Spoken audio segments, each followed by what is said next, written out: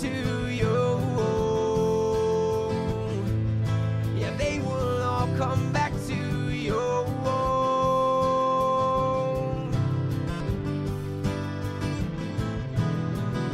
But nobody there means no one to share your last meal with. Your spirit's in disrepair. You wonder if Siddhartha wished all the Buddha. Was he scared? Hope his people make it back to hell. Hope his people make it back to hell.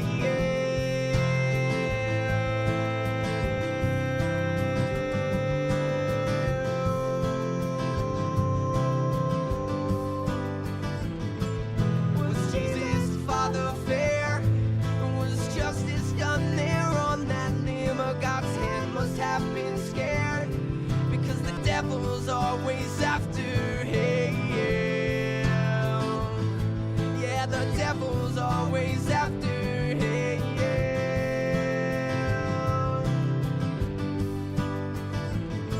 Oh, Apollo, can we be spared and wait for impending disaster? Oh, does anything care? Oh, they write in Zoroaster.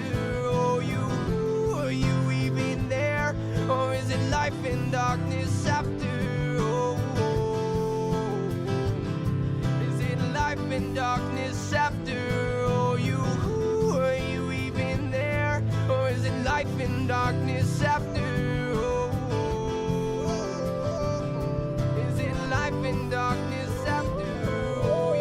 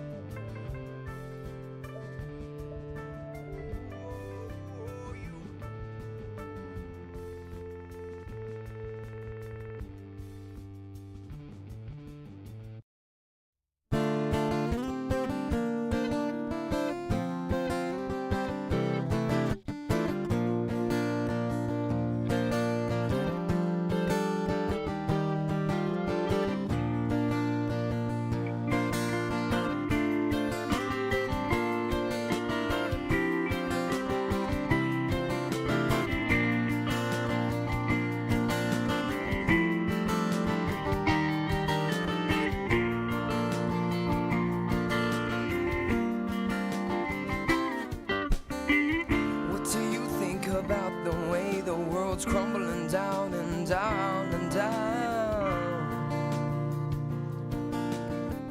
No beach, just coast will come closer to town. Well, I see San Francisco Bay in the sundown through goggles or underground. Suddenly, California can't be found. We should all take a good last look around. It's closing time. I leave on the neon glow and the open sign. You're coming anytime, but you passed it by the road you're on. Gotta try to turn around your own design. Oh, but you're running out of time.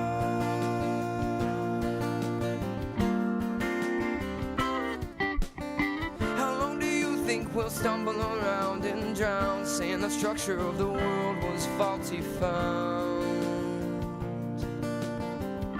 For what it's worth, the earth is round.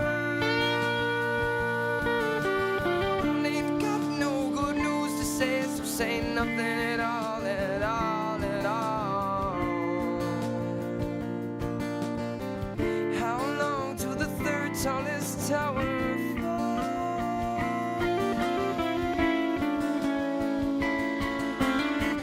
It's closing time.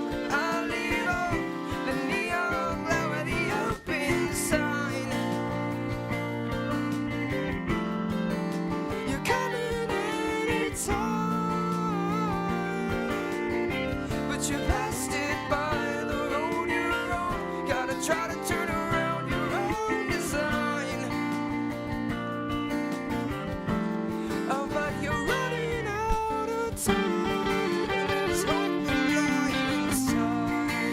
You're coming anytime, 'cause there's hope alive inside. You're running out of time, but there's hope alive inside. You're coming anytime, 'cause there's hope alive inside. Oh, but you're running out of time.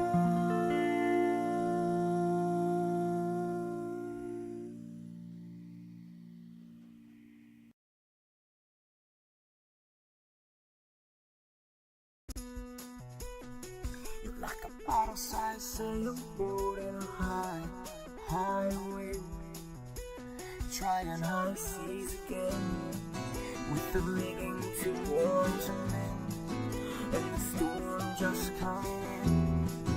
The tiller it starts to spin, overboard there go the men, screaming, "Oh dear Lord, no, not again." But it's just the beginning, not the end.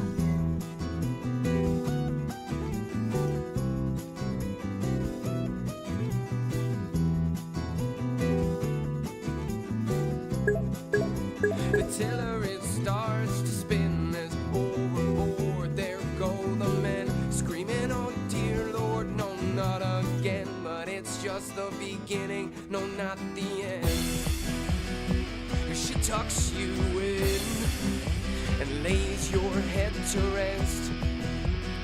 With the luck you're in, she'll tear that treasure right out of your chest. She tucks you in, circle and start to sing. Juxtaposition, 2 rounds and you're in the drink. You're like a bottle-sized sailboat in a high, high wind, trying high seas again, with the rigging too worn to mend, and the storm just coming in. The captain in sick bay, night dead, no sign of clearer skies ahead. But hold fast, dear lads, this is not her last. This is just the beginning, no, not the end. 'Cause she'll tuck you in and lay your head to rest. With the luck you're in, she'll tear that treasure right out of your chest. She tucks you in, circle and start to sing. Juxtaposition, 2 rounds and you're in the drink.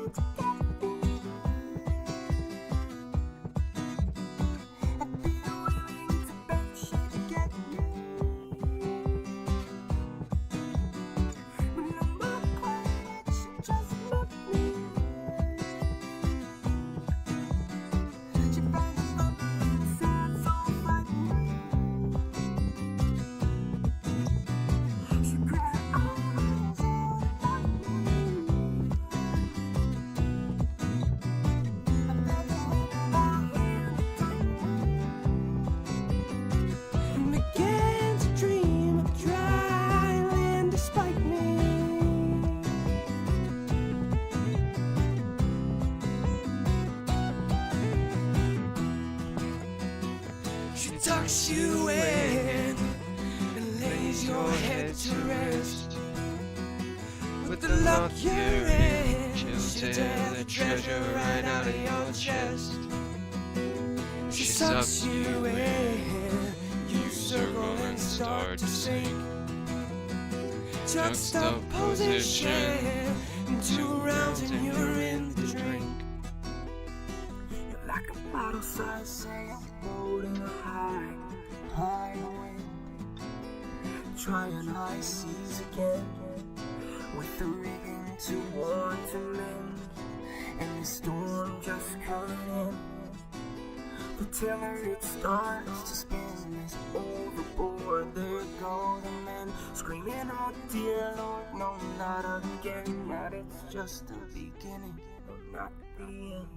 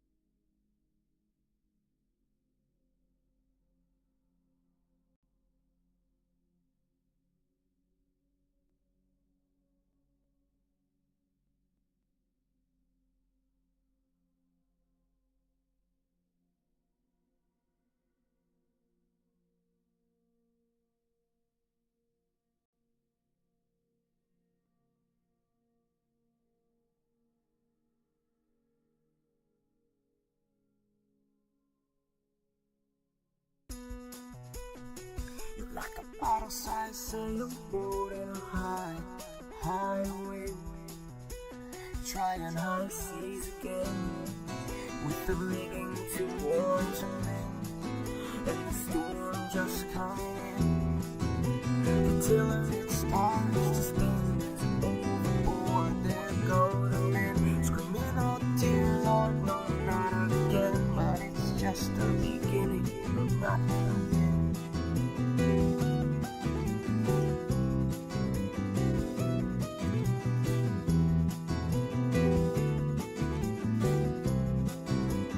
Tiller it starts to spin as overboard there go the men, screaming, "Oh dear Lord, no, not again." But it's just the beginning, no, not the end.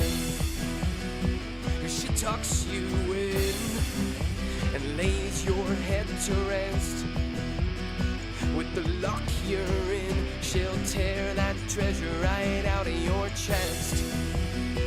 She tucks you in, circle and start to Even sing. in that situation, there's not necessarily an abuse of power. 2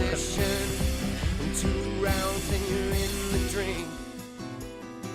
You're like a bottle-sized sailboat in a high wind, trying high seas again. I With will the suck the rigging meat off. worn to mend, and The trans athletes could do a lot to like the captain in sick bay, night of death. No sign of clearer skies ahead. But hold fast, dear lads, this is not her last. This is just the beginning, no, not the end.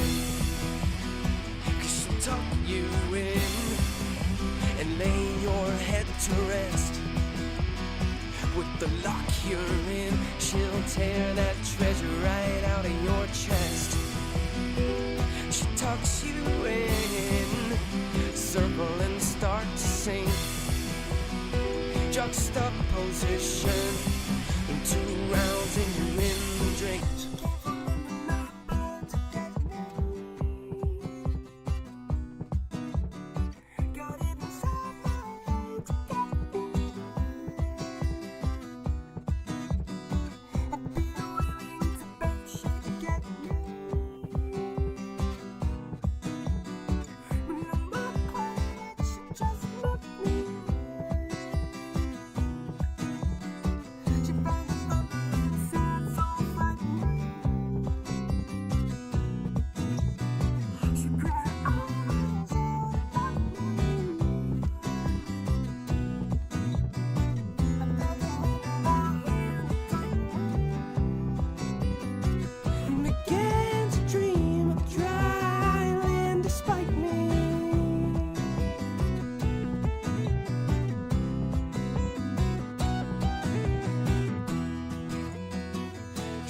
tucks you in and lays your head to rest. With the luck you're in, she'll tear the treasure right out of your chest. She sucks you in, you circle and start to sink.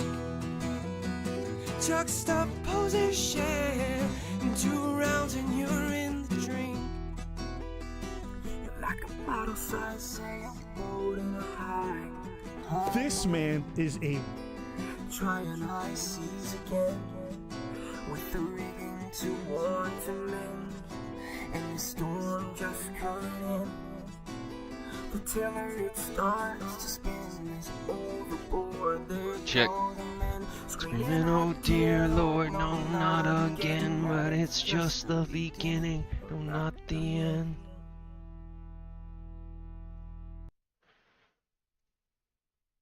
Alright, what's going on, guys? I'm Cole. This is Cole Lateral TV. Let's let Abbott take over. This man is a bum. That's Bum. right. Nobody owes him an You're a apology. as all got it bum, wrong. Stedman. If you have been following this saga, this tells a tale of a man who called into court about a suspended license, his suspended license, while he was driving. Yes, so you heard it right. You haven't been following, you've been living under a rock, you don't know about this story. There's a video recording. Mr. Harris, are you driving? Actually, I'm pulling into my doctor's office, actually. So just give me 1 second. I'm parking right now. Okay. So maybe I don't understand something. This is a driving while license suspended, That is correct, Your Honor. and he was just driving, and he didn't have a license.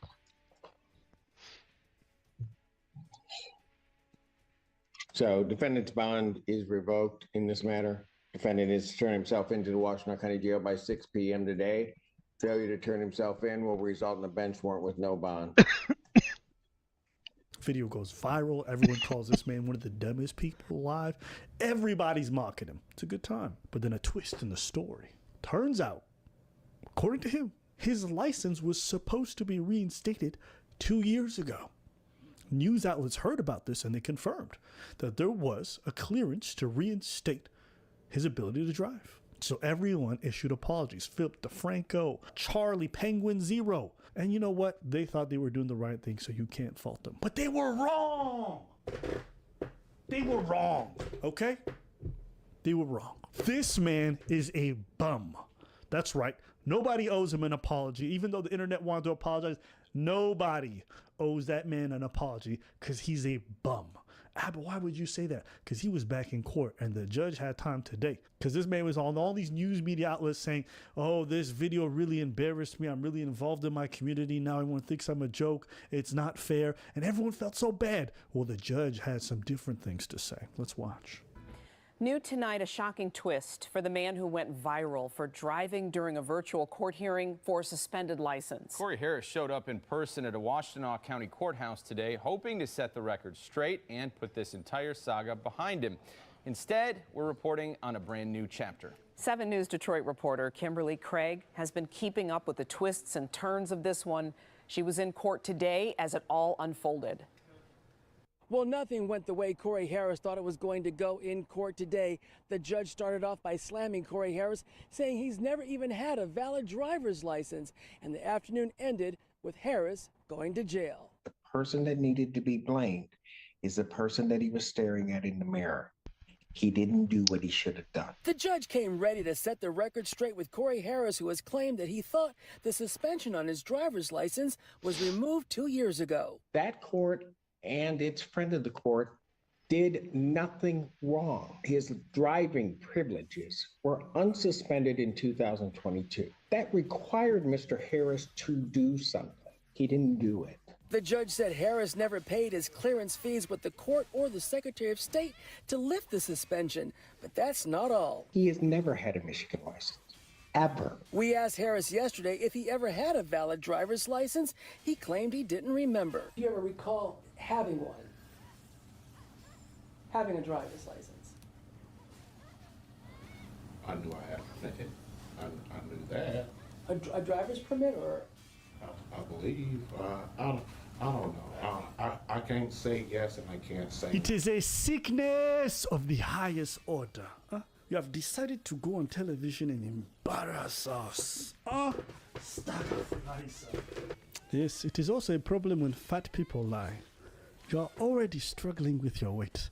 Why do you want to struggle with your character?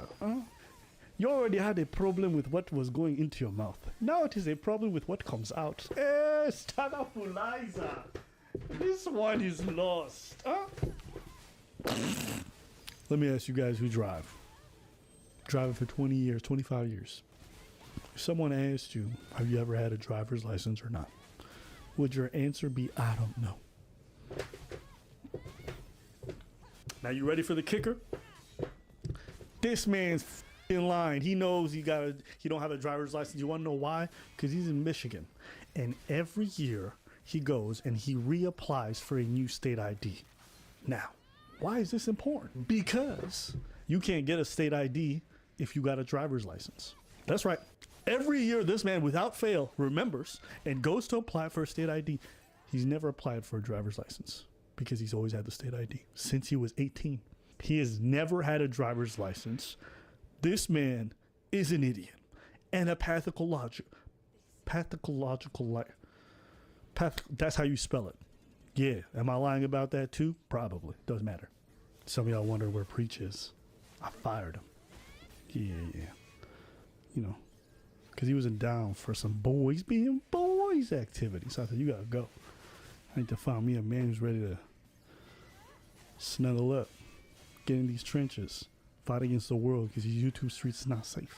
Preach ain't that dude, because you got a wife and want to be gay and shit. Whatever. You're not ready for that real camaraderie, that heterosexual normative, making love to your homies over hoes type energy. That's okay. That's okay. If you want to be gay, go be gay over there with your girl. Fucking salsa dancing and shit. It doesn't matter whether or not this man had a license or didn't. You're going to court about a suspended license and you driving. That's stupid no matter what your state of your license is. That's like showing up to court for a murder by stabbing and be like, Judge, I didn't do it.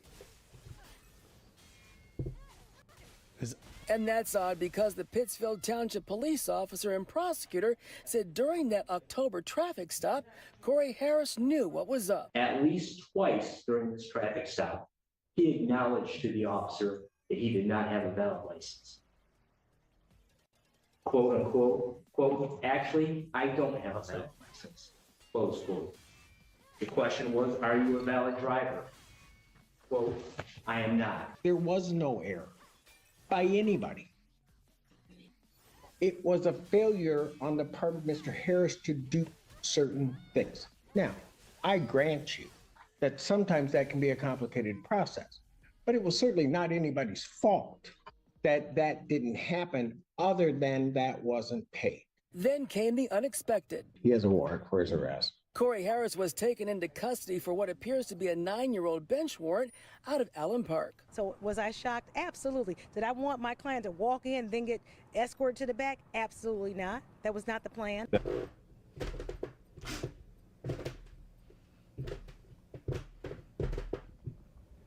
Bro, the only thing that could make this video better if his pants was on fire. That's the only thing. This man walked into court with a shirt that said, trust me. Bishop, Hajjat, look at this one. It is like seeing Kim Kardashian walk into a room with a shirt that says all natural. I would not believe you are natural even if I saw you sprouting out of a vegetable. GMO for sure. So everybody owes that judge, that lawyer, and everybody who was involved in this an apology, not this man, okay? Your church looking at you like you stupid, it's because you are. That's fine. Look in the mirror, accept the man that you are, okay? I don't feel bad for this guy. He's an idiot. He cost himself a lot, and he deserves everything he's coming to him. And you know the wildest thing about all this? There's literally no one else to blame but himself. And he could have taken accountability for this at any point, and everyone would probably moved on. But he kept on lying. So then the story gets bigger, and the lie gets bigger. And the cane, he having to lean on that bitch more because them lies is heavy to carry. And then it keeps going. And he lies again. And then when confronted with the reality that he can't avoid, he pretends he doesn't know, even though they got him on record saying something else. What's there to feel bad about? This man does not like accountability. So shout out to the judge for putting him on blast. Shout out for everyone else doing their due diligence, but he's a scammer. And that's all for today's video, guys. Low key, I need somebody to kick out his cane because I don't even think he really got a limp. He probably just looking for some sympathy. Your big ass. Want Trump to win. Can I ask a question about black people? You seem like a Sure. well, okay. From black woman and black woman, of yeah, course you from can. black woman to black woman. A lot of, do you know who Anthony Brian Logan, ABL? Do you remember that guy? Oh, hold on. Uh-oh, go. That's another thing to prove that I was trying to be your friend. You probably don't even know this. You had a debate with Anthony B. Logan, right? That was somebody who also I don't like, right? You had a debate with Anthony B. Logan, and you and Anthony B. Logan talked about Clan bringing Christmas gift to his grandparents, and you was like, you was just I featured that clip. I spoke highly of you, and I featured that clip, and I said, look at how Destiny clowns Anthony B. Logan in reference to, oh, you know, over in my place, it wasn't that bad because Ku Klux Klan brought my parents equipment gift. Like, I was like, you know, it's all on, if anybody want to see it, it's on my archive channel because I left that channel on Tree of Logic. I don't use that channel anymore. But that's, when you brought up Anthony B. Logan, I just wanted to let you know, even then I was trying to like send you some signals that, hey, come on, let's be friends. Look at how nice I am to you. Sure. Okay. Well, thank you. I appreciate that. It's too late now. That was damn near what? Shut up. It's never too late to say you years? appreciate something, okay? Listen, I'm trying, okay? Okay. A lot of people bring up the black family, and people will look at like Jim Crow and this time period, and they'll say things that like, even though Jim Crow and segregation and all this stuff existed, the black family was in a better state than it was today. Which, you know, everything else aside, I think there's an element of truth to that. Yeah. Why? What do you think is like the big? When somebody brings that up to you, like, how do you counter that, or what do you think is like uniquely negatively impacting like black families today? And this is really a data-driven. I'm just curious, like personally, There if you have like were an opinion on that. more of a two-unit family back then. Yeah, but like, why? Why did that change? Like, when segregation goes away, now it's like, oh shit, let's just fuck everything up. Like, why did that impact like black people more so than anything else? Or why do you think? I want to say the Lyndon B. Johnson situation happened, and When you say Lyndon B. Johnson situation, well, like, do you mean? what is it? The war on poverty. So when it was more incentivized for women to not get married, but because if you were married, you did not. Yeah, I understand. So welfare-related stuff. Why did this affect black people though more than white people?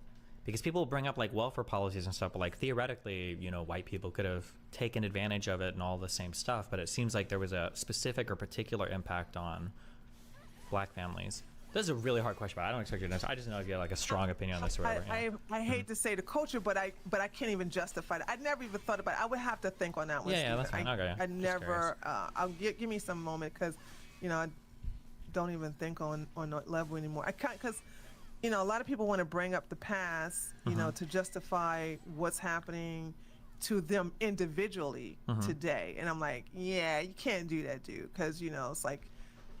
We're in a situation where there's a lot of grants and a lot of financial assistance for those of us who are black, and especially if you're a black woman or if you're a black gay, you know, there's so many things. I even personally have taken advantage of those grants, so it's kind of like hard to relate. But yeah, I don't know. I don't have the answer at the moment.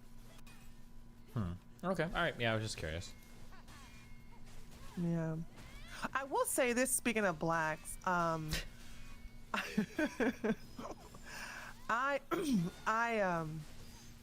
remember when I was telling you I was going to take my speech therapy, I canceled it, and I'm a little So I want your advice on this one. Let me tell you why I canceled it. It's kind of like, I don't know if it's a good reason or it's a bad reason. Sure. Also, wait, can we but- catch? Did we talk about you taking speech therapy? I feel like I would have remembered this. No, I mentioned that to you, and you was like, "Oh, cool," you know. Oh, okay.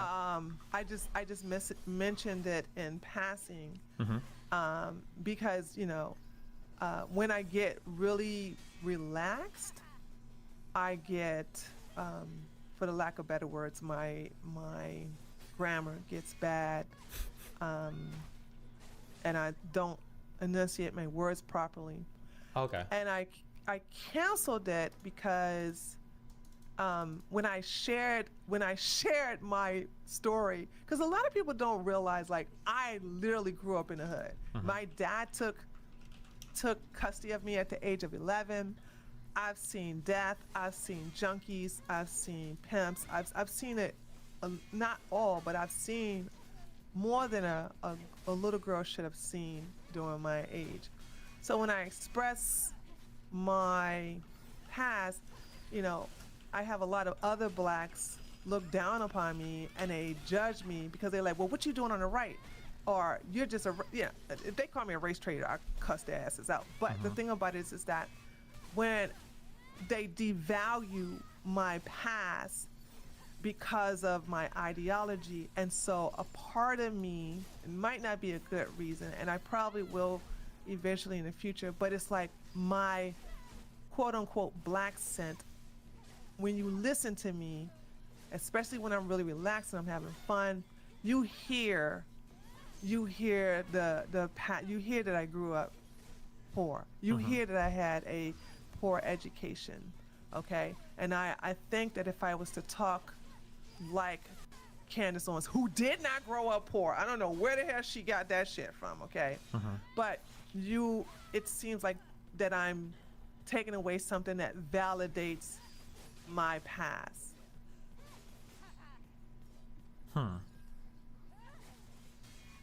Did you want me to? Are you asking me a question, or you just? Yeah, I'm asking your input on this. I'm gonna be honest. I learned during the Annalisa arc, when I started diving more into black stuff in the United States, I am not envious of any of that. This has been a thing. Honestly, this has been a thing for decades. The difference between speaking proper American grammar versus sounding white, or the difference between being a successful person that makes it out of the hood versus just being a sellout who left. It feels like if you're an African American in the United States, okay, not a first generation immigrant from fucking Kenya or Nigeria or something, but if you're an African American in the United States, it feels like every single decision that you make or every single thing you do when you're successful has to be balanced by this countervailing narrative of how true to your community are you. Yeah. Yes. There you go. Yeah. But as a white person, like, I never, ever have to think about that. So when you're white, or generally when you're white, even if you come from trailer trash, like, the more successful, the better you get, the better you are. It's just like awesome. Like, it's cool, it's awesome. You have more money, you have more cars, like, everything is good. And now, I might be speaking out of turn, but I don't think that, like, for instance, if you were a white person, you came from a trailer park and you became like a billionaire, I don't know if anybody from the trailer park would be like, you sold out. I can't believe you did this. No, they wouldn't. They wouldn't. But I will say that the one thing I'm empathetic towards, or you can say you say what you're gonna say. Go ahead. No. Go ahead.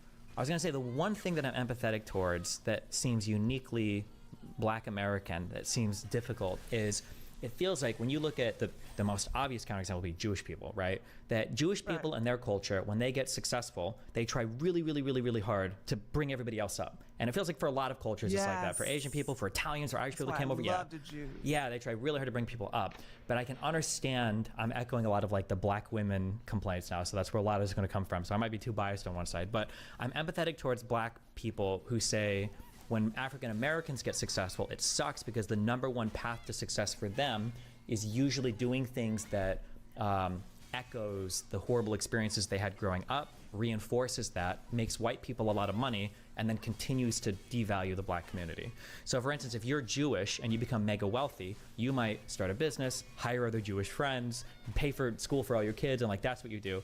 But if you're black and you write well and then you become a rapper, then you go on to make, white or Jewish A&Rs a bunch of money, and then you sell music to white people, and you do it by basically saying, well, here's the black community, it's all gangster ghetto shit, and then black people listen to it and then they commit more crime. You're making money off your community in a way that's like hurting the community and making other people outside your community. And so like that dynamic, yeah, all of it just seems really, really, really fucking shitty. And then it's even worse then, because if you're like a popular rapper, you would probably get, I'm speaking again, yeah, you know this, right? I don't have to qualify for you, actually. Fuck, I don't care if somebody gets mad. No. But like, yeah, as a black person, if you become a famous rapper and you're doing things that are making other people a lot of money, non-black people a lot of money, and doing things that are like destructive to your community, you're celebrated in the black space. But if you're a black person, you become like a lawyer or you become like a doctor or some shit, especially if you came from a really impoverished place, people just kind of see you as like a sellout or kind of like a loser or just like a race traitor, especially if you get like a white wife or something like that. Like, it's like, fuck you, I don't know how true that is today or how universal that experience is, but it's at least a complaint that I hear echoed a lot by different African Americans in the United States. And that seems really sad. And I don't know how to, there's like so many different pressures, because I always think the saddest thing is that like when you're fighting against the people that you're trying to work with. So if you're a black person, you're fighting against the white people. That's the thing. Well, like if you're like a black person, you go to medical school or law school, whatever. When you're also dealing with like the racism there, but then you also don't have like a home front to support you, because then your own community might look at you a little differently. That seems really tough. I wouldn't know how to navigate any of that. Once I became a conservative many years ago, I became a conservative during Obama. I was one of the only blacks I know that was not going when Obama was first running. I think it was 2008, I think it was. I was like, I ain't voting for that nigga. I'm the hell. This is the worst thing you could do is put somebody like that in the White House, blah, blah, blah, blah. And I've been, I became a conservative that way.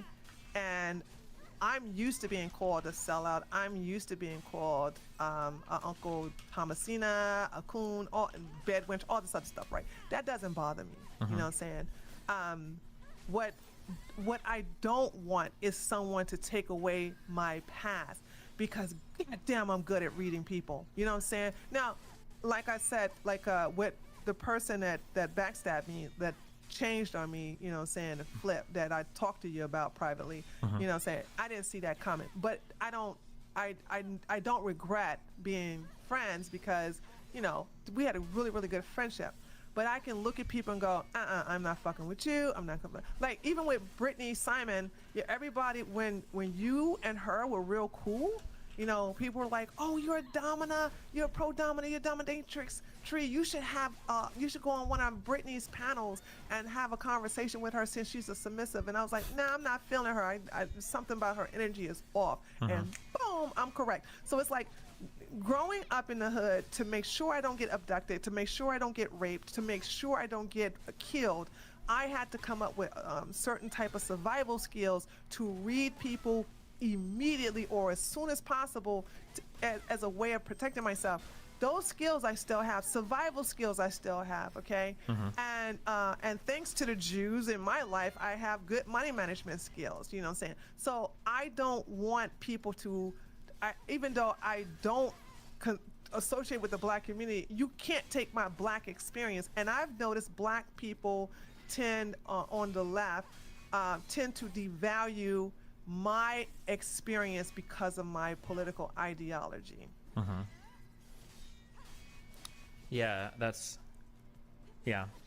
don't know. That's interesting. I don't know how much input I have there.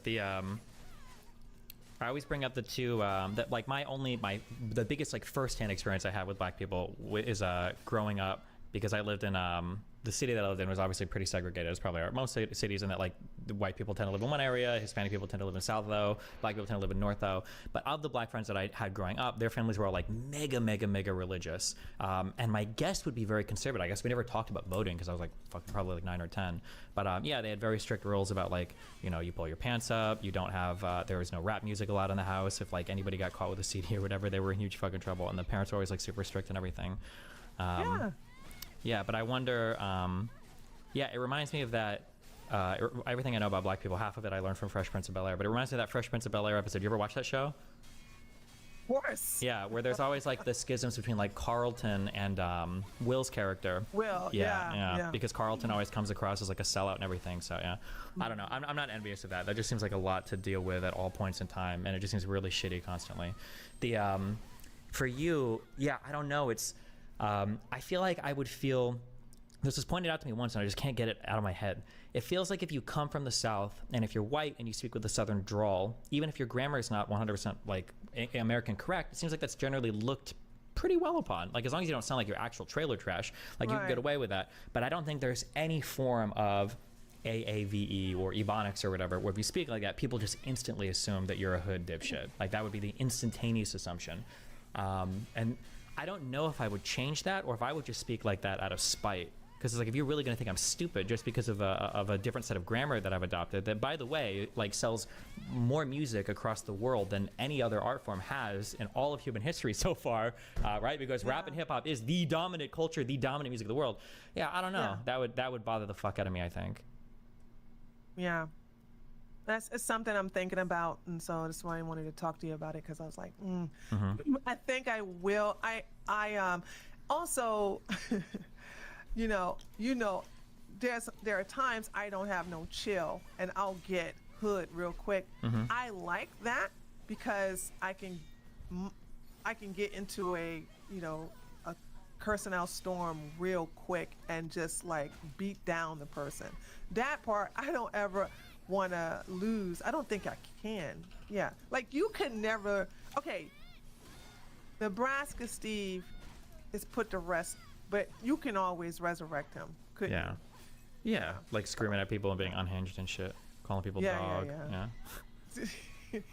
Oh, you do more than that. So I think that's the thing that I'm thinking on, I'm pondering on. So yeah, that's what I wanted to share with you is that that was something that was on my mind. Like, I want to, I'm changing again, and I want to improve myself. So I ask people to critique me. I said, don't compliment me. Don't goddamn put sugar on your criticism. Just give it to me hard and straight. And because I want to become a better person. And this is just one of the things I've been thinking on. Do you generally operate in primarily white spaces right now? Do you feel that way? Yeah. I have 2 black friends, and everybody else, like my best friends, my godchildren, my husband, everybody's white. I'm curious on this.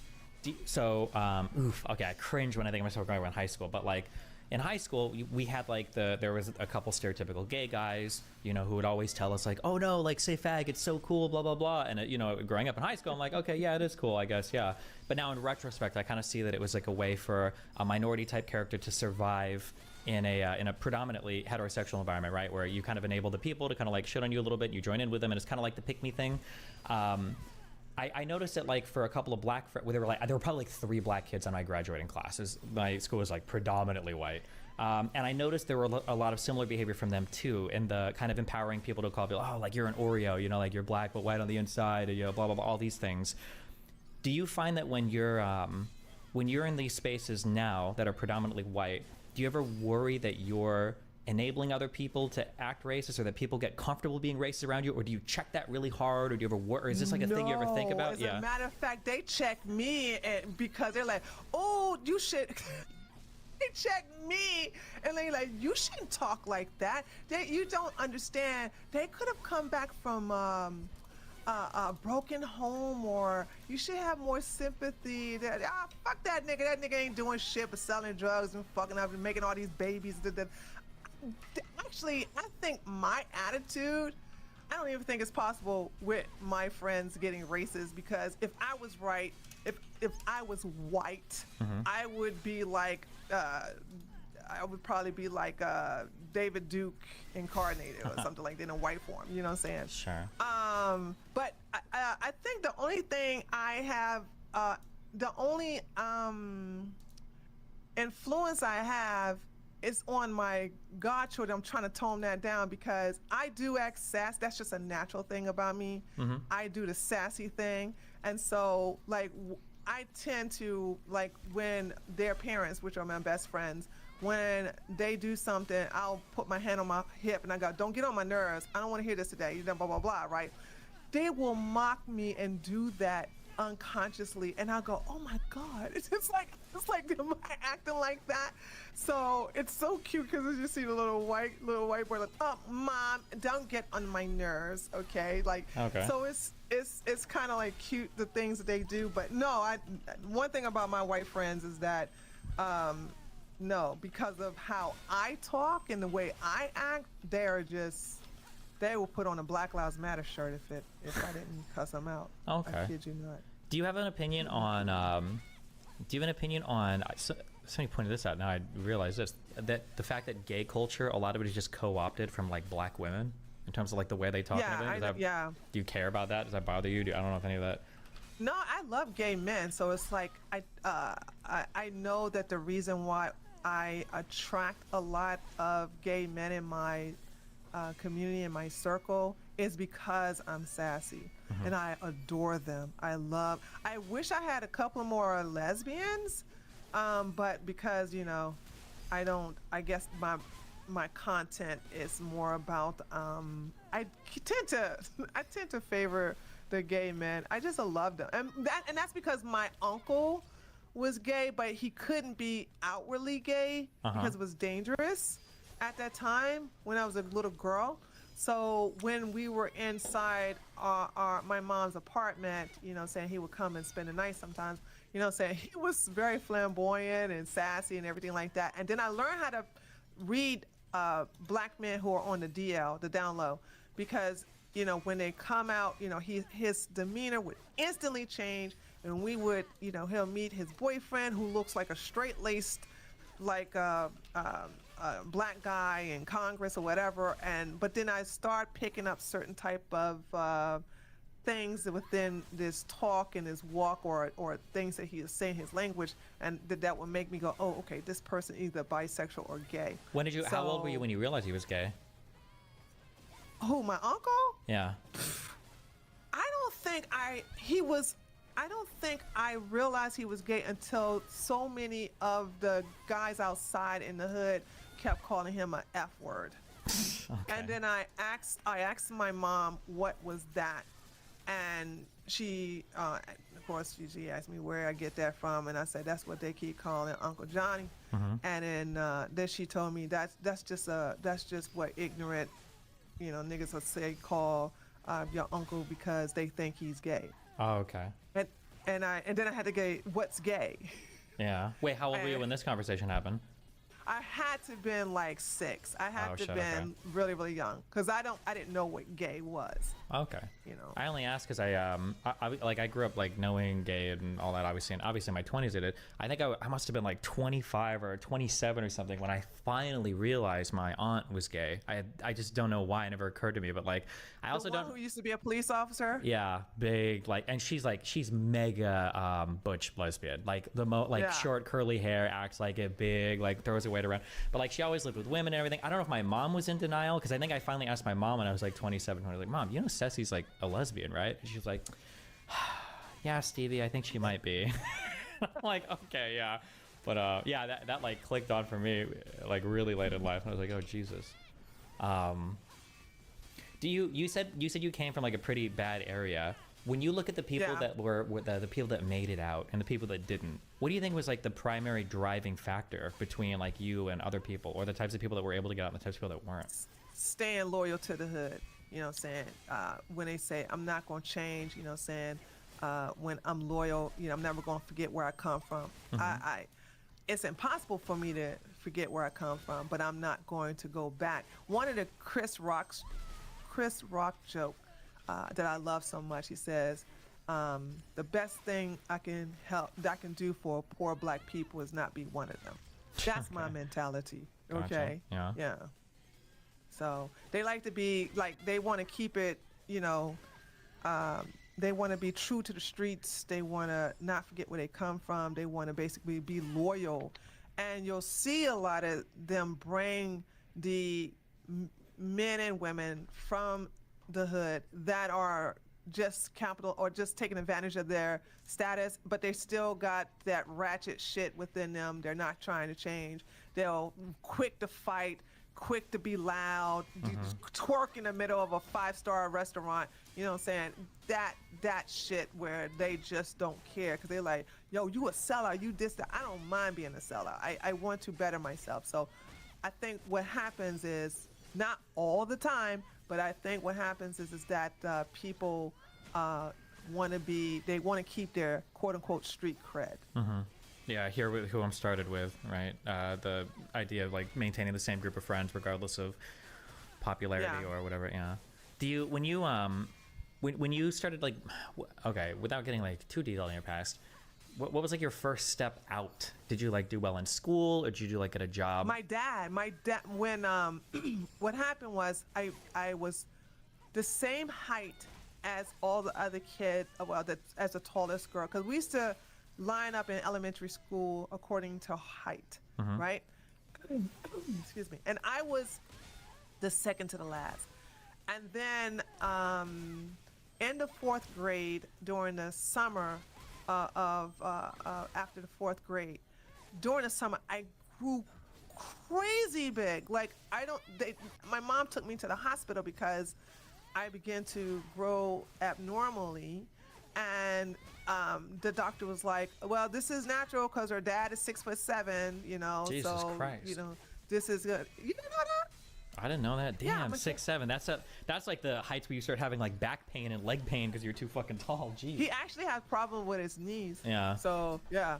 So but yeah. So when but I told you that my mom she was just brutal to me, because when my mom and my dad divorced when I was 5, because I was my father's favorite and I looked like my dad, my mom would beat me since like I wouldn't even call it beating like you see on Good Times. Like I got tortured, I got burned, I had hot grits thrown on me, I had all kind of crazy stuff done. Now, as I began to get taller, I got tired of being brutalized by my mom. So I remember my mom grabbed this belt and she kept hitting me with the buckle end of it. And out of just instinct, I grabbed it, and her eyes like grew like really wide, and it shocked her and scared her a little bit, and it kind of scared me too. And then I just got it worse. And that night, you know, I prayed. I don't know if I should say this on your show, but I'll say it anyway. So, I was very religious, so I prayed for God to kill my mom, right? Jesus, yeah, okay. I did. I hated the brutality that I experienced underneath her, because she loved to send me home to because my dad had, you know, I would go to my dad every weekend, and she enjoyed sending me to his place, his penthouse, with whelps on my body, you know what I'm saying, because it would anger her. And when God would not kill my mom, I just said, well, I'm going to run away because I will kill her. And then that's what I did. And I told my dad what happened. And then my dad said, okay, you're going to stay with me. And that's when my life, because my dad it was in a middle class home. He sent me to etiquette school because of the way, you know, he was married to my stepmom, and the way I ate was I had my arm around a plate, and I would be like a couple of inches away from the plate, and I would scoff down the food. But I ate like a savage, you know. That's what my dad said. So I had to go to etiquette school to learn how to talk to her. I mean, not talk, to learn how to walk because of my new height, to learn how to eat properly, to know the difference between the forks and the spoons and different cups and glasses, and then what side to sit on. So it kind of quote unquote civilized me a little bit.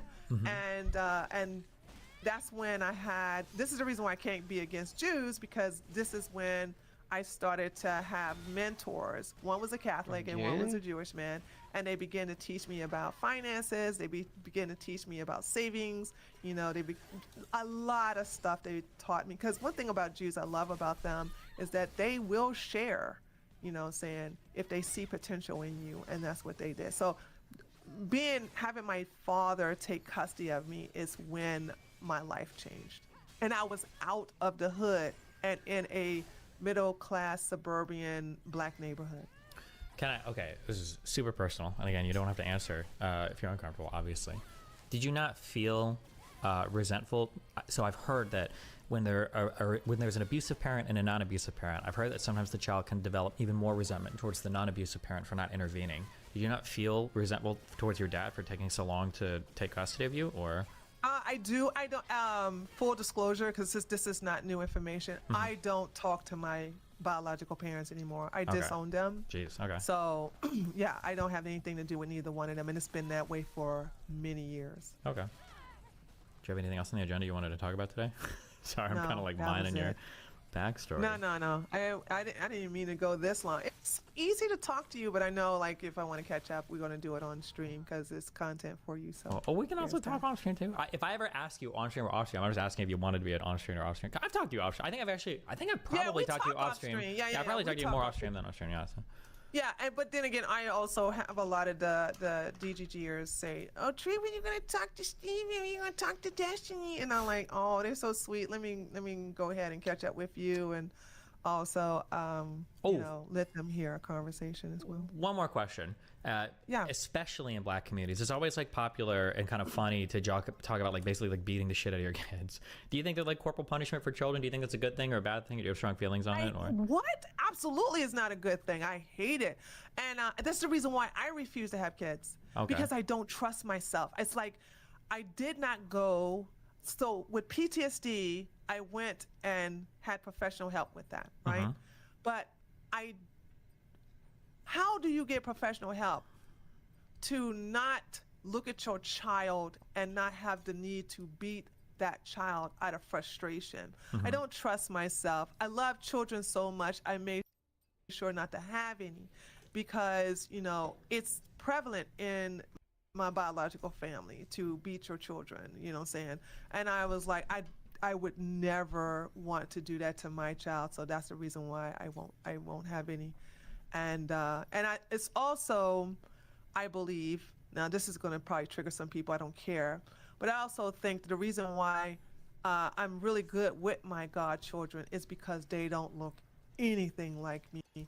And when I want them to do something, I am able to come up with a psychological way of getting them to do it without putting my hands on them or yelling at them. You know what I'm saying? So. I don't know what you're saying. What do you mean by that? Like if they were black, you'd feel different, or if they looked like you, they'd feel different, or what do you mean by that? Yeah, I think if they were black, yeah, absolutely. If they were black, I think I would. I think I don't have any evidence for this, but I think it would trigger me to be not as vicious as my mom, but to discipline them because, you know, I don't have a disconnect there.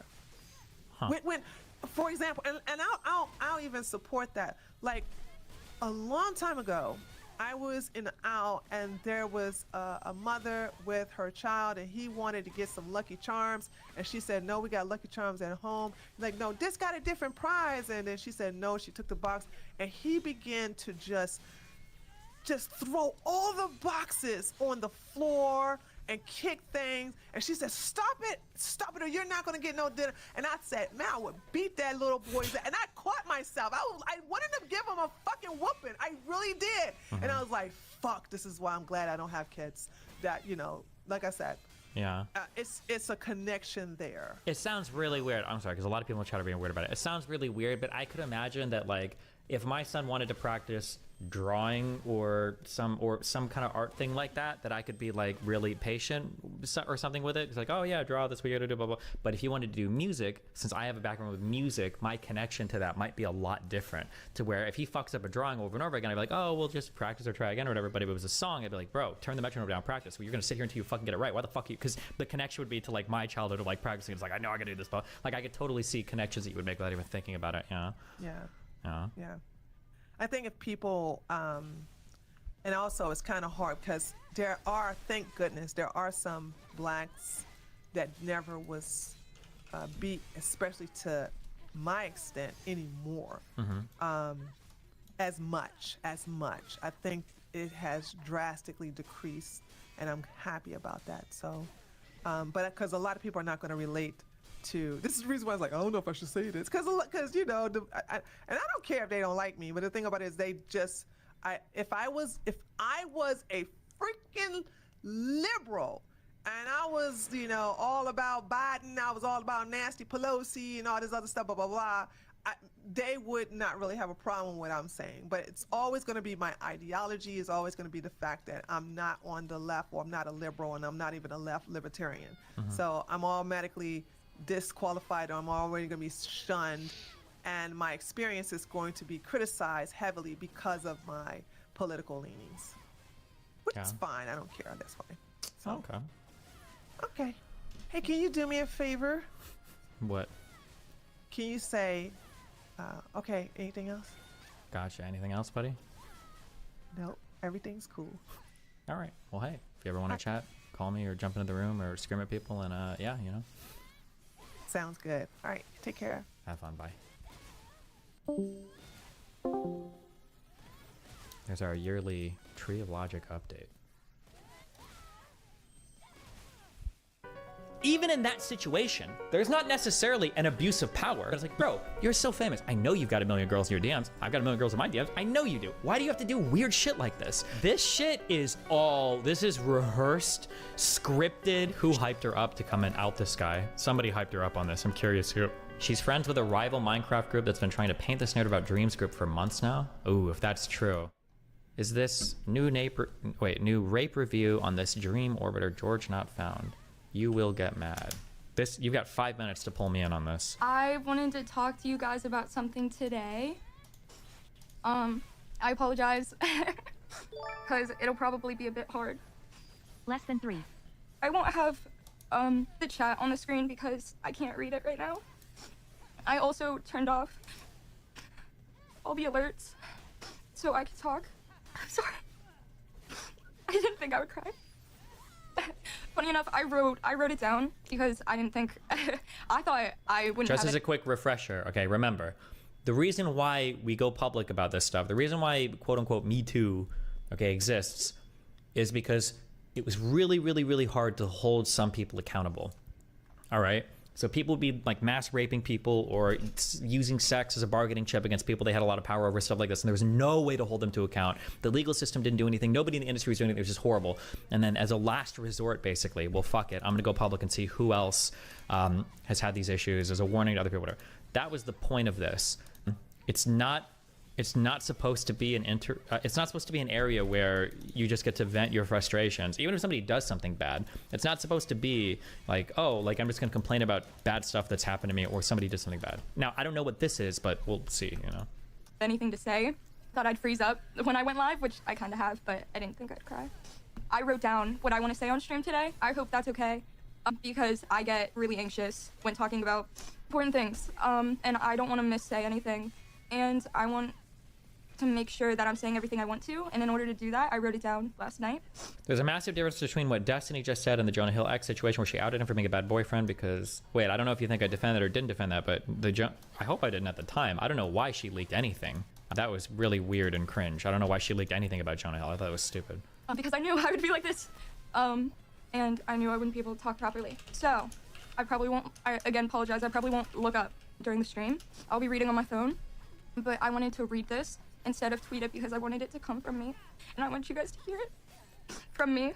It's really hard for me to talk about, but I feel like it's important for other people to hear it. I'm sorry, I'm scared. So, I guess axe murderer, multi-level rapist, extremely powerful industry figure with multiple women under his thumb. That's where my mind is right now. If we're scared to talk about this, it has to be said. We're trying to help other people. That's what my mind is prepped for. Okay. Whew. All right. I'm gonna start reading. Necromancer, maybe. Yeah. I look a fucking mess. Okay. I want to start this by saying I wouldn't be here without Shelby. I was ready to disappear with this secret forever. I never knew that creators were allowed to talk about these kinds of things, and I guess I'm still new to it all. I just didn't feel brave enough, and I still don't. But her strength made me feel like it may be okay. A little while ago, my story had almost been leaked without me knowing, so here it is on my terms. Here's my story. Last year, at the beginning of summer, I was assaulted by a significantly older and popular content creator. I was freshly 18 and had just graduated high school a few weeks prior. My last lunch period was only 74 days ago. Okay. In a hotel room with other people around me when it happened. He was someone I had once watched, and he was 8 years older than me. and far more powerful. Does the age or the power have anything to do with this? We'll see. Let's find out. Hold on. I'm so proud of you and your bravery. The full story is quite short.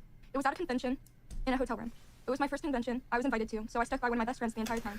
Why make fun of an assault victim? Destiny, why do you do this? Because there's no reason for this stuff to be online. If you're presenting it publicly, it's for us to evaluate. So if it's stupid, of course I'm gonna laugh at it. You don't get to just dump shit like this online and expect infinite validation because it just encourages the next person to do this. This shit is stupid. Well, this might not be stupid. I don't know this story yet, okay? To be clear. So far, the loading on all of it sounds really dramatic and dumb, but we'll see. It might be serious. I don't know fuck all about any of this. Something that I've said, I hate repeating these fucking lines every single time.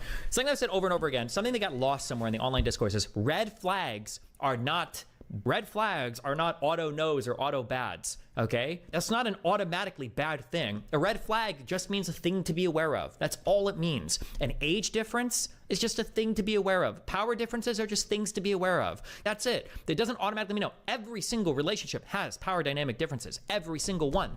The idea that it's like, he was 8 years older than me, that's only relevant if he used that 8 years of age. Or they were so much more powerful. That's only relevant if that came up. So for instance, like if, let's say that how hyperbolic do I want to be? Let's say that a celebrity meets with a fan and hooks up with them, and then let's say the celebrity rapes the fan, okay? Even in that situation, there's not necessarily an abuse of power. You would have to figure out what the interaction looked like. It might just be a rape. Now, let's say that the people were chatting, they met up, they were in a hotel room, like, oh yeah, cool, let's hook up, blah, blah, and then they do that, and then the guy rapes or whatever. Tragic and horrible, but like, not necessarily an abuse of power.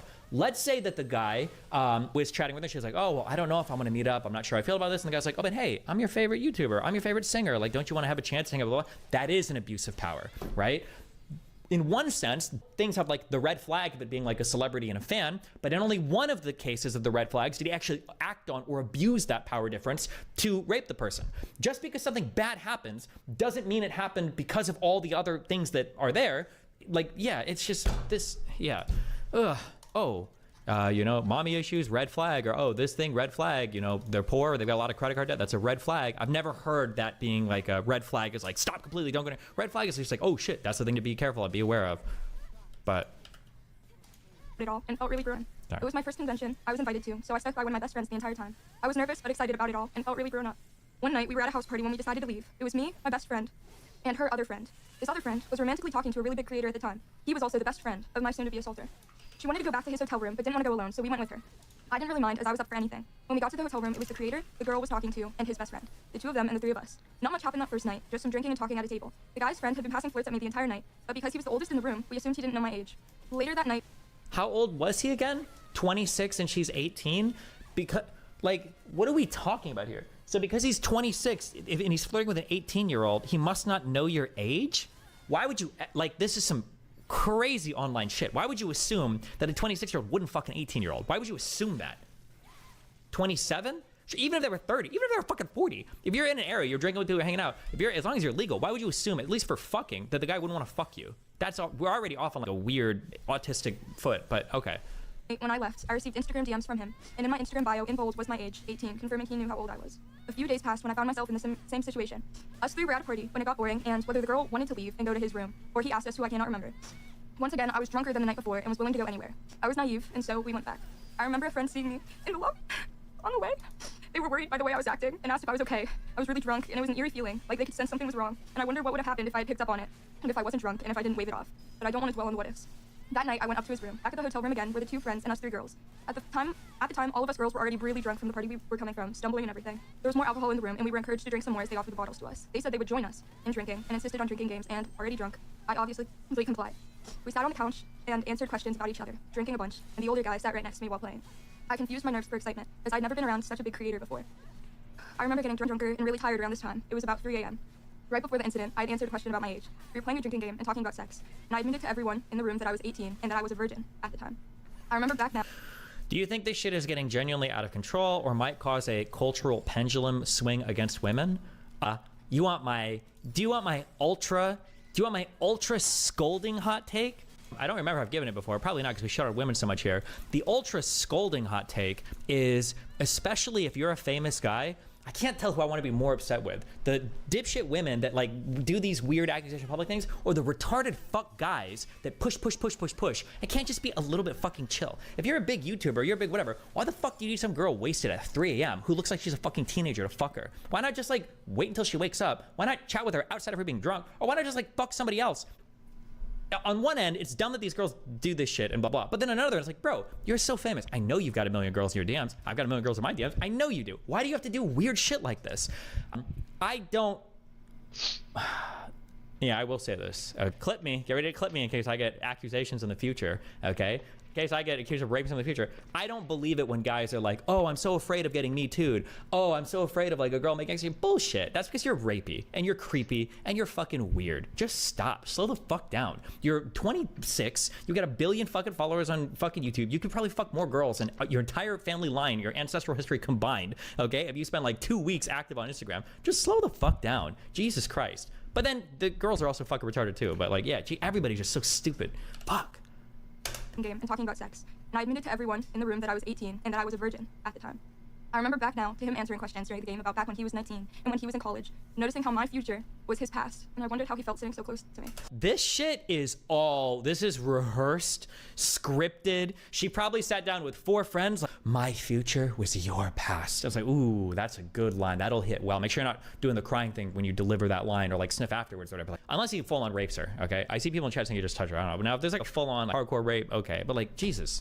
It was a little after that when I resorted to playing games on my phone when it happened. Out of nowhere, I felt him slip his hand under my clothes, sitting next to me on the couch in front of everyone. He disguised it with a simple, "Are you ticklish?" I coughed out a no, still staring at my phone. I was overly aware of the fact that we were in front of other people, the fact that everyone else was sitting around us, watching us, including my best friend, and that his hand was inching further to places I hadn't asked for it to be. He made a game out of my embarrassment, where he could touch me in certain areas to make me lose the phone game I was playing. I was scared, and I felt sick, either from the alcohol or from his touch. It didn't matter because my mind was a blur. I didn't speak or move. I remember being afraid to even breathe. I stayed there for a while, hoping my stillness could make me disappear. I eventually had to stand up after many minutes for it to stop. I was scared to leave or make a scene out of the embarrassment. Eventually, later in the night, I found myself alone with him and his friends. Everyone else either passed out or sick. I dread the scenarios that could have played out that night, the what-ifs. I was just so naive, and lucky or not, the night came to an end with just that. The night lasted until 6 a.m. I was still drunk, either from Okay, so now the next day something more is gonna happen? alcohol or tiredness. I went to leave, and the older guy decided to leave with me. We walked to the elevators, where I didn't get on. He then pretended that the elevator was broken and that he couldn't leave, telling me to get in the elevator to prove it was broken. And then after a few minutes, he ended the night with a "guess I'm going now," leaving with a wounded puppy look. He proceeded to Instagram message me for a bit after that, simple flirting or asking about the next convention I was going to, saying stuff about seeing me there. Simple messages ultimately filtered into nothing. At the time of it all, I convinced myself I was lucky. I was lucky that it had happened to me. I was excited to be around such big creators, to be at that convention in general. I figured that's just how things were, that was the price I had to pay to be there, that anyone would have loved to be in my position, and that I should have appreciated it. What were the DMs looking like afterwards? Did those get leaked, or? First, that night. Why are we leaking this? You are lucky. You're lucky that that was the only thing that happened. Like, this is such a lucky lesson learned. Like, okay, I was underage, drinking. I was already pretty dumb. Probably shouldn't go back to the hotel rooms with guys alone. Some guy kind of like felt me up a little bit, but nothing happened, and then I left. That is a lucky scenario. That's lucky. Nothing happened. You're good. Holy shit. What an easy way to learn a lesson without anything fucking insane happening. Wait, what the fuck? I assured myself that I was just being sensitive about it all, that it wasn't a big deal, but assuring only can go so far. I felt dirty in a way that I couldn't wash off. Bro, where did she get what rape diary was she reading? Like, oh, I felt dirty in a way that could never come. I could never be clean again. Who gave her this language? There's no way she's writing. Like, bro, come on, really? I couldn't help the way that my body reacted and flinched. Part of me still wanted to feel cool about it all, to convince myself I was lucky so I didn't have to think about it. I would reimagine the scenario in my head, replaying it again and again, what I could have done, what I could have said instead. But it didn't matter. None of it did, because he never asked, and that fact would never change, no matter how hard I thought about it. I changed after that. I believed life wasn't fair. I was naive, and maybe sometimes to a fault, but I could only wish it lasted longer. I miss not knowing. I used to be kind. I'm angry a lot of the time now, at that person, at myself, at the fact that a year later, I can feel my heartbeat stop at the sight of him, and he probably couldn't even make out my face in a crowd. I can't stop thinking about who I was before it all, who I'll never be again, and how some things you can't undo no matter how Who I'll never be again? hard you try. I never said anything out of pure embarrassment.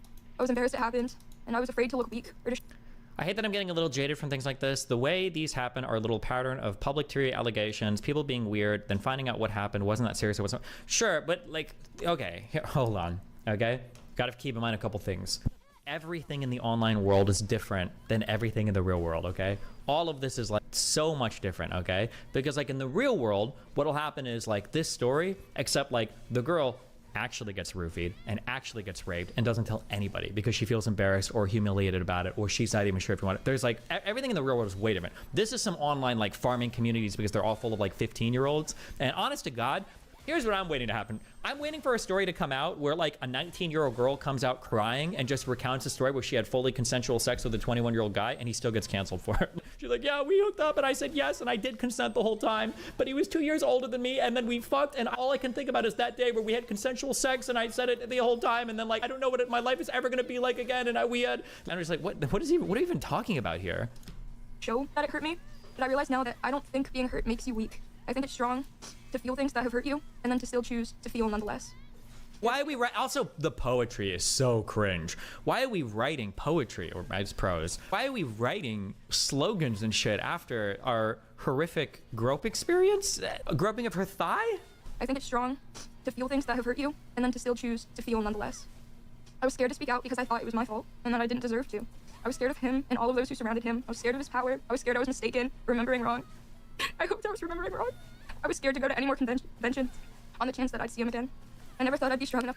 To me, the worst thing here was people serving her alcohol under 21. Knowing she was 18 seems lame, but I have no idea. I have no other idea why her being 18 matters outside of that. Listen, if you're a young person and you're listening to me, here's like the one piece of advice that I can give you, okay? Here's the one thing that I can say that is absolutely true. And if you're 20 or younger, you're gonna disagree. And if you're 21 or older, you're gonna know what I mean, okay? There are two types of parties once you get to college, okay? There are 21 and older parties, and then there are lame as fuck parties with creepy dudes. Those are the only two types of parties with alcohol in them, okay? If there is a party where a bunch of young people are drinking, one, nobody cool is at that party because nobody wants to be with a bunch of fucking underclassmen or people that are under 21 that shouldn't even be drinking legally, number one. And number two, all the guys that are there hitting on the young girls know that and they're creepy weirdo losers, okay? I know that feels hard to imagine when you're 18 or 19 and you feel like when you're going to a party and it's so cool because there's older people there, blah, blah, blah, blah, blah, okay? Those people are usually weirdos. Be careful of that, okay? Just saying. Be aware of that. To talk about it, or for what may follow. In America. I don't know. I can't speak to other countries, by the way. I'm just speaking for the United States, okay? I'm haunted by him everywhere. In usernames, profile pictures, in my own past. I lost the passion. Destiny, the reason guys are aggressive is that women like it. Why don't you talk about that more? Young women, we can borrow from the wise Jordan Peterson here. Young women are retarded. They think they like super aggressive, cocky, asshole type behavior, but that's not true. What they really want is a lot of confidence coupled with a lot of like empathy and safety. But that's hard to tease out when you're a young person. And then on the flip side, guys will be retarded because girls are retarded and they'll think, oh, I just need to be super fucking aggressive because girls like that. But that's not true. Girls like a lot of confidence, but also paired with a lot of empathetic safety, right? So I can be very aggressive, very mean, very rude, but I'm never gonna push the line and I'm not gonna make you feel unsafe. That's technically what women are looking for. But when they're young, they don't realize it, and the young guys also don't realize it. So a bunch of retarded shit happens. I once had for content, for anything really. The association never went away. All the years I spent creating this community felt like a waste because of one night. I didn't even want to log on to this app. So maybe women should talk to girls about that. I think women do talk to girls about that, but I don't know if men talk to boys about that. I think that older women, I'm stereotyping a lot here, but it feels like older women talk to younger women and they say things like, be careful for like bad guys, or these guys will do this, or blah, blah, blah, attractive. But it feels like when I think of like Red Pill Spaces talking to young men, they'll just say what you guys said. Oh, women like it when guys are aggressive or when they're assholes or when they do those things. That's not really true. Unless you're talking about a specific type of weird woman. Over something that I never asked for. I can't help but feel angrier all the time, seeing the love I'd once had for creation before it happened. I tried to forget it all and ignore it until it resurfaced as a fresh cut. I remember a moment around October where I made a comment about a certain group abusing power over minors in their DMs, saying they had minors in their DMs. It was an absent-minded comment, and I apologized for it, of course. It was a possible subconscious jab out of my Older women do not like soft men, period. Yeah, but also nobody likes a guy that pushes boundaries and is creepy or weird or rapey. Personal resentment. My comments filled with people saying that I didn't care about grooming victims and that I thought assault was a joke. And I remember sitting there, reading the comments, scrolling over and over again, heart beating faster. Over half of the comments had him as their profile picture. I just wanted to die. I was embarrassed of myself and I was angry and I wondered if I could ever find peace. Hey, Destiny, how does it make me creepy or rapey that I don't want to be accused of being a creep at the gym? For example, yesterday I was on the cycle, the girl was in front of me, felt scared. I don't believe you. I don't think this happens to normal people. If it does, it's incredibly rare. I don't think that happens. You're probably a rapist, my dude. I'm sorry. Listen, embrace it, okay? Hire a good defense attorney. You're gonna need one. You're probably just a rapist, all right? The idea of will I ever heal? It's scary. but I was tired of withholding my story to protect myself. I'd spent so long convincing myself it was my fault, or that I was just a coward. I just wanted to disappear, but I didn't, because I realized that this is a problem bigger than me. It may sound dramatic, but it's how I felt for over a year. I feel everything very strongly, and I don't want that to change. I agree with your take about how women who can't assert boundaries in what should be safe environments, though feels like there's a double edge there, and that mirrors should be given for men. If you're too fucking retarded till a woman is uncomfortable or not receptive to what you're doing, you shouldn't fuck either. Maybe. I think the difficulty, the difficulty in this is that, like, when women make mistakes, they get raped, so they're the victim, and when men make mistakes, they're rapists, so they're like the aggressor. And that's just an unfortunate pairing of how the sexual dynamics tend to work in society. So it sucks because technically they're both making a very similar mistake because of how our sexual dynamics play out. Yeah, guys just kind of get the short end of the stick on that. But also women have periods and have to carry babies for 9 months, so, you know. It was a big deal to me, and I spent too much time downplaying my own experiences, and I still do. I'm still trying to realize that it's okay. My story is about power and age and consent. It pisses me off that they can hide behind their power while victims are left helpless, no matter what scenario. It pisses me off that he thought he had the right to do what he did, that he did it even in my silence. My biggest fears about speaking out was you guys. I wanted to keep my community safe from what may follow, and also, most importantly, from the ugly truth of life. I promise with you guys to be open and honest. This is fucking retarded. Okay. Have you ever felt used after a sexual encounter? Yeah, it has happened before. It doesn't feel good, but I don't give a fuck. Okay, what else is here? Is this her? For now, this is what I have to say. He admitted to touching me, that I was drunk, that I verbally didn't consent. In my mind, the conversation is over. He said silence doesn't equal consent, yet he never got verbal confirmation from me. He chose to move to a sexual act on the couch where everyone was hanging out without asking. Well, I mean, it sounds like he just touched her thigh. So this is my side of the story of the 2 times that I ever interacted with Katie Bugs in real life.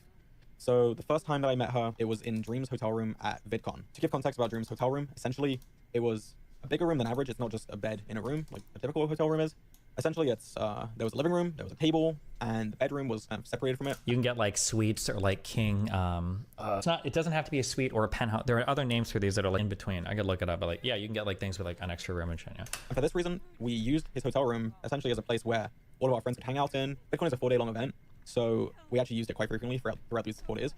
And we had creators, friends in and out of this room throughout the whole event. Now, the first night that I actually met Katie, I was with Dream in his hotel room, and Dream was in a group chat with 5 other people. These 5 people included Katie Bugs, her best friend, and 3 other of her friends. Now, these 5 people... What's your favorite hotel and airline brand? I use Hilton's because I have points with them. An airline brand? JetBlue is nice, but I'll fly JetBlue, Delta, American Airlines. I just try to avoid like Spirit and Frontier if I can, but it's whatever. An official VidCon after party, and they wanted Dream to go meet up with them. Wow, the guy Jack, thanks for the gifted 20 subs, my dude.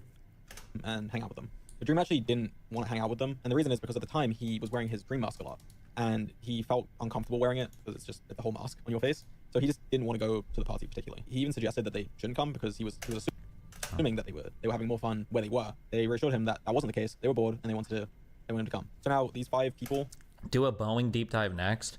I had a friend, I think I said this a while ago. I had a friend who was in town, I think a month or 2 ago, and she told me that like, oh yeah, Boeing 747 Maxes crash a lot, or there's some dumb shit. And I just thought she was like exaggerating. Yeah, and I looked this up, and damn, that Boeing situation is pretty weird. And then I think like 2 more had huge problems since then. I think the one with the side blew off. I think that was a Boeing 747 Max. I don't know, man. How loaded is this guy? Look at that house from the open door. What the fuck? I don't know. Are trying to come to the hotel, but the problem with that is, to get into the hotel, you need to have a VidCon creator badge. And only 2 of the people in the group chat actually had this badge. That was Katie and her best friend. So eventually what happened is Katie and 2 of her other friends came to Dream's hotel room. Or is it 737 Max? Not 747 Max, sorry. Could it just be that there were a lot of them flying? No, the 737 Maxes there was some dumb shit that was inexcusable, at least in the wiki, and then a couple stories I read. This seemed pretty dumb. This was my first time actually meeting them in real life. I didn't even know who they were before meeting. Destiny, you were applying a double standard earlier. Being 18 is seen as a child when the age difference is 26, which is why people would find it weird, even though you are also are ageist with 18 to 20-year-olds. I don't know what that sentence means. All I'm saying is that the younger the person you're dealing with, the more cautious generally you should be. Like I was thinking, if there was like a 30-year-old girl that wanted to hang out, and she was like, oh, let's go out and get drinks, and then maybe we can hook up afterwards. We're like, okay, yeah, sure, fine. If there was a 21-year-old girl that wanted to like get drinks and hook up afterwards, I'd probably be a little bit more cautious there. I'd be like, okay, well, like, what's your level of sexual experience? Like, how often you drink? That would be just something I'd have like a little bit more caution with. But then you can usually tell when you're hanging out with a person how experienced they are, unless you're not experienced, in which case, you're rolling the rape dice. Good luck. Meeting them. And then we essentially just were playing drinking games in the hotel room. We were just having fun, talking with each other.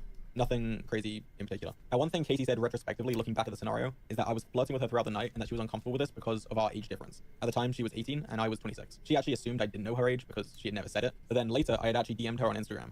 And because of this, she says that it is confirmed that I know her age. To give some context to this scenario and to why I didn't know her age, my perspective of things is that I am with people that are over the age of 21 in a scenario where we are doing things that people that are over the age of 21 are doing, like drinking. And also the people that came from an event where they had very heavy security. This was an official VidCon after party, and with previous VidCon after parties, I even had problems getting into these events. There was one time where they didn't let me in because they couldn't confirm the legitimacy of my UK ID. They said they weren't trained to look at foreign IDs. So they didn't even let me in despite me being 26 at the time. And also since Katie's stream, I've gone back and reviewed texts from the time, and there was actually a picture where it was shown that they had this 21 plus wristband on one of their wrists. So from my perspective, it's a bunch of 21 plus year olds hanging out. I have no reason to think otherwise, other than her Instagram bio, but I just didn't see it. But anyway, nothing actually particularly happened at this first night that we were hanging out. Everything was very friendly. We went our separate ways, and that's the end of the first night. And then the second time that we hung out was... I don't even like conceding on the age thing. Whether she's 18 or 21, it doesn't make that big of a difference in the story, unless you think that the underage drinking is a huge point that needs to be dealt with, which I mean, I guess is kind of bad, but... The next night after this. So we wake up the next day, we do VidCon stuff. After we're done, that's the final day of VidCon. So VidCon is now technically over, but we have one more night in the hotel before we need to leave the next morning. And actually at this point, I actually had a friend that I had only known online meet up with me for the first time. And the whole time I'd known him, he lived in a different country. He was actually living in Japan. And I told him I was going to VidCon, and he... What you're trying to do this weekend? Moves on Saturday? I think you're probably good to come, but possibly if we go somewhere, you won't be able to get in, and that would be an LOL. I have an extra bed in my room, so you can stay if you want. I'm busy until like 5 p.m., but should be good after that. Fuck yeah, I'll be there sat. He actually just happened to be in California at the same date, so the dates aligned, and we made plans to meet up. Now, he arrived early evening, I think it was around 5, 6 p.m. We were just hanging out in my room. Dream messaged me, I'm bored, can you come to my room? Let's hang out, essentially. That's what we did. Me and my friend that I just met, physically, I mean, I knew him online, went up to Dream's room, and we were hanging out. And again... Do you think U.S. laws on alcohol make sense, or would you lower it to 18, 16 for some types of alcohol like EU? I don't think the drinking age matters that much, or at least I haven't seen data that it does. I just wish we had a better culture around alcohol in the U.S. I feel like the culture is really bad for young people. The same scenario happens. I think that, like, my broad view is that drugs are a massive bonus enhancer to life. So if you want to get drunk, I like to get drunk in ways I think is super fun. I think MDMA is fun, LSD is fun, mushrooms are fun, smoking can be fun. All these things can be fun. Meth is fun. It can be fun. All these things can be fun, but anytime it becomes like a regular part of your routine, unless it's like a therapeutic drug, like it's prescribed to you for a medical condition, if you feel like you have to smoke every night, if you feel like you have to drink every Friday, Saturday, if you feel like you need to smoke rocks, or if you feel like you have to do every single day or every weekend, I think that's something that's bad or risky. So when drugs are like a way to enhance parts of your life with an acceptable risk tolerance, right? You know that if you drink a lot, you can have these issues that pop up. If you do this, this can happen, blah, blah, blah, right? Yeah, drugs are just like an enhancer. There's a thing that can make things a lot of fun, and then there's a certain level of risk that you need to learn to have a tolerance for or be ready to counteract. But when it becomes an incorporated part of your life, where every Friday, Saturday, you've got to go and do blow, every Friday, Saturday, you've got to smoke weed, or every night you're smoking weed, or every day you're drinking, whatever, I think when it's bad, yeah. The night before, they are trying to get him to go out to another party that they were at, and same story, Dream didn't want to go. Isn't that risk easier to manage as an adult? It might be. But it's probably easier to manage at 24 than 21. It's probably easier to manage at 30 than 25. It's probably easier to manage, but I mean, it's about where we draw the line. Okay, I can't believe you didn't come. This is devastating. The ops are there. Are you still there? L, come. L. Do people really text like this when they're Zoomers? Was open to them coming here. And again, that is what happened. But this time, their friends were actually all able to get in. I don't know how they did it, but Katie, her best friend, and 3 other of her friends ended up coming to the room, which had me, Dream, and my online friend that I just met. So 8 people total in this room at this point. This night was very similar to the one before. We were just hanging out, playing games, drinking, and just having a good time. So something I actually want to point out before I continue with the... Oh, Nathan said that too. I didn't know until I heard Nathan say it out loud. What did he say? I think I like making your mom jokes at Nathan because now he's old enough, and then it's his mom. It's fucking funny. He said something like, oh, goofy mom. Or the way that he said it, I was like, holy shit. That's like goofy ass movie, goofy movie or whatever. I just thought it was like a typo or something. I thought it was like a joke, like goofy or whatever. I didn't know it meant goofy ass until when he said it out loud. I was like, oh shit. I get it now. The rest of the story is the way that she phrases some things in her story. Instead of saying that her and the rest of her friends actually wanted to come to the hotel to hang out with us, she said that one friend was invited by Dream, but she didn't want to go alone. So then they decided to go along with her because they were willing to go anywhere. I just think it's important to note already that the story is slightly different from the reality of it. And I'll be mentioning this a few more times throughout the rest of the Keanu, story. thanks You can for see in these screenshots membership. from the text at the time that they were all trying to come to the hotel, and it wasn't just oh, we're willing to follow her, essentially. They were all in the group chat and part of the discussion to go to the hotel.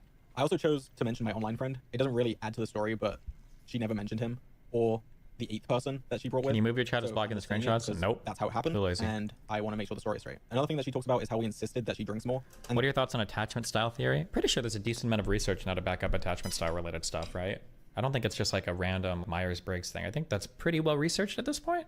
that we insisted on playing drinking games when this isn't the case. Again, they had already been drinking at this party before they arrived to the hotel room, and they had also been the ones that were asking to play the drinking games. So instead of us insisting that we play, they were actually the ones that were asking us, and you can see that in the screenshots here. They had actually texted multiple times, specifically wanting to play this drinking game that we had played the night before. What's your attachment style? Probably the, is it called anxious avoidant or whatever the avoidant one is? There might be multiple avoidant ones. Hold on. Oh, maybe dismissive avoidant.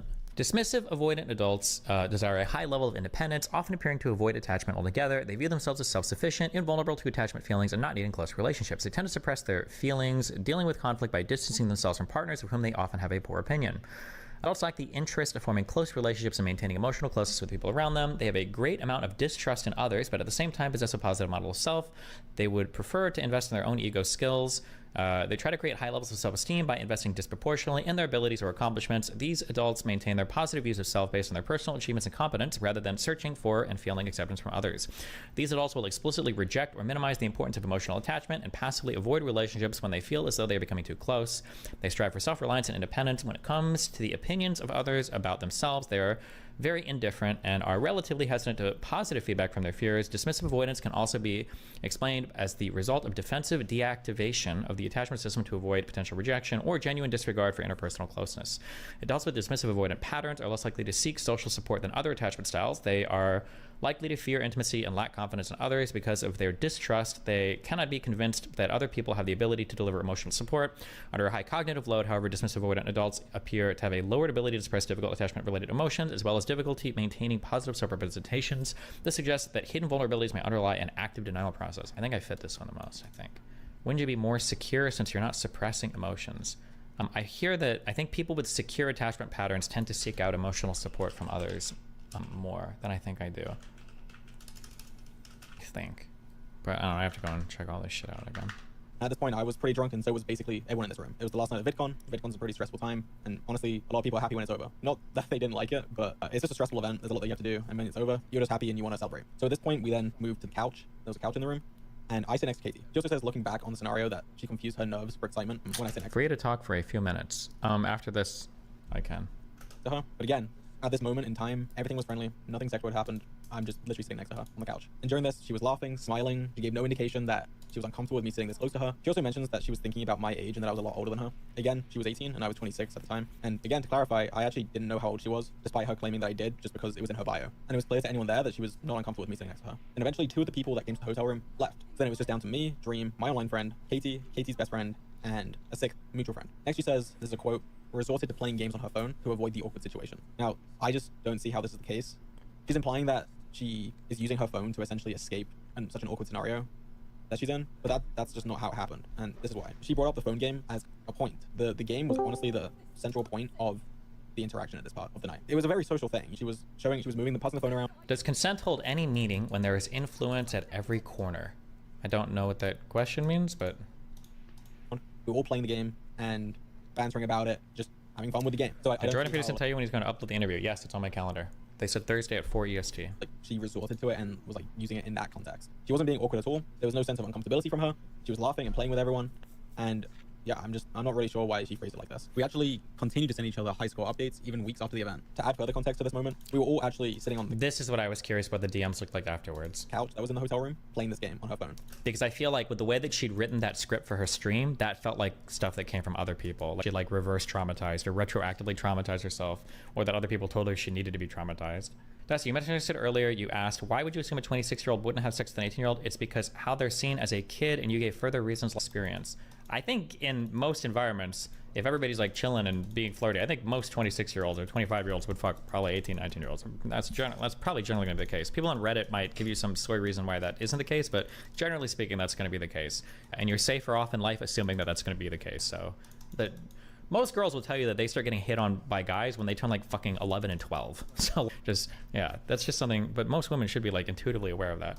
And during this, me and Katie were at the far end of the couch and we were cuddling together. We had been cuddling for, I'd say, around an hour at this point, playing the game, talking, and just having fun. And for clarity, I had my hand around her waist above her clothes. So with her statement where she's saying that she's resorting to playing games on her phone, I just don't really understand it. And I think that the picture that she's painting is really dark, when in reality she seemed very happy with the situation, was having a good time. I also want to address a fact that she claimed that would confirm that I know her age. She said that she had answered a question about her age during a drinking game, and we were talking about sex, and that she admitted to everyone in the room that she was— One of my friends is 24 like that. It's wild to me, honestly. What do you even have in common with them? I was just hooking up. The standards for like, it's not like they're dating. Dating would probably be a lot different. I don't know if a lot of 25, 26-year-old people would date 18-year-olds. That's a much different area.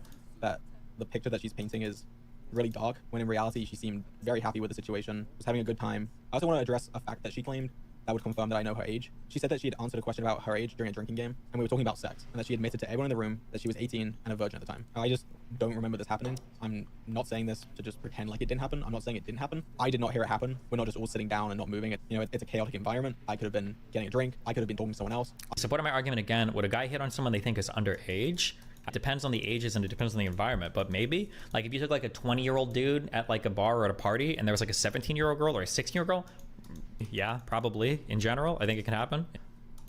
I just did not know that was said. Another quote from her stream I want to address. She says, there was more alcohol in the room. I'm not giving you what's right or wrong. I'm just telling you this is like what happens and you should be aware of it. But like I said, I think these internet spaces poison people's minds, and I think these internet spaces make people seem dumber than they actually are, especially women. I think that most women intuitively know this. I think generally when women are fucking guys that they shouldn't be or getting in trouble in real life, usually it's because they're like infatuated with them or something stupid is happening that they know better than, but they're like for some other reason, right? And then guys act dumb too. But I'm trying to think if a woman at 16 or 17 was like, oh, I didn't know this guy had a sexual interest in me at all. Usually, fuck, it's been so long since I've been a child. I feel like if a 16, 17-year-old girl is saying shit like that, oh, I didn't know the guy wanted to do this, is because the guy is either grooming her or love bombing her. Not just because a guy walked up to her and hit on her at a bar. But it feels like when you talk to girls online, when you're in this e-girl space, the women all become fucking retards. Where the woman will be like, yeah, I was 18 and the guy was petting me and giving me drinks and I didn't know at all that just feels like some retarded shit that people say because it's on stream. I don't know if in the real world, if the average, even young woman thinks or acts like this, but it's been a long time since I've been in that. And like the youngest women I talk to now are usually like 20, 21. So I don't know what like 15, 16-year-olds think. I don't fucking know. I don't know. And then the people that reach out to me are always going to skew in a different pattern than like the normal person anyways. And we were encouraged to drink some more as they offered the bottles to us. They said they would join us in drinking and insisted on drinking games. They had already been drinking before they arrived.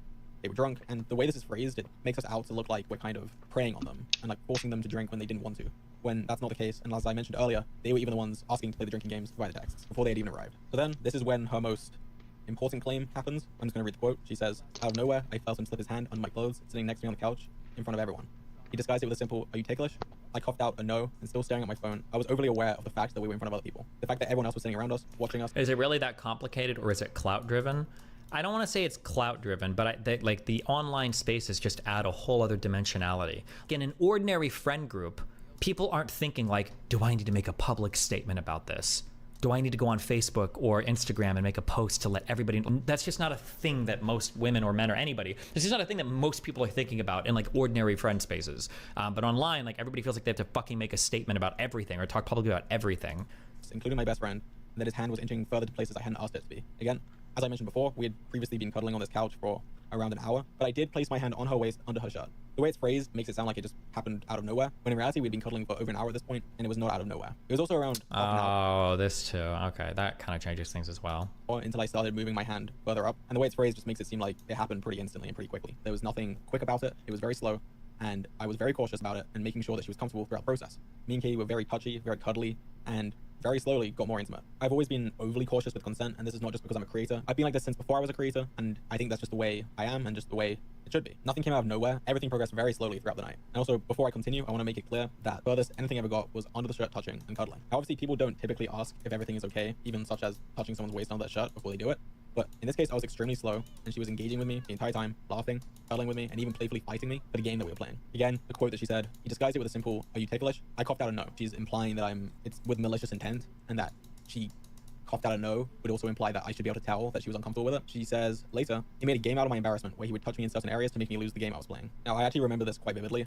I remember she was playing the game, and there were parts where it would be very easy to lose if you were distracted. And she's right, I did do that. There were points where she was playing the game, and she was at a point where it was easy for her to mess up, and I would, for example, tickle her or squeeze her, and when I did this, she would laugh, she would turn around and smile at me, or she would play fight with me because I just made her lose the game. She also says how, quote, I didn't speak or move. I remember being afraid to even breathe. I stayed there for a while, hoping my stillness would make me disappear. I have to reiterate, anytime that I did this, it was met with her either smiling, laughing, play fighting with me, and there was no reason for me to believe that she was uncomfortable with it. She was not moving. She was not speaking. Of course, I don't believe that silence is consent. I just want to make sure that it is abundantly clear. She was visibly and physically responding well to everything that we were doing. I also want to comment on how she said that she had to stand up after many minutes for it to stop. She did get up multiple times throughout the night. For example, to go to the bathroom, to get a drink. Also, when her friends left, she got up to say goodbye to them, and she would come back to the same scenario. I also just want to point out that her best friend was here during this whole process. Then afterwards, did leave. And I think it is important to note that she made the choice to stay behind for many hours more. And as I mentioned before, she did get up, say goodbye to them, and came back. We were even talking about staying up to wait until 11 a.m., which was the checkout time of the hotel. Since it was the final day, we were like, oh, I don't know, if we want to go to sleep for a few hours, might as well just stay up. But So she's responding positively to his advances, yet later claims it's sexual assault. Destiny, this is the example you were looking for. It always is. This is consensual act turned grape.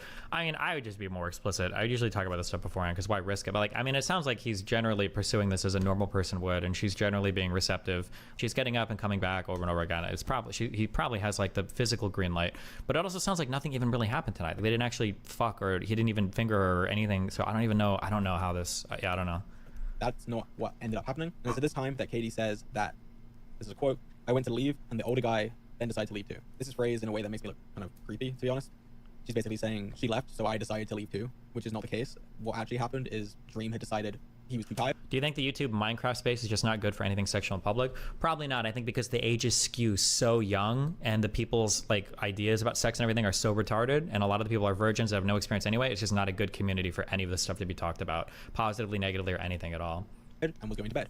So the night was over and we all left. She then goes on to tell a story about the elevator and how I joked about it being broken to try to get her to go in with me. So Katie actually... Like, this is going to be me really negatively loading this, but I'm curious if she tried to date him afterwards and he said no or something. Or I'm curious why, who hyped her up to come and out this guy? Somebody hyped her up on this. I'm curious who. Had her own hotel room on the same floor as Dream. So she actually didn't have to take the elevator. She walked me to the elevator when she didn't have to and said goodnight to me, which was nice of her. I did joke with her about coming in the elevator by pretending that it was broken. I went into the elevator, the doors closed, and I would press the doors open button to make it open again. I did this a few times, and she didn't go along with it, which I respectfully took, obviously, and ended up just going down to my room. So yeah, she didn't have to take the elevator, yet she chose. Chud Logic invented the term yas-lighting for hyping a girl up like that. Yas-lighting? Okay. She's friends with a rival Minecraft group that's been trying to paint this narrative about Dream's group for months now. Ooh, if that's true. Walk with me to the elevator to say goodnight to me, which I think is interesting given how she's saying how she was so upset with it. But also I think these comments are her looking back on the night and not her actual feelings at the time. That's fucking hilarious if that's true. You send your women to the other group to fuck them or do something with them, and then you bring them back with allegations and you like fight that way in the gang of public opinion or in the court of public opinion. Ended up just going down to my room. Yeah, she didn't have to take the elevator, yet she chose to walk with me to the elevator to say goodnight to me, which I think is interesting given how she's saying how she was so upset with it. But also I think these comments are her looking back on the night and not her actual feelings at the time. And that's essentially the end of the story. This is actually the last time I've seen her in person, was just as those elevator doors closed. We messaged for a bit after, through Instagram DMs and Snapchat, and the way that we talked to each other was always pretty banterous. For example, after the first night that we hung out, but before the second, she'd actually texted me and said, you better not be in Dream's room tonight. If you come to Dream's hotel again tonight, I'm shooting your leg, so don't. Oh, awkward. I'm in his room now. You're not going to do shit. Thumbs down. Or I'm going to shoot your leg. Obviously, she's not going to shoot my leg. We're just messing with each other. And I'd actually responded to her and said, well, guess what? I'm actually here right now. And yeah, after this, we texted for a bit, sometimes daily, sometimes we'd take a few days break, even a few weeks at some point. And at some point after VidCon, we were actually both in London at the same time. And she let me know this through her DMs. Now, I will say she didn't come out outright and say, I'm in London. But she did say that she had gone to a place. Shut the way business, I can literally book you. What? Yeah, I'm gonna need $10 for this combo, please and thanks. I'm gonna pay 1 cent for this stupid combo. You are a bad business. Yet you're still talking to my ass dick. She let me know this through her DMs. Now, I will say she didn't come out outright and say, I'm in London. But you can't say dickhead. That's only for English people to say. I just drank at Spoons last night. I'd say I'm British enough. Oh shit, maybe you're British. What the fuck? Well, I drank at Simmons Bar last night. You probably don't even know what that is, so you're less British than me. What are you doing in England? Ruth at Simmons Bar was gay, so I'm living life the British way, partying, clubbing, etc. Using gays and salt. She did say that she'd gone to a place that was known to be a London thing, And I commented on that and said, and asked what she was doing in London. And just to clarify, we did not meet up whilst in London, nor make plans to do so. She was always extremely friendly to me. I was friendly to her. And honestly, I was very shocked to hear her say the things that she did say during her stream. When I first opened up her stream, it was after she'd already streamed it, but not long after. So people hadn't yet made the connection that it was relating to me. And when watching it, I was like, I was actually interested. I was thinking, okay, what's this going to be about? And then when she started saying more and more details, I realized, wait, this is about me. I was very confused, very shocked, and didn't quite know what to think, given I had no impression of any wrongdoing throughout this whole relationship that I had with her. None at all. Like, it was, if anything, it was the opposite. I thought we had a pretty good relationship, despite the fact that we actually hadn't talked in a while. I thought if I'd seen her in real life again, everything would be fine and we would be friends. It was actually around this point, after VidCon had finished and we were messaging, that I found out her age. And since then, I never pursued anything going forward, and I essentially stopped messaging her. Her last message to me was August 1st, 2023, and I haven't replied to her since then. After I watched her stream, I was pretty confused. I didn't understand how her account of the story had been so different from what actually happened. A lot of the facts that she said just didn't happen at all, or were phrased in ways that just make me look as bad as possible. Saying things like, I insisted on her playing drinking games, or that she was frozen in place, or that she was scared. She was having fun, she was enjoying herself, she was showing this with her body language, with the way that she smiled, the way that she laughed, and just her overall general demeanor. And one thing that I think is very important to differentiate here. How was she convinced to do this? I don't understand how this happens. In the super mega group, it was just like, I can't speak because I don't know the group dynamics, but it'll basically be somebody shares a story, somebody asks for like, well, did anything bad or weird happen? And somebody will be like, well, I don't know, I was kind of drinking. And then there will be this, I don't know how to explain this, like collective delusion or thing that will happen when somebody starts hyping up details and then people start getting it in their head like, oh shit, well maybe this wasn't okay, blah, blah, blah. And then like, once the starts rolling down the hill there, it's like, it's over. Like people will drive themselves up to some insane, gaslighting. Yeah. Is that I do believe that she regrets being affectionate with me, and that really does make me feel terrible. I never want to make anyone feel uncomfortable or regret their interactions with me or anything along those lines, regardless of if it's sexual or not. And I'm truly really sorry if I contributed towards that. But what's important to differentiate is that she was uncomfortable with this after the fact and not during. She says, quote, at the time of it all, I convinced myself I was lucky. I was lucky that it had happened to me. I was excited to be around such big creators, to be at that convention in general. Now, actually, I've had a similar scenario to this where I had a sexual experience with someone where in the moment I was perfectly happy with it happening, but then afterwards I regretted it. And I'm not saying this to get any form of sympathy. I'm not looking for that. That is not the case at all. I'm simply saying this because I can see the similarities in the situation. Now, I'm not mad at the person that I was in this sexual experience with at all. I have no negative thoughts on them. I simply did not like how it ended up, and if I could go back and not do it, I wouldn't have. I wanted to do it in the moment, but then changed my mind later, which is completely valid.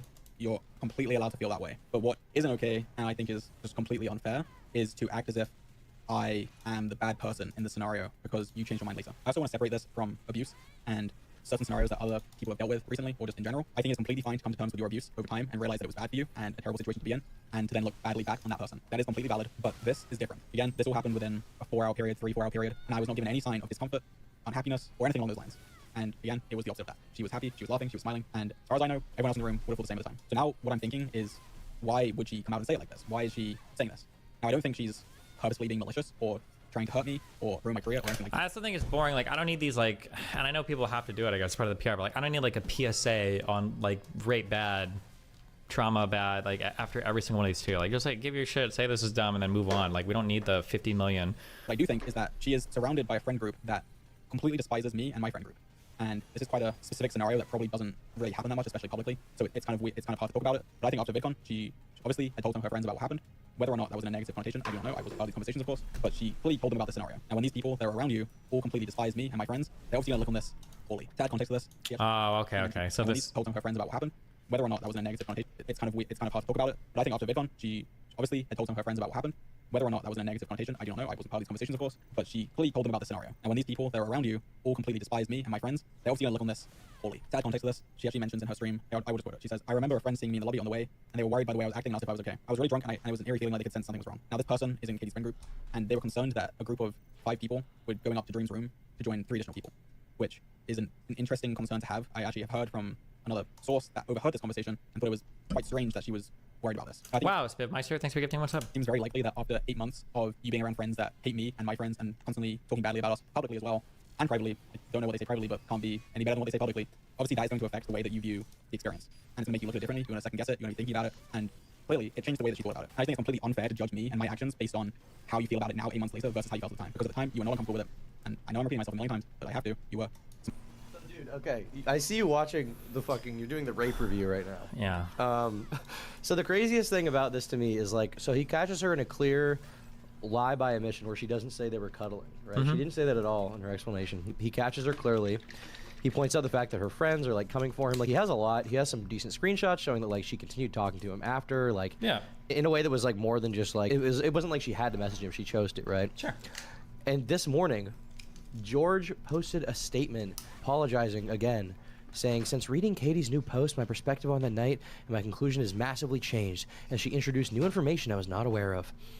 I have much more I will say, but for now, Katie, I'm sorry. I'm so sorry. I really hope you can hear my words and try to understand that I did not have any bad intentions. That does not change the fact you were hurt. I will be saying more soon." This guy yesterday somehow believed he was falsely accused, and after her fucking post, where the only thing that she says is like, "Well, wait, I haven't read you this still post never yet. asked me for consent." I haven't read this. I can send you the post, but it's fucking. Is it it's what like she retarded. tweeted? Yeah, she tweeted out like it's like 3 tweets with like 4 pictures in each of her giant text posts. Okay, can I just let me read? Can I do this real quick? Is that okay? Of course. Okay, because maybe this changes everything. For now, this is what I have to say. He admitted to touching me, that I was drunk, that I verbally didn't consent. In my mind, the conversation is over. He said, "Silence any consent yet. Never got verbal consent." He chose to move to a sexual act on the couch where everyone was hanging out without asking. I don't know how these two facts coexist. How can I consent when there was no question? How can I consent when drunk?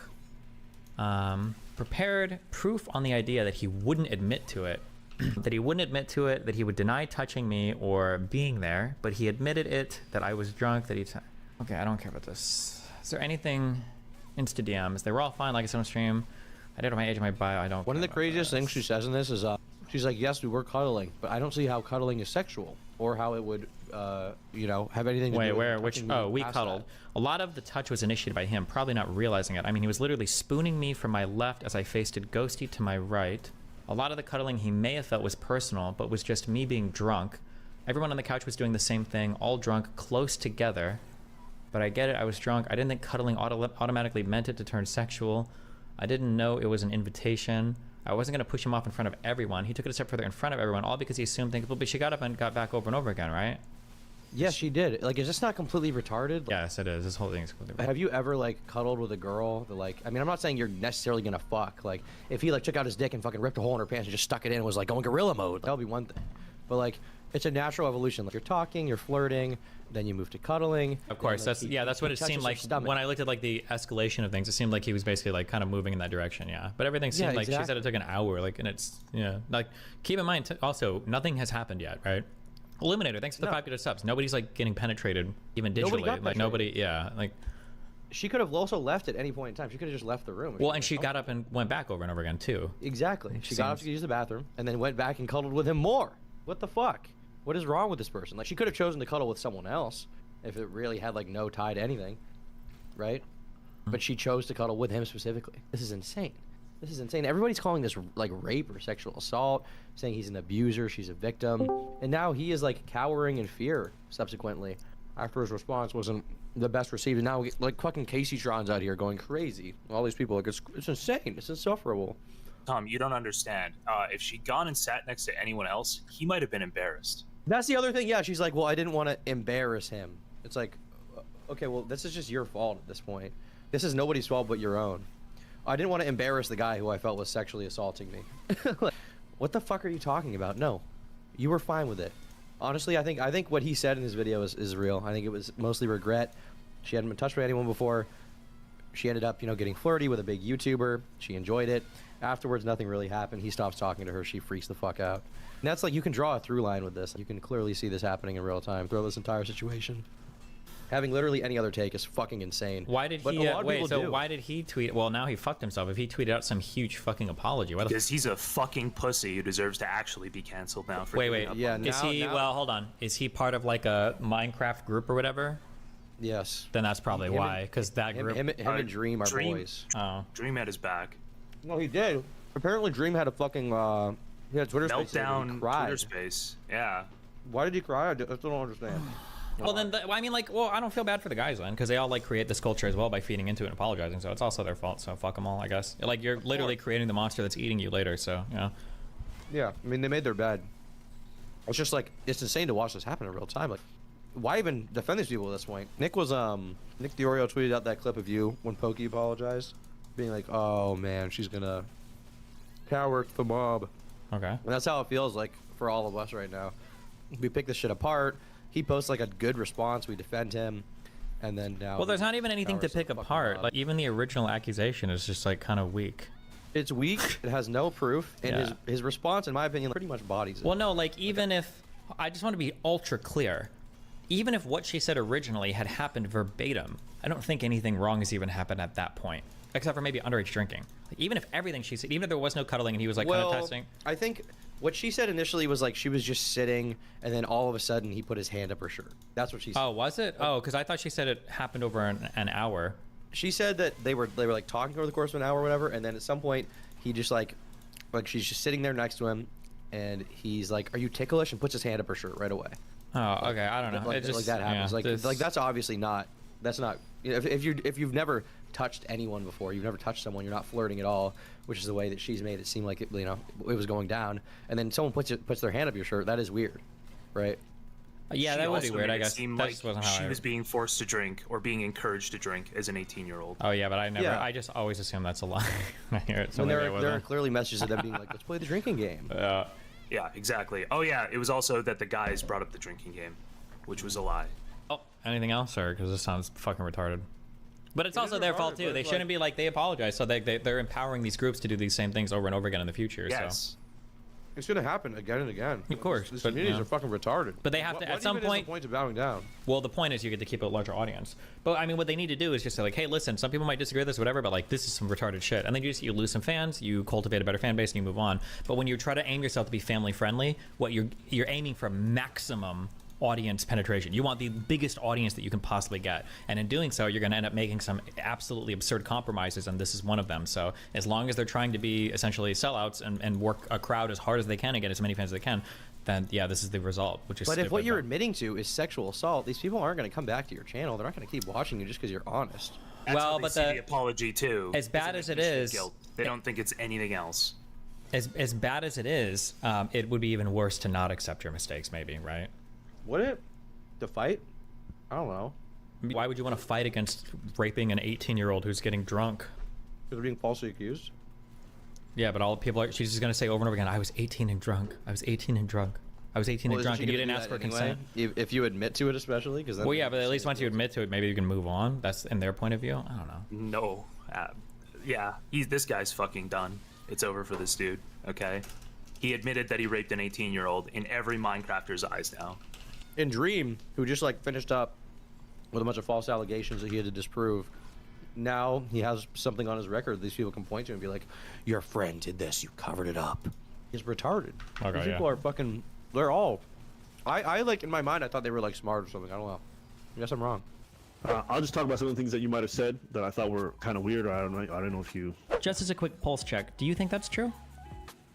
Do I think that's true? Now, Abba, you're smarter than this. If your girlfriend went to Dubai and she was taking those types of pictures and posting them on Instagram, you'd lose your fucking mind. She's not just traveling to fucking Dubai, like, oh, here I am at a fucking shopping mall. She's in fucking porn poses next to a fucking pool in a fucking swimsuit. What are we talking about right now? This is insane. Yes. You're buying into the whole Red Pill narrative. They got a nuke coming out. They have a nuke coming out. Has Fresh and Fit done their nuke stream yet? We can see Jin Chen meeting up with a potential client. Okay, I'm not gonna say where this was, but what I'm about to show you guys is all exclusive stuff that no one else has. This is a photo of her meeting up with a guy, and it gets better. We got video and audio. Run the clip. If you call me an escort, prove it. Prove it.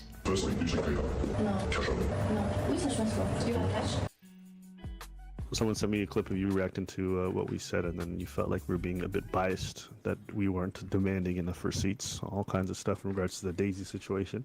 Oh, that any of the big claims. Yeah, she hasn't really proven any of the super controversial big claims.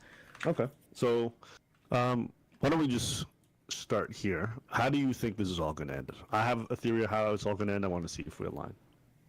My theory is, if I had to guess, my theory is going to be that nothing comes of any of this. Nothing happens. Define nothing. She's either not pregnant, or if she is, she's already gotten an abortion, and Fresh is not going to pay out or do anything. That'd be my guess.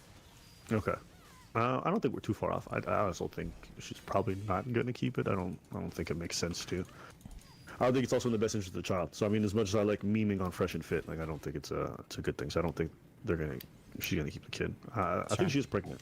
I think she's pregnant with this kid. I just don't think she's gonna keep it because I mean, you have to think from her perspective. You know, she's a Chinese national. She's gonna go back with a half black kid. I highly doubt that. And what's more, it just doesn't make sense for the kind of lifestyle that she's living. And it seems like she really wants to be with somebody. So like, why price herself out of like a lot of dating options in the future to have a child with Pug CEO? So it just doesn't make sense for all parties. And I just think it's also not good for the kid. So I think it's probably best. But that's my theory on what's probably going to happen. I don't think it makes sense to keep the kid. Even for child support, it just doesn't make sense. Yeah, I agree. Yeah. Okay. So going backwards, I think what we probably disagree on is like motive and all these other things, but you felt like bias might play in a role in how I've talked about this. So I'll just talk about some of the things that you might have said that I thought were kind of weird. I don't know if you. Yeah. So why don't we just start with you feel like she's a sophisticated person, and as a result of being sophisticated, it doesn't make sense that she's making these dumb decisions. Because you don't think she's an idiot. And you think she is sophisticated, so it doesn't make sense that she's making some of these dating choices. That's or rather, like when I say sophisticated, I mean like she has prerequisite knowledge in this particular arena of being with guys that have a lot of money that are flying you out and doing stuff. Like, so my guess is she should be able, and she's older, so she's like had time to like live in this world for a while. So I would imagine that she's a relatively competent actor in this sphere. So it would seem weird to me that she would fall for a boy in 1 month and want to have a baby with her and baby with him and everything. That seems, I don't think I can work that in my mind. Yeah. Okay. So the things that you said before, she's well traveled. Mm-hmm. She competes for bodybuilding. She has like a well-known Instagram, and she's 28 years old. Like based off those qualifiers, you feel like she should be sophisticated enough not to make dumb dating decisions.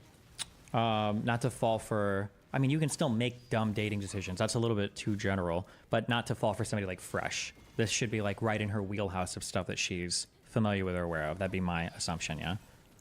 Wait, why would that be your assumption? I don't understand. I don't understand what all those things would have to do with falling for somebody who's love bombing you. Because she's dealt with, from everything that I can see, what it looks like is she's dealt with a lot of Johns. She's done escorting stuff. She's familiar with like boyish type behavior or lifestyles. Yeah. Okay, well, why don't we just start with that first claim? Like the escorting stuff, according to Fresh and Fit, she's never been an escort. According to herself, she's never been an escort. So why are you saying she's an escort? I don't see how she's like traveled to so many places and taken pictures and looked like she's in like an escort advertisement all across her Instagram. That's hard for me to reconcile. It's possible that she just takes those types of pictures and goes to places like Dubai on other people's money for those types of reasons. Is possible, but I'm more inclined to believe that there's some other type of transaction going on. What kind of pictures? You admit she already did bodybuilding. She's done beauty pageants. Why wouldn't she have photos like that on her Instagram? Photos advertising that she's in Dubai, like, and she's not taking modeling poses. Well, keep in mind also, when we say modeling, there's different things we mean there. Modeling can mean like you're actually a model and you go and you do modeling events, or modeling can mean you post sexy pictures on Instagram. She definitely seems to be more in the latter category there for the types of things she posts on Instagram. Like her, like on all fours in front of a pool with an incredibly sexy outfit and fake boobs is not like a modeling portfolio folder. That's just like a sexy photo. And you might say you're like an Instagram model or something, but yeah, that's plenty of Instagram models I know do the exact same thing. They post a lot of these photos. They travel. They go to these places. They do little brand deals. Like that's not. Like I'm someone who's very comfortable saying like if someone is an escort, they're an escort. But there's like no. Here's the thing. Mm-hmm. You're concluding this, and you're using that to make your further conclusions. But well, to be clear, hold on. To be clear, I'm not concluding it. That's just what I feel is most likely. Like I think that's most likely, and then I'm building off of what I think is most likely. Yeah, but I don't know. Well, you are though, because to be fair, you called her subhuman filth and a lot of different things, and I'm assuming you're not going to make such strong statements about somebody's character or the fact that whatever they should deserve if you haven't concluded. I'm making strong statements about that having nothing to do with her past and everything to do with the fact that she's already decided that she's cutting the potential father of her child out of her life forever, and now she's running around the media circuit basically attacking him, and it seems like nothing that she's doing has anything to do with the child's well-being in mind. That's what makes her subhuman filth to me. That doesn't matter if she's an escort or not. Okay, so we can discuss that real quick. We'll go to that briefly. So you've given Fresh quite a lot of grace for how he reacted when she told him she was pregnant. I don't think so. Because What do you mean by said- grace? Well, you said, listen, I can imagine that he's reeling from it. He doesn't know what to do because she's just told him that, so he probably doesn't have the best reaction. Possibly, yeah. Okay, yeah. So, wouldn't you agree that her finding out she's pregnant and then him telling her, I'm nothing to do, and then disappearing on her would make her have a really adverse reaction? Yeah, it's possible you could. Although, for timeline, I'm pretty sure they'd already broken up before she was pregnant, number one. And then number two, I could understand, her having like... Freshly broken up, though. Sure, yeah. Unintended. Yeah. Okay. Yeah. I can imagine her having like a negative reaction as well. Yeah, for sure. But she's not just having a negative emotional reaction. She's going through like a pretty concrete set of steps of like, I contacted a lawyer, then I had a conversation with him where I asked some leading questions, and then I recorded it, and then I leaked it on my Instagram, and now I'm going around a media tour attacking him and then posting a ton of pictures proving my pregnancy and everything else on my Instagram story. That's not just like a random emotional response. Like if she would have been tweeting out like, I was with Fresh and he misled me and now he's pregnant. He got me pregnant and now he's abandoning his fucking child. And he's not going to do anything to help me, blah, blah, blah. I'd be like, oh, I understand that. She's like emotional. But she's not just going through like quote unquote emotional steps right now. She's going through like a pretty intentional set of steps to effect a certain outcome is what it seems like to me. Steps can be intentional and also be highly motivated in terms by emotions. That's not uncommon. Someone can make you really angry and then you become vindictive at that point. When within a short span of time, you go from not much talking to all of a sudden blowing up their whole spot. That's not abnormal. Like I'm curious to you why you think her set of decisions can't be based off of an emotional response to him completely rejecting her, not only from a relationship standpoint, but also from the pregnancy standpoint, where she's now, being told like, I don't give a shit, it's your problem. I don't know why these set of actions afterwards don't fall in line with that. Plenty of people get rejected really hard, and then they go on social media, they start a campaign after their ex on Facebook, or they start contacting a bunch of people. Like, yeah, people do that out of an emotional response to a bad situation. I mean, even if I were to grant all of that, you can still be a bad person because of the type of actions that you take in response to your emotions on a thing. Sure. You could say someone is a bad person for that, but I don't think what she's doing right there with somebody calling her essentially a liar and saying like, I'm not going to be involved in all this is, beyond the realm of possibilities or something that it's like, listen, morally, do I think this is a good thing? No. But I could understand someone wanting to be vindictive towards somebody who basically got them pregnant and basically said, it's your problem. Yeah, that's possible. But I mean, I'd say that if you're doing this and you're using a baby to be vindictive, you're subhuman trash. I mean... All right. Because you're prioritizing your vindictiveness and everything here over your... I guess like over any potential future relating to your child, like a kid you bring into the world. It seems like a really bad idea to me. And a really poor moral character, I guess. Okay, I can get with that. All right, coming back. So, let's see here. On the sophisticated thing. So you think she's an escort. You thought all these things make her a sophisticated person. And so she shouldn't fall for the type of people like Fresh. Yeah, that would be my assumption, yeah. Because otherwise, at this age, traveling as much as she does, she would have already fallen at this point for somebody else doing some dumb shit like this. That'd be my assumption. Beyond the fact that, her being an escort is up in the air. You can agree, you don't know, but you're just assuming. Beyond that, how many times do you see influencers who are of a similar age or even older, people who are well-traveled, people who have huge followings, people who date quite a lot, All right, I gotta and be they right often back. make incredibly stupid dating decisions in terms of falling for really dumb people. Would you not find that comparable? Like, I know most of the people who are influencers who are really popular make some of the dumbest dating decisions possible in terms of who they choose as partners. Why is that any different for her? I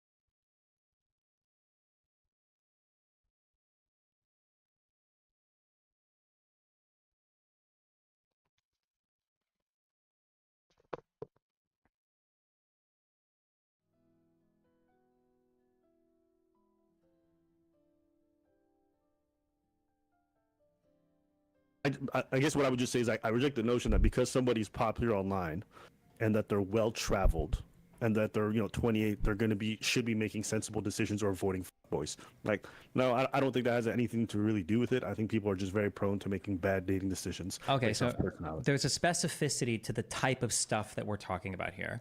When I say that she's well-traveled, and I say that she's 28 years old, and she's dealt with a lot of guys like this, I'm not saying that this is a person who is impervious to making bad decisions about relationships. What I'm saying is that this is a person that should have a lot of familiarity with guys that fit the exact archetype of Fresh. She should know exactly. What's that archetype? Of like guys with a lot of money that front a lot, that like talk shit and talk to a lot of girls, and are just trying to fuck people and fly girls out and all that, like the love bomby, the weird type of shit like that. That I would imagine that she would have a lot of experience dealing with like tons of guys in this archetype or this category. That doesn't mean that she couldn't necessarily have other relationship problems. It doesn't make her a master of all relationships. To compare this over to the influencer world, right? The reason why streamers end up having problems or falling for people isn't because they have a ton of experience there. Usually it's because of a lack of experience. But something making it more comparable would be like, here's something that I wouldn't believe, okay? Let's say that Pokemon wanted to date a guy, and this guy, and one of the big reasons she wanted to date him was because he was so successful. But let's say that he botted every single one of his platforms, like crazy. He botted everything. And then Pokemon would come out afterwards, like, oh, well, I thought he was way more popular than he was, and he lied, and blah, blah, blah. I would say in that sense, like, well, hold on, Pogi. You're a pretty sophisticated person. You've been streaming for a long time. You know how to gauge people's relative popularity. This is your, like, realm of business. You should know this. Like, if the guy's, like, lying about all of his socials and everything, you should have a way to figure this out. Like, that would be something that would be harder for me to believe. But if she's like, oh, well, I genuinely, like, fell in love with this guy, and I just wasn't ready, or whatever, I don't have a lot of experience dating, blah, blah, blah, I'd be like, oh, okay, that makes sense. Just because you are sophisticated in one realm or have understandings of one type of thing doesn't mean that you know every single thing relating to that thing. So, like, if this Asian girl, genuinely fell in love with, like, a normal dude, or she got swindled by some guy that was, like, a politician or something, I guess, I don't know, I'd be like, oh, okay, this makes more sense. But a guy like Fresh, I would imagine, and these are assumptions, but I would imagine is going to be a guy that's right up her alley in terms of clients that she's dealt with. That'd be my guess. I mean, based off how she told the story of how they met, she really said that he stood out from everyone else in regards to how he approached her. He felt like everyone else was approaching him a very specific type of way. She described the way he did it very differently. So, she says that now, but of course she has to say that. That's her story now, right? What story? That he's somehow different from all the other guys? That Fresh is the one that is 100% responsible for every single thing going on right now, and this is how he swindled her. That has to be her story. Because if her story is anything different, then there's no... That story. That's not part of that story. The story that she's telling right now in regards to how they first met is the one that they've always gone with, which is Fresh was like, basically I picked her up, I used my charm, and that's the one that she's also acknowledging as well. Fresh is saying that he never used his cash or any of that stuff or that influence to be able to get her, and that's what she's also acknowledging. So I don't know what the change of the story is. You're saying that, okay, hold on. You're trying to say that she's saying that Fresh has approached her in a unique way that no guy ever has before. Just generally different than how most men approach. Sure. Just as a quick pulse check, do you think that's true? Do I think that's true? I don't even think it matters whether I think it's true. All that matters is whether or not she felt that was true. Well, but we don't know what she's feeling. That's why I'm trying to get a gauge on what you think. If we knew what was in her head, we wouldn't be having this conversation. We would just both know. I think she really believes that. Yeah, I think she really believes that. Okay. That's also what Fresh believes too. Sure. Well, maybe. But when I look at, again, this is where I'm leaning into her past. When I look at her past, I look at her age. I don't believe that this is the first guy that's ever taken like a love bomby approach to her to try to get her to like date them. That's hard for me to believe. I could be wrong there, but I think that it's a bigger assumption to assume this doesn't happen to her relatively frequently, as opposed to assuming that it has happened to her. I think it's more easy to believe. So that's why I have a hard time believing that she fell for this podcast dude who's on a dating show where they explicitly talk about using and churning through older women that she just didn't know for this guy, and she was like, oh my God. Yeah. Here's the truth. Maybe she has dated multiple dudes just like Fresh, and she's fallen for it every time. That's possible, yeah. And that's also a possibility. People make dumb dating choices all the time on things they should know better, and them not knowing better or all that stuff is not something I would use against them to say you're not credible. People are really fucking stupid when it comes to who they choose as their partners, and we see that all the time. It doesn't matter whether they're players. I look at Fresh. Fresh should know better. How many times did he deals with Instagram thighs, but he can't help but bust inside them and be a fucking retard. People should know better. Just because they should doesn't mean they do, and it doesn't mean it reflects in their dating choices. Yeah, the comparisons are just so different here.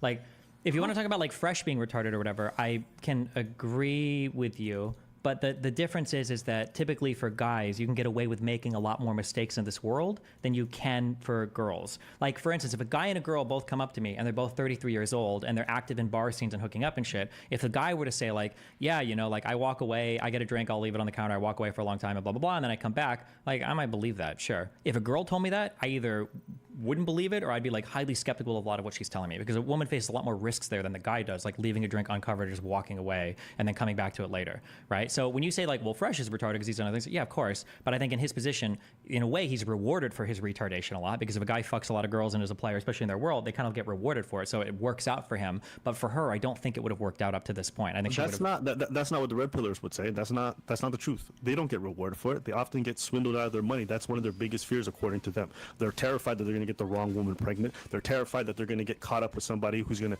put them on a case. Sure, that's fine. I'm not trying to speak to their worldview. I'm just saying that as a general rule of thumb, like a lot of the things that Fresh is doing and fucking a lot of chicks and being kind of reckless, whatever the fuck, generally there's less penalties for that. He can make it farther in his life than a woman making the same mistakes. I don't think that you can get that far as a woman making those mistakes. Yeah, I don't even think that really factors in that deeply, because even though that might be true, but you know what? Actually, no. I would concede. Let's say that is true. I still think people would make the dumb decisions irrespective, because I don't think people think about the long-term consequences that deeply most of the time when they make their decisions. That's why a lot of these people are having sex raw, even though they shouldn't. Yeah, there's more risks for women, absolutely, to let a man have sex with you raw. But guess what? Women will still do it, even though they know better, even though they know what teen pregnancies are like, even though they know they might have to do an abortion. They still make dumb decisions because people are very much up in their feels about dumb choices.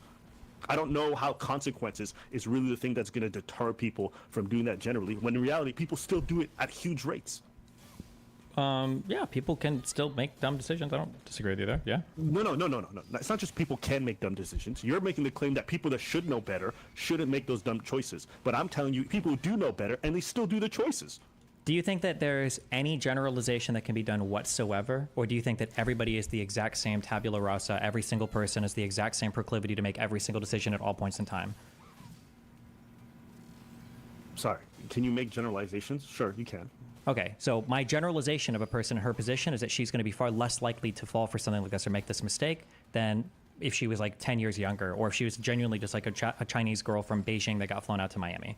That if she is indeed going around the world, a lot of dudes, doing all this, you know, whatever she does for her job, that she's going to be pretty aware of this. And if she wasn't, then she would have fallen into a big trap like this way earlier than this. I don't think you get to 28 with all the cosmetic surgery, all the Instagram pictures she has, all of the lifestyle that she's lived or whatever, and then fallen for Fresh. I just don't think that happens. It's possible. I'm not saying it's impossible, but I'm saying the type of person that makes it that far, I don't think in general is going to fall for that like a 20-year-old would. That would be my thing. I don't buy that generality, because if you want to say, oh, generally speaking, okay, well what's the percentage you're putting on that? If you're saying most of the time, okay, like what percentage? But the way you're talking right now, you're like, that's super unlikely. I just disagree with that notion. Well, I think the whole thing from my story is I said I'm probably like 75-ish% confident on my story right now for that's everything that's happened. I mean, like I said, there are things that they're like piece of evidence. There are other things I could see that would like change my mind a lot, but everything seems to continue to point in this direction for me. Okay, all right. Yeah, I don't know if I would agree that people who know better and should know better necessarily make the right decision. I'm not saying necessarily, though. You're doing this weird 100% thing. They would in general, though, wouldn't they? It depends on what. I don't think on the topic of relationships that's necessarily true, no. You don't think in general somebody with more relationship experience can navigate a relationship better than in general somebody with less relationship experience? Do I think that somebody with more relationship experience is going to make a better decision than somebody with less? What? I don't think people's good dating decisions generally comes from their experiences. I think it comes from the values that they inherit. That's what I believe. So I don't really think it matters that much how much you date. In fact, I would argue some of the people I know who've dated the most make the dumbest choices when it comes to the people they date. Yeah. Okay, so then in that case, what set of values does she have that lets her make it to this age at 28, but still fall for Fresh, but still travel internationally? You'd have to look at her family background. You'd have to look at her attachment style. You'd have to look at a lot of different things. But I think the most strong predictors for whether or not you're going to make good dating choices are the kind of influences you've had from a young age and the kind of culture you've embedded in that regards. I think that's way more important than dating a bunch of women. How many times do I know guys who the issue that I'm running into right here when I'm looking at this in my brain is I'm not rejecting or accepting a single story. The issue I'm having is I feel like the story that you're presenting me can't be in multiple points of time. So, for instance, if you were saying, if we look at her family values and all this, we can get a better idea of how she dates or whatever, that's fine. But if she's a woman that comes from like a strong family with good values and all this, why the is she with Fresh? What happened there? Or if you're going to tell me, well, hold on, I'm not saying she has strong values. I'm saying maybe she was raised with weak ones or she doesn't know how to interpret men like this. Then I say, okay, well, that could be possible. Then how is it she made it till 28 in this world? That's the issue that I'm having, is that if you sell me on one of these narratives, it doesn't seem that it can be true at all points in time. I don't understand how that works. I'm not selling you on any of these narratives. I'm not telling you that she did or didn't have a good family. I'm not telling you that she should inherently know better because of her, background, or it should be much, much, much more likely. I'm simply saying we don't have that information. To say one way or the other is silly. And I think the qualifiers that you're using to say she should know better aren't actually real qualifiers for why people should be better in dating. I don't believe that. No. I don't think you traveling really matters. I don't believe that.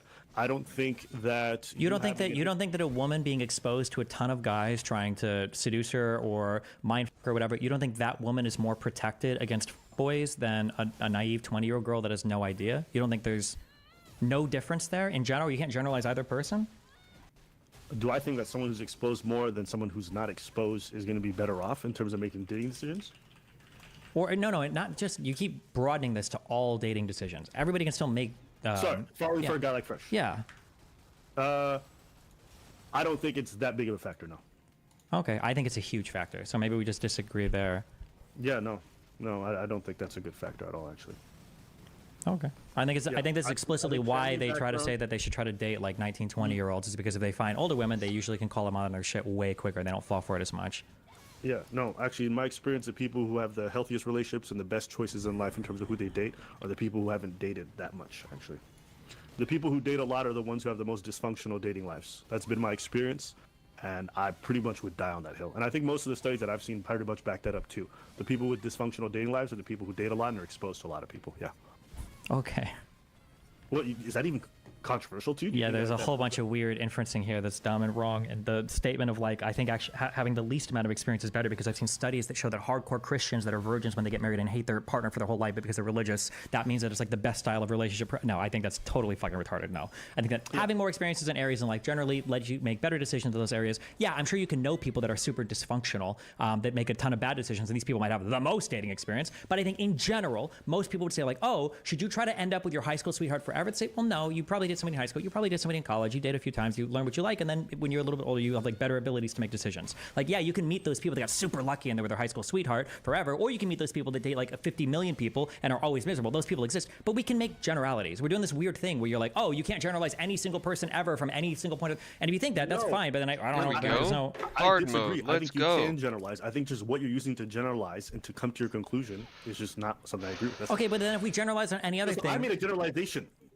I don't think generalizations don't work. I'm saying people who come from good family backgrounds and have a certain set of values are probably going to have much better dating outcomes and choices they kind of make in their partners than your generality. That's what I'm saying. I'm saying my generality is much more relevant to this topic than yours. But you're not even generalizing because you don't know anything about it. So you have no information. So you're literally just blank slating her. Like you have nothing. Like, do you think that she came, like if you had to guess, do you think she came from a family with really high values or a family with like kind of trashy values, if you had to guess? No. So I'm not using my generality. First of all, who's operating the drone? And isn't the drone? I'm not saying this even justifies what her drone turn into the hypersuit? I'm simply saying that yours is a bad generality to use in order to determine why she made those decisions or why she shouldn't have. That's what I'm saying. Okay, I completely disagree. I think that dealing with more fuckboys, but sure. I haven't been sitting here being like, oh, the reason why Daisy isn't done anything wrong is because she came from a bad family. That justifies her. The reason why a person like her. That's not what I said. I've never made that claim. You're the one who's making the claim based off your generality that her story is not believable. Yeah, I do, but that's because any of the different things that you try to say, I don't think that can. I don't know how she makes it to 28 with a. I don't know how she makes it to 28 with any of the things you're ascribing to her, and either hasn't fallen for this already or wouldn't be smart enough to sniff out Fresh. I don't know. Like, can you even give me a hypothetical for how that works that way? Yeah, there's women. Apparently, he's rotating 4 other women, and he's constantly rotating women in and out who go in. So people are always falling for his bullshit. All the women in Miami are falling for his bullshit. Wait, that's. First of all, I don't know if any of them are falling for his bullshit. My guess is going to be that for the vast majority of people that these red pill guys are rotating, they know exactly what they're into and they know exactly what they're getting, generally. Unless you find somebody really young or somebody who's totally outside of this world and you get them like that. But I'm not saying compared to like random other women that they might get. I mean, for her story specifically, what possible line has she traveled through time to get to where she's at now that explains how she hasn't been like mindfucked before by a guy, but now is getting mindfucked by Fresh at 28 years old? You're assuming that because she got mindfucked by Fresh, it could not have happened to her before. I'm telling you, maybe she falls for this regularly. I don't know. Yeah, and that was the thing where I said that could be one thing that would change my perspective on it. If I find out like, oh, actually, like every 2 years she gets like super mindfucked by some dude, and I'd be like, oh, okay, fuck, maybe she's retarded. That's possible, but I don't have any information that shows that, but it's possible. It's possible, exactly. It's very possible. People, you and I, we both know people who make the same retarded dating choices every time, even though they shouldn't. You keep generalizing it to just random dating. It's not. It's not just random. Hold on. Let me rephrase. Yeah. You and I both know people who date the exact same type of person hundreds of times and keep making the same mistake. Yeah, but generally it's because it comes down to what you're punished for and what you're rewarded for. That's the difference. I don't think that. The reason why people make bad decisions or make the bad decision over and over again is because from a third-party perspective, we or you might interpret it as being like, oh, well, that's a bad decision. But from that person's perspective, they'll totally take the high of dating somebody, having a lot of fun for a year or two, and then the toxic fallout afterwards. They'll take that, like, oh, fuck it, I'll do this again. And they keep doing it over and over again. Now, from an external perspective, you might be like, oh, well, this is a really bad decision. But in their world, they're basically getting rewarded for it. But there are some decisions that, like, you can't get rewarded for. So, for instance, you don't know any friends who are 35. You don't know a single person who's 35 who really likes to play in traffic, because you wouldn't make it that far. You'd get killed, right? What? You don't know anybody who enjoys playing in traffic, who's made it to it. You might know a 6-year-old that likes playing in traffic, but you're not going to know a 26-year-old that likes playing in traffic, because they're going to die. Kind of examples are analogous. I don't think people. I think it's 1-to-1 analogous, because if you're a woman and you travel the world, you're getting flown out by people. Okay, go ahead. Even the way you framed it is a bit bizarre, because you talked about like, oh, they're looking for the high and the pleasure of that same experience. Now, again, I didn't want to make this personal to you. I feel like that's how you kind of operate, regardless of how you choose people. That's not. I haven't made this personal, anybody, but go ahead. Go ahead. Okay, my apologies then. I was not trying to... No, go for it. I don't care. Knock yourself out. You make any comparison you want. I don't care. Okay. Just to be clear, it sounded like you were talking about yourself. Most people, when I think they make a lot of the same decisions in terms of the kinds of people they date and then repeat that, I think it's because they're either thinking it's going to be a different outcome the next time, or they're hoping for something. They're not going into it like, oh, I can't wait for the same high of being treated like dog shit by the same person. That's not what they're going in for. They're doing it because they think it's going to be different, or they have a pattern that they can't acknowledge about themselves. Your situation and the one that you're describing is a very peculiar one. This is like somebody who's looking for a high and they don't care how self-destructive it is. That's not the same thing. Because I think that because you can only get away with a certain type of behavior based on how destructive it is. And based on the reward you get for it. So if somebody has the mindset of like, oh, well, it's going to be different this time, and they keep going in, there must be something they're getting out of it during the actual process, even if it ends up poorly, that they're willing to endure the downside. But if the downside is too much, which I think it would be in her circumstances, I don't think you can overcome that. Like another thing would be like a guy that says, I really like dating crazy girls. You can meet a guy who's 35 that says he likes dating crazy girls. You can find a lot of guys like that. You're not going to find a woman who's 35 who likes dating crazy guys, because she's going to get fucking murdered. You just can't make it through that many crazy guys as a woman. They're going to kill you. Whereas for crazy women, you can go through a ton of those as a guy. That's what I mean. It's the difference between punishing somebody for their mistakes. Like women tend to get punished a lot in this arena more for making mistakes than men do, I think. I agree. And so what ends up happening is that maybe they like the high of being love bombed. Maybe like that feeling of someone really truly desiring them and saying all the right things is like so intoxicating they can't walk away. There can be a lot of possibilities. I agree with what you just said, but deal with this. I feel like the downside, if you're 28, you're not going to make it through too many of those experiences, because you're either going to get pregnant, or a guy's going to kill you, you're going to get abducted, you're going to get actually trafficked. I don't think you can float through what if she was 22, I could believe it, but 28 doing this for over 5 years, I don't think so. Hey, listen, I think people can go well into the 30s, even early 40s, making a lot of the same mistakes. Now, obviously, you'd hope by that point they would learn, but 28 is not so old. It's not making a lot of the same mistakes. It's making mistakes that carry high costs. Do you agree with this? High cost? Hold on. What are the high costs? High costs would be getting pregnant. High costs would be being trafficked. High cost would be a guy that abducts her and refuses to let her leave his house. High cost would be a guy killing her out of jealousy. A high cost would be a man spreading a ton of rumors about her online because she I think you're loading this with like the most extreme examples. Hold on, wait. Which one of those examples was extreme? someone kidnapping her, someone doing all this other stuff. Like, obviously the outcomes that she probably had up until Wait. now are not. She's literally being flown to Dubai that has a track record of visa trapping workers that show up there. You think it's an extreme or unbelievable thing to say that if she's getting flown out to Dubai by a guy paying her a ton of money, that he wouldn't be incredibly jealous if, like, she was getting love bombed by him and then changed her mind? You think that's an extremely unbelievable scenario? I do agree with you for most normal people would be, but she doesn't live a normal life. This isn't just a normal random girl. I think you're loading this into stuff that you can't actually prove is there. So the whole being her flown out, all these things that you're assuming about her, you're using that to be able to further your argument. You can't prove any of these things. I can't prove it. No, of course, but you can't prove your side. We're all at the end of the day, we're all inductively reasoning things out. Yes, but you're the one who's making extreme claims about her life that you can't prove, and you're using that to further your argument. I'm not making extreme claims about her life. You're the one doing that. You're the one who's saying she's getting flown out everywhere and getting tossed around by the richest dudes. Now everyone's going to assume it because she's an attractive woman, and that's just what happens. But you can't. You're lying. So wait, what are we talking about? Because she's an attractive woman? No, it's because she's a machine-built woman. She's got a ton of cosmetic surgery, huge fake tits. She edits her fucking Instagram photos, and she takes sexy pictures of herself in the pool near Dubai. This is not just an attractive woman who just happens to be like traveling the world. She, like, what are we talking about here? That comparison is insane.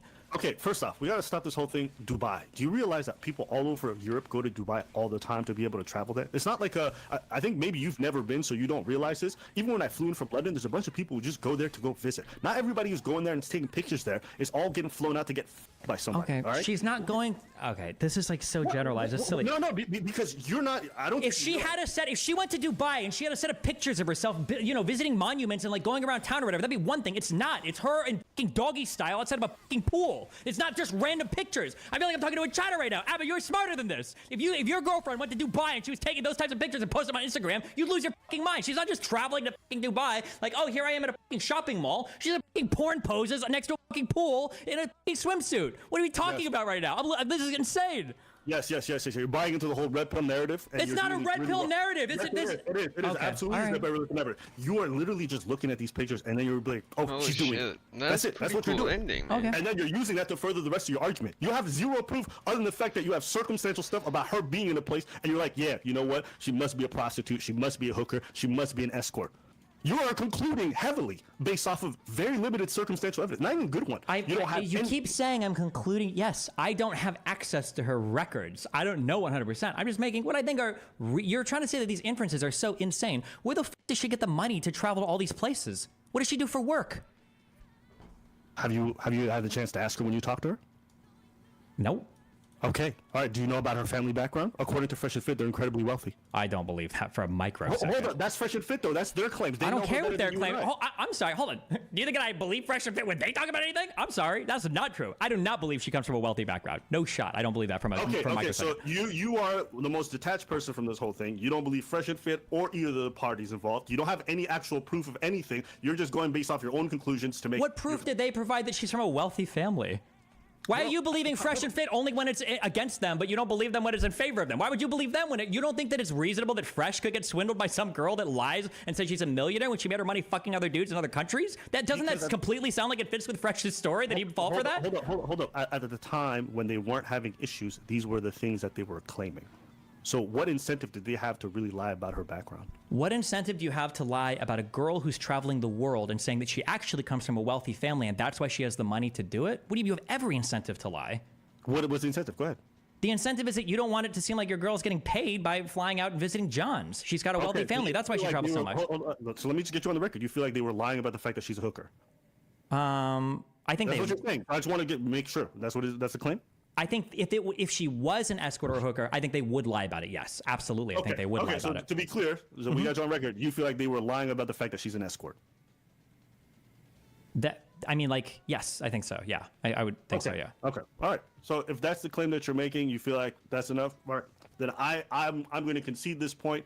You know, it's wait, hold on, wait, real quick. Do you think that a red pillar or even Fresh and Fit in general would ever fuck a girl who's an escort and lie about it to get credit? Do I believe they would do that? Yeah. Yeah, I could see that. Okay, all right. So we're not far apart on this at all, but okay. Yeah. I just didn't know that you thought they were lying about her being an escort. Okay, so you feel like they were lying, they weren't very credible, that they lied about her being an escort. Yeah. I'm only hedging here because I haven't heard them actually say this. But yeah, if he's like, oh no, this girl's not an escort at all.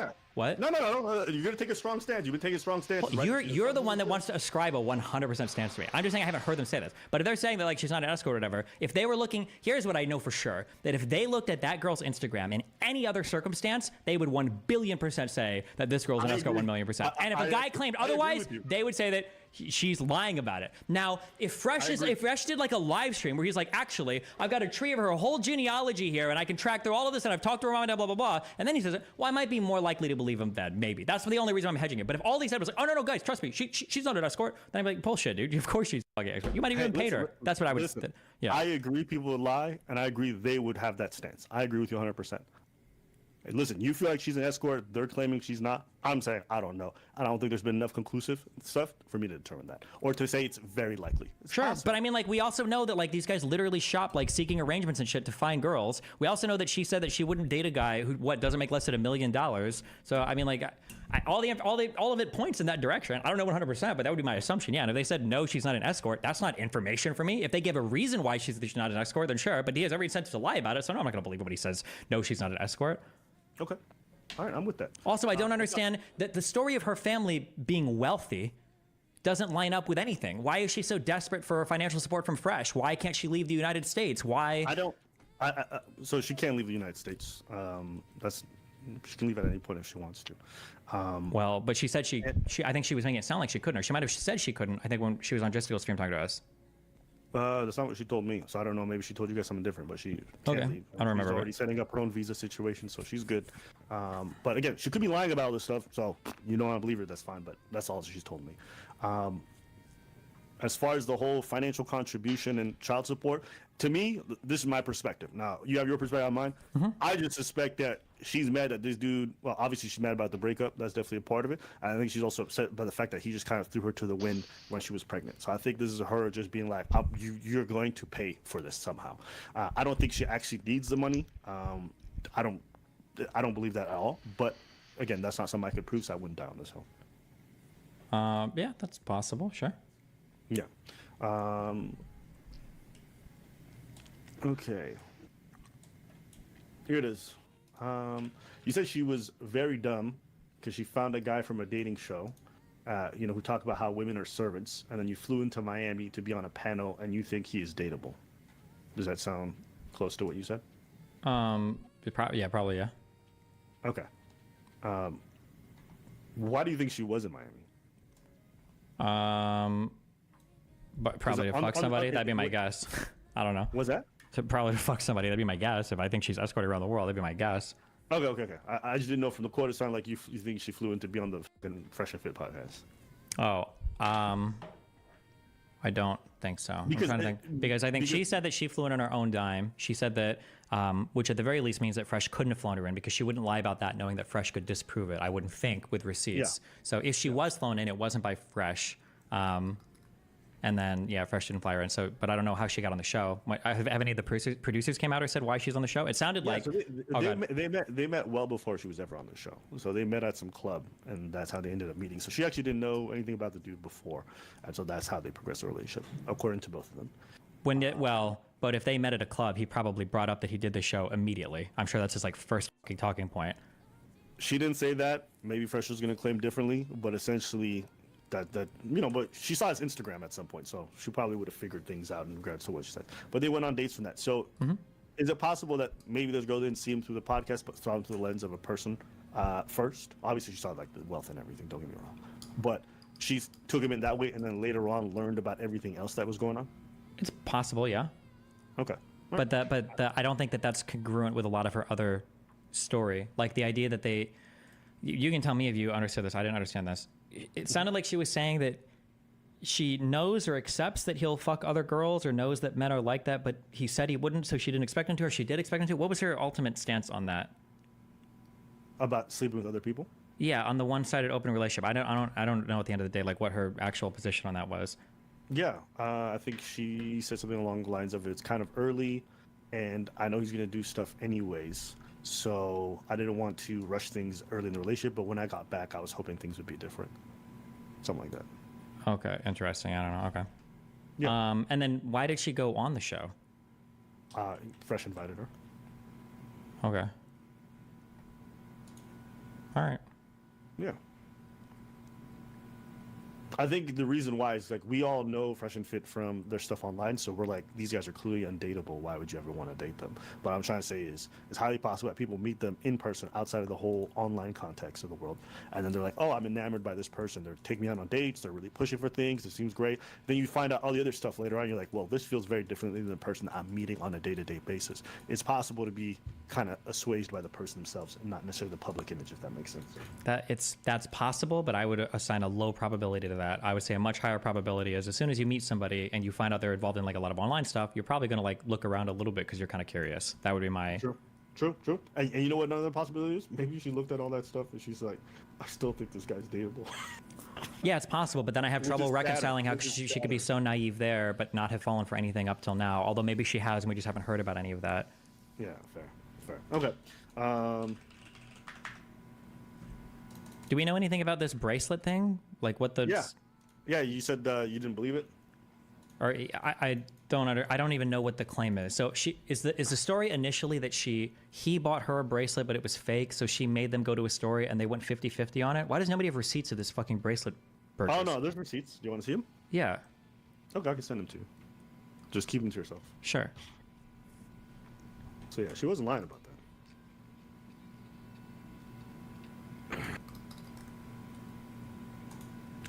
Yeah, there's actual like credit card statements and everything.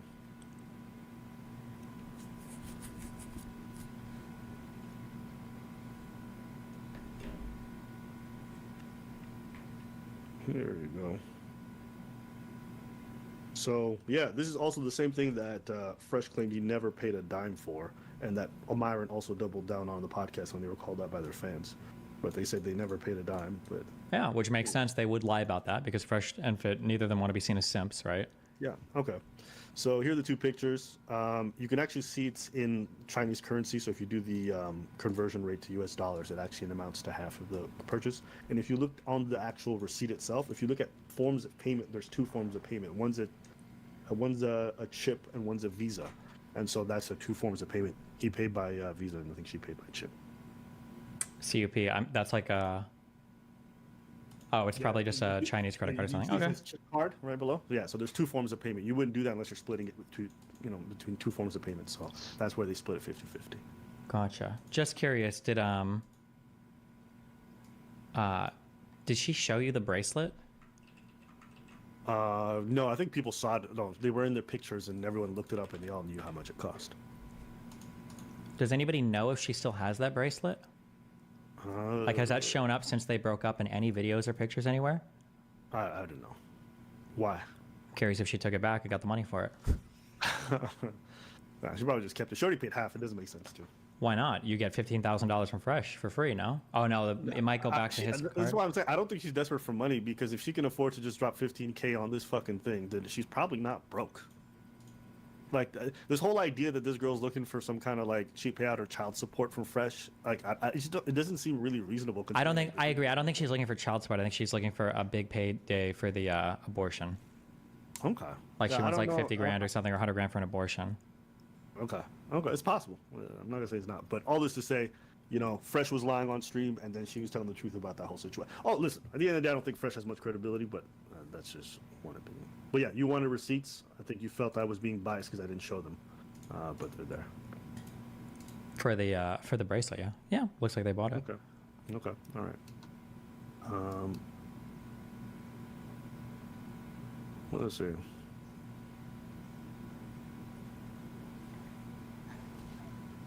Yeah, I think that pretty much covers, I think, the biggest points of contention. Is there anything else that you wanted to lay on the case that you felt still very strongly about? No, I don't think so. We'll see what happens, I guess. What are your final predictions for how it all ends? I said she's probably not going to keep the baby, and it does make sense, too. Okay. Yeah, 100% I would agree that that's going to be the case. She'll abort no matter what. Or she's not even pregnant. I'm not sure on that one. Although she has posted a lot of stuff, but... Yeah, I think the pregnancy thing is real. Like I said, if it looked iffy, if the proof didn't look real or anything like that, I probably would have been super skeptical, but that looked all real. I just don't think it makes sense to keep the child. Okay. They got a nuke coming out. They have a nuke coming out? Yeah. So they're gonna drop it today. They're about to expose the shit out of her. Oh. Wait, people are posting things in my chat. They even put me in the thumbnail. They're going crazy. Right? Oh shit, they're going after it. You remember last time they had a nuke? What did they end up doing? They just lost their channel. Yeah, I think that's called a friendly fire. That happens sometimes. Actually, I wanted to come back to some of the stuff we were discussing before that's not necessarily related to her specifically. On the topic of making better choices because you have more experience. Do you think that's one of the do you think that's like the largest determining factor for why somebody would make good dating choices? The more experience they have. I think that in general, the more experience you have, the better decisions you can make. Yeah, but I don't think. I mean, it's not necessarily going to be true for every single person, but I think in general that's true. Yeah. When you say more experience, do you feel that about most things, or are you talking about just dating specifically? I think that's probably true for most things, I would imagine, unless you're going to be really autistic. Like, you're probably not going to have, like, having experience donating one kidney. It's not going to mean that donating your second kidney is going to go better. I mean, like, for most kids, I would say it's probably true, yeah. Okay. I'm going to do some research on that one. Maybe I'll get back to you at some point. But I think that's pretty much it for me. Is there anything else? No, that's all I can think of right now. All right. Do you still think Daisy uses subhuman filth? Unless she significantly changed a lot of her positions? Yeah, I think so. Gotcha. And you think Fresh is subhuman filth? Yeah, with the way that they approach dating and romance and all that, yeah, I think it's pretty gross, yeah. And on the last point, this is my last one. I think busting inside of girls nonstop while they telling you, like, yo, I'm trying to get pregnant, I want to keep this baby. My guess is I don't think they ever actually had serious conversations about that. I don't believe that. In person, you mean, like face-to-face talk? Ever. I don't think they ever had real conversations about that. I know she's got, like, the text that she has, but without seeing all of how they text each other, I don't know how much of that is serious versus how much of that is, like, half memes versus how much is that. It's just hard to say without having, like, a full record of, like, how they text each other. Yeah. Okay, hold up. I'm going to just show you this text. Like, I don't know if this makes you feel any type of way, but let me just show.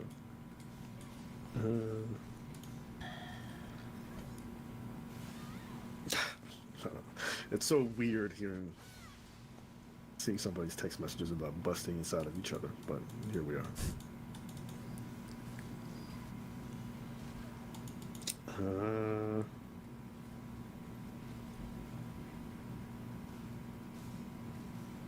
You can read these if you want to. I don't care.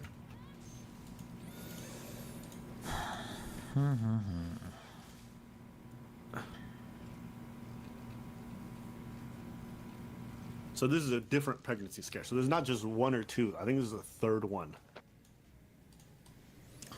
All right. Do we have a date for this, or? You can see the numbers. I just can't do the whole Chinese dates, but you can see the other one was like 4 or 5. This is 110. So I think there's a month difference. Gotcha. So from Fresh, he says, I've been working on calls or video. She says, all right, babe, get well soon. He says, thanks, babe. She says, got period. So weird, I'm not pregnant. Go get tested, BB. I will do it when I'm back. He said, oh, wow. Okay, I will. I'm going to watch this Chinese movie. And I came in you a lot. And then is the next page from... It's the same one. It just follows up, I think. Okay, so she says, you should watch it. He says, why do you feel like you have something? She said, I meant you came in me a lot. I should be pregnant by now. And then he said, and then post pictures. And then she says, what post? And then he says, the new post I just did. I'm sorry, but she's constantly hinting that she's trying to get pregnant. Not hinting, she's saying it. I should be pregnant. And his response is just, Yeah, that's pretty retarded. I don't know what the... I'm sorry, bro. You can't say that's baby trapping. That's 3 different months. She's talking about, I thought I was going to get pregnant this month. Yeah, I'm trying to have your babies. Come on, bro. Yeah, hold on. I'm sorry. This is another thing. I don't know if we agree on this. What does baby trapping mean to you? Or what do you mean when you hear baby trapping? What I mean when I think of baby trapping is using like deceptive methods, either about like the form of birth control you are, or the stuff that she like, how safe sex is in order to entrap somebody into some kind of relationship, or for financial gains potentially. Okay. So I that has guess to be, like, when I think deception of involved. when I think of baby trapping, I don't necessarily think of the intention at the point of getting pregnant. I feel like I think of baby trapping as anytime you're trying to leverage a child or a pregnancy in order to get money. That's what so like if two people are having sex and they're being reckless with birth control or some shit, and then the girl gets pregnant and she's like, oh, but she's like, listen, if I get pregnant, it's fine, fuck it. And then she's like, okay, well, listen, I'll get an abortion, but you got to pay me out. Like, in my mind, that's like a form of like baby trapping. Even if she didn't like necessarily. Yeah, okay. I think what you're describing is not good, but I don't think that's how people use baby trapping at all. Baby trapping is like generally used towards wealthy men. It's basically women are like, oh, they poke holes in the condom, or they say they're on birth control, but they're not. I agree that those things can be baby trapping for sure. Yeah, that's how most people use it, though. I think the way you're using it is not how people use it. Like when people are thinking about baby trapping, that's not what they're thinking of. If a girl says that, you receive so much pushback. Sure, if you say, because I see a lot of people putting that intentionality thing. But let's say that let's say that you've got a girl and you agree, you're both having a conversation, like, okay, listen, if you get pregnant, you're getting an abortion, right? And then let's say that she gets pregnant, and she's like, well, fuck, I'm having second thoughts. I don't know now, actually. Like, I think I'm gonna keep it. Would you consider that baby trapping or no? I think that's like really on the borderline edge, and I'd probably say yes. Yeah. Huh. Okay. But that's on the edge for me. Yeah. Because I'm sympathetic to men who are in a relationship with somebody and like they both discuss they don't want a baby, and then something happens and like I'm keeping the baby. Like, yeah, to me that's just not fair to the guy at all. And I don't think that's I'm not necessarily thinking about in terms of like fair or not. I guess when I think of baby trapping in my mind, I'm just thinking of like leveraging a baby or leveraging a potential pregnancy for money is what I'm thinking in terms of. Yeah, no, I get that, but that's not how people use the term. Even there, I don't think people would call that instantly baby trapping. Baby trapping is like very specific. Like you're going after somebody and using a baby to keep them in your life or to get their money. That's what they're thinking of. That's why. Let's say, what if you meet a girl at a club? Let's say you guys meet and you hit it off a ton, and then you end up going back to somebody's room. You guys, you never ask her for anything about protection. You don't use it. You bust in her fully, whatever. And then she gets pregnant, and she's like, "Well, listen up." No, that's not baby trapping. Not at all. Interesting. Okay. Yeah, because you guys didn't discuss anything. Like you were just busted inside of her raw. Like you guys were both making really stupid decisions. But that's not like a trap you set. No. That's just two people making a really dumb decision. This would be a baby trapping for like regular people. Let's say some girl likes a guy, but he's like, I don't want to be in a relationship with you. She's like, that's fine. You can just bust. You keep giving me examples of like the super intentional from the beginning. I agree with that. Well, obviously that's 100% baby trapping. Okay. I feel like anytime you're leveraging, well, yeah, I've already said this 20 times, but maybe you use a different term for this. No, I get what you're trying to say. I think what you're describing is definitely something that's bad, and I agree, but I just don't think you're using the right term. So I think that's why people have an issue with it. But you were to just say like, I think it's terrible to use that as leverage, I think everyone would have probably been on your side. I think baby trapping just assumes a certain level of intent that you were your use of the word ascribed to the situation, even if that's not what you were thinking. Well, I do think that too, but I'm curious. Okay, so you think she was properly baby trapping? Like, you think she meant that? I do, but I have I got way lower conviction on that one, because everything that you said before is true, and that like she could have genuinely fallen for him. She could have genuinely like had feelings and thought they could have a family, blah blah blah. Like the idea that she's like genuinely baby trapped from the start, that conviction is like, I don't know, like 20 to 40%. That's a way lower conviction one. Like properly. I mean, if she's trying to baby trap him, she's not doing a good job. Because think of it this way: if I was trying to baby trap a guy, and I wanted to get pregnant, I would not be constantly telling him that I'm trying to get pregnant. Why? Because I just want him to make a dumb choice and buzz inside me. But she's literally texting him all the time like, oh, I don't know where my periods work. Like, my baby trap hasn't worked yet. And like, this guy's still busted inside her. You don't give a shit. Like, it doesn't make sense to me. That's a poor strategy to baby trap somebody. That's gotta be one of the dumbest ways to do it. Constantly telling the other person you're trying to have their children. That's not, no, to me, that's a bad way to baby trap. You would not tell them that. You'd make them feel super comfortable so that they would bust inside you and they feel like everything's fine. That's the smartest way. Why would you do it the other way? That's going to make most guys recoil and run away. So it just doesn't make sense to do it. Yeah, I agree with that, but I think it's also equally weird that like Fresh, they've had a conversation about having babies, and Fresh is like trying to get these pregnancy tests, and in the other DMs, it sounded like he was happy or glad that she wasn't pregnant. Why would he think that why would he say that to her in a text if he was trying to love bomb her saying she should get pregnant? I don't understand that either. This is why I wish there was like one serious conversation about them talking about like having a family or pregnancy or whatever. Like one serious conversation, I feel like would illuminate this or not. And that's why that was one of the things I said could change me fully. If they had like a serious conversation, like, hey, listen, like just so you know, like we're fucking unprotected. Like I could get pregnant. If Fresh was like, listen, if you get pregnant, like we'll take care of it. Like I can provide, or I can do this, or blah blah blah. Then I'd be like, oh shit, okay, well now like, geez, not only could she get pregnant, Fresh seems like he was at least at one point willing to be supportive of it, and he's not doing anything to prevent it. These messages make Fresh fucking retarded if she's saying things like, wow, I can't believe I'm not pregnant or whatever. But I guess I don't know. This is why I wish they would have had a serious conversation about abortion or anything else beforehand, so I could see like what that conversation looked like. I don't think they're serious people. Like I think Fresh is out here selling a dream, and I think he's very non-confrontational about most things. And so I think this was probably a sensitive topic for the both of them. Not sensitive, but just like something that was like, okay, pressed, and he just didn't address it. And I think that probably caused a lot of confusion and dumb stuff in the relationship. Because if you don't want a kid, it's really retarded to have a woman multiple times, like almost miss her pregnancy, and you never talk about it. But the way he responds is so non-confront. Oh, if you're happy, I'm happy. Like, what kind of response is that to somebody telling you they just missed their period, or they thought they did and they were pregnant? You have to be a really fucking stupid or non-confrontational person for that. So I think it's just a personality thing. And then with her English is not the best, so maybe there's a bit of a communication barrier there. But I agree with what you're saying there, but then she's more stupid than Fresh even, because she's going to bear the bigger cost if she's literally like trying to get pregnant with a dude that she's known for 2 or 3 months, and she wants his babies that has like the host of the Fresh, like that's also incredibly fucking retarded. Yeah, I think that I agree with you 1,000%. I think that's really stupid on her part, and I told her that as much too. I'm like, I think it's super irresponsible of you to be like rushing a baby with somebody that you don't even want to be monogamous with yet, or you haven't gone there. Like that's really dumb. And her answer to that I thought was really stupid. But to her credit, she acknowledged that she was really stupid for letting him come inside her all those times, and she said like, I fucked up in that regard. So I at least appreciate that. But that was really stupid. I just don't understand how you're a grown ass adult and you're doing that as a decision with somebody like Fresh. But sure, but then if that, let's say that was, and it was dumb and we know that, why not just get an abortion then? I think that's probably what's going to happen, no? Well, yeah, but she does this weird thing where when she's talking sometimes, at least to him, she's like, I don't want to kill it. I don't want to be a murderer. But then other times she's like, I'm not sure if I'm going to keep it. Yeah, I mean, listen, you can have a bunch of conflicting thoughts in your head. Most women I know who get pregnant, they have some conflict in their mind, right? It's not going to be one-dimensional. If she's still talking like this 2 months from now, then okay.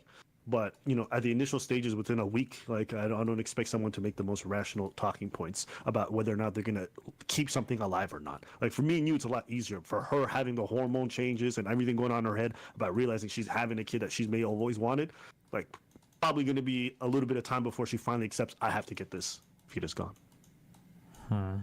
No? You wouldn't imagine, like, if you had some girl and you knew that and you really wanted a child, that you wouldn't have some conflicting thoughts? Well, maybe not you specifically, but for most people?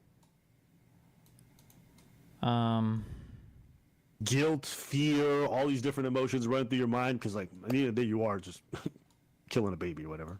I think maybe it fundamentally would come down to your feelings on abortion. That would probably inform the majority of that going in, I imagine. Yeah, but I think even for people who are pro-abortion, like it's not like I've spoken to very liberal women, and they said having an abortion was an incredibly difficult thing for a lot of them. Do I think it's going to be less of a mental barrier for women who are like pro-life or pro-choice? Sure, but they still have that conflict. Yeah, I mean, I think, yeah, I mean, the conflict never come up. Like abortions aren't always easy. I don't know. Yeah. Yeah, I think there's a lot of things mingled up in this. I think there's a bit of saltiness with the relationship ending so abruptly with somebody you thought you're going to be with. I think there's, the shock of being pregnant and then also being rejected a second time. I think there's the thoughts of like wanting to have a child but also not wanting to give up your life, and then you feeling weird about you having this kid that you thought you always wanted. So there's a lot of mental things that you're probably dealing with all at the same time. So you're gonna make contradictory statements in that line. But I think we both agreed that she's going to come to the same conclusion. If she hasn't already, a week or so. If she hasn't already, it's possible, yeah. Okay. All right, well, I won't keep you, brother. Go back to your research. Okay. I love you. Be careful. Yes, sir. Cheers. Bye.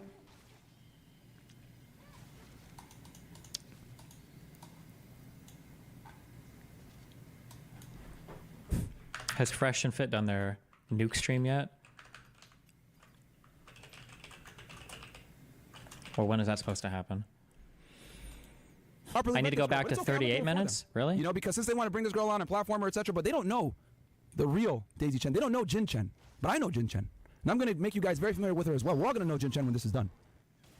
Hold on. Jesus Christ. Guys, that's what they've been doing. They made almost 40 videos on Close the this. chat? These guys are obsessed with us. Is the chat what's causing it to lag?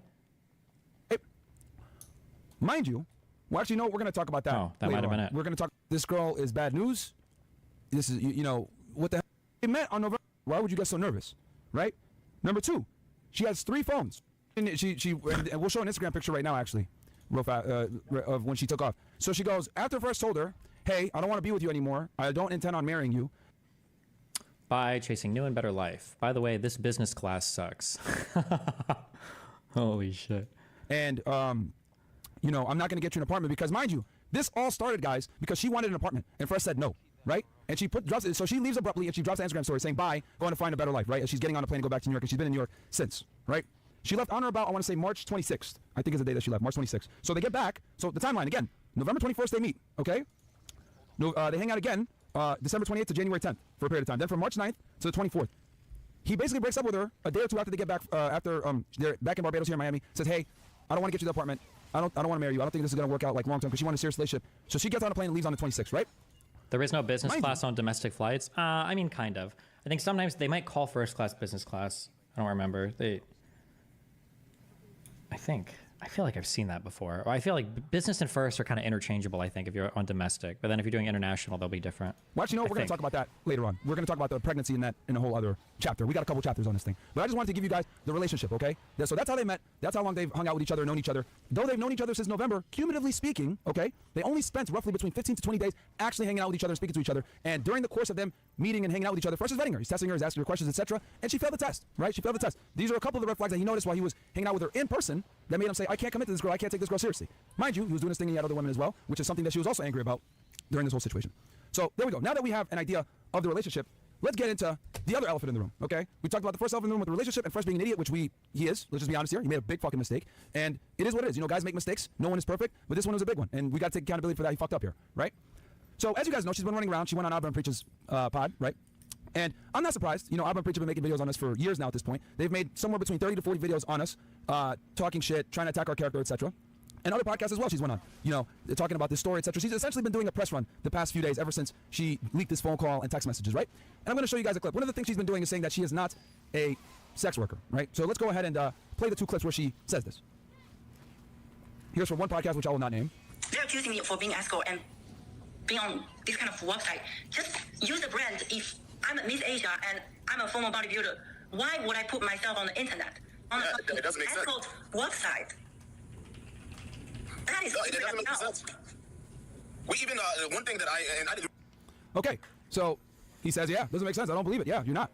Now let's go ahead and play our favorite YouTubers here, because and it's interesting because these guys were so quick to try to use this as content to make us look bad. They didn't properly vet this girl, but it's okay. I'm gonna do it for them. You know, because since they want to bring this girl on and platform her, etc. But they don't know the real Daisy Chen. They don't know Jin Chen, but I know Jin Chen, and I'm gonna make you guys very familiar with her as well. We're all gonna know Jin Chen when this is done. Let's play their clip now. That I would interview the woman in question at the heart of this whole thing. She provided me a bunch of screenshots, screen recordings, and a bunch of different things. And I think it answered a lot of the questions that would seem to be unanswered before. Things like whether or not she's a sex worker. She isn't. What was the time? Okay. Abba, you stupid. You don't know what you're talking about. I'm going to show it right now. So let's go ahead and she said she's not a sex worker. She's not an escort. Okay. What's this? In this photo that you guys can see here, we can see Jin Chen meeting up with a potential client. Okay. I'm not going to say where this was, but what I'm about to show you guys is all exclusive stuff that no one else has. Okay. But it's an anonymous source.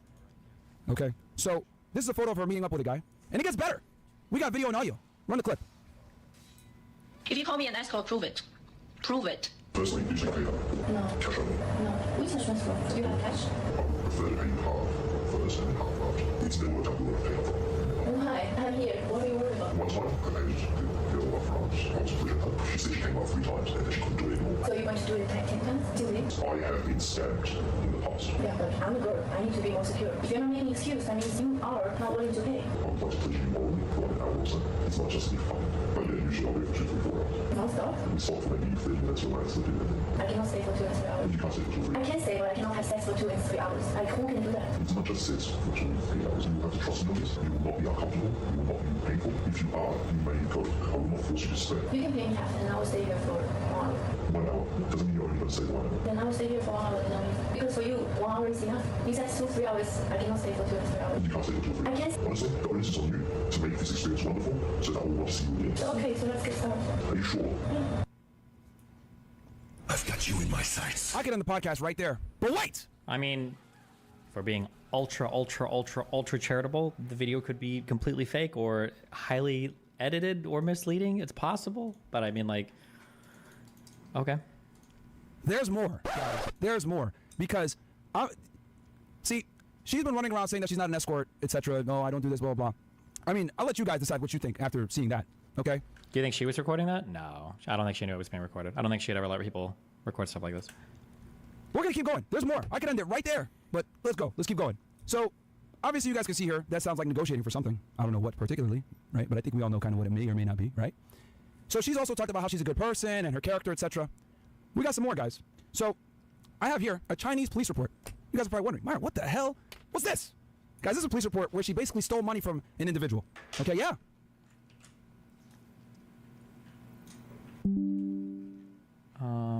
Wait.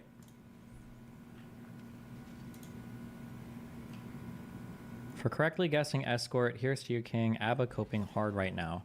Okay, just as a quick thing, technically, whether or not I'm right or wrong, in my opinion, doesn't actually matter, because everything is, you're evaluating a person's ability to guess prospectively and not retrospectively. Ugh, why did this not copy paste?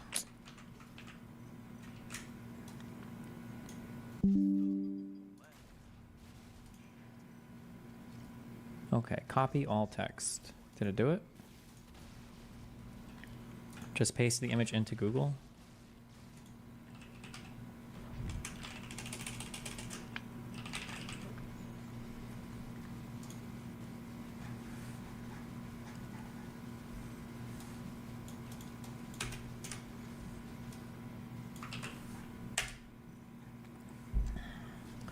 Call the police. Shanghai Police Security Bureau case. Incident received a name. At about 7:40 in the evening on August 27, 2018, the person called the police at about 12 noon on August 27. He met a Chinese woman at Lane, blah, blah, blah, blah, blah, and spent 6,000 won, exchanged $870 with the woman at about 4:45 in the evening. The woman used the Didi Taxi app. He called a car, then asked the caller for 6,000 won, and then gave him 6,000 won. He gave it to the woman, and the two got in the car. The other party asked him to withdraw money from the China Construction Bank in Zhuhui District, Shanghai. I don't know. At the China Construction Bank office at Yongzhou Road. We were asked to park the car. The woman got off the car and still didn't get in the car 10 minutes later. The caller called the police. I sent a message to the other party, but the other party said that he did not want to meet with him. The person who called the police felt that he had been cheated, so he reported the crime to the police station. How to inquire about the progress of the case incident. You can inquire about the status of case. It's a reporting, acceptance of the Shanghai public. When he came to the police station to report the case, he said, report receiving department signature of the police. Okay.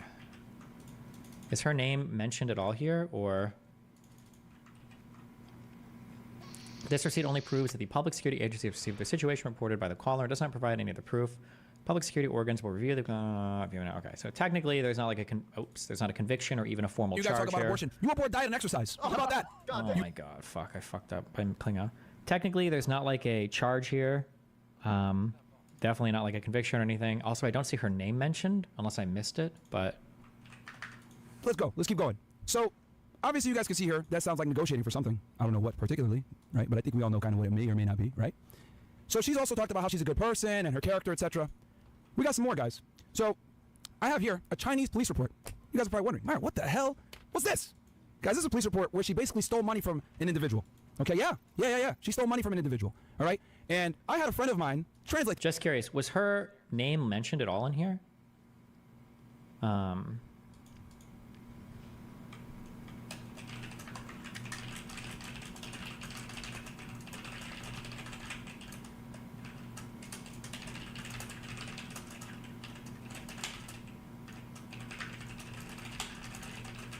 Could be redacted. There could be more pages. All right. This for me, as you guys would know, I play Overwatch, right? And I have a buddy. I call him. Her name was at the end. Oh, was it? the Chinaman, and he went ahead and kindly translated this police report for us, and we have it for y'all here. Okay? At about 1940 on the evening of August 27, 2018, the reporter came to the police station to report that he met with a Chinese woman at about 12 o'clock noon on August 27, 2018, right? A reporter for 6,000 RMB, name of the bank, and after getting... So this woman takes this guy's money and runs off with it, right? One of the people that she, one of her clients, right?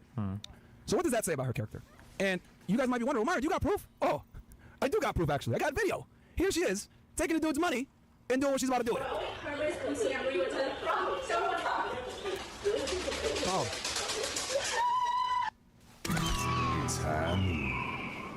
Hey, man.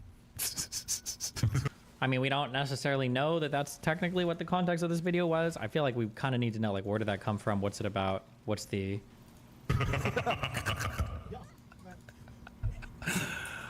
I mean, I could end it there. I could end it there, can I? But guess what? I've got you in my sights. There's more. Let's keep going. The show goes on. The show goes on. We going all the way today, baby. We going all the way, because guess what? I'm fucking Leonardo DiCaprio in this bitch. The show goes on. I'm not leaving. My home. They're going to need a fucking wrecking ball to take me out of here. Let's fucking go. All right? So here, we have her ID, right? Here she is. We obviously blurted out personal information so that we wouldn't dox her. But it's to show you guys that we know what we're talking about here. We actually have her Jin Chen. That's your real name, by the way, Jin Chen. It's not Daisy. You run around calling yourself Daisy Chen, but you're really Jin Chen. Okay? And we found out that you got fired from your job. Okay? Here's where you used to work for, right? For a marketing company. You were a marketing manager, Daisy. Or should I say Jin Chen. And we had the documents to show that you got fired and why you got fired. Again, this is all in Chinese. But guess what? My boy We Rise, once again, a.k.a. Chinaman, the guy that I play Overwatch with and we raged together when we destroyed these scrubs. He went ahead and translated for you guys. Once again, shout out to the Chinaman. We got the official documents. Shout out to We Rise. He's on the line as well. But here it is. Here's why she got fired, guys. Okay? Ms. Chen Jing, you have been working at Shanghai Beaming Performance Agency Co. since July 2nd, 2018, and your current job is a business assistant. The 3-year labor contract signed between you and the company on July 2nd, 2018 shall be terminated on August 3rd, 2018, and the employment relationship shall be terminated at the same time due to the following circumstances. What else was going on in 2018 when she got fired from her job around this time? Oh, she was stealing money and negotiating for fun with people in rooms, which we showed a video of earlier. Oh, interesting. Very interesting. By consensus of the parties, the worker is proved to be ineligible for employment during the probationary period. The worker seriously violates the rules and regulations of the unit. The employee seriously derelict in his duties or commits fraud for personal gain, causing major damage to the company. You stupid. The employee establishes labor relations with other employers at the same time, which has a serious impact on the completion of the work of the employer, or refuses to make corrections upon the company's request. The personal certification materials provided by the employee to the company are false, or the company concludes or reviews the labor contract contrary to its true intention by coercion or taking advantage of the danger of others. The worker is investigating. Is this firing thing? Is this like a thing where you could have done any of these things, or is this saying she did all of these things? For criminal responsibility in accordance with law.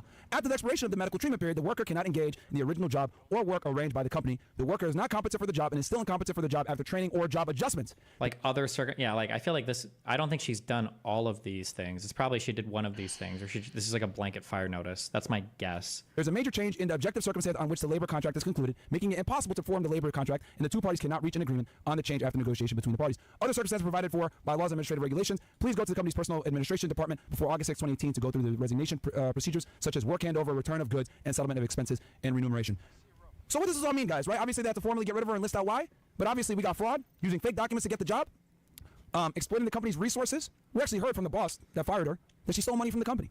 So not only was she engaged in nefarious activities that may or may not include sex work, it said due to the following circumstances, so I think it's, I know what it said in English, but I'm curious in Chinese if that's actually what it... From clients, right? They're filing police reports on her. She's getting fired from jobs because she's stealing from them too. Is this someone that you guys would believe? Obviously, she's been lying all over the place, so she's having inappropriate relationships at her place of work as well, which is another reason why they got rid of her. Interesting. Very, very interesting. But wait, there's more, guys. We're going to keep going. So as you guys know, right? She said, oh, I don't care about money. I just want to hold Fresh accountable, whatever the hell. Let's run the clip from our guy Destiny real quick, where she went ahead and had a whole conversation with him. Oh boy. I don't care about the money. I like his lifestyle. By the United States law, he has to pay for the child support. How much money do you think a man should make for? Yeah, I told him $1 million. Walter apologized for everything and came clean on everything. Wouldn't you want him to be involved in like your child's life? But why would you care about that? Shouldn't the priority be to like build a healthy life for your future child? Shouldn't that be the focus? Speak for him. You don't care. You're not caring. The child right now is just a money ticket for you. You're not caring at all about the child. Why are you leaving? What is the money? What money is the child support? You think that you were talking about earlier? No, You're very fond of it. I don't want to talk to you. Destiny's gonna take a break. She doesn't want to talk to him because it's exposing the truth. You say in one sentence, I don't care about the money, then you're saying, oh yeah, a man's got to make $1 million a year, right? Guys, this woman is a predator. She's obviously coming and trying to use guys, etc. And here's the thing, right? Like I said before, Fresh fucked up, right? He made a mistake. He shouldn't have messed with this girl in the first. There was an agreement between him and her that they weren't going to have kids. He told her he didn't want kids, and she agreed to that. Wait, hold on. Trying to get a response. Oh, what are you going to do to me, etc. You know what? We can play the clip right now. Let's play it real quick. Can we pull it up real fast on the side, guys? The phone call that she had with Fresh. Let's pull that up real quick, right? So she calls him and tries to get a response out of him. And Fresh obviously stays calm, etc. And the thing I also want you guys to know is that there was an agreement between him and her that they weren't going to have kids. He told her he didn't want kids, and she agreed to that, okay? And I have proof of that right here, right now. Roll the clip from our idiots over there in Canada. So this is when Abba went ahead and interviewed her, right? So first, this is him asking her about them being monogamous, if I'm not mistaken, right? All right. Oh shit! I thought this was their stream. My bad. Fucking Windows. Then I ask her, well, why do you not want to be intense about monogamy, but you are rushing to have a kid? I asked him tough questions. That's a good question. I'm not, these morons can't even spell. They were in such a rush to get this video out and try to make us look crazy that they couldn't even spell. That just goes to show how thirsty these clowns are for attention, bro. Dudes went and did a video immediately and shot it. Just shot it. Oh God, we gotta make content. Oh, that's how we'll preach anytime something happens. We literally pay these bums bills, man. Let's go ahead. Let's run the clip. I'm not softballing it. Oh no, I'm mad at you. No, she's like, I don't want to be too intense and like rush like monogamy, so I'm accepting this. But like, but you want to have a baby with him? Yeah, I understand because I just felt like I just feel like I'm not that type of girl that I have to be with someone for years to get married, or if I like someone, I can have a kid with him for like a week. Like, it doesn't matter. The time doesn't matter. I was with someone for 9 months. He really wanted to marry me. He's American, and I didn't want that. I ended that. When I met Walter, I just felt like, wow, there's so much chemistry. What? I mean, I agree. I'm just trying to talk to me. Look, even the window licker's confused. Even he's like, this doesn't make sense. Even for him, it doesn't make sense. In his head, he's like, why are we doing this video? But again, the thirst for them to make content on us is so fucking strong that they will go ahead and compromise themselves and interview a criminal, which I've proven to you guys, that's pretty much on the run from China in the U.S., okay, doing a I doubt any of that's true. bunch of stupid shit. They will interview her for views. And these guys preach integrity. Hilarious. Hilarious. Continue on. Girl that can, I'm not the type of girl that's gonna have to wait for a long time before I marry someone. Huh? Look, his brain is What the fuck frying. is that? I mean, there's plenty of people who meet their husbands for the first time. That's Abba's brain right. That's Preach's brain right now. Like, keep going. Okay, so, all right. So obviously she doesn't even make sense when she talks to them, right? Now, here, I'm going to prove to you guys that Fresh not only didn't want to have kids, she knew that. And she agreed with him. She might not admit this, but let's go ahead, let's play. So Abba asked her this question, right? The same as saying he really wants to have a child. Why don't you get verbal confirmation if he really wanted a child with you? God damn, he doesn't mind. Is it the same as really wants to have a child? Why didn't you get a big verbal bro, y'all are fucking stupid over there in Canada, bro. You stupid. Fucking Abba and Preach are idiots. Like, yo, they were so thirsty to get this video. They didn't do a spell check. They didn't do a...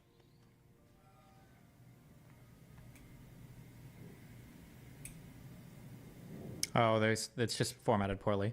Doesn't mind isn't the same as really wants to have a child. Why didn't you get big verbal confirmation? That's what they... Grammar check. No proofreading. They just wanted to get this video out as fast as they could because that's all these guys do is make hit pieces on us. They've been doing this for the better part of 3 to 4 years, bro. These guys are thirsty for content. It's hilarious. We pay y'all bills. You guys are our sons. You guys are literally our sons. You guys talk about us every chance you get. Okay? And Abba, you're a coward and you know I challenge you to a boxing match. You don't want to do it because you know what the hell's going to happen. You're a coward. You know this. But you're going to go ahead and put out these rushed videos, interviewing a criminal, giving her a platform, letting her tell you all these lies. You're over here believing her like she's not a sex worker. And I showed you evidence to prove that she is. Okay? So what does this prove?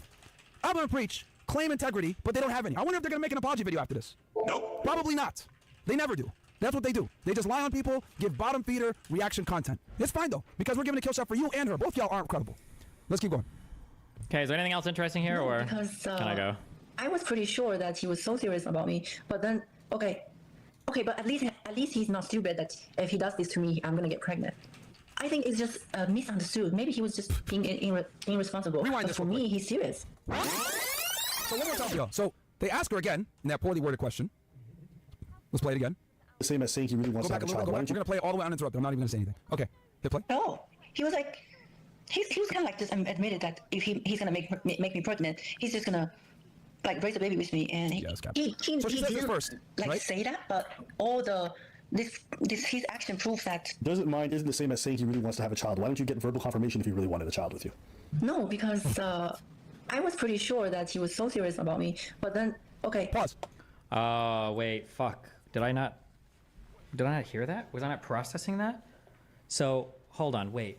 If I heard that correctly, she just said then they never did actually have a serious conversation about having kids. That's what that means, right? That's how she answered that? Doesn't mind isn't the same as saying he really wants to have a child. Why don't you get verbal confirmation if he really wanted a child with you? No, because I was pretty sure that he was so serious about me, but then okay. Pause. So in one sense, she said he wanted to have a kid. Then Abba even asked her, right? Hey, well, why did you give verbal confirmation? No. So she never got confirmation at all that he wanted to have a kid. And again, remember, guys, because look, when you look at that phone call, right? As dumb as Fresh is for having sex with this fucking dumb bimbo, right? We need context. So he's with her, knows her for a period of about 20 days. That's why I told y'all, context matters. They had hung out for cumulatively for approximately 20 days. He's vetting her throughout the process, right? But also stupidly having sex with her. Let's add that, right? Unprotected. He says, I don't want kids. She agrees. She does a pregnancy test on the 24th. It's negative. Cool, right? All in the clear. Okay. She knows I don't want kids. She doesn't want to have kids. Keep in mind also, guys, this girl's a bodybuilder. She doesn't want to ruin her body. And we know why she doesn't want to ruin her body besides bodybuilding. It's her moneymaker, if you guys don't remember earlier in the show what we showed. Correct? So, obviously, this girl's had plastic surgery, etc. She's a very vain person. All right? So, in his head, he's thinking, okay, she don't want to have a kid. She want to ruin her body. I told her I don't want a kid. She agrees that. She did a pregnancy test. It's negative. So then a week later, she calls and says, oh, I'm pregnant. Right? Which we have the video right here. Let's play it real quick. Do we have it, Bills? Yeah, the call. So, obviously, he's in shock. Like, what the hell? We're going to have kids. What's going on here? So she calls him and she records it. She records it prior to calling him, which, by the way, is a felony in the state of Florida. Congratulations, you committed another crime besides what you did in China, right? Well, depends on what state she's in, and that gets complicated, but... Getting fired from your job for embezzling, and also on top of that, you know, committing acts of potential solicitation here, which we have video proof of. You're committing crimes all over the place, and then you also committed a crime by recording this phone call. It's illegal to record a phone call in Florida. Let's roll the clip. So she calls him a week later, after, mind you, a week after giving Fresh a negative pregnancy test, she calls him a week and says this dumb shit. I want the baby because I don't want to kill the baby. I don't want to kill nobody. I don't want to. You're not. They just give you a pill and it's over. No. I'm pregnant. No, but that's what I'm saying. The pill, they just give it to you. This is her, what she posted, right? A doctor, and then you're good. I am pregnant. I can't pretending like nothing happened. I can't. In my religion, we don't kill. You're not killing him. Okay. I want to keep the baby. Probing questions, get a response. Well, like I said, I just don't want any kids. And she knew that. That's not news. Okay, so what you gonna do? And what you gonna do to me? Pause. See? That actually, fuck. I could have been way more critical. Fuck. I hedged so hard, and you guys gaslight me. Even when I hedged, you guys all shit on me. I should have been more critical of that response. And she knew that. That's not news. Okay, so what you gonna do? Like I said, I just don't want any kids. Probing questions, get a response. Well, like I said, I just don't want any kids. And she knew that. That's not news. Okay, so what you gonna do? I know that she's probing, but what I'm thinking of is you should envision a different state of mind and see how a person would have responded to figure out if the response makes sense or not. Okay, so if they had talked about having kids, and if both of them had that conversation, and if he had said, yeah, of course I'd be okay with you having kids or whatever, when he says no here, why doesn't she respond to that? There's no response to that. That's the thing. I just didn't think of that. I don't know why I didn't think of that. It's so obvious. They just give you a pill and it's over. No. I'm pregnant. No, but that's what I'm saying. Like, is there ever a part in this entire phone call where she's like, you said you would take care of me. You said we would have a baby. You said you wanted a family or whatever. Does this ever come up in this phone call? Ever? Like a single time? I know when she's on shows later, she brings up, well, we talked about buying a house or something. Does that ever come up in that phone call or? The pill, they just give it to you from a doctor and then you're good. I am pregnant. I can't pretending like nothing happened. I can't. In my religion, we don't kill. You're not killing him. Okay. Like, at any point here, if they'd had this conversation, she would reference it here. You said this. You told me we would do this. You said that we could do that. You said that you'd take care of this. You said, but that never happens. I want to keep the baby. Probing questions, get a response. Well, like I said, I just don't want any kids. And she knew that. That's not news. Okay, so what you gonna do? And what you gonna do to me? Pause. See, guys, like, I want to be clear because people keep saying like, oh, well, she's emotional. She's not emotional here. This doesn't sound like an emotional person at all. Like, this is not an emotional woman that's like screaming or like this is a person recording a phone call. And XQC actually pointed this out in his stream, which was a really good point. She sounds like somebody that's recording a phone call. There is a sound when a person is. We watched Amaranth do this as well. Like, hey, how's it going? Oh, I'm so upset about blah, blah, blah, blah, blah. Why are you so mad? Didn't I tell you we weren't going to do anything? Yeah, but blah, blah, blah, blah, blah. Okay, well, did I ever actually say that? Blah, blah, blah, blah. Okay, I don't know why you're screaming at me right now. I'm super calm. Because of you, blah, blah, blah, blah. I don't think I ever said that exactly. Do you remember me saying that? 100%? Blah, blah, right. It's like the one-sided recording is, there's always like, it's very obvious when you're like, it's like you're in trial. It's like asking a witness questions for like the jury is essentially what's going on. Yeah. That's not news. Okay, so what you gonna do? And what you gonna do to me? Pause. See, guys, like the fact that she's like, bro, who does that? Who calls, right? I don't think, initially I read it as like a blackmail-y, like, oh, she's trying to get him to say some fucked up shit. What are you going to do to me? But I think you can, those are articles that get mixed up in Chinese, aren't they? If you say, like, what are you going to do to me? What are you going to do for me? Could you conceively, where's Wicked Spring? Could you conceively mix those two words up? What are you going to do to me? What are you going to do for me? I don't think she meant that in like a, what are you going to do to me kind of way. I think she just fucked her words up there. I'm totally guessing without any actual knowledge of the Chinese. But just based on how the conversation continues from there, that's what it sounds like. Like, and this is what I'm trying to say when I said we got to question everything, right? She calls him, recording the phone call, asking probing questions to try to get an emotional response to make him look crazy. After they had agreed that they were not going to have kids, and you guys saw even in her own interview, she never got confirmation from first that she wanted kids. He told her we're not going to have kids. She agreed to them not having kids. She admitted that in the interview as well, right? But then she calls him saying, I'm pregnant. And on top of that, she had done a pregnancy test a week before. So let me ask you all a question. With the totality of the circumstances, with what we've shown that this woman is a liar, a manipulator, a thief, a criminal, a sex worker, okay? Do you think she's honestly telling the truth here with her being potentially pregnant? She's been doing a fucking press run the past week, going on every single podcast that will have her to talk about this, to bring up her brand and bring up her new Twitter that she just made and her Instagram. She's been doing interviews all over the place. Who would do that if they were actually pregnant with someone's kid? She's been doing a social media blitz, okay? That is really weird. That was one of my big ways. So yeah, I'll name the kid Abba Preach, Chen, whatever. Like what? Who does that? If you were actually pregnant, would you actually do this stuff? Right? Nope. The reality is this, guys. He didn't want to be with her. He sent her home. She got angry about it, waited a week. Also, for somebody who's like kind of clueless and doesn't know what's going on or blah, blah, blah, why does this is my, honestly, this is a big thing too, but I never brought this up. Fuck you guys. I should have been able to bring this up before, but you guys would have said I'm being crazy. One big question I have is, I think this is a legitimate question. Why the fuck does she have Discord? That's actually, in my opinion, that's one of the weirder things that's happening here. I have no fucking idea why this chick has Discord. That's really wild to me.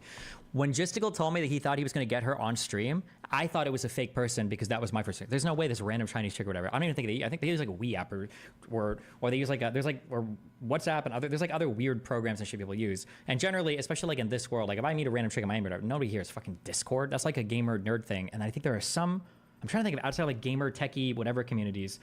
Not like the idea that like that's just such a weird thing. I don't know. Oh wait, hold on. Someone said it's because she played Overwatch with Fresh. That could be it, maybe.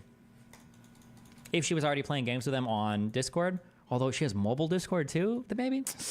I don't know, but maybe if she got it, if she had it for playing against other people, that could make sense. Someone probably got in her head while she was up there in New York, and she said, you know what? I'm done with this guy. I mean, she didn't have PayPal or Cash App either. There are certain apps that if you're escorting, people won't take payments on them. They'll do crypto, cash, or there are a couple that are like good for anonymous stuff, but I don't think escorts or people that do sex work will use apps like PayPal, Cash App. I don't think they'd use Venmo either. I don't think. I could be wrong, but I'm going to burn down the whole building while I do it because I'm angry and I feel a certain way. So I'm going to let my emotions get the best of me, and I'm going to air out all this stuff because they're not going to know about my past in China. Everyone has Discord nowadays. That is absolutely not true. They're not going to know that I got fired from a job for embezzling. They're not going to know that I was running around selling myself to people on the internet. They're not going to know that I was a sugar baby and that I was doing all this other stuff. They're not going to know that I stole money. If she isn't pregnant, then what's her plan? Are they saying she's just going to disappear after Fresh pays her? I think the goal is just coming. There's no chance the baby's coming. I think if she was pregnant, it's already aborted. I don't even know if she was ever pregnant. That's my guess. We do now, Jin Chen. We know who you really are. You're not credible at all. Because you did it. You thought that your past in China wouldn't get back to us, but it did. Because in your own foolish attempt to go viral with this, people came forward and told us who you really are. You thought you would escape China and your past back there, but it came back to haunt you, and it's coming back to haunt you now. And you're getting buried with the fucking truth. Because everything I showed is factual. We know who you really are. We know what you really do. We got video. We got documents. Everything. Let's read some of these chats. We got here Zachary. Fucking mic drop, bro. Like, this chick is done. Like, wow, Sound Hiker, thanks for the gift of sub. You're not, Jin, I know you're watching this thing right now. Jin Chen, you are not credible. All right, is there anything else? Are we good? Behind closed doors. All right, I love you guys. I gotta go gym. My gym closes in an hour and 40. Be careful. Reverend Cappuccino, Cappuccino, Cappuccino, Cappuccino, Cappuccino, Cappuccino. Catch you guys next.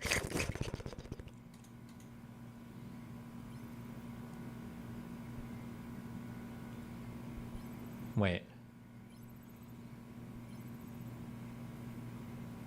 Ooh, hold on. Can I extrapolate from that? Hold up. Oh, that's kind of interesting. Am I reading too deeply into that? What was the date that she leaked Fresh's stuff? Does anybody remember?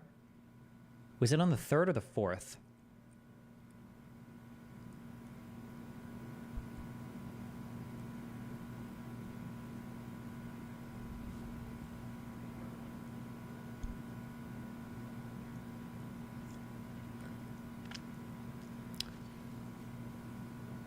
It might have been the 4th. Jessica, just looking at her Discord account, her Discord account that she was communicating on was made on April 3rd. So she literally made this fucking account, like, just to start jumping into. I knew it. I've just got a huge brain. My brain is so fucking big. I have such a big brain. I talk to so many chicks that have no fucking Discord at all. As soon as I have to worry when I bring this shit. I'm like, hey, do you have Discord? And I'm like, ooh, actually, just lose my number, fam. I'm like, oh, fuck you, bro. Cool people have Discord. They're like, I only talk on WhatsApp if you want it, or fucking Snapchat or whatever. It depends on if you're talking to Europeans or not. God, I have such a big brain. Did someone ask her to create one? I don't care. She joined. She had better mic quality than 99% of the guests. This is a media blitz. This is a media tour. It's all intentional. The baby trap guess is up to 52% now. We're over 50%. Okay, 52% is the guess. Stop! This is crazy. I just want to make sure I understand. Oh, I've always made such a bad take. Okay. Let's hear from our favorite communists. Yeah, I accept a lot of race jokes. Yeah. So if I called you the N-word, you'd be okay with that? I don't think that's a joke. What if I said it in a funny way? Okay, well, what's the funny way? Go ahead, try it. Go ahead. Like with the ER? No. Destiny's favorite word. Let's go, use it. Well, hello? Yeah. My mic is. I heard him say it.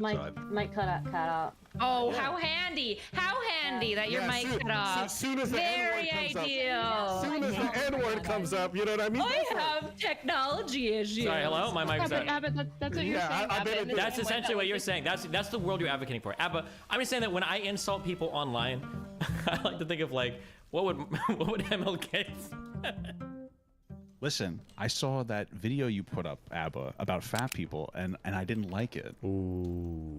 Which one? The one about making jokes about fat people? No, kind of. Yeah. Okay. So the most recent video. Oh yeah, I don't. Yeah. Go ahead. What's wrong with me? Which one? Are you the one I make fun of the fat girl, or the other one where I say like this whole like fat acceptance thing is nonsense? I guess a little bit of both. Because the first thing, because there's a couple. It sounds like you're ready to get through this as fast as possible. So I'll try to be very concise. Yeah. When you're calling him out on his mistakes, he wants to move through as quickly as possible because he feels really like. I understand. I do the exact same thing. That's why I wanted to move through the rape apologist thing, right? So listen, the first video I saw was that swim thick video, and like the only thing that I got out of that kind of bothered me was the understanding of like loving yourself as like a fat person, because it seems like a lot of people think that means you're supposed to love that you're fucking morbidly obese, where it's more about just like loving yourself to the point where you're ready to work on yourself and actually like work on your health. It's eating yourself to death. So it felt like you didn't really understand that. But then in the most recent video, I had the biggest issue that I had with it was the fact that like your assumption was that this girl didn't tell people she was fat, or the guy, so he canceled on her, and then you use that as like an excuse to call her a whale. And I don't think that's a proportionate response. Hold on. No. So here's what happened. Okay. There was a bunch of news articles saying she was posting selfies and then basically using incredibly deceptive pictures to basically get some affection or whatever it was. And then she'd show up on the date and the person would be revolted, and then that turned into like some giant scandal. And I'm like, okay. So then she does a video, and the video starts with just her face. I'm like, word. And then the bitch back up, and I was like, God damn, yeah, I'll probably leave the day too if you hit your face and you hit your body. And so, yeah, I had no qualms about doing that. No. I have no qualms about doing that because all the people be like, oh my God, this is unacceptable. You can't make fun of these people. You can't say that kind of mean stuff. I know for a fact that if some short dude was lying about his height the whole time, showed up like in as a hobbit or some shit, nobody would have any qualms about me making all kinds of roast jokes about him. But now it's a fat person. Everybody wants to walk on eggshells. So hold on. I don't really give a fuck. Both should be unacceptable. That's the. I'm wondering what article you're referencing. There was a bunch of social media posts, and there was an article specifically that she actually referenced herself that said that they quoted her. Wait, hold and they on, had an interview. The Sun article. I think it's either Sun or something like that, but someone said they had an interview with her. She quoted the Sun article, and she was calling that one out. But in that article, it had all of her original posts linked in it. And if you had just watched them, that narrative would have been destroyed immediately. So if that was the one you're referencing, then like the idea of what you got out of what she said is like completely destroyed, because she's very explicit in like a series of 3 videos that are linked in that video of like, hey, he didn't even cancel on, he unmatched her, he didn't even go. And then she's like, well, I'm going to show you my fit because I was going to go out. So she shows people the fit that she thinks is cute, and then she follows up with like, oh, something about how like this is all the photos I use in my profile. I don't know, like it has nothing to do with me being fat. He just unfollowed, and maybe it was because he would like, I don't know if you guys have this sometimes when you get like very erect, you know, like you get into werewolf mode and you think everything's attractive, and then maybe he had his post nut clarity and found her unattractive because she was fat. But it had nothing to do with the fact of her misrepresenting herself, and it says it inside that video. Like it references all those TikToks, so it's like confusing. Hold up. So the narrative is pretty easy. I can actually link you the social media posts and the articles that were linking to that. Right, cool. Now, if the article more in depthly at the bottom or somewhere in there kind of laid out the rest of the point, then maybe I didn't read it correctly. That's fine. But there's a giant difference between me making up some kind of narrative that actually existed online based off social media posts in the article itself, and then me misreading or misunderstanding the situation, one, and two, the video was up for like 30-40 minutes before I took it down. So you have to understand, once I was apprised of the information, I immediately removed it. And so what's the issue that you have with what I did things? It feels like you're trying to ascribe to me some intentionality to paint her some way that she wasn't actually painted in the social media. Is that what you're trying to say? It seems like you didn't go through like the proper steps to just like verify what she said in the articles you're referencing to kind of dunk on a fat girl. That's what it feels like to me. And by the way, just so you know, I watch your content. It's not like I hate you and I'm in here for like I'm not saying you do, so go ahead. You should hate him. You are. I should, right? But no, but like that's it. Like that's what it felt like. And maybe I'm wrong. Maybe I'm coping. You're not wrong. Papa Gut. But that's what it felt like. So I want to talk to you about it. So if you want, if you just want to say, yo, I don't feel like you did your due diligence, and I feel like if you'd have been a little bit more primed and a little bit more well researched, you could have avoided that entire narrative. That's fair. Sure. Yeah. But then even afterwards, when you were like, yeah, I don't know, you were basically telling people like, well, what research do I really have to do? I would say just watch her core TikToks to see what she has to say. I don't think that's an unreasonable step of research. Yeah, just do one piece of research in your life. Jesus. No. Listen. You guys can say that's probably the kind of research you do, and I think that's a reasonable ask, and you can certainly make that ask, and I could say no.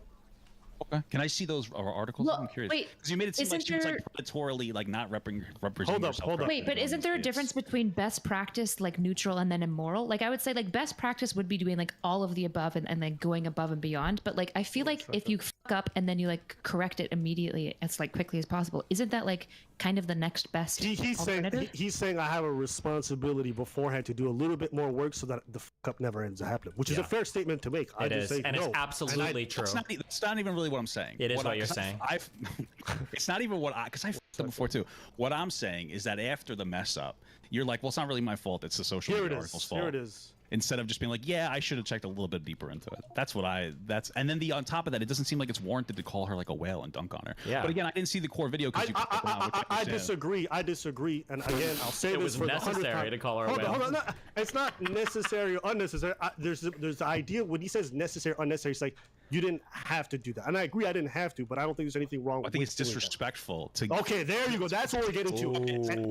And that's my point. It's only disrespectful. Okay, listen, if you're operating off the information that I had, let's say hypothetically, everything I believed at the time was the information. True. Okay, hypothetically, if I said everything I said at the time was true, okay? Okay. You would only say what's the specific narrative that you're saying is true?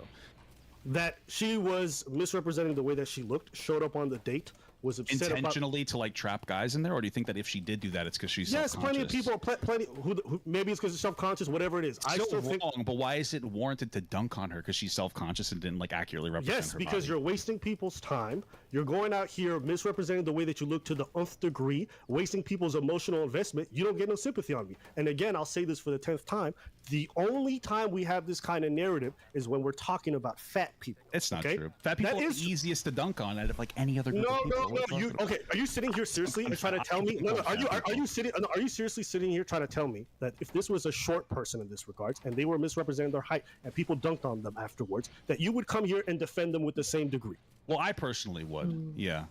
But that is the biggest cope. That is the biggest cope. But okay, that's not the correct question. If you said, would society do that? I'd say probably not. It's not just society. You wouldn't do it either. I probably would, but that's cap, bro. I just can't imagine having compassion for someone different than him. I literally have seen no, stop. I have seen hundreds of videos dunking on short people every single day. Did Papa Gut do any of those videos? No, but I don't see people defending them. I don't see people going out of their way to make commentary saying you can't make these. Vast majority of the people just socially accept it. Let's keep it a stack. The only reason why this is a big deal. I wouldn't do that. Yeah, Papa Gut wouldn't do that. And now he's criticizing you. Are you holding yourself? Come on, Destiny. What the fuck? You're What? just pure shit. No. It's a fair point. Papa God would never do any of these things. Abba's holding him to standards of other internet people. That's not Would fair. Papa Gut, if Abba did the same thing but about a short guy, said all the same shit, would Papa Gut be dissatisfied and say, I know you apologize, I know you took it down, but you should have done more research. Yes. No, he was 5'6". Papa, you realize that No, Papa you God is should've literally known. 5'5". Yes, of course he'd be here saying the same shit. Absolutely. I'm really short, so I'm very offended by Well, that. listen. If you are the only person on this planet that would, congratulations. Wow. Can I just see the sources? Like because Yeah, show him the source. Show him one source, Abba, if you've ever seen one in your Oh life. my gosh. Okay, Danstony, let's go. What? I'm just asking. This is the guy that's like, Hassan doesn't do any research and he just calls people incels. We'll stop. I've already sent you a friend request. I can send you the links to the social media posts as well as the article that I referenced, and then we can go there. Again, if your point is I should have done more thorough reading and that's it, then I'm cool with that. Here you go. Like I said, I don't think that a girl showing up to a date and like not representing her obesity. And that's your opinion, and we disagree. Yeah, that's fair. We don't have to keep arguing about it. I don't want to go in like a circle, but like I just don't think that warrants a level of disrespect of calling. True. We should have like basic human dignity. That's fine. And I would say that the only reason people say that is because it's a fat person. No, and I think they're fair game. If a short guy doesn't accurately represent himself, Nobody cares about short guys. Nobody cares. Nobody cares about short guys. I feel like I hear short people cry a lot about short people. Listen. Oh, okay, and nobody cares. Sorry, Papa. Where are your defense of short people videos? Like, why are you spending your time on fat people? Spend more time. Link one, Abba. Link one short person You defense should video. spend more time shitting on short. That's the better. No, where's his defense of short people? Stop. I've literally, my most viral video is one defending short people. So I don't even know what it is that you're talking about. Is it also dunking on a fat girl though at the same time? And dunking on tall people? Yeah. Okay. So that pretty much covers it. Yes, that was your main criteria issue with what I said. Yes, I appreciate you talking to me about it. Thank you. No, it's not a problem. My pleasure, man. I like it. You shouldn't have liked it. It was a pretty rude and disrespectful conversation. I feel like he's carrying over a lot of that energy. He's carrying over a lot of that energy from the video to you. I appreciate the commentary there. Destiny, I understand where you're coming from. As a short person, you know that your issues have never been catered to. And I just want you to know, Destiny, I'll fight for even you, short king. Can I explain why I'm not like? He's over offended by 5'8", what he's okay. saying. Most people, hold on, because here's the thing. Like, I still disagree with you, but at least you're not like playing this baby bullshit game of like, well, that's not actually what I said. Like, you're just like, yeah, listen, I don't give a fuck. So many people, especially when they say some shit that I don't particularly care about when it's like for fat people, because I'm a obese piece of shit, They're like, pretend this game. We're like, no, I actually care about fat people, blah, blah, blah, blah. I'd rather you be like, you know, bro, fuck off. Like, that's totally fine with me. I can respect that. I'd rather just your face. I just don't care like about this whole idea of like not making fun of people based off physical. I think you can make fun of people. I just don't think that like when it comes to like a disrespectful thing, I just feel like disrespect should be met. Well, disrespect. Hold on. What you view disrespectful? So I wouldn't be disrespectful to her. The idea when you say it's disrespectful is you're essentially trying to say that this is stuff that shouldn't be uttered online. That's essentially the connotation. When you're saying that like she's a fat whale because she misrepresented her, I just don't think that's a he really said fat whale. Absolutely, bro. Hold up. Wasn't that girl a cutter? It's not a. That's funny, Destiny. Well, would you actually sleep with her? I'm proud of you. You're getting better with your jokes where you're not saying I'm joking anymore. Very good. I will say that based off the context of which I took it in, I do not feel bad for the joke. Now, understanding the context in which I said it in, I not only took down the joke, but I apologized for it. So that's the difference. I agree that I'm not doubling down on the joke. No, I don't feel bad for telling the joke specifically. I feel bad for directing at somebody who didn't deserve it in that context. You understand? I get what you're saying. Okay. Right. So here's an example. So no, I'll just finish. So here's an example. If there's a shit dude on screen, I'm not gonna just go off, rag it off like, hey, and do a bunch of jokes and go hard and roast the fuck out of him for the rest of the time. Why you did to her? All right. And so I wouldn't do that. But however, if he's out here acting big chested, all right, that's the difference. I take it's not a. He really said fat. What you view about this whole idea of like not making fun of people based off physical. I think you can make fun of people. I just don't think that like when it comes to like a disrespectful thing, I just feel like disrespect should be met. Well, disrespect. Hold on. What you view disrespectful. So I wouldn't be disrespectful to her. The idea when you say it's disrespectful is you're essentially trying to say that this is stuff that shouldn't be uttered online. That's essentially the connotation. When you're saying that like she's a fat whale because she misrepresented her, I just don't think that's a he really said fat whale. Absolutely, bro. Hold up. Wasn't that girl a cutter? It's not a. That's funny, Destiny. Well, would you actually sleep with her? I'm proud of you. You're getting better with your jokes where you're not saying I'm joking anymore. Very good. I will say that based off the context of which I took it in, I do not feel bad for the joke. Now, understanding the context in which I said it in, I not only took down the joke, but I apologized for it. So that's the difference. I agree that I'm not doubling down on the joke. No, I don't feel bad for telling the joke specifically. I feel bad for directing at somebody who didn't deserve it in that context. You understand? I get what you're saying. Okay. Right. So here's an example. So no, I'll just finish. So here's an example. If there's a shit dude on screen, I'm not gonna just go off, rag it off like, hey, and do a bunch of jokes and go hard and roast the fuck out of him for the rest of the Why you did to her? All right. And so I wouldn't do that. But, however, if he's out here acting big-chested and being arrogant or whatever, then that's when the roasting comes in. Now you can was that the narrative of what she did? Like, was she like, oh, f this guy? Was that the narrative? No, the narrative that what she did was that she was intentionally misrepresenting herself on her pictures. No. Hey, listen, I don't care if it's not big-chested. That's not the only criteria. But that's what you just said. That's the criteria for the short guy. That's the criteria for the short guy, and the short guy was also misrepresenting himself. If the short guy was misrepresenting his looks online, wearing a bunch of heels that were 10 inches, or just taking angles that were intentionally deceptive to hide the fact that he was a hobbit, then the moment I found out, I would roast the fuck out of the hobbit. Do you understand? Yeah, now, so that was wrong. I think it's okay to say, like, yeah, people have preferences, and so somebody doesn't have to date a fat girl. No. You're thinking of like the politically correct answer, which is like, oh, I'm gonna just say that that's incorrect and you shouldn't do that, and that's fine. That's the empathetic, regular. Look at him show his ass. I will. Politically correct to treat people with basic human dignity. So if a trans person does the same thing, can I call them the T-slur if they show up and they don't tell me they're trans? Are you consider calling someone fat or a whale the same as calling someone a slur? Wait. No, I want to hear his answer. I want to hear his answer.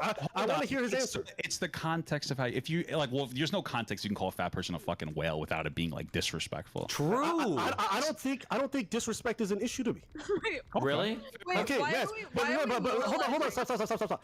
Do you think there's a difference between calling someone a slur and then calling someone a disrespectful? Yeah, I think that slurs are additionally disrespectful. But I was just thinking like a general argument. Is it okay to be? I guess you would say it's okay to be disrespectful.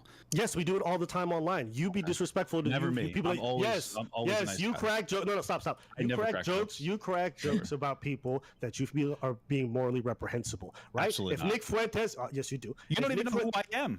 I do know who you are. I'm literally the one who advocated for you to come on this thing. I'm fangirling. Thank you so much. I think I'm more I'm tuned in. What I'm trying to say is, if you're being honest, I want you to say this right now. Are you saying there's never been a time where someone was being mean online or saying crazy stuff and that you didn't insult them? Jokes all the time, absolutely. But I just don't think that she was being mean by like it not representing herself. I think she was being worse than mean. I think she was being worse than mean. She deserved it. She's catfishing because she's just. If you catfish, no. If you catfish, fatfish, whalefish, I don't care what it is. If you do that, okay, you are doing something worse than being mean. You're wasting people's time. You're wasting people's emotional investment. Worse than being mean.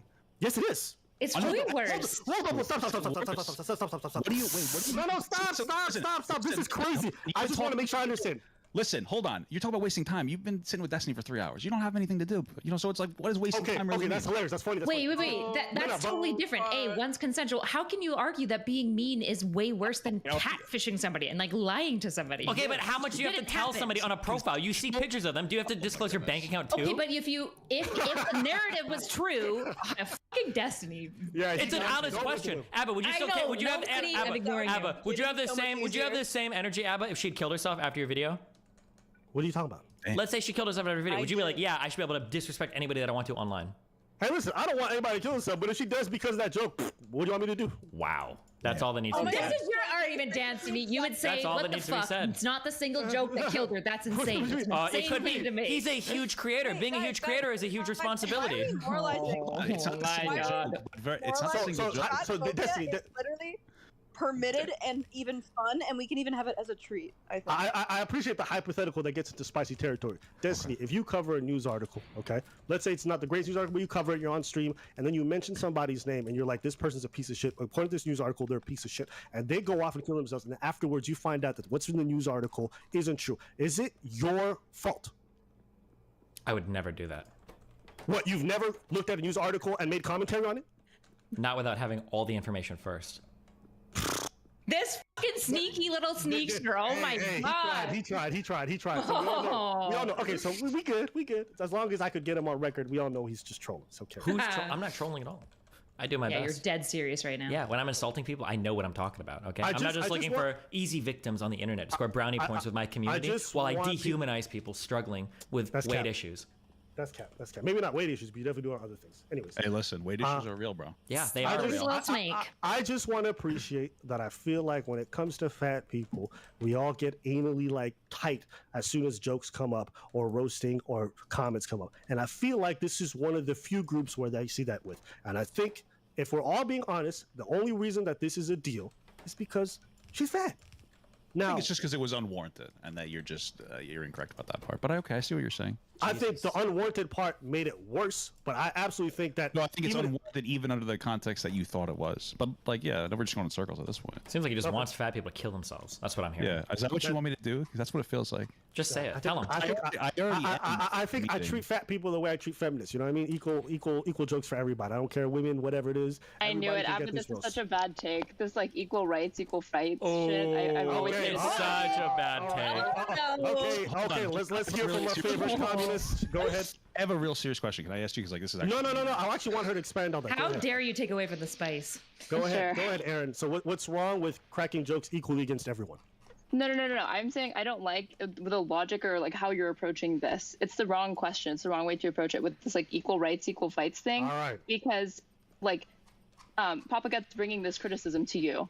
Mm-hmm. And I guess the way that he framed the criticism, it kind of opens the door to these like endless divisive comparisons, and you're kind of just pointing to like, well, it's justified because other people do this and other people do that, and why doesn't anybody get equally as mad about this? Absolutely. Rather than just staking it on principles of how people ought to be treated, which I think is where Papa Gut was saying, which is that like, hey, you're fine to roast them, but like maybe keep the weight out of it, you know? True. Yeah, and I don't prescribe to that. I don't think there should be anything that's off limits in that regards. And so you prescribe to the things where it's like, let's make this a limit, or let's not talk about this, or not joke about that, which is fine. There's plenty of people who live in that world.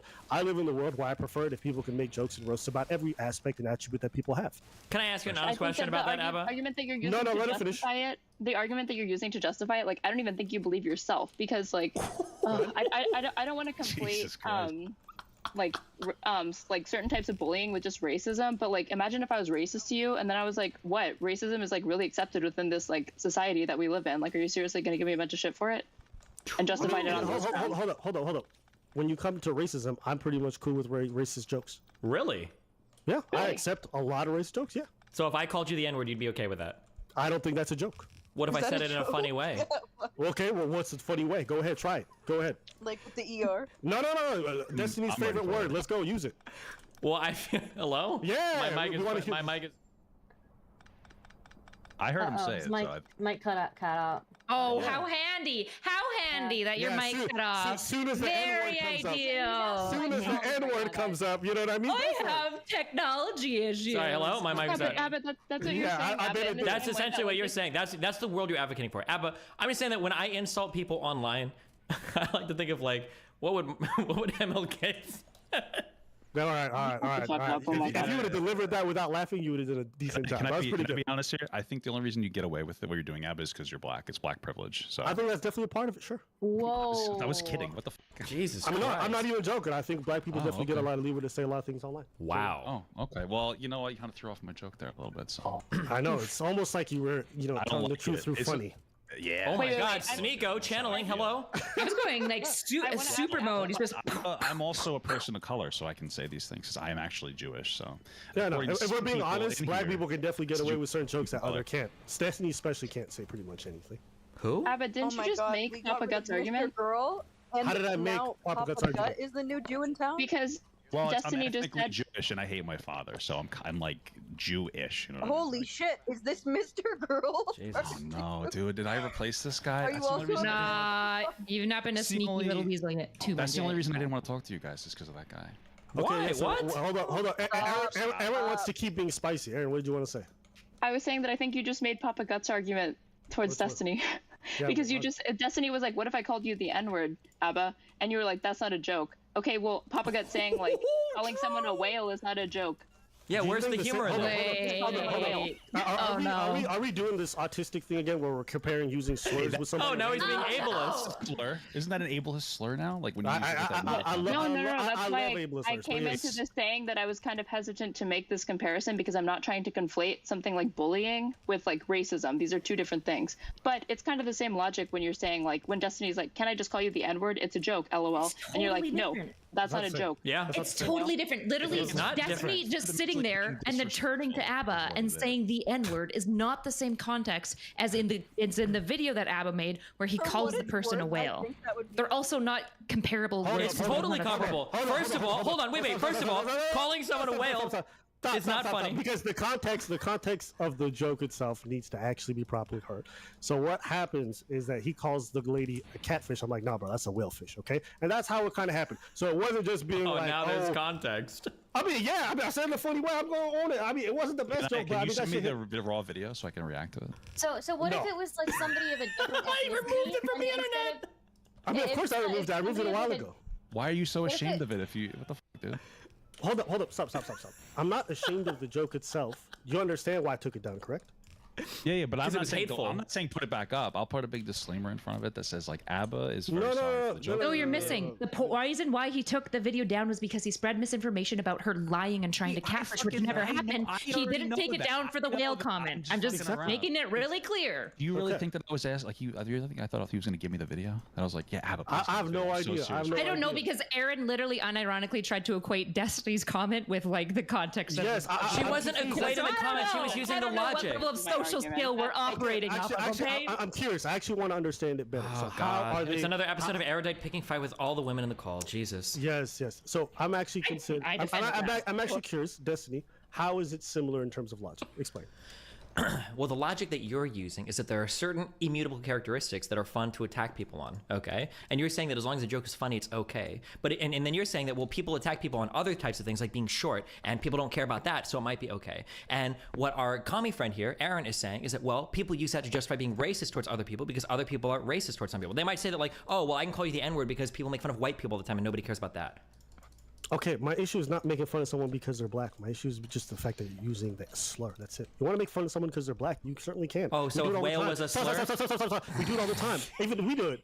And if it became a slur, then you can certainly make that argument, but it's never become one, so you'll have to address it. Wait's not immutable. Wait is not an immutable thing. You're also correct about that. But if it can be. Stop. When Wesley Snipes was on the scene, people were calling him Darkness Falls. Nobody had no issue with it. There's plenty of people who do black-related jokes that get to slide, and nobody has a problem with it. So this idea... that's not necessarily Me and Papa God would have problems with it.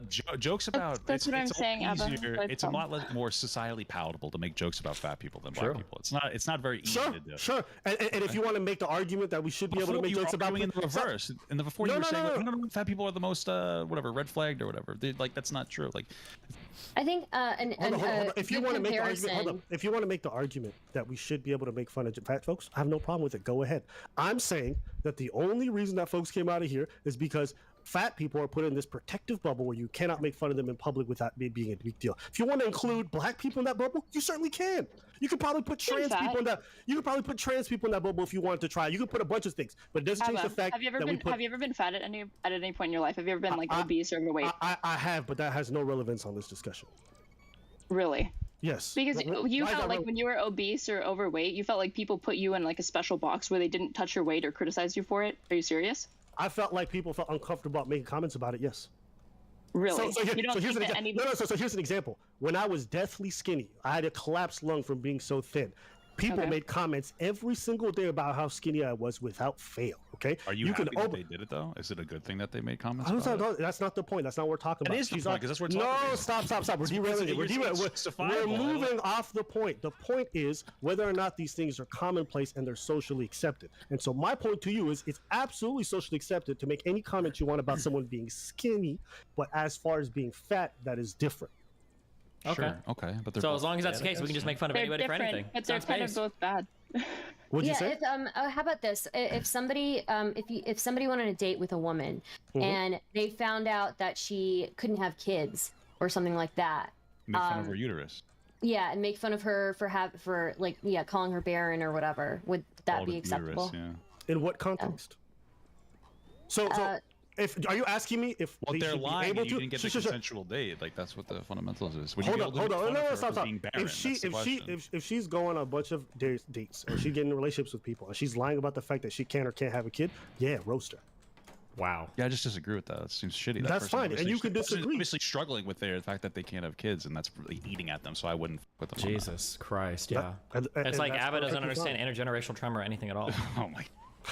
No, it's not that. Let's I think the biggest problem is that like, so your argument is that like you shouldn't be getting after me for making this because it's really socially acceptable to do it to these other like to short people, right? Okay, so fast forward 20 years. If it's now unacceptable to make fun of short people, would you be backing off of That's this not claim? you're misrepresenting my premise. My premise is simple: is that we should be able to make fun of folks for pretty much anything. Now, I exclude slur out of it because of the historical context of them. But outside of that, I think you should be able to make fun of people for pretty much anything.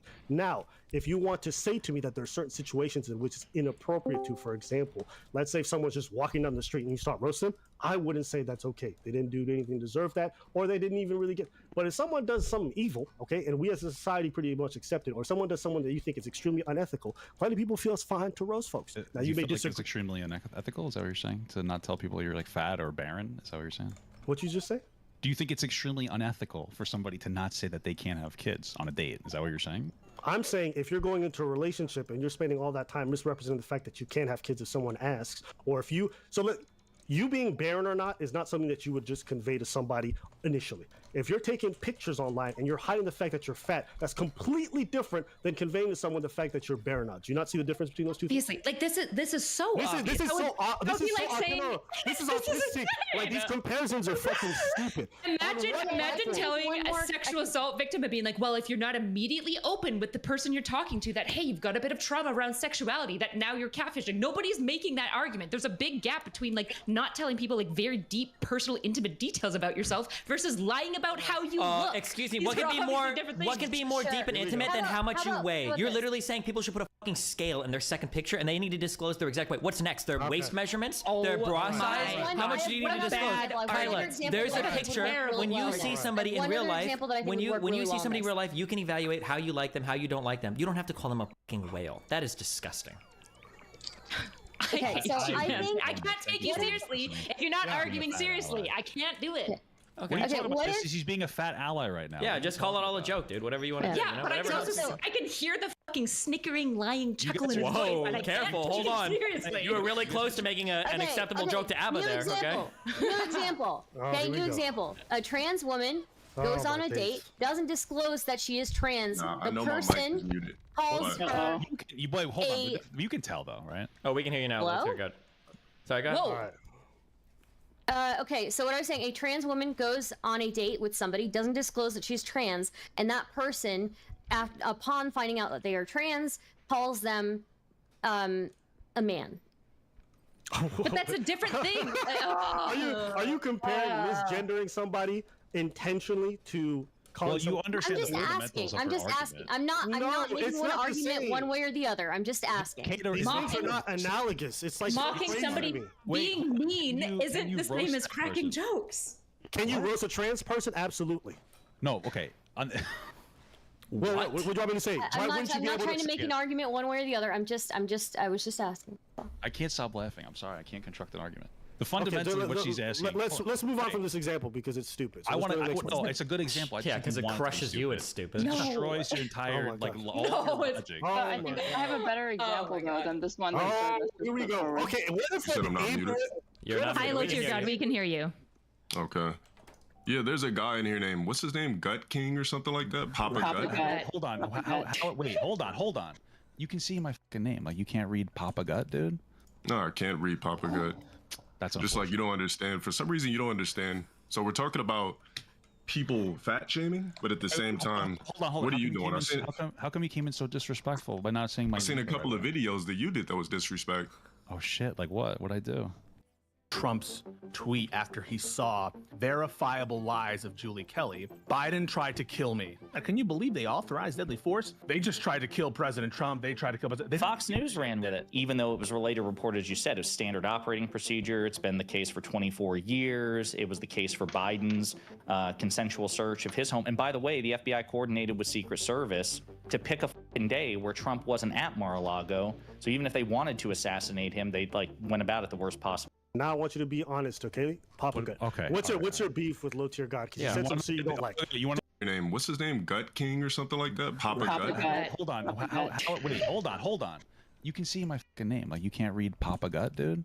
No, I can't read Papa Gut. That's just like you don't understand. For some reason, you don't understand. So we're talking about people fat shaming, but at the same time, hold on. what are you doing?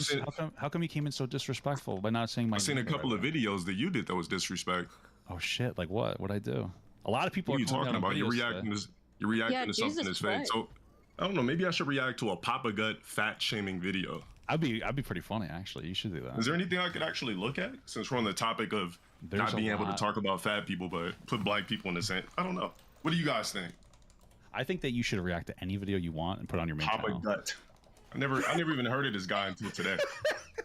I think that. Oh no! I just had to hop in for the simple fact What's that the video? What's the video that I reacted to that you feel like is bad? Come on, man! Don't play stupid. Ooh, I don't. What's the video? Yo, Papa Gut was here defending Aravis, and now he was saying something about black people. We getting spicy. What's the video that you're referring I'm the to? perfect guy. I'm the perfect black guy on the internet to react to for a reaction. So. Okay. What is that? I'm not. Just be upfront and honest about what your problem is. Like, don't play the answering game. There is no actual problem. I just actually seen that there was a fat guy who was complaining about being fat shamed. So how can you? I wasn't. How can you be fat shamed? Fat man, nobody fat shames me. So that's the thing. But how can somebody complain about being fat shamed when it's a cosmetic issue that can be fixed? Well, it's not just cosmetic. It's bad for your arteries too. But my question is like, what video are you referring to? Now we're going back to the video, or are we talking about how you made a disrespectful video? It sounds like you're not okay. I'm gonna moderate. I'm gonna moderate. Just chill. Okay. So, Low Tier God, is there a video that you want to bring up with him, or do you want to just talk about this fat shaming stuff? I mean, it's not really about the video, but since he talked about me, I thought that I would hop in. Especially since. And what do you want? What do you want to say to this? What do you want to say to him? What do I want to say about fat shaming? It doesn't exist. Okay. Hey, go Wait, on. why don't you think that exists? Go on, High Tier God. Go for it. Fat shaming doesn't exist because it's a cosmetic issue. It's controllable. So how can you shame something that's controllable? Very easily. I think it exists. You're just fine with it. So absolutely, 100%. Every fat person that's fat, it's their fault, right? Even with if you're a fat adult, it's the moderation, dude. Sorry, I was just being a little fun. Listen. It is 100% the responsibility of any fat person that they're fat. Like even a health issue makes it harder, but you can usually do something. It's got to be like a huge outlier to not be fat. That being said, it's usually the behaviors that a fat person is like exhibiting. A lot of times it's some kind of like mental health thing or like a bad relationship with food, stress eating or something, or coping with eating, hating themselves to the point where they don't want to move or they don't want to act. Well, yeah, move. Don't want to actually like move into a better place of being more healthy. Like that's the issue, right? I don't think that we should go around just shitting on fat people just for their existence of being fat. It's fine to like talk shit about fat people, make jokes. I just don't think that it's always warranted to just constantly criticize people for being fat for no reason. It's just a respect thing. I don't think that people should just do it as like lighthearted, fun jokes. That's fine, but that's fundamentally how I feel about that. We're not shitting on fat people. What we're doing is actually not allowing them to feel bad about, basically saying that they're fat when it's something that's controllable. So what's happening is like this is like the concern troll argument. We're like, well, what we're trying to do is help them not be fat by making them realize it's bad. If you actually want fat people to lose weight, you wouldn't like go into a route that's like effectively to an extent like bullies people. Fat people who feel bullied are just going to continue to eat because they're not going to care about themselves and they're slowly going to eat themselves to death. Yeah, that's actually not entirely true. There are cultures. Hold on. And there are some cultures in which fat shaming is very prevalent and that people do keep their obesity down. They do report that in some foreign countries. Also, I would also say that not everyone has the same modus operandi, meaning for some people they react really well. Some people react really well to negative stimuli or like negative insults and stuff like that. But if you want to make the argument that it's not the most effective way, I do agree. I just don't think it's for everyone. That's what problem is Abba's not even trying to do like social work here. Hold on, that's what I just said in the same words. So thank you for agreeing with me. No, that's not what you said, but okay. I said that generally speaking, shaming fat people is not going to make them lose weight. So if you actually care, you're not going to like shame fat people. There are people who respond really well to it, but that's the argument that I made. True, and it's not about health. That's always been like a huge concern, troll, because I mean, maybe this is anecdotal, but I feel like fat people get more shit even at the gym than skinny, ripped people do for working out. Like 100%. People side-eye fat people for trying to work out. They're literally in the environment where they're trying to make themselves That better is and improve. so their rare. That is situation. actually not That's actually really so true. cap. That is Most people so who are not fat- true. Wait, what? No, that's a lie. Most This is people who so are fat shamed who in go to gym the culture. gym This are is so actually shamed in gym culture. encouraged by other Yes, people and ways. yes, That is such a patented absolutely. fucking lie. Wait, hold on. What are you guys getting this from? Like, what's your experience with this situation?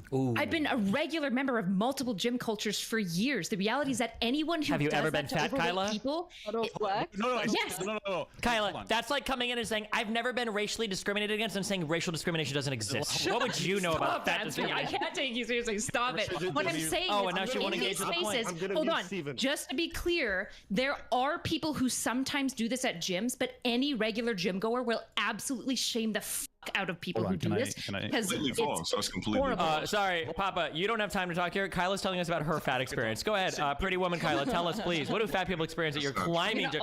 Kyla, how many fat people do you see at your fucking climbing gyms? Hey, Lots. They're Lots. what they're Yeah, there's been actually a lot. calling There's for. actually a lot. So I'll let Papa go and then Lotier yeah. God. So go ahead, Papa. Okay, so listen. People don't know this about me, but like I used to like train a little bit more seriously. Not super serious. I was never super strong. I had like a 600-pound pull. I had like a 250-pound log press. I used to do like farmers walks. I loved strongman. Facts. And I still do, but like in every single serious gym circle, everybody is the nicest person I've ever been in my life. But those don't make up the majority of gym goers. Most gym goers are like kind of not most are assholes, but I know as like a fat person at the gym, I still would get criticized for being fat. You could overhear it. They're snickering, they're laughing. Who? I do it. I do it all the time. Stop. Let Me him and Abba finish. go to the gym and we make fun of fat Let people him constantly. finish. Destiny, I know it's your stream, but I'm taking control. It's the same. It's the same thing with like some of my fat friends. Even when they're more serious about like lifting and they know what they're doing, people still like laugh and snicker. It's not the serious gym goers that like believe in gym culture. Those people are usually like great people. It's the most of the other people who go to these gyms that are like f***ing assholes. That's what it comes down to, and it can be very difficult for fat people to like go to the gym and then like get looked at and snickered at and be like, "Oh, this is disgusting." Even if they're walking on the treadmill and they're like, "Ew, well, gross." Yeah, that's a thing. Sure. I just want you to like understand where I'm coming from with it, Abba. I Like already even do. if you don't think No, hold on. Papa got yes, but Abba. Hold on, wait. Sorry. I said Lotier God would go next. I'm sorry, Aaron. You're gonna have to wait. Okay, we'll get the communist rant afterwards. Lotier God. I'm not good at that, but okay. Can I go after the comment? No, I'm just saying for somebody that Can I hits go the after gym, the cherry? Oh I my hit god. the gym about 6-7 days a week. So if anything, I've never actually made fun of anybody that is fat and trying to lose the weight. It's more so I'm clowning the people who are trying to look cool while working out, like wearing fucking Balenciaga sneakers while working out, dunks. Like we don't make fun of fat people in the gym. That's just I think I know that's, you don't, low tier God, but I'm saying, do you think it's unreasonable for I do. Some do. What? Yes. Guys, Some farm goblin stop, teenagers stop. do. Listen, you guys are Come on, let using me your make my female argument. privilege to cut him off. Please, Lotier God, finish. I'm just saying, me personally, somebody that has been going to the gym for years, I've never even been in any type of circle where we're clowning somebody that's being fat. If anything, we're clowning people who, like I said, are trying to look cool, or females that are wearing like booty scrunchy shorts. I call it ass fishing. Like we're laughing at shit like that. We're not laughing at the people that's really trying to correct, the mistake or correct the eating habits and fix themselves. Because like I said, being overweight is a cosmetic issue. It's something that you can't help and can't fix as an you know adult. that they're not trying to correct themselves. Since, Wait, can I? People aren't just going to go around and be like, I'm trying to correct myself. Like in general, how do you know? Like, just Can I speak as someone who was obese and lost the weight? Because I feel like this always gets Worst hijacked person. by this gets hijacked by fat people who are still fucking fat.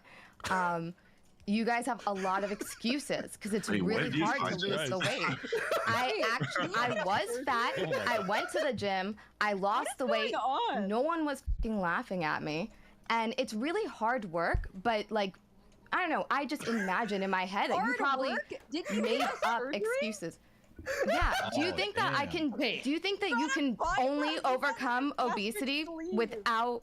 That's cheating. Without going to the I'm gym. not even gonna front you. Bipolar is so awesome. This shit was. It's not bipolar, it's borderline, but go ahead. Borderline. No, that no, shit. Hey, borderline. hey, Cherry, Look up- you got me on okay, the okay. border of my She seat literally- right now. Cherry said, how can I make But this wait, about hold on, Lab, guys. wait.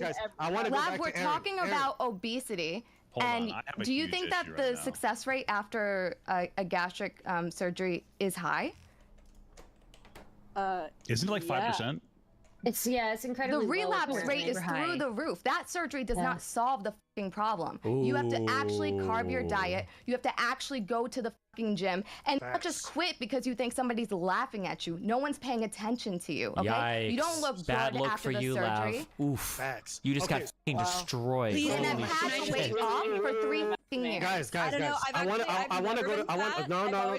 Very perfect. Okay, we're gonna stop. No. So Aaron has been patiently waiting, and even though she's a communist, she waited her turn. You go next.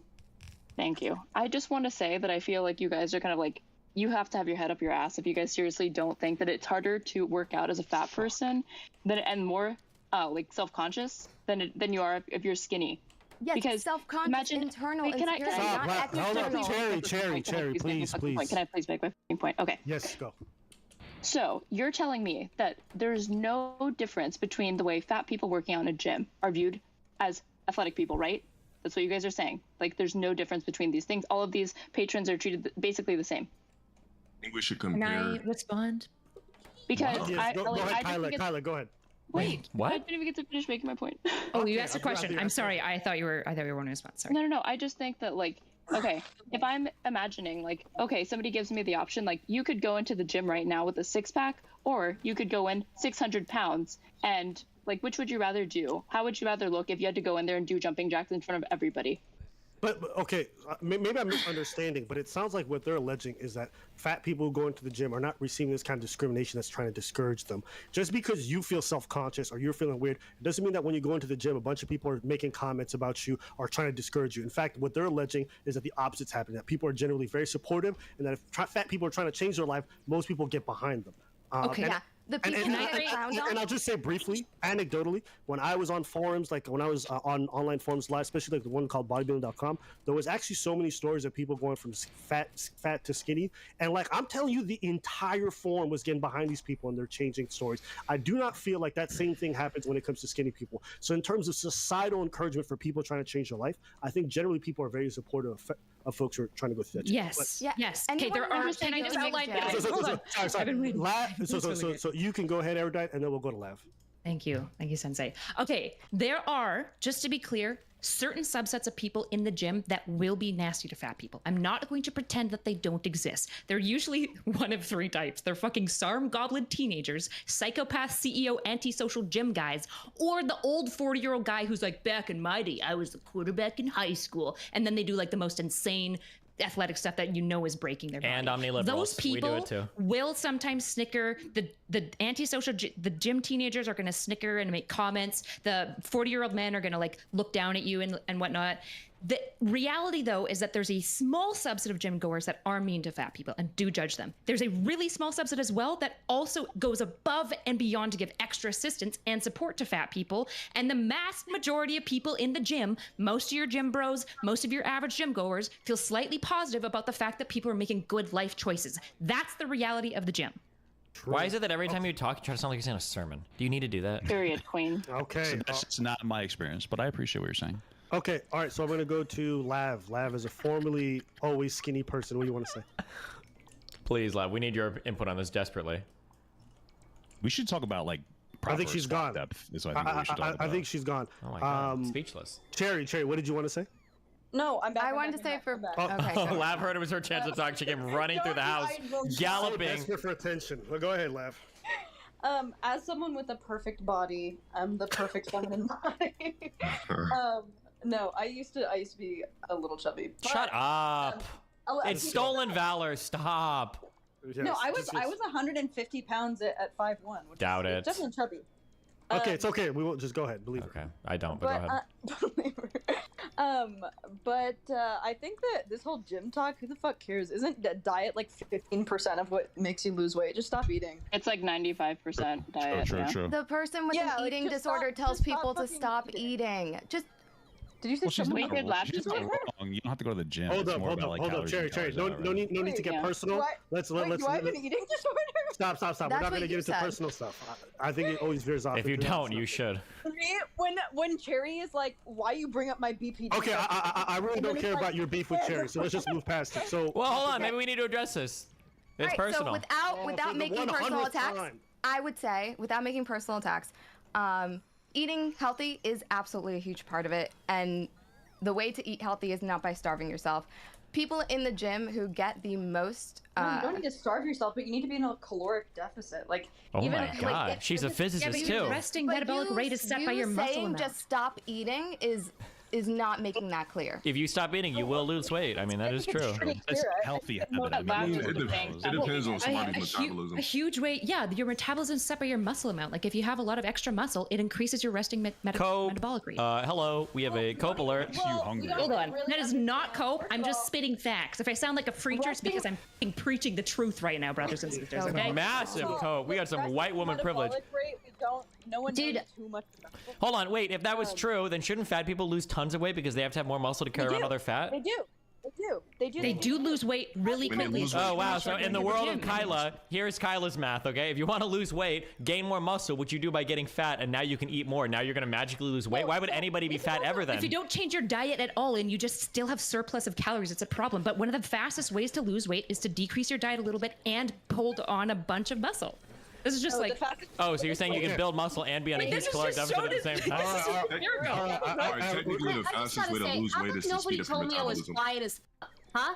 How come nobody told me I was quiet as fuck? Because that's how we I've been prefer sitting you, here- Stardust, when we can barely hear you. That's just how we like it. Okay, Wow. so I like Stardust. So I'm just trolling. Don't worry, I'm just playing. So No, you said it. So now it's done, Ava. It's done. We're enemies now. 20 minutes of cardio. Like, you don't need to work out that f***ing much. You just need to eat a ton less. And there's you can that lose woman privilege, that pretty woman privilege. There it is. No, this is terrible. Now you don't even need to work out. Especially for eating disorder people. No, No, Oh, Erudite, the other body in chat, tell us. Can I? I would love. Sorry, Papa. We're listening to the pretty young women right now, telling us how to build our I bodies. feel like instead of just talking about pseudoscience and what people think they know about fitness, can we not just get back to the original discussion, which is about fat? No, I kind of like this one actually. Aramar is not f***ing pseudoscience, just to be clear. I'm not encouraging people to be anorexics. I'm encouraging people to put on muscle mass and keep eating, and you'll still lose weight. Just heads up, Kyla literally believes in f***ing Ayurvedic medicine, okay? Ayurvedic medicine, and she's telling you how to diet. Oh no, even I know Ayurvedic Motherfucker. isn't all that. Okay. So. She's like, you're guys, too guys. vanilla Erudite, so I'm gonna trigger the fuck out of you. We're losing. Making everything about yourself. We're losing the plot. We're losing the plot. So let's come back to the I got original lost a while contention. ago. Well, let's not go back to the original. I think we've exhausted. No, because low tier god. Low tier god still got a beef with you, and that's what we really want to get down to. Okay, give me the beef. What's up, brother? I don't know why you hate me so much. I'm not sure we have the beef. I literally just found out about this guy today. Somebody in my chat was like, "Yo, this guy dropped 2 videos on you." I'm like, "Who the hell is this guy?" Googled you. So I want to ask you. Wait, let me respond to that really quick. Yeah, I go watched for your conversation with Destiny. I thought it was cool. That was like one of the videos I talked about. That's all you Yeah, said? That I didn't look at, but once Actually, I thought it was actually good. I didn't like low tier god. What a piece. Okay, of shit. but don't suck him off in person. Now I want you to be honest, okay? Papa good. Okay. What's your beef with low tier god? Because you said something you don't like. You want to Just know my get to it. beef with them? Yeah. Is that Yeah. I watch your squat depth is terrible. No, don't joke around. Be serious. my God. hold on. For this Alright, guy, so- what are you talking about? I don't know what you're. Wait. Squat depth is terrible. Okay, so let me ask you a question. How tall are you? I'm 6'4". Okay, 6'4". I'm 6'5". Okay. Squat depth. I mean, you know what range of motion is. I usually go ass to grass. What are you talking about? I don't know, bro. I saw a video. It looked like you were half squatting, brother. What video is this? You took? You're talking about the video from what, 3 years ago? I don't know. Maybe. Sure. I think he's just Yeah, it's trolling. probably a video from 3 I years was ago. just like joking around with it, but like, yeah, I did see that. But I'm like, okay, your form got better. I don't really care. I have no actual beef with you. Yeah, I don't have any beef either. But my thing is, when I see people try to react to the June the King bullshit, that's when I'm like, okay, he's an automatic troll. Ooh, I see that. So it's a video titled "From Immovable to Delusion: Low Tier God's Story" on Papa God's channel. What do you say to that? From immovable to delusional. Yeah, and it's not even a story. It's like some random guy that just, everybody in my personal life, yo, this guy dropped a documentary on me. I'm like, how's there a documentary on me when I've never literally gave out any information? So when I see people react to that, I'm like, what the f is this? Like, okay, it's another troll. figure, so I imagine there's some information that might be true, right? Not unless you sit down and had a conversation with me and I asked. I mean, how do you get information I've never released? Well, is there anything that you want to tell me to like set the record straight on that? Like I got wrong? Oh, a little late now, isn't it? You just went, oh my God, you just went full Abba, didn't you? Since like Oh no. 2018, 2019, like I think it's a little bit too late. I mean, everybody's gonna put whatever narrative they want. That's but true. usually when I see people react to that, I'm like, yo, okay, And you've this had guy. that video up for 7 months, just That's spreading true. misinformation. Are you going to delete it now? Here's the 7 thing, months. This is the problem, dude. Is I'm just a React Andy, so I didn't actually add anything to the video. It's basically just a re-upload. Wow, wasn't that what Abba was saying though about? So you just spread misinformation. So first and of all, you don't care. I know there was like a world trolling. I don't know what in there is misinformation. Just because you're saying it's misinformation doesn't mean Have you that done the it's basic amount of research necessary to know it's No, you're- misinformation before you started profiting from it? I did not check his TikTok. That's right. That's true. I didn't check his TikTok beforehand. You should I have don't done know more what's in there research. that's inaccurate. Okay. Maybe it wasn't accurate. Maybe it I'm was gonna ask. accurate. I'm gonna ask the real question. Low tier God, what's your problem with fat people and this whole fat acceptance movement, like for body positivity shit? You know what?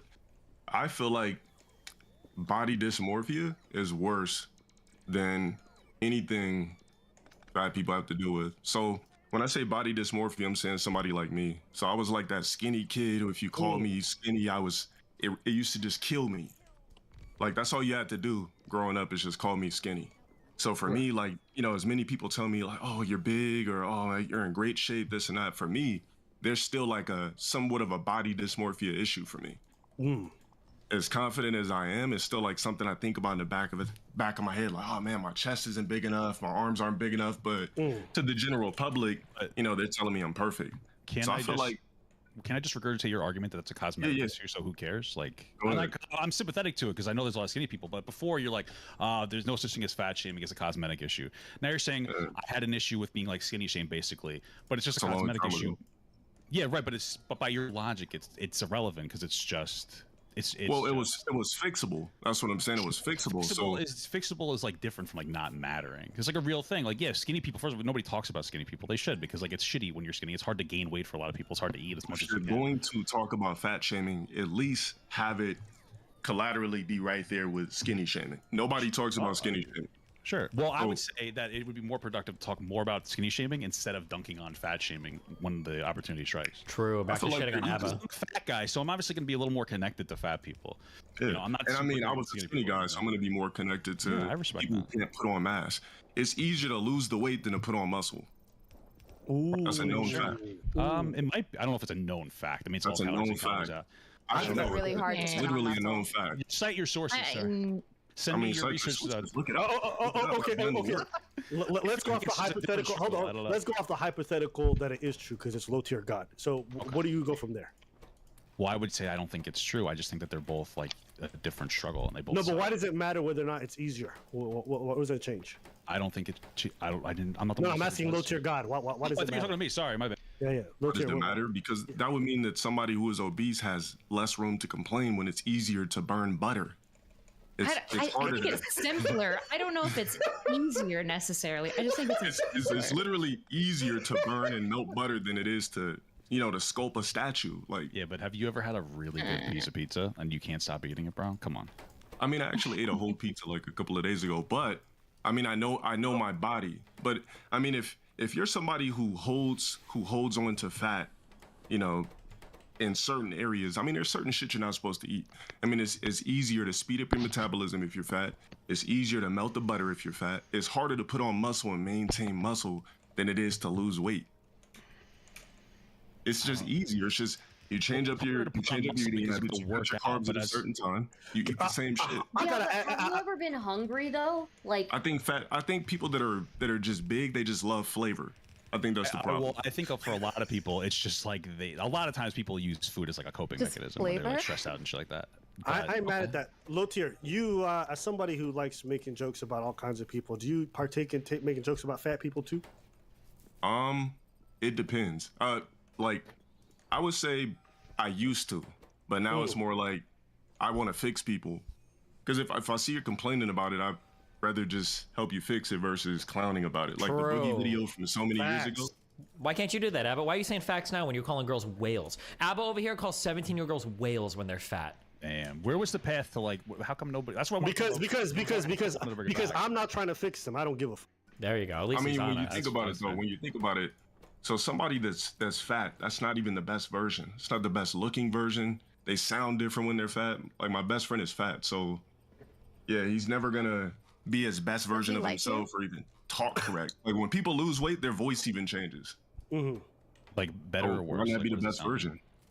I mean, there's two different versions of of Majin Buu. There's like the fat one, and then when he gets skinny, he has all this extra power in Dragon Ball Z. So that one was Yeah, but nicer. he's scarier when he's skinny. He's scary as fuck. It was evil and he was killing people. So like by this logic, I should say fat because skinny people are evil. So I mean, I thought the skinny. I want to ask you. You said you want to fix them. How are you trying to fix them? Personal perfection. I feel like nobody that's actually fat is really 100% comfortable in their own skin. As much as Lizzo says that she's like, oh man, I just love being fat, like it's big girl power. Like, come on, she's not really that happy being obese. It's frustrating because they put it in their. It's a cope so that she doesn't. They put it in our face that they're like happy, like that. There's so many people on TikTok that say that they love their body, and they look at Nick Avocado, whoever the hell that is, and he's like, I'm happy to be rich. Are you really? I don't think he's really happy. He doesn't look happy. There's a difference between saying loving your body versus loving being fat. Those are not the same thing. Loving your body is about coming to terms with you to have more confidence so you stop eating yourself to death. It's not about how I look. It's not to say, I feel like some people, listen, there's crazy fat people on the internet. Before you guys were talking about how I would like dunk on like liberals basically before. And I used to do that because I used to be a little more edgy, a little cooler, a little more based. But then I got like a little older and I started to learn, like, I even dunked on like the fat positivity shit until I realized that like it's about like not eating yourself. No, that's cap. This is such a mind read though. You're basically saying like it doesn't matter no matter what they say, there's no way that they could possibly be happy or like content with their body. And it's like that's just we can't that's just not No. Sorry, I'm disagreeing with Cherry right now. Like no, so I'm like we're doing a mind. I have watched hours of fat liberation TikTok shit. Okay, they go on there and they say that they are like ideally healthy at like 200 pounds. Well, I think those people are the minority. Yeah, but that's what is worth criticizing. Yeah, but you've got to think about like women with like PCOS. It's not a mind read. Can we just stop that just for a second? Listen, and let's also just be clear. When we're talking about fat people, we're not talking about somebody with love handles. We're not talking about someone with X-ray. I'm talking about like morbidly obese people. Can we stop the whole fun thing with like, oh, they're good with their body? They're not good with their body. Okay, it is completely uncomfortable to be that obese. First off, the kind of health issues that you encounter from being able to breathing, sleeping, in terms of just getting up, the kind of pains that you develop. Like, let's stop this idea that they're happy with their body. They can say, okay, I'm accepting where I'm at. I'm not going to punish myself every day and hate myself. That's what they're saying, though. No. That's actually a lie. Stop. The reason why I say that's a lie is because when you see a lot of this movement develop, you're seeing these articles being developed. You're seeing the narrative being put. Stop. During COVID, I strictly remember everyone saying you really couldn't be that open about the comorbidity issues of fat people when it comes to their likelihood of dying of COVID because they said it was fat shaming. And that was a mainstream narrative. Let's just stop with the fat cope where we're saying stuff like, oh no, that's what the movement is not about that, because once you see it applied to real life, it's literally out here killing people. We're having a hard time having a national discussion. That narrative. Where'd you see You didn't hear the narrative about the fact? I don't know. I didn't actually see that narrative. I've seen people on TikTok like going ballistic, but a lot of these people are just loud minorities. Yeah, it is minorities like ABBA. I literally hear people complaining about this. I know you want to troll. I know you want to troll, but I really don't care. I'm going to be honest, and this is something that really pisses me off. Okay, he's so fucking mad. Especially for the black community, obesity was a huge problem, and that's why they overwhelmingly were dying from the shit. And the fact that we can't comfortably have a national discussion about the fact that fat people are dying far more from COVID and being open about the fact that we need to change some of our ways pisses me off to no end. And I know Destiny, you're trying to joke, and I appreciate you. That's not an issue. I'm just saying, for me, this issue is especially annoying because our community was the most affected one, and everybody wants to move around the issue, talk about, oh no, it's just about love. No, it's about avoiding difficult conversations because it's financially better for a lot of people to keep these people fucking okay? So I'm not going to accept I think you're both actually a little bit true here, though. Like, the difference, I actually think that we're slightly talking past each other, because I would agree with Abba that there is kind of this cope where you're, like, not allowed to talk about the fact that there are major health deficits. The issue is that there's actually still difference, though, between, like, morbidly obese people and just fat people. And let's be honest, we see all of them as being fat, just, like, different degrees of it. And there's this element, like, this is actually, like, what Papa God is saying about, like, as far as, like, trying to learn how to love your body is actually, like, very common in binge, like, eating disordered, like, treatment and stuff. Is like the whole goal is not to say like I love being overweight, but it's to go like I have to accept my body as it is and like learn to love it, because it's the only way that I'm gonna stop abusing it with food. Like, that's also true at the same time. And so it's like we have to like figure out in the conversation how to not lie about like some of the risks and implications with being obese, but also not like fully just like attack fat people and like tell them that they're icky all the time. But I feel like because of this obsession with being really okay with being fat and obese results in, I think, skinny people getting picked on. I don't know. Yeah, but like skinny people getting picked on is like when pretty girls are like, I hate when guys bully skinny on people. TikTok. I don't feel like skinny people get picked on. The issue is like skinny girl pick on is the same as when like really pretty girls complain about how like everyone's always hit on them. It is really fucking annoying, but it's a very different type of problem than when you're a woman with PCOS and you work out and you cut your diet and you're trying super fucking hard, but your hormones are insane and you can't lose fucking weight. And yet when people see you, they just think yuck, right? The narrative right now is if you care about your diet or if you are even dieting, you are being fat phobic.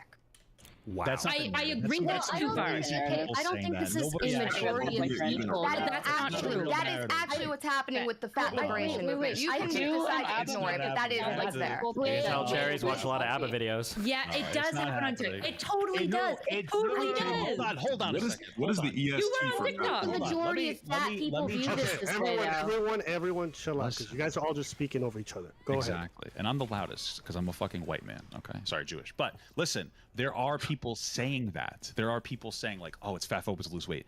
That doesn't represent the majority of even fat people. Most fat people, to be real with you, just want you to stop talking about them, whether it's positive or negative. It's just as, I think it's just as bad when somebody goes, oh my God, you're so confident when they post a picture of themselves, like look like, being overweight. That's just as bad as calling somebody like a fat pig. Like people just want you to stop talking about fat people. There are crazy fat people, just like there's crazy everything in any group of people. Okay, can I engage with the crazy then? Because that's the problem that I have. Yes, nobody's saying you can't. I engage with the crazy. I think it's ridiculous. I've made videos about these. Okay, that's literally where all my criticism is. Okay, then we'll talk about the extremes afterwards. But Papa Gut, this is not just a fringe issue.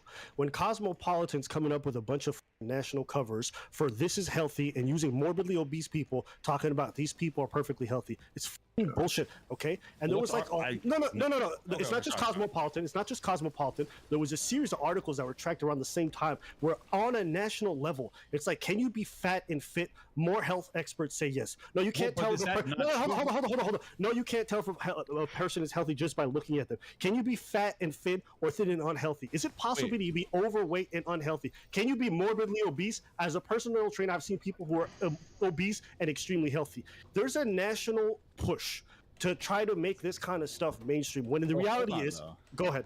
Sorry, I didn't mean to cut you off. You keep finishing. I'm a little stupid. Go ahead. No, I think you're going to try to say, isn't it true? Can't you be really? Well, hold on. Listen. Okay. I know the healthiest that I ever was 330 when I used to like train a lot. Like I had no health problems. I just got back from the doctor. I was pre-diabetic at the time. They were like, you need to get your shit together. I got my shit together. I was still very fat and I was healthy. I don't think that weight necessarily, I'm not saying that it doesn't always, because a lot of times you look at somebody fat, but it's about the habits that they've been engaging in. When you see a fat person, like, what do you think that I'm eating? Do you think that I'm having like broccoli and chicken every day to get this fat?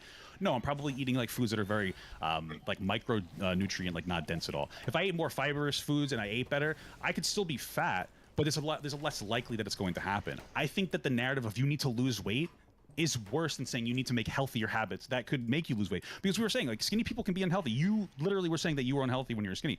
I don't think it should just be about losing weight. It should be about eating healthy. And I will say one thing that I've been wanting to say is that not a single time in this conversation do we ever have a conversation about good advice to a fat person to start losing weight, other than saying you're fat, you're unhealthy. Armor. I was saying that you were at your healthiest at 330. That was literally just you just made something up right there. That's not true at all. I remember Erudite. I remember Erudite just sitting there talking about the fact that if you just lower your calorie intake and then you increase your thing, you build your muscle mass. It's actually a great way to lose weight. Well, yeah, we know that, but that's not specific, like fat specific advice. Well, if you want us to do a whole live stream, no, it is.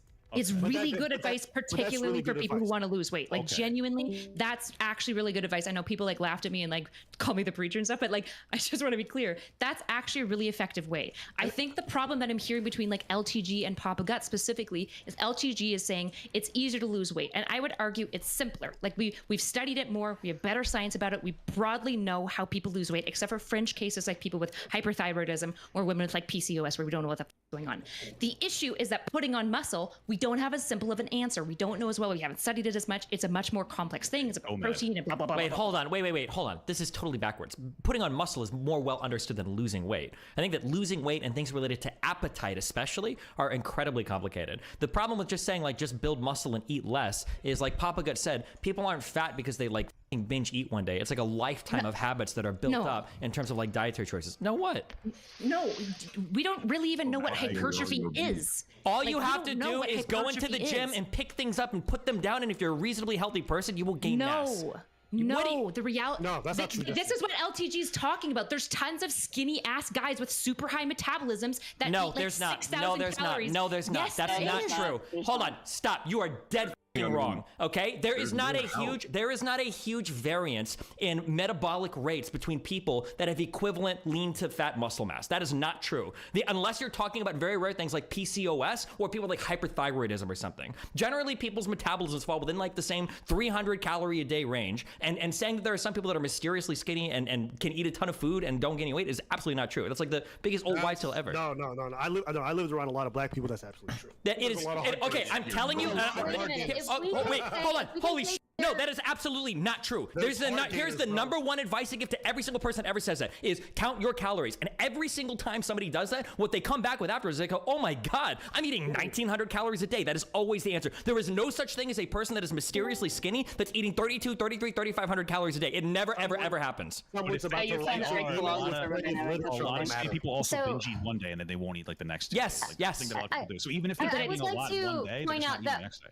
we have debunked this idea that there are people who have slower metabolisms. If we've debunked that, I think we can also debunk the idea that there are just magical people who have like so much I apologize. faster. I meant to say RMR. Okay, RMR is the better What does word. that It's mean? not metabolism. Resting metabolic rate. Resting metabolic rate. That's more what I'm talking about. What isn't quite the same as metabolism because RMR is a much more fluid thing that you can change. For example, if you're super active, for example, if you have a higher amount of muscle, you burn more often. Yes, this is true. No, what you just said. Stop. No. Stop. No. He just started going to the gym, and so Hold all on. of a sudden, he's just going crazy. Okay, hold on. What you call RMR is also referred to something called BMR, okay? Your resting metabolic rate or your basal metabolic rate. That is not contingent on the amount of activity you do. The more activity you do, the higher your TDEE is, which is your total daily estimated expenditure. That will increase if you do more activity. But your basal metabolic rate is basically just going to be a function of your lean to fat muscle mass. That's it. If you're an incredibly muscular person, if you've got like 8% body fat and you weigh like 250 pounds, yeah, your RMR is going to go massively up. But it's not because of the daily activity you do, it's because of the composition of your body. Sorry. Okay. We are capping hard. It's kind of nerd. We are capping hard when we say that we know more about how to put on muscle. That's we're not though. True. That is absolutely true. If you are a RMR is not BMR. I'm not saying RMR is BMR. I'm not saying that. I'm sorry if I'm misspeaking, but that's not what I'm trying to say. Here's the reality. You can find 1 million people that are trying 1 billion different diets and half of them work, half of them don't, because a lot of them have a lot of trouble sticking to different diets. But you can find a lot of retards that go to the gym and curl all day and somehow have decent looking bodies. It's not hard to build muscle mass. You go to the gym, you pick shit up, and you put it down, and that's it. Like, if you want to talk about like optimizing, you have to yell over them. They'll never shut up. Every personal trainer I know disagrees with Destiny and would literally fight him to the death if he. You bring anyone in here and I will fight him to the death. Bring anyone in here. First of all, the fact that you even cite personal trainers, which by and large are f***ing retards when it comes to anything to do with bodies, is evidence enough that what you're saying is retarded. But what I'm saying is absolutely true. Dude, there's a whole new field of f***ing research that's opened up relating to like f***ing biomes in your f***ing poop chute. Okay, you're literally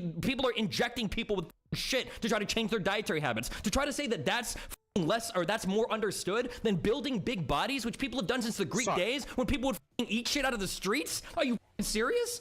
People have been building muscle for all of human history. People are like just now learning that our diets are incredibly complicated things. You can't say that building muscle is less understood than your diet. I'm losing my shit. I listen to people who live the life rather than streamers who are online all day. Okay. Oh, that's good. Nice. Good. So good. So next time, just say I don't have any idea what I'm talking about, but I'm going to allude to other people who, guess what, probably go to listen. Abba, you bring on any weightlifter ever. Abba, I will tell you, Abba, I'll stake my whole reputation on this. Okay, if you bring in any weightlifter friend, they're going to make the same joke you did about you. They're going to say the people that they make fun of the most are the people that sit in min-max fucking workout programs online and never go to the gym. What they're going to say is if you go to the gym and just pick shit up and put it down, you're probably going to build muscle. Every single friend you have that is big will tell you that. I promise. Have you tried the muscles, but he has the knowledge. Have you tried the starting strength program? It doesn't matter what I've tried. Everything I just said is true. And every big friend you have will tell you exactly that thing. 100%. Some people, just to be clear, super ripped person. Because I play computer games all day. What does that have to do with what I'm saying? Everything I'm saying is 100% correct. No. You say you're going to the gym all the time. I'm going to the gym tonight. I'm going to the gym. So if you've been doing it, how come it hasn't worked? You have all the knowledge. You have all the time. I'm not, because I'm playing video games all day. Okay, just hold on. Are you trying to argue with whether or not I'm big or not? Is that, if that's the argument I have, we can have that argument, but it's not going to change whether I'm right or wrong. I'm arguing that you have the knowledge, you're ready to do it, you have the time, you say you go to the gym all the time, but it turns out that you're applying it, it's not working. So why is it not working? You're counting calories. I'm not. There are more variables to gaining muscle. There are just so. What are your lifts? What are you talking about? If you just want to talk about my personal progress on fucking weightlifting, we'd have that conversation, but it has nothing to do with what I just said. Please bring in any weightlifter friend that you have, please, and they will tell you exactly what I've just told you. Bring them in, please. I promise you. Gaining mass especially for certain lifts are really hard for certain people with certain types of bodies. So most people, if they go into the gym and they just do some squats and they do some benches, yeah, they're gonna put on muscle. But for some people, for example, because of the like lever length, because of multiple things about the length of their legs, absolutely, this is actually true. They will struggle to do lifts, and then they'll do it the exact same way that everyone else does. It'll injure them. They'll be weak as fuck, and they don't put on mass. This is true. This is why most people get very like the shit personal trainers suck. But if you get a really good personal trainer and you're somebody who's struggled to gain, it's night and day. I know this. Bro, this is Nick's. If you're just trying to build muscle, you don't have to pick up a fucking barbell. Just sit a fucking leg press and build your fucking quads, or go into any fucking machine and pump a fucking machine. You'll build mass. You don't have to do the fucking barbell lifts if your goal is to just build some muscles. Yeah, we get that. But Abba making digs at the gym progress to win a debate, not cool. Who cares? Stop! Don't interrupt. Yo, Cherry, if you don't believe me, when I see you, you can touch my legs. Okay, I'm not playing. I'm okay. Oh, so really quick, can I just jump back in here? Okay. I was saying before, I've been trying to, I'm not good at these group debates. Okay, guys. You gotta scream loud. I'm more quiet. My wife is sleeping in the next room and has to wake up in 5 hours. I can't scream. Okay. Here's what I wanted to say. Before, you gave good advice, calories in, calories out. You can do like your IFYM, all that other shit. I'm talking about the fat people. Like, we know we got to eat less, and we know that counting your calories will help us lose weight. Most fat people aren't motivated to do that. When I said this, I mean more like better long-term overall habits for fat people to do. Yes. Like, get up and walk for a half hour. That's the first thing, is like get up and walk for a half hour a day, because that's going to be good for your heart, even if you don't like necessarily lose a ton of weight. Trying to replace all your sodas, even if they're diet, with water. Trying to have like some vegetables at a meal. I know all I'm saying is, as a fat person, like we all know we got to eat less and count our calories to lose weight. We're just not doing it. That's all I meant by advice to fat people that'll actually stick, because obviously we're idiots. That's all I was saying before. The best advice you can give fat people is to lift heavy weights and put on a lot of muscle. Like, that is going to be the best advice overall, because then your RMR, which is not your BMR, motherfuckers, your RMR will increase, which is better. Also, Destiny, I brought up a fucking personal trainer, so now you can bring a personal trainer, but just so you know, you will never, ever, ever outlift a bad diet as a fat person. You will never do that. If you're fat, you've already got the muscle. You need to lose the fat that's wrapped around it. A guy with 40%, 38% body fat is not going to go to the gym and outlift his fat. That's never going to happen in the history of all of lifting kind. Hold up. Low tier god. Low tier god. You're a bodybuilder. You lift for a living. Like, yo, what do you think about this conversation? You agree or disagree? How you doing over here, dude? I definitely disagree. I feel like you can hit a plateau. It's not as simple as going to the gym, picking up weights, and putting shit down. Like, there's a science. He's talking about hitting a plateau. I'm talking about getting a guy into the gym for the first time. All right, let's put this into equation. So when you walk into a supplement shop, right, it's literally catered around fat loss and how to lose weight. There's not too much shit on how to put on muscle. If you want to put on muscle, okay, we can sell you this protein. Oh wow, is there any pills I could take to put on mass? No, we don't have pills to put on mass, but here's this protein powder. There's more of a science to losing weight than there's more of a science to putting. None of those weight loss supplements do anything. Yeah, hold on. You know what works in the supplement shop is protein and creatine. And if you want, you can get the mass gainers. There are no weight loss pills that you can buy at the gym to lose. Science behind it. Okay, hold on. The weight loss pills are like a pipe dream. I know from experience that doctors will prescribe you fucking psych meds to help you lose weight to fat people, because they don't really give a shit. Like, they're just trying to. Adderall helps too. If you want to have a real conversation about losing weight using drugs, you need to get on meth. Okay, that's the honest truth. Okay, it's not gonna be a fucking supplement pill in a fucking gym store. Suppress your appetite. I mean, honestly, Destiny, if they can have fun and lose weight, I feel like fat people have a lot of options in that case. That's fucked up. My dad died of meth. The problem is that people that Your dad died of what? meth, dude. That's really fucked up. I can't believe you made that joke. That's not even true. Fuck you. It's. I wish. I mean, fuck. Is it actually true? I mean, okay, I doubled down. I'm sorry. That was a bad gamble on my part. Sorry. That was. Did he become skinny before he died? Bro, I fucking wish. Wait, no. Okay. No. He's still pretty fat. Oh, he's not dead. He's not dead. What the No, it was a joke. It was a little goof. Oh, good. Okay, I did on double one down. I was level, good right? on On one level, right? Fat loss is really simple, and on one level, lot of muscle mass, risky jokes gaining today. muscle is really simple, right? So the answer for muscle gain is progressive overload. The answer for fat loss is caloric deficit, right? But both of these things interplay into each other a whole bunch, right? So if you do a decent amount of lifting weight, muscle becomes a catalyst for fat loss because all of the activity that you do now increases your MMR or RMR more, right? So you lose more fat for doing the same thing, the more muscle you have, right? Okay. And so when it comes to hypertrophy, there's a whole bunch of additional variables. So there's like 7 different, what's the word I'm looking for? Breaks in the pipeline, right? Bottlenecks that can cause you to not be able to gain any more muscle and to be able to, and to where you plateau. Bro, If you don't have enough hold on. strength. You can't compare min-maxing muscle gains, which nobody here is talking about and no fat person cares about, to just losing weight in general. These are two totally different things. Like, if you want to get into an argument over like what your optimal sleep timings are and what your metabolic windows are for eating, you can have that conversation, but it's not relevant to the general principles of building. Yeah, exactly. Way down the but line. none of this. That's way down the line. Sure. But there's bottlenecks short, like earlier on in the process, right? So if you have super long lever arms and you try to do any pressing movement, right, you're going to be way weaker than everybody else proportionally, and you're going to be more at risk of shoulder damage. So Because some of your skinny range ass of motion. dude, exactly. So some skinny ass dude gets into the gym. He's like, oh, this shit's easy. I watched Destiny, dude. He told me go lift some weights and I'm gonna get fucking ripped. And then you get in there and you try to press just like everybody else. Your anterior shoulder capsule starts to burst because your humerus is jamming into all of the structures. You develop like not compartment syndrome, sorry, impingement syndrome, and now you can't lift anymore. And you're out of the gym for 3 weeks because all of this information is generalized and works for some people, but then there's a whole bunch of people like these skinny, lanky ass dudes that we're talking about. Hard gainers. We call them hard gainers. And they get a hard time, and there's some legitimacy and there's some like, you know, just eat more, right? Both happen, but like the guys that fall through the cracks are the skinny ass, lanky ass dudes that try to do the same thing as their bros in the gym. They don't understand that there's difference in body geometry, and then they themselves up doing the same thing as everybody else. Wouldn't that difference be like grip width though? It has nothing to do with like the actual rep ranges that you're going to use, right? Like it's all grip width. It's not about rep ranges. It's about range of motion, right? So if you're humorous, there's a way to safely do like an overhead press as a tall person with longer limbs. It would usually be with like varying your grip width. So there's no like and height and depth. Right? So it's like if you have a longer humerus. This is literally true of every single compound lift. There's going to be variations from lifter to lifter. Like not even the compounds. Even if you're doing like a fucking machine unilateral press or something like that. So these people are exceptions, right? This is who we're talking about. I agree that we're talking about exceptions. It's not the average person. The average person is going to walk in the gym, gain weight or gain muscle, right? All I'm saying is that you can take 10 people and send them into the gym with 10 different programs, and all of them will make progress. If you take 10 people and put them on 10 different diets, half of them will drop it after 1 week. The other half will eat the wrong shit and not do anything, and then maybe like 1 out of 10 will do okay. It seems a lot harder to figure out the dieting thing than it does to just go to the gym and pick stuff up.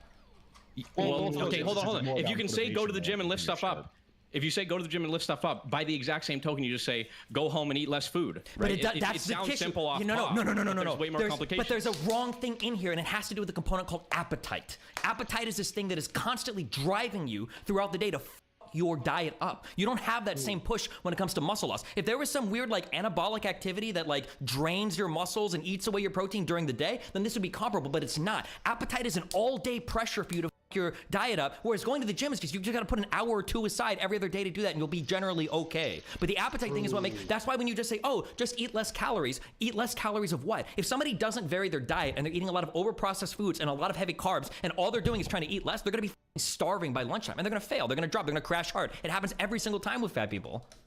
Yeah, so I agree with you. I agree with you completely, right? Caloric deficit is not difficult, but habit change is difficult, right? So finding more satiating foods and finding the strategy that works for you, because right? nobody, Just if like you're in eating, the gym, I think Papa got. You have to find the strategy. No, for you don't need that the allows strategy. You don't need a strategy in the gym. If you just go and do random shit, if you're like a young male, you're gonna put on muscle. You will. As long as you Not go, if you injure yourself. True. If you injure yourself, and if you're dieting and you stick the fork down your throat and bleed out by choking it on it, then you also No. Hey, hold on. This is entirely disanalogous. Okay, me saying that a guy with long ass arms that goes in the gym and hurts his shoulder because he has too much range of motion and not enough rotator. Hold on. Let me finish, brother. Let me finish, brother. Let him so finish, you have a weak rotator cuff, and so then you bust out your the head of your anterior shoulder compartment or whatever, right? So that is analogous to the overweight person who's told lose weight, eat less food, they try, and then like you said, they're hungry by lunchtime and then they binge eat, right? These two things are entirely analogous in the sense that there are complications and there are oversimplified answers. There's complications on both ends, okay? Except we know almost all of the biochemical means by which people lose weight and gain weight, and there's tons of variables for hypertrophy that we don't understand. We don't even really know what hypertrophy is. And yet, how crazy is it that only 2% of people will ever return to a normal BMI from being obese? 2%. How many people go to the gym and put on muscle? It's habit. Yeah, it's I know, right? but how crazy is it that it's so much easier to find people to make progress pics before and after at the gym than people who do with returning from obesity, right? Like, okay, what percentage of people who start going to the gym to get big stay going to the gym by the end of January? A much bigger percentage than people that are obese and try to get back into a normal BMI range. That's probably true. I'll give that to you. I'll give that one to you. Well, hold on, Sherry. That may be true. Kyla, is this the Zumba teacher you were telling me about? Zumba teacher, true. Yo, I'm a corrective exercise specialist and powerlifting coach, okay? Oh, my bad. Wrong person. I think what Destiny was talking about is called like set point theory or something. Stop! No, I'm not talking about that. We don't need to talk about that. No, it's completely different. What we're talking about is like there's a whole bunch of variables that go into why people stay overweight and are unable to change why they're overweight, right? One of the really big variables is how to eat is modeled to you as a child. The number of fat cells that you accumulate stays global throughout your life and is what affects your leptin and ghrelin modulation, which are your hunger appetite, hormones, your hunger and satiety hormones. And so if you're overweight as a kid, because your parents didn't model a good way for you to eat in to create a homeostatic environment in your body, you develop too many fat cells, which makes you more hungry and become less satiated. And so it becomes more difficult for you to maintain a caloric deficit over a long period of time, let alone the fact that you just don't know how to eat well already, right? So it's an uphill battle for overweight people. It's really challenging. The thing is it's known how to change it. Sure, we know but all of the variables. The only point I'm trying to make is, if you have a shit diet, will you ever lose weight with a shit diet? If you're not going to the gym, define shit diet for me. Just I don't know. What somebody says, oh, my diet is shit. You never clean up. You don't do much different. You just have a shit diet. Well, you can lose weight eating nothing but Snickers. Just but realistically, is that ever going to happen? Or okay, let's ask. I'll ask a little bit more. I'll ask a little bit more honest question. What's more likely to happen? Somebody losing weight on a shit diet, or somebody gaining muscle in a shit gym plan? Definitely more likely for someone gaining muscle on a shit gym plan. That's for sure true. Okay, that's all I'm trying to say. There's a science to both, and there's a science to min-maxing both. But it's so much easier to just go to the gym, pick things up, and put them down. Whereas on the dieting thing, it's a way more habit-related thing. Like, no, because going to the gym is a habit too, man. So you're like this is it's not a habit that confusing it's not, adherence. You keep confusing adherence for simplicity. No, the problem is that adherence to a gym plan just requires you to show up at a certain time of the day. Okay, you keep saying this. You keep using these overly simplistic atomic arguments, right? No, but it's very simple to consume less calories than your body does. But that's what I'm telling you. It's the same shit. That it's not. That's the whole point I'm making. That if you only eat over-processed foods, it is very hard to not eat more during the day, because you're gonna get hungry. If I give a guy a chicken breast and I have him eat that and I say you're not eating for 6 hours, he might be okay. I could give him a croissant, which might even be more calories depending on how much butter is in it. That guy's gonna be starving after an hour and a half. It's not, there's a constant pressure throughout the day with your appetite to encourage you to eat a bad diet. For the gym, as long as you go once every other day, you're probably gonna be okay. There's not a constant driving pressure throughout the day to fuck your shit up. Destiny, do you feel like that's just true in an American context, or do you feel like that's true in a worldwide? It's true worldwide. Bro, America's not even in. America is not even in the top 10 most obese countries anymore. It's true. It's a worldwide epidemic. I think this is just your American America is better than everywhere mindset, because I would argue that it's probably harder in a lot of foreign countries to stay eating fatty foods or eating unhealthy than here. I would argue that what you're saying is absolutely true here, but I think in a lot of foreign countries it's actually much more difficult. There's processed food that is that's American. in all of these countries now. Yeah, it's not like we only have McDonald's in like the UK, Germany, France, and the United States. Like, McDonald's is not the same in those places. 1, 2, they're not nearly as accessible or as relevant. I think what you're saying is true for an American context. Worldwide, I don't believe that's true for every place. Okay, well, literally the entire world is moving towards obesity. So I don't know what you want me to say. Like, that's just a fact. That's because everybody's lazier now. No, it's because there's ultra high food, there's high processed food with lots of sugar in it, and people are getting more sedentary. So have what you said, yeah, all across the world. But I think it's access. And I could be totally wrong on this. Brazil, for example, obesity rate has doubled more than 1 in 4 adults over the past 20 years. So this is like America's responsible for half of that. No, yeah, the American diet gets exported to the third world countries. Sure, but I mean now it's everyone's problem. It's easily accessible, high density, like low or high caloric density food, right? It's over processed shit that everybody eats, and then you get. Like, that's it. Like, it's probably impossible. This is my guess, but I could be wrong. But if you actually have like somebody cooking food for you every day on like a well-prepared diet, it's probably really hard to overeat. Because when you're eating like a real protein, like some reasonable carbs and vegetables for every meal, it's really hard to stuff like 2,000 calories in your face. Whereas every single person in my chat that weighs 100 pounds can eat like a whole box of like large fries and probably like 15 McNuggets. 15? Well, I was going for the underweight people in chat, okay? I kind of think that Destiny's onto something because I think a lot of consuming all that grease. Yo, they actually sell 15 packs for chicken nuggets?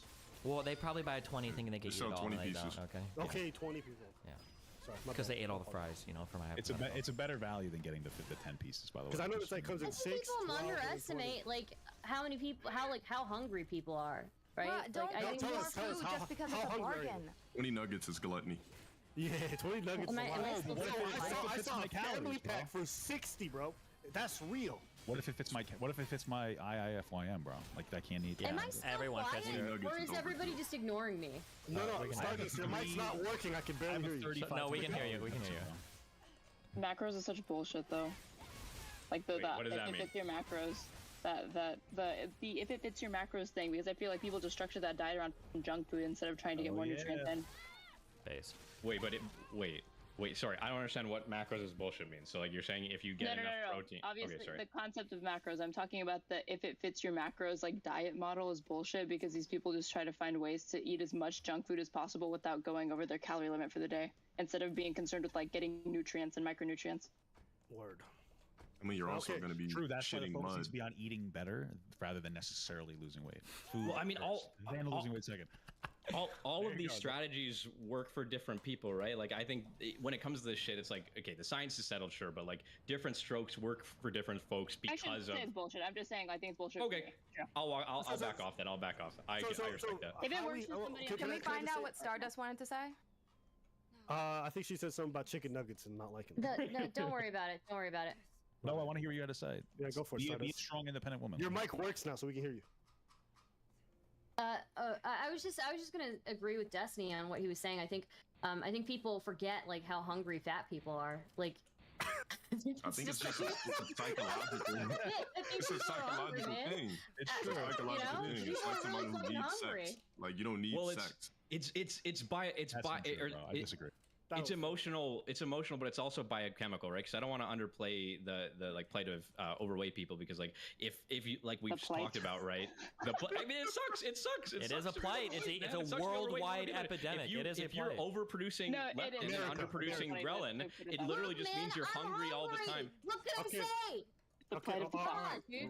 Okay, so Destiny, I wanted to ask you. Yeah, what's up, babe? I know I was triggering you earlier, and my bad. No, you're triggering me with your dog shit arguments. You make all the personal attacks you want, though. Hey, to be honest with you, I was making those arguments because I knew they would trigger you. I hope you. Hold up, no, shut up. When I was talking about black people and dying, you were trying to make jokes to deflect from that. So you can suck my nuts, okay? This bridge is gonna burn over one of us trolling too hard. I'm warning you right now, but go ahead. Nah, I'm good. I don't mind.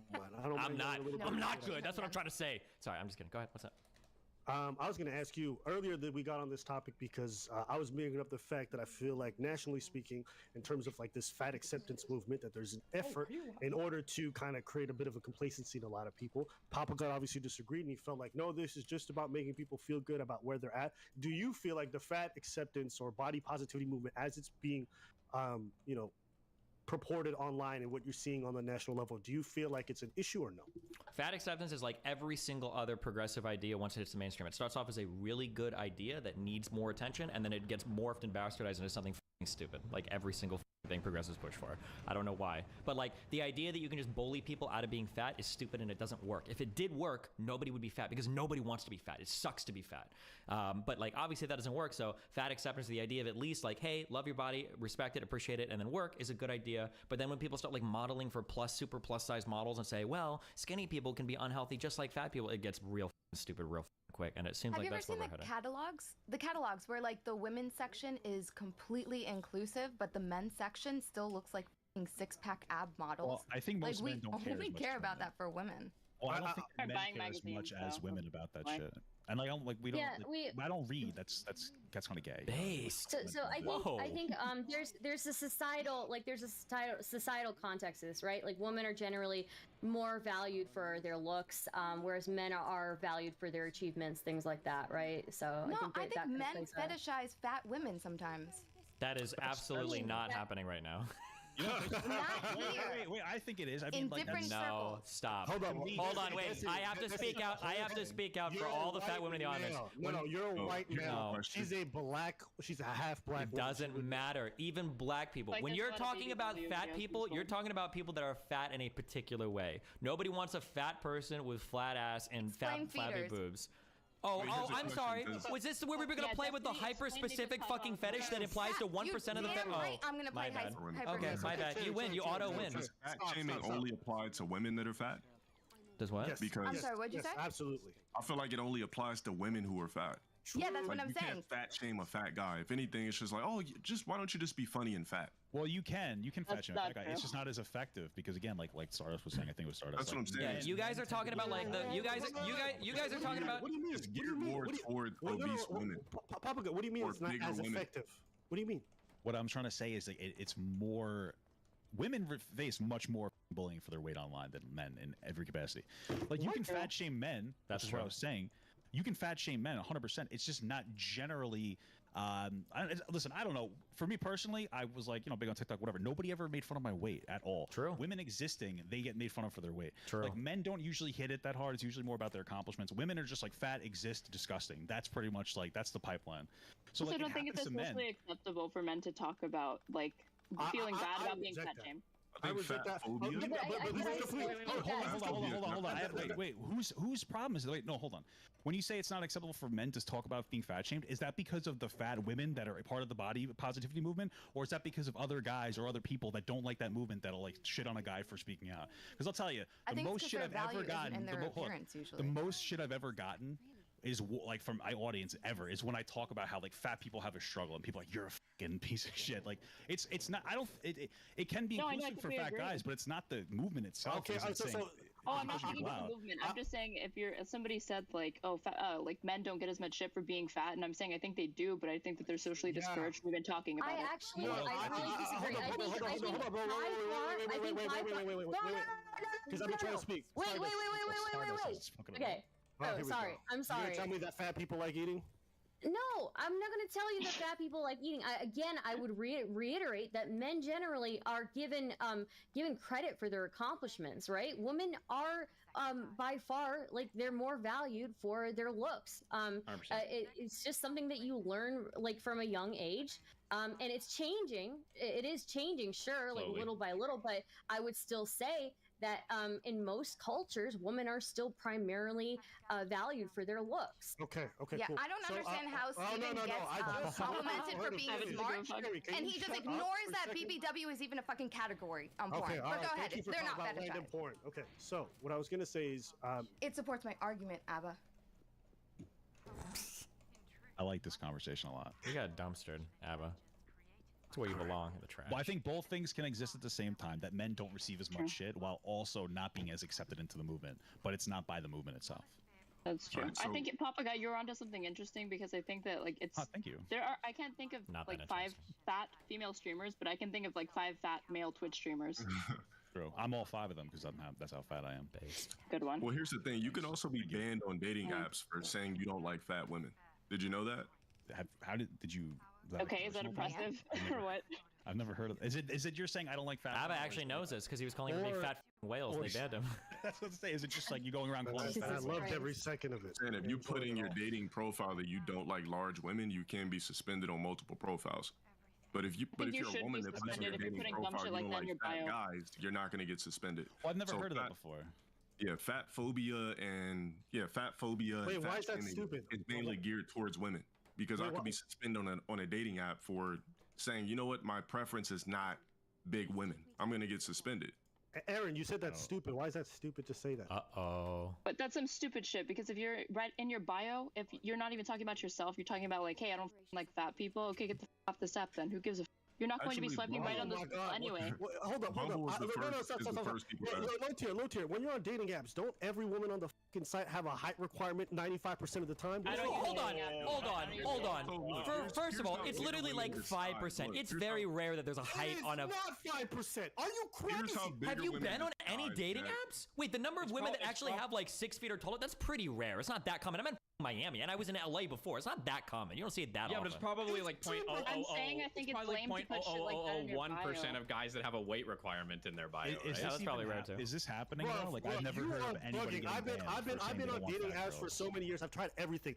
That height requirement thing is not a minority thing. It's extremely common. So you sitting there, it's like 5%. What are you talking about? Because women want to wear heels. I think that I think women who have a height requirement are stupid as. I'll agree with that. I've met women who are like, I think it's stupid. I've met women who are like 5 foot tall. How can you be 5 feet and have a height requirement? Yeah, exactly. That's what I'm saying. It's stupid as they shouldn't have one. I think both are cringe. Yeah. I don't think that we should let 5 foot tall women date 6'4" You think both are exactly? cringe? It's a waste of genetics. Why can't? You think both are cringe? But the truth is, most people never gave a. They only care when it's brought up as a counterexample in regards to people. But we're not talking about most people. We're talking about me, and I'm just saying that I think it's a waste of time to be putting I don't like this, I don't like that in your bio instead of just talking about yourself and then letting your selections, like your swipes or whatever, determine who you're going to talk with anyway. Why do you have to declare who you don't like in your bio? It's a waste of space. Well, it makes it's actually no. It does matter. Hold on. It does matter. You're allowed. It does matter. I'll tell you why it matters. I'll tell you why it matters. Okay. Because when you're swiping, generally, at least on Tinder, for example, there's a certain number of swipes that you get to do, and what ends up happening is generally they sequence a bunch of people who swiped on you versus people who didn't swipe on you. They're going to put in most people who swiped on you in the sequence of swipes that you get, and so when people who you are absolutely not interested in, are not open to, are swiping on you, they're just wasting your time in the queue. And also, from the amount of people that you get that did swipe right on you, a lot of them are going to be fat women. So that's why you want to filter them out. Anyone's reading anyone's bio on these apps. I thought the whole point is you're just going on absolutely. Why can't the preferences be like acceptable but shallow at the same time? Like everyone looks at it like, oh, that's a little cringe, but like it's fine. Like you shouldn't be banned. I've never heard of anybody. This all started because there was a claim that people are getting banned off of social these apps, dating apps, because they say they don't like fat girls in the bio. I've never heard of that or seen that any story. Honestly, that sounds true. Look it up. It's Bumble is the first app to actually do that. Is it because they're saying they want fat people or not want fat people, or is it because they're not allowed to say in your bio as a man that you basically only prefer a certain weight difference when it comes to women? Yeah. I mean, it's simple, right? It's simple. I think it's cringy. You can think it's cringy. What's wrong with people putting in requirements in their profile? If they say, I only want religious men. I only want people who are this height. I only want people for this reason. Why wouldn't they put that about certain races? Because I heard on like Grindr or whatever, some people literally like no Asians. Hey, hold up. If you want to say, I don't want to date these races, I got no problem. You should be able to openly say it. Why shouldn't you be able to say that? I look at it as prejudice. And they shouldn't, in my opinion, because hold up. On Hinge already, you already have racial profiles. You could actually have a racial feature where you can choose what races you're open to dating in terms of profiles. So who cares? If you want to put it out in the open, what the is the issue? Jeez. I mean, I don't use dating apps. I'm just saying I think it's shallow for people to come onto these dating apps. And they're trying to like narrowcast based off of these like very superficial preferences. You're allowed to have them. I'm just saying I'm allowed to say that they're stupid. I'm reading the article and it includes things like thin shaming as well. So then wouldn't it be fine since they're not just talking about fat shaming? Well, I think probably the idea is right. Like, so regardless of the like wokeism of it all, right? It's like it's within all of the dating apps. Vested interest to protect the women on the app, right? Because you need as many women as possible on the app to keep the men coming back. And so it's not about wokeism. It's not about fat acceptance. It's about protecting all of the women from feeling negatively on the app so they stay. Right, exactly. But that's why the fat acceptance comes in. It's because they're trying to protect fat women. Trying to make more money. But also skinny women. Also flat booty women. It sounds like a I just want to say, I think the race preferences are fine. I would rather people like make it up front their race preference than me having to find out that their parents like really don't like them dating people of other races or something like that. You know, that would just make me more inclined. You know, like fetishizing it. You know. I don't know. You'll go out on dates with people and you'll be like, you think your parents will be okay with me? And they'll be like, oh yeah, and then you find out that they really won't be okay with you. So yeah. I don't believe you. I've never had this happen to me before. On the topic of because when we started Destiny, you said that you believe that there was real forms of fat acceptance that were issues in regards to, like you said, the movement moved in a way that basically was unproductive. You said like, oh, they're putting on these models and saying these women are healthy or whatever. Is that the only way that you've seen it propagate in terms? That's the biggest destructive way that I've seen it going. Yeah. Why is it destructive? Well, because like fat acceptance is about accepting yourself and loving yourself and then making better choices because of that, not deluding yourself into making unhealthy choices and thinking they're okay or not unhealthy. Or at least it should be. How are they deluding themselves? I don't understand. By thinking that like fat people think that your weight is neutral. Papa got almost said this earlier, and I can't tell if he was getting to that, but people think that your weight is a neutral thing and that you can be fat and healthy and you can be skinny and unhealthy. You can be skinny and unhealthy, and you can also be fat and healthy-ish, but just being fat, period, is a drag on your health. Insulin resistance, right? Which well, leads to insulin diabetes resistance is and one metabolic thing. syndrome. There is the oh god, what's the name for the fat? Visceral fat around your abdomen can start going through things about your organs. It's like it leads to general inflammation along the body. Well, visceral fat is more genetic until you get to the super high end, right? Well, my understanding is that it's genetic in terms of the way that you put on fat, but if you're genetically predisposed to put on fat in those areas or in that way, then being more fat will allow you to have more fat in that way, right? Yeah, like the fat cell type distribution, right? So like men have way more visceral fat than women, generally speaking. So it's much more dangerous for men to be fat because a certain percentage of their fat will crowd their organs. Exactly. And like everyone's genetically predisposed. Is that real? Because I'm like asking genuinely because I'm gonna bring this up really quick. This is like an education one for me. I've dated a lot of fat girls, surprise, right? But none of them have had like any health problems with their weight. But like I do, and I'm the same weight. Is that so that's what it is? Yeah. Wait, well, potentially. No, wait. They have problems with their weight. They just don't know it. If you're overweight, men just have more problems. They get their tests. Like that's what I mean. Like they're not getting back with any bad levels or anything. Your blood pressure will be worse for most guys because you have more visceral fat. So you store more fat around your organs, which like crushes your liver, and then you start getting a bunch of shitty, fucked up hormones and crazy shit. Like so, if you see like old dudes, right, they start to put on weight and it's all in the torso, right? Whereas women kind of spread it out more globally. Yeah. So like that's the whole thing. It's fat cell distribution. A fat or an obese person going to the doctor and being told that everything is fine with them doesn't mean that everything is fine with them. It took like up until getting my surgery that I found out I had hypothyroidism, because they would just assume like, all right, everything's fine, but you just need to exercise, you need to eat better. So I would always be sent away with like a good bill of health. Even though there was an underlying medical issue that I had. Papa Gut, earlier you were making the claim that essentially this fat acceptance movement is overwhelmingly positive and that like what it's essentially trying to do is make people accept that. Do you still feel that's true after hearing what Destiny says, and what contention do you have with what he said? Because what he's saying is pretty antithetical to what you're claiming. Well, what he said was that like the fat acceptance movement started as like a good thing and that part of it has gone wrong, right? Yes. Yeah, I agree with that, sure. But like what I was just talking about specifically, like loving yourself isn't about like, oh, fat is awesome. For most fat people, we know we're disgusting, or at least that's how a lot of people perceive us. So we're just trying to be like, hey, love your body so that you can like work on it, like he was saying, like Destiny was saying before. Like, yeah, I agree with that. Why not be neutral about it? I don't understand why you have to be positive or negative about it. You can't. I don't think humans can maintain a neutral opinion about a fact about themselves. Parity doesn't exist in nature. Just have respect for your body. I don't understand why it has to be. It can be based on respect. Well, if you're talking about having respect for something, a thing that you respect is something you don't have a neutral opinion of, right? It's probably something you're going to have a positive opinion of to some extent. Maybe. Yeah, so I think if I didn't loathe myself, I never find out the medical like underlying issues that I had. So, and I think that for most people, if they just like accept the way that they look and they're fine with it, it's probably going to be really hard to combat that problem. Cherry, can I ask you a question really quick? Was your you said you were hypothyroid? Yeah, I have hypothyroidism. So when you talked with doctors, did they suggest that your hypothyroid was downstream or upstream of your body weight? if you know what I mean.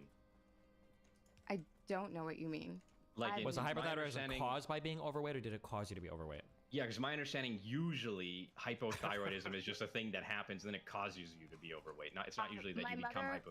My mother has it as well, so I think it. It's genetic, and then Genetic, that makes it. Yeah, okay. Okay, cool. So I'm sorry. That was just a side note. Are you sorry though?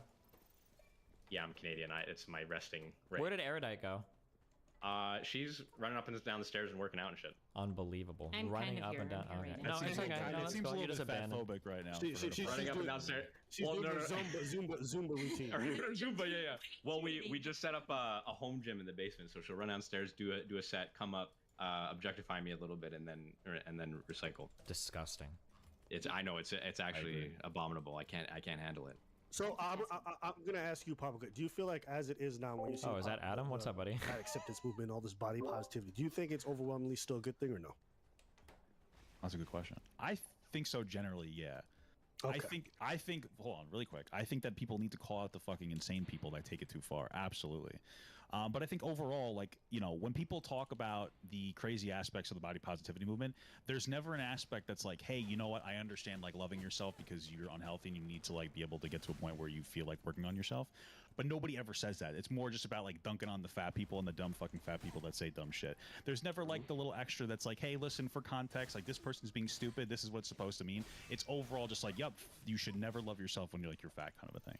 So I feel like the context is always missing when people have these criticisms. So I had a 2-portion talk about this not long ago, and for me, every time this topic is brought up, immediately the resistance that comes from it is fascinating. Like, you'll bring up like the fact that this body positivity movement is not leading to good outcomes, and people will like, listen, man, you know, not all skinny people are healthy, or not all fat people are obese. I'm just like, well, what is this stupid counter argument? And it always comes up every single time, and it's like, I don't know if it's like a script that everyone's reading from, but literally every time you bring it up, that's what they always rebut with. And I get confused because I'm like, why are we deflecting from the main issues that most people who are morbidly obese are having huge? Go ahead. Well, okay, hold on. There's a really good reason why this happens. Okay. Okay. Yeah. So you can offer criticisms to any group of people from a place of compassion or from a place of hatred. And if people feel like it's coming from a place of hatred, they're always going to push back, even if the criticism is true. Like if I approach, like, we're fighting a lot over affirmative action in the United States today, right? If I come in and I say, like, I think affirmative action is really negative for minority communities because it doesn't seem like the people that are going to school are graduating, and it seems like there are better ways to help them, I'm probably not going to get much pushback against that. But if I come in and I be like, affirmative action is bullshit, and it's taking away places from white people, and I don't think it's even helping black people, people are going to fight me on that, just because it sounds like, the first one is like, oh, it seems like you actually care, but you have a problem with like the process, and in the second one, you're just trying to shit on people. So when you go up to like a person who's saying like, you know, health at every size or whatever, and you're like, listen, bro, like, I care about you. I don't think you're healthy at that size. Like, I think you need to work on your body or whatever. Like, don't hate yourself. Like, figure versus like, bro, you're a fat loser. You're not healthy. You're on the verge of death, mother.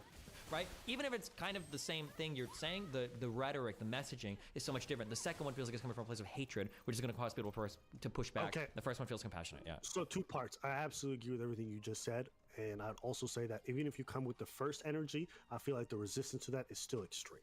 Do you agree or disagree? Yeah, it's extreme, but I mean, like, fat people hate themselves, and they've been fat their whole life, and that's a hard thing to like carry around. Where did that come from? The fat people have been fat their whole lives. What does that mean? That like generally people that are dealing with obesity have like had it thrown at them and deal with it. Yeah, childhood obesity. Either it doesn't have to be childhood. It could be like in your teens, whatever. But like either explicitly or at least implicitly, your entire life you've been like judged as being fat, and that's not some shit that you can cover up with makeup. That's not some shit you can hide with a different outfit. That's like every time you get on a plane, people are judging you. Every time people see you in public, they judge you. Like every single moment of your life, and nobody really cares about you. Like people kind of pretend to, but like even like other minorities will get more actual like, you know, lip service or more actual compassion than like fat people who are like, you know, it's your fault, like fix it, like what the fuck. So I think that like there's probably going to be more hostility from that community in general than other communities. But I mean, let's just, I guess, not to say like I agree with you, like, and dude, you can find VODs of me shitting on people to do that health at every size thing. Like I go hard too, but that's going to be the reason why people are pushing back so hard against it, right? That makes sense. You know, and I'll just say, because I didn't get to finish, I'll just say this last point.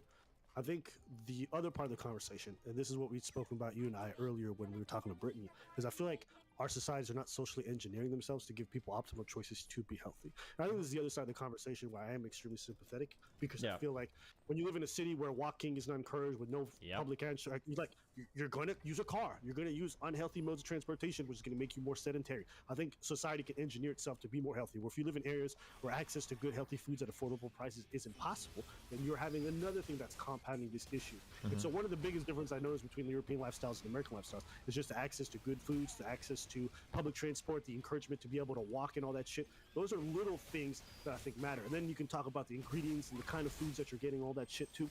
So I don't put all the blame and the onus on the individuals itself, because I don't even think a lot of it's there. I think society can also engineer itself to be exponentially healthier, but I think it doesn't do so. Whether purposeful or not, I can't say, but I do think that's also a big part of the problem. Sure. Yeah, I agree. Go ahead, Stardust. No question. I'm hungry, so I'm gonna go. Bye. Love you. Oh, okay. See, I was just gonna say, I know that there's some study that they did that showed that like fat people have the same amount of shame that like people who don't shower or something. Like the amount of shame that they feel is similar or something. That's wild. Yeah. Maybe. I don't shower, so I can't really give you. I was going to say, so someone in chat said, yeah, there's endless opportunities to be healthy. Like, that's just not true in some places. Like, the opportunities to be as healthy as there is to be unhealthy is, like, absolutely not true. I remember living in, like, North Hollywood in Los Angeles, and I just remember being so far from every fucking grocery store possible, but there's a bunch of corner stores with shitty-ass foods everywhere. Yeah. And in terms of, like, fast food joints, like, it was really shocking to me that if I did a Google search, there was, like, 30 fast food joints, and then there was one spot that did groceries like 25-minute walk away. I don't think, if you make it hard for people to make healthy choices, people are far less likely to make healthy choices. If you put a gym beside someone, they're far more likely to go to the gym than if it's extremely far away. If you put good healthy foods that are affordable near people, they're far more likely to cook and make good food than if it's not. So that's what I mean when I say society can engineer itself to give people optimal choices. It just doesn't, because I think in this very like, you know, and the communists is going to love this, but like this hyper-capitalistic side, I think it's just engineered in a way to maximize profits. I loved that. Thank you. Well, it's not. I don't think it's in a way. What about Good. I was gonna say, I don't think it's engineered to keep us fat. I think that's just, these are the preferences that we've adapted because like the products are so good. It's kind of like losing our privacy to Google. Like people act like it's a bad thing, but everybody loves it because there's so much convenience. And I think it's the same with foods as well. I disagree in this sense. I think the reason why they use addictive things, I think why they use really addictive properties, despite knowing it's unhealthy, is that they're maximizing profits. So I don't think they're going out like, yo, we want to make these people as morbidly obese. I think they don't care that it makes you extremely fat. And I think they lace everything with it because it's addictive and it can maximize their profits at your expense, which makes you fat. Yeah, but I think the thing is people won't make those healthy choices otherwise. I think that's the issue. Like even if you put grocery stores near a lot of poor people, they're not going to go there and buy healthy food. They're going to buy like what's cheap and easily like preparable. Like if it's accessible. like a fast food thing, yeah. Well, yeah. Like, Well, why not create more ways to working like 60 hours a week? Because like I remember, like one of the things that does bother me a little bit is when people call fat people lazy. Just fundamentally, sometimes, because I know that the worst my health was ever was when I was pulling 60 hours a week just trying to like put food on the table. And then obviously the food you're putting on the table is like 7-Eleven has really good 5 for $5 taquitos. Yeah. Excellent, really good nutrition. So, that's one of the butt-ins. But so to offset that, why don't we just create more incentives to do healthy behavior that's good for you? Like, why isn't there like a tax write-off for your gym membership or something like that? Like that should well, be what so there really actually, should be. I think that there is for your health insurance companies. You can give them like the receipt or whatever that you go. So if you say the soda tax, I'm gonna get so fucking triggered. Yes, that's what we really need. What we really need to do is you have to tax the fuck out of unhealthy foods. That's what you have to do because poor people spend the highest percentage of their disposable income on food, or not disposable, I guess you would call it. You call on their necessary expenditures is going to be on food. So tax the fuck out of sugar. Well, if they took away their food stamps, then poor people can't eat, and then we don't they got a Japanese fat tax? What's but that? we really should, because like we have when I don't know where I live, cigarettes there's like a 50% tax, a sin tax to help people stop smoking. So like they should tax fat foods and then do something to help fat people, because I think that there's a level of addiction. I'm not gonna lie, I don't think it's a level playing field when food companies are putting in additives that are highly addictive, and then we're out here talking about personal choice and accountability all the time. I think that if you're engineering stuff, chemically speaking, to be highly addictive, I think there's a place in which the government can come in and regulate. I'm not somebody, despite being a cool capitalist myself, I think there are places where government regulation is absolutely necessary if it's for the betterment of society. They just make shit that tastes good.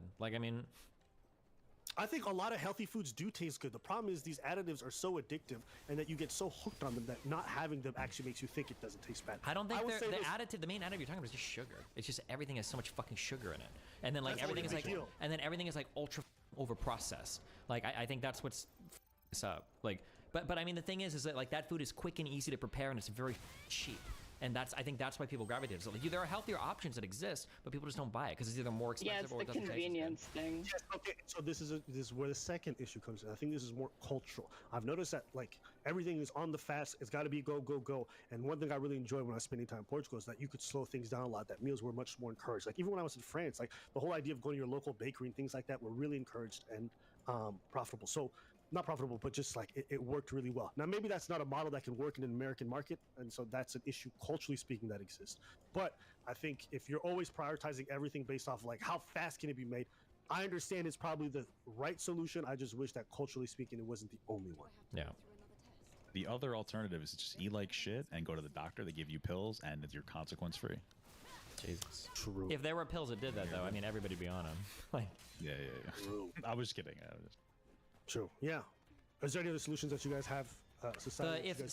I would say that if you've never tried it before, if you actually go one day eating healthy meal and you count your calories, it's insane how hard it is to overeat on actual food versus how easy it is to overeat on dog shit food. Like you can destroy 2,000 calories of like French fries or croissants instantaneously and you'll feel hungry in like an hour or two. But if you eat like a full meal with like leafy greens, vegetables, maybe like a potato, and then like an actual protein that's not like super ultra twice fried chicken or whatever, like you can eat that. Your meal will be like surprising, like a 600 or 700 calorie meal will fill you up and you'll stay full for a while. But like it's so hard to get access to that good like non-processed, not overly processed, not over carb heavy food like day in and day out. People just want like fast food and it like so hard.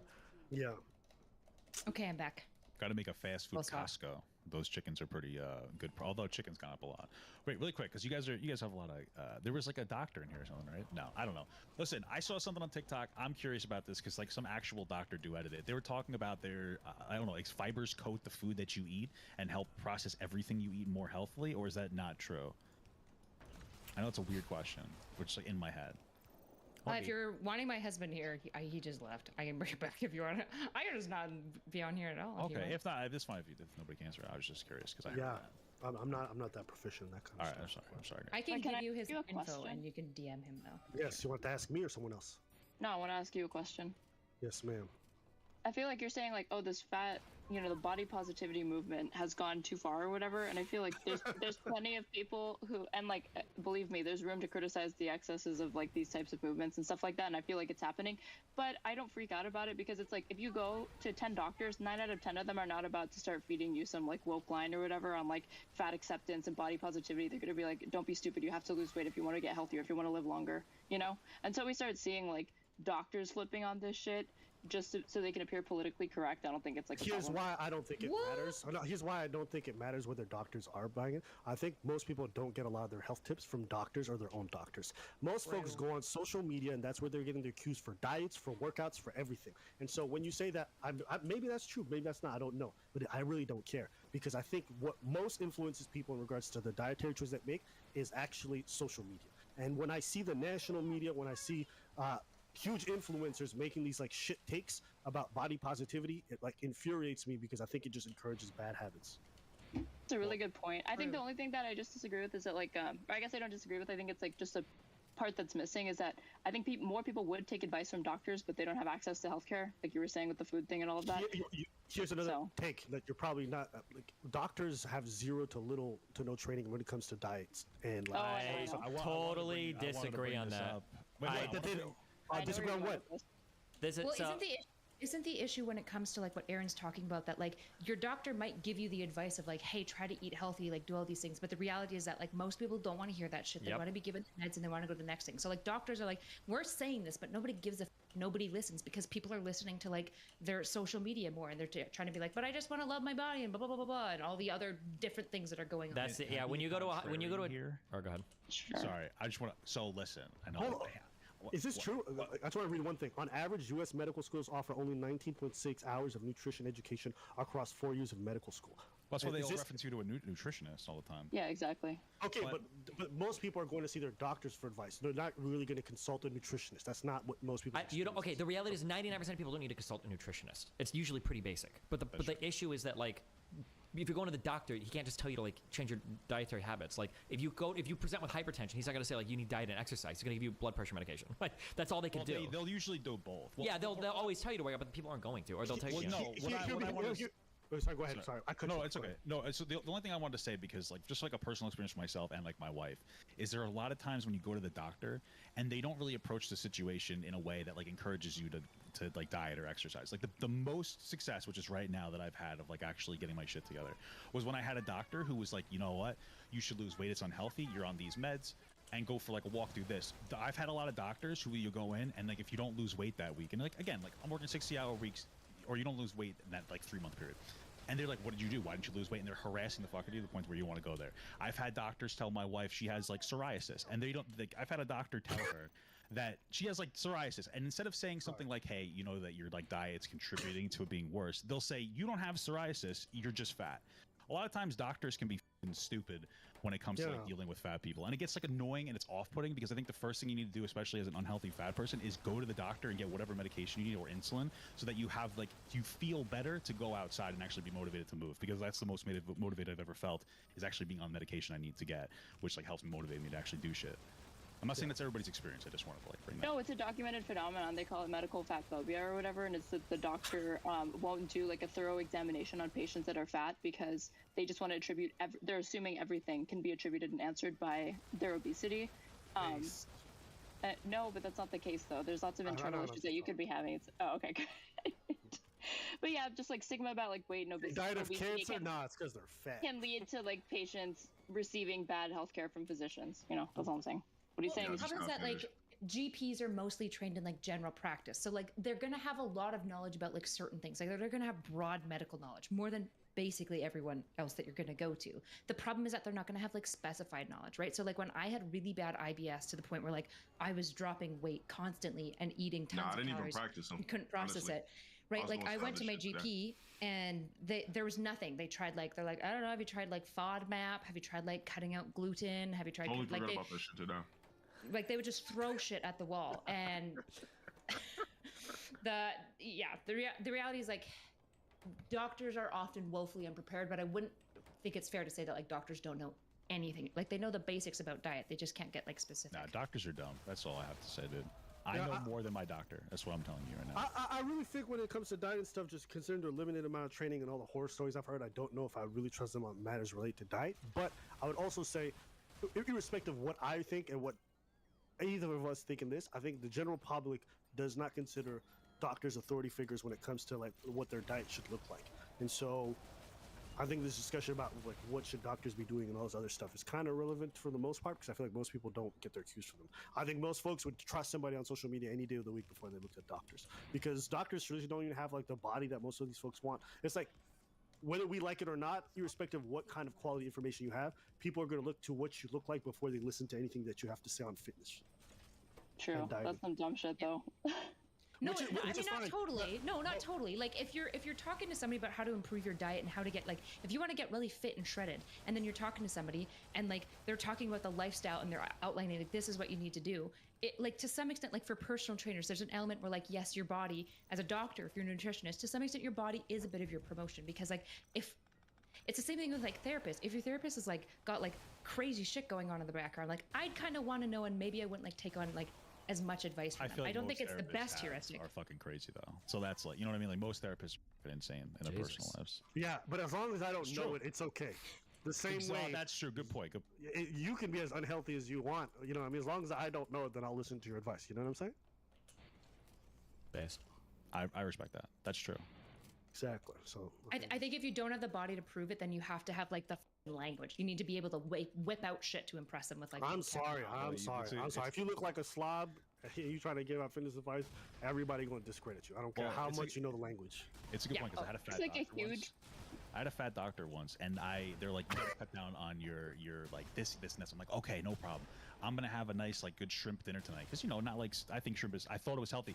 He starts screaming at me that there's a lot of cholesterol in there, and I'm gonna die. I don't know. So he was kind of an asshole, that fat doctor. I think he was projecting onto me because he couldn't have shrimp. I mean, if you just melt butter and put that shit inside, then probably. But pretty sure that shrimp, depending on how you prepare it, is like generally pretty. Apparently, it has a lot of cholesterol. I have a bit of high cholesterol, so that's why. I just didn't know that, and you started screaming. I'm pretty sure. This is the worst part because everyone's like, I read something once that said this, but like, I'm pretty confident that like not all forms of cholesterol are inherently bad, and like the whole cholesterol being the boogeyman all the time was just kind of like a whole. Yeah, that's true. I just think HDL that, versus LDL shit. Yeah. I think at the end. Yeah, of the day, so it's not. So I'm not crazy, right, Disney?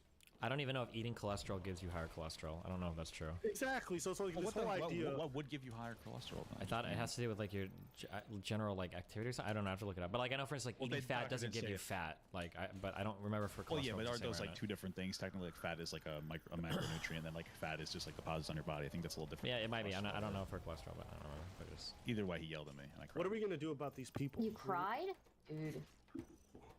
Yeah, definitely, I cried. Okay, so now that we can see the.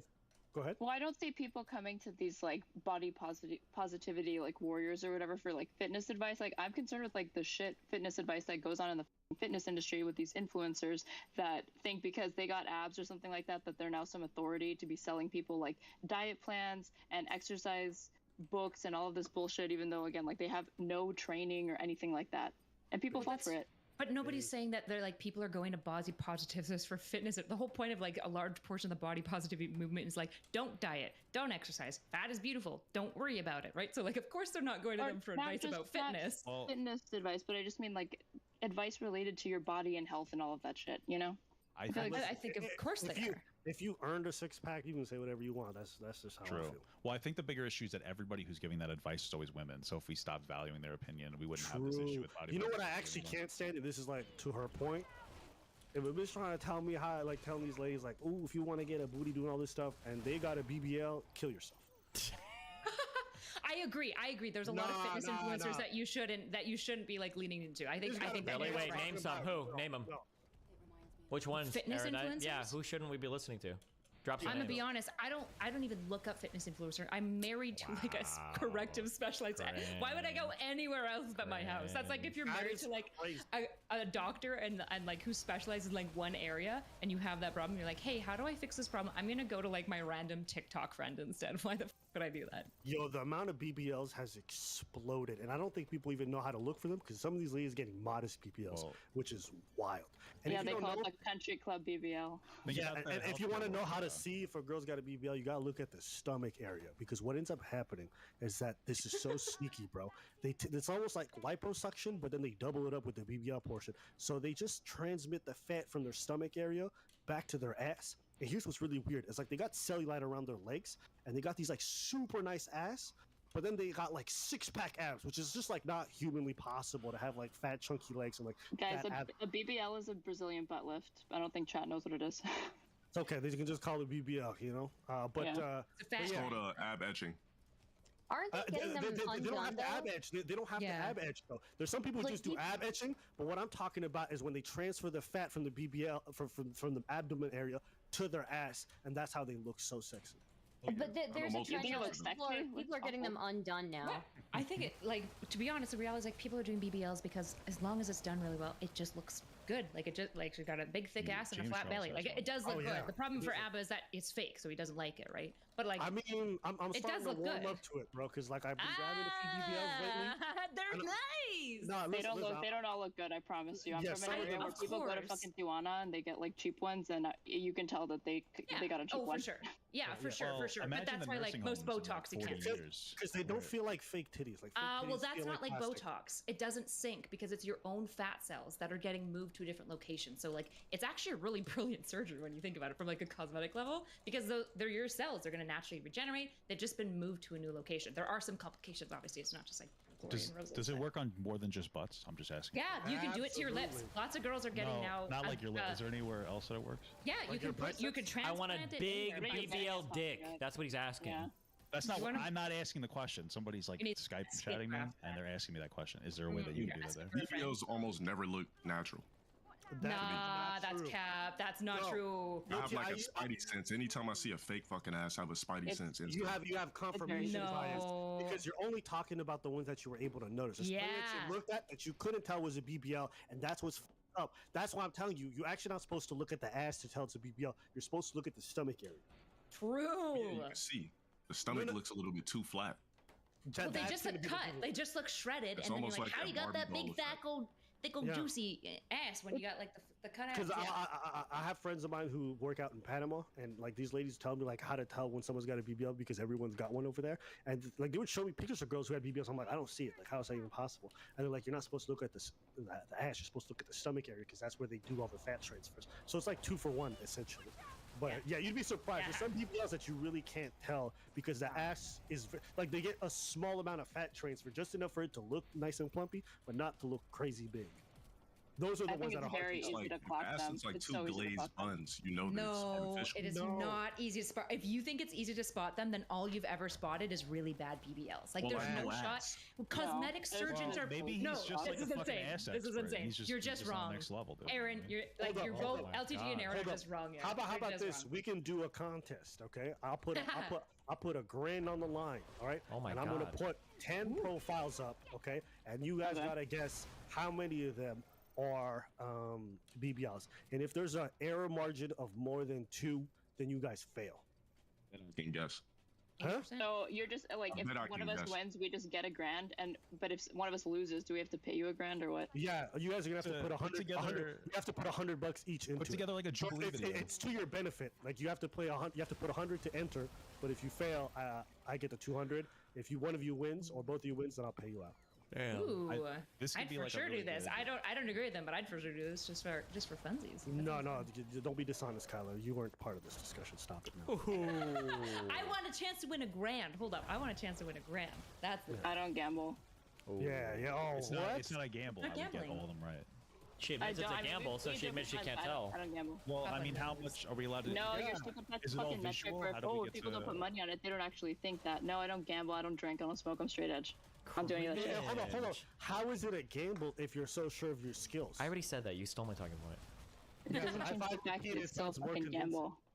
Doesn't change the fact that it's so fucking gamble. Can we But you wrap just it up, said BBLs guys? are so obvious. I want to sleep. It is. You can tell. You look at these women's asses, and it looks like the diaper's too full. All right, you can just tell. Okay, well then take the Yeah. bet. You're gonna make $1,000. It's not What? even a bet No. at that point. It's just like that would be like somebody being like, if you can do 10 simple math questions, you can get $1,000. I'd be like, well, I probably wouldn't say yes because I'm pretty bad at math, but It's okay. I won't make you compromise your values. You're not allowed to enter anymore. Oh. You won't. You don't have that influence over me, Abba. But okay, don't worry. And it's almost like fake titties you could tell instantly. Yep, that's easy too. That's, Look at Zac Efron. Wait, that Zac is Efron, not like, true. You can he's- only tell if they're naked and only for some types of fake titties. Oh my If they god, look that's too also so untrue. basketball-y, What? I know they're fake. That's true, though. That's true. You, And they're, dude, Lord for God's played a lot of basketball. bras are magic. Bras are actually insane. They can make an A cups look like double D's unless you see a girl's They do. tits naked. Also, there are certain types of women, I've seen these, where the boobs look normal, but when you actually start to touch them, you can get like fake boobs that are like underneath the boob. They don't make it like bigger, but do you know what I'm talking about?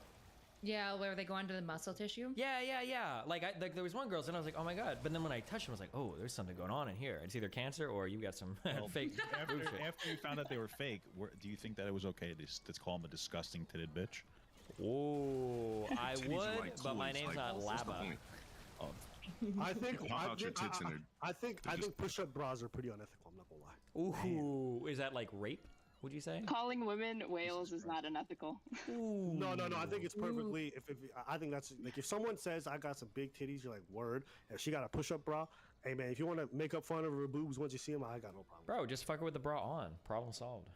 No, because the magic has already been revealed. It's too late. Jesus. Yeah. If you've been talking like, yo, I got these titties and it's fantastic, and then it's a push-up bra, and you got like A cups or some B cups, like we gonna have a problem. These women don't fucking exist. These exist in your head. There's no woman who has an A cup, and she's wearing like some huge push-up bra who's bragging about the huge tits. Bras are unbelievable. But they're not bragging. Who's bragging about it? No, Abbott just said there are these ladies or whatever with A cups, and then they put on a push-up bra and they're talking about having big titties. Like, no, Oh, they're not gonna that's draw any dumb. fucking attention Sure. to it.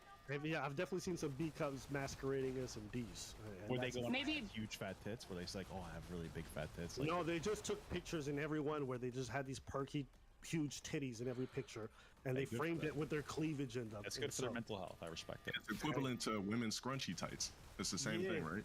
Tell them. So I mean, why Crunchy does tight. every chick in the gym now look like she has ass? It's the tights. Exactly. Yeah. Oh my God! Hold on. That's a lot of. Can I tell you? I just want to give a shout out to all the guys in chat that don't know about this because I have fallen prey to this, and I still do, and I still will. Okay. You have to be so careful of the woman's ass on the counter shot because women can conjure up asses from other dimensions that don't exist in this one. I have seen women with the flattest Hank Hill ass, and I'm still jerking off to their pictures after we hook up because I'm like, there's just no way this is the same shit. I can't believe it. I cannot believe how much that ass on the counter shit will overinflate the perception of how big of an ass a woman has. It's unbelievable. All right. You ready for this? So they get out at a good angle, then they use their toes to accentuate one half of their booty. I've seen then that they too, use yeah. pants. They use pants that don't stop right above the ass but go up The to the pants back. tactic. And so what happens is that And then like then the half turn. Heart stitch. The half so the turn. back- Yep. Exactly. Yep. So the back will look like it's part of the booty, so it makes it look Uh-huh. large. I've learned all the tricks. You feel me? And so The if you- stitching has to be in a heart because it actually does like a natural lifting for the bum too. a little bit. Absolutely. If they put a stitching right below where the butt dip happens, it actually makes the ass look like it's got a deeper curvature. So they do all these With optical Amazon illusions. Lead Pants.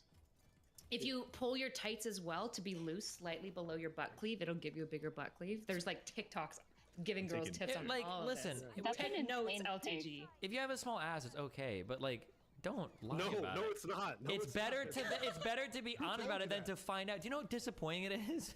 And I'm like when but with you the know what person, happens? it's like, oh my You know what God. you know what happens is that everyone wants that validation, and they don't care if they've misled you to get you through the door. As long as they got you through the door, they think no. everything's okay. It's- And I I just don't understand it. think The wearing logic makes flattering sense. clothing is dishonest. Huh? Like you're talking about, y'all are saying like, oh, it's so deceptive. Some people are wearing these like leggings that make your butt look big or whatever. It's like you're talking about people wearing flattering clothes. You know how is that deceptive? They hate aesthetic. No. There's levels. Listen, there are clothes. There are flattering booty shorts. Listen, there are flattering clothes and there are speakers that make your car sound faster. Okay, these are two very different things, and just something that makes you look a little bit nicer versus something that makes it look like something that's not there is. Okay. Yeah. I think there's levels to everything. There's a direct difference between applying a bit of makeup, and then there's some tutorials where the bitch look like she got on a whole new face. Like it is crazy when you see them before and after. Huh? That's art, dude. That's like you're not appreciating the artistic value of them. Hey, listen, I didn't want to go on a date with an artist. I wanted to go on a date with you know, so that's not what I want. Where do we draw the line? Because I'm wearing a hat. That's Scrunchy booty shorts are unironic magic. Those things are magic. They're actually really uncomfortable. I got a pair recently, and I hate them. I won't even wear them because they squeeze your leg so tight just at the back that it causes your thigh to basically get indented to give you like that extra little couple of centimeters. And they're insane. I put them on, and I'm just like, I am caked up. Like this is a whole dimension of ass. Those shorts those are a problem. Thank you for your testimonial. And I think this is a good place to wrap it up. D. Steven wants to go to sleep. He's been begging me to stop the stream. Fucking Steven. Thank you. I'm sorry. I got to support him. So listen, everybody, y'all have a good night. Steven, you get some good rest, get some sleep. I don't appreciate you trolling me earlier. Just wanted you to know that. Okay. Thank you, Josh. You don't? I'm just fucking with you. I really don't give a fuck. The way you triggered me and the fact that you said I was friendly to white people, bro, I'll never fucking forget it. And I'm taking you to a cookout. You gonna pay for that one. Okay, I'm ready to tell all your friends how athletic I think they look and that I voted for Obama like 20 times. Okay. Okay, we'll see. And I'll say your favorite N-word. My favorite N-word is nerd. Okay. All right. Good night, guys. I love you all very much. It's been fun. Bye, everybody. Thank you for. Bye. See you later. It was Bye. a lot of fun. Bye. Nice meeting you all. Hassan brings up that a lot of these people, one person in particular, loves saying the N-word. Jordan Peterson and Destiny that took place a month or so ago. I was way more sympathetic with Destiny than I was with Jordan Peterson, but Crazy. When I was arguing against the right, all of a sudden I'm like reasonable, rational, logical. But now when I argue against the left, oh, well, now he's I'm the director at Wisecrack, former award-winning debater and professional debate coach. I was a top 10 high school debater for my junior and senior years of high school, and then I was the debate coach. Do you think that Joe Rogan hasn't influenced people to vote in a particular way or take stances on particular topics?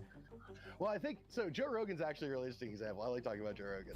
Like, that's why I'm asking you if you said this thing, and you're saying, well, maybe I did. How do you not remember? This video was yesterday. Hassan spent an hour. Hate watching Wisecrack. Hate watching you. Henry, I'm curious. Your initial reaction to, I guess, streamed 1 day ago.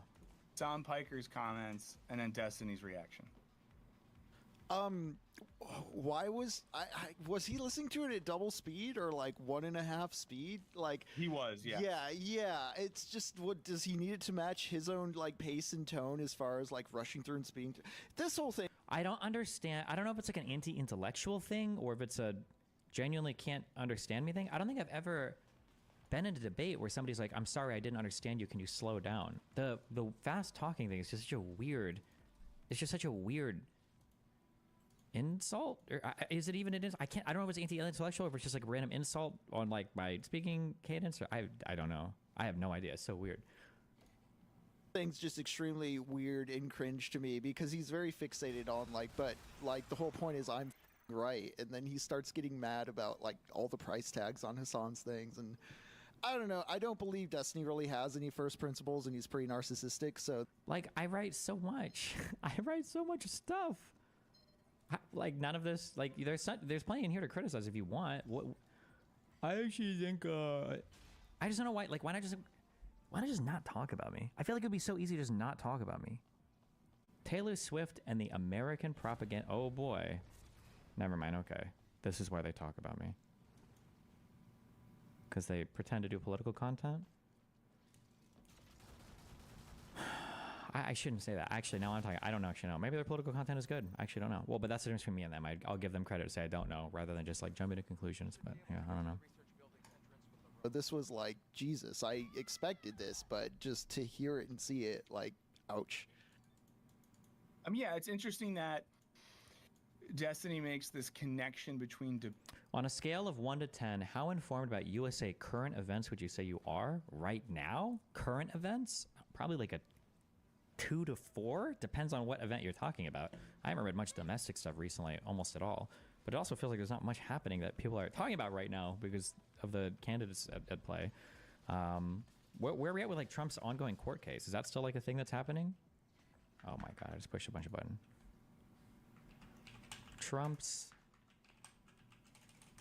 court case. Is it unintellectual if they honestly can't keep up with your speaking voice? Is it your honest opinion if they can't keep up with your speaking pace that they are signaling their intelligence level? No. When you say, are you being anti-intellectual, the implication is that you're shitting on somebody for being like intellectually educated. So like when a conservative is like, oh, I don't trust anything that comes from a college. That's like anti-intellectual, right? When somebody like makes fun of me for speaking fast, I genuinely don't know. I don't know if it's just like a random insult. Because like I said, I don't think anybody's had a problem understanding me. I've never been in a debate before, I don't think, where somebody's like, can you please slow down? Or this might have happened one time. But it might have been with an ESL person. Yeah. I don't know if that's a, I don't know if Trump should have taken the stand or not. Isn't he using kind of an, would you call it an affirmative defense? If I'm accusing you of committing a crime with how you've written your numbers down, but you say, well, I wrote the numbers down that way, but it wasn't in a criminal manner. I don't know if you'd say that's an affirmative defense or not. I don't think you would because the underlying issue isn't actually a crime, right? I don't know. Don't care. Yeah, I'd say 2 to a 4. I don't know much domestically right now. Debate and interesting that Destiny makes this connection between debate and, you know, like, I think he said like the Federalist Papers, and he talked about Congress and government and the way in which debate leads to direct politics and forms of activism. Yeah, he's equating what he's doing with like the writing of the Federalist Papers, but like the Federalist Papers were written by people who were like participants in government at... Okay, I cannot tell if this is a legitimately, I'm not trying to be an insulting person. I really don't know if this is a 75, 80 IQ thing or not. I super cannot tell. I don't know if people who can't understand a comparison are genuinely mentally handicapped or not.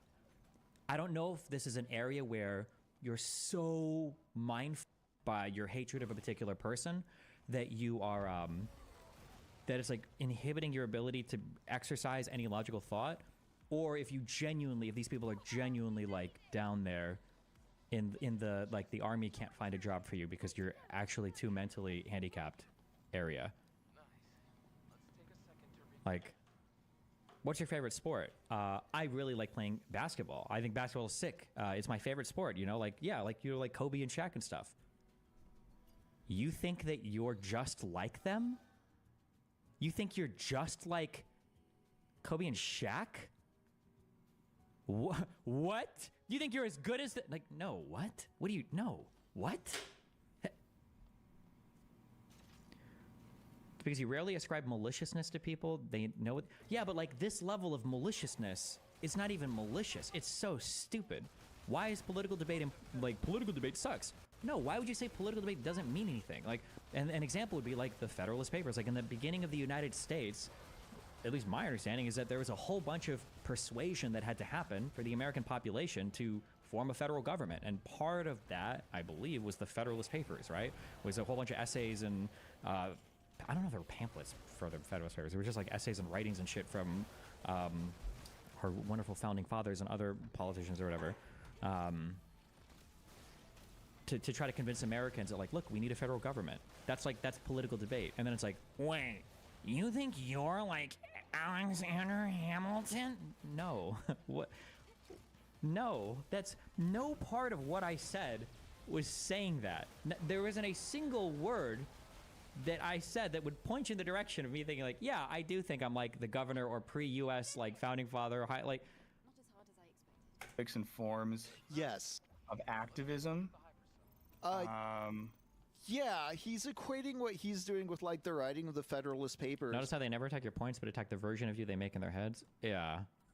But like the Federalist Papers were written by people who were like participants in government. Like even the point he's making isn't good here. The Federalist Papers were written by people that were participants in government. So what? Can only people in government participate in political debate, or like it's not even it's the time like who are also like actually acting on enacting legislation or like writing the law. It wasn't like on the internet you can be this hyper removed voyeur to the whole process and just be arguing from afar. Like it's a completely different like technological context. So you think are all activists not engaging in any form of political persuasion? If an activist isn't a government official, like what are you guys doing right now?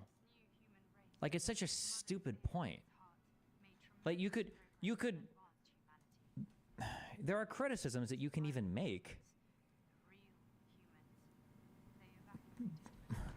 Not all authors of the Federalist Papers were in government, as far as I know. Actually, I don't know every author. It wouldn't surprise me if not all of them were, but I'm not going to make that strong claim and be wrong. But than when like pamphlets were the main way information was spread. Yeah. Pamphlets were the main way information. A completely different like technological context than when like pamphlets were the main way information was spread. Like what are we even saying here? What is this garbage jumble of words? Like it's a totally different technological context than when pamphlets were spread. Yeah, we have more technology now than we did. He's just saying that your ago. comparison of you to the what is the point of? What is the point? What is people that? Writing the what Federalist Papers mean? is an illegitimate well comparison. Yeah, you're stealing valor. They actually didn't have AOL Online back then. I mean, there's a pretty marked difference between streamers debating, and I'm just repeating, what Henry just said. Yeah. And politicians sitting in a room hashing out ideas as they. That wasn't what the Federalist Papers are, or were. They weren't for politicians to just write things to each other in a fucking room. Maybe I don't know what the fucking Federalist Papers are. I'm sorry. Listen, my history is real bad if I haven't gone in depth on it. I thought the Federalist Papers were a bunch of essays that were written by founding father type people and government people and non-government people, basically in an attempt to persuade the United States republic. No, we weren't a republic. To persuade the 13 colonies, like, hey guys, listen, we really need a federal government. Stop being 13 colonies. We really need a federal government. It's really important to have a federal government, and we promise if you do this, we will protect your freedoms. I thought that was what the Federalist Papers were. They're not meant to convince. Well, I don't know if you say they're meant to convince all the public, but probably like the landowners or the people that be voting or whatever. That was my understanding, but I could be totally wrong. Who knows? A collection of 85 articles and essays written by Alexander Hamilton, James Madison, and John Jay under the collective pseudonym Publius. Nice, edgy. To promote the ratification of the Constitution of the United States. The collection. Who are these aimed at? They were published serially in the Independent Journal, the New York Packet, and the Daily Advertiser between 1787 and 1788, between October and April. A compilation of these 77 essays and 8 others were published in 2 volumes. Okay, the authors of the Federalist intended to influence the voters to ratify the Constitution. In Federalist number 1, they explicitly set that debate in broad political terms. It has been frequently remarked that it seems to have been reserved to the people of this country by their conduct and example to decide the important question whether societies of men are really capable or not of establishing good government from reflection and choice, or whether they are forever destined to depend for their political constitutions on accident and force, except in the case of live streamers having debates. Oh, fuck. I didn't know about the last clause. Okay, never mind. He is right. My bad. I thought I was 100% completely correct, and he was a total dipshit until the last 8 words. My bad. And I do think as well that there's a pretty marked difference between streamers debating, and I'm just repeating, what Henry just said, and politicians sitting in a room hashing out ideas as they form the underlying logic of a government or a political philosophy, Like, that's not even what these were.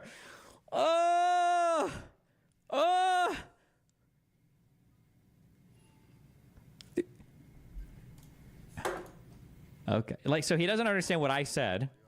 He doesn't understand what a comparison is. He doesn't know what the Federalist Papers are. But man, I bet they're about to make a whole bunch of pointed criticisms about me. Oh, and I don't doubt that when, for example, when Marx and Engels were sitting around, or when they were sitting around. Oh man, but we know our left with workers in pubs in London talking about ideas. I'm sure that debate happened, but I think there's maybe a difference in what they're talking about here. But to be, what do you think? Am I wrong? Hold on. I need to stop saying am I right? I need to stop guessing myself so much because these guys are actually fucking retarded. Wasn't the Communist Manifesto literally like a made for dipshits like book pamphlet that you could hand out to people? It's like, hey, listen, even if you're like an ordinary worker who can barely fucking read, look, you will understand this. Isn't this what the whole point of this was? The Manifesto of the Communist Party is a political pamphlet written by Karl Marx and Friedrich Engels, the 2 guys you just brought up, by the way. Commissioned by the Communist League and originally published in London in 1848, the text is the first and most systematic attempt by Marx and Engels to codify for wide consumption, the historical materialist idea that the history of all hitherto existing society is the history of class struggles, in which social classes are defined by the relationship of people to the means of production.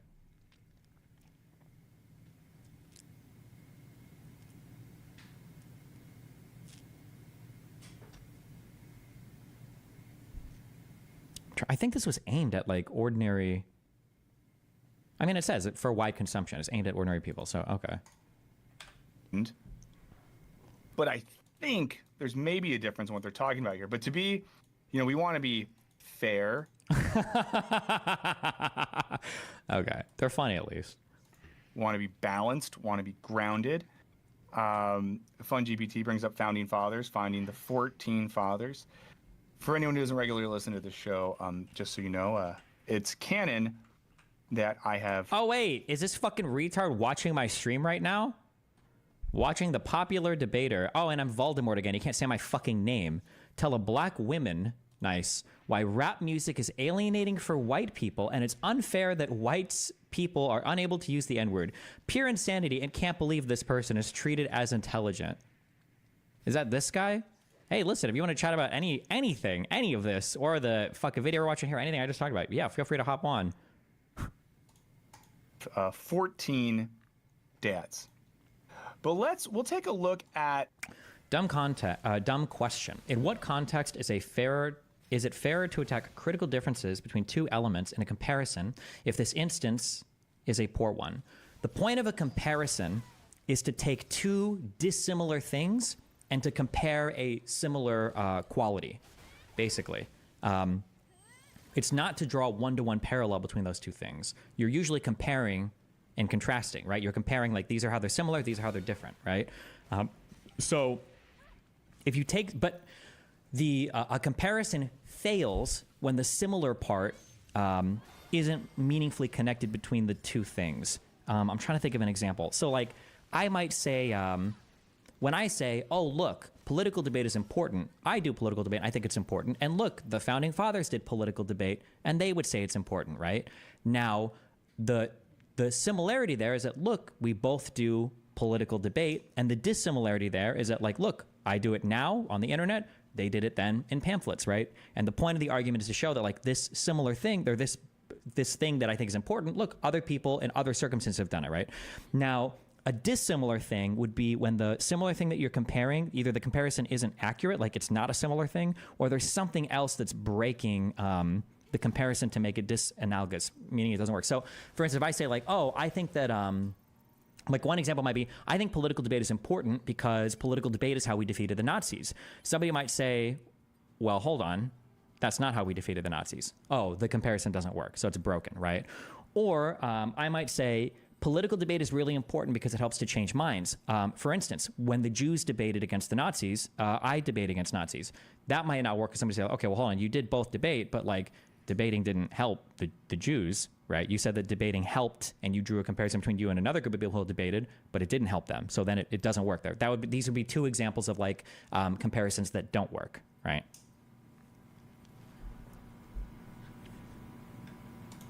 The 14 dads.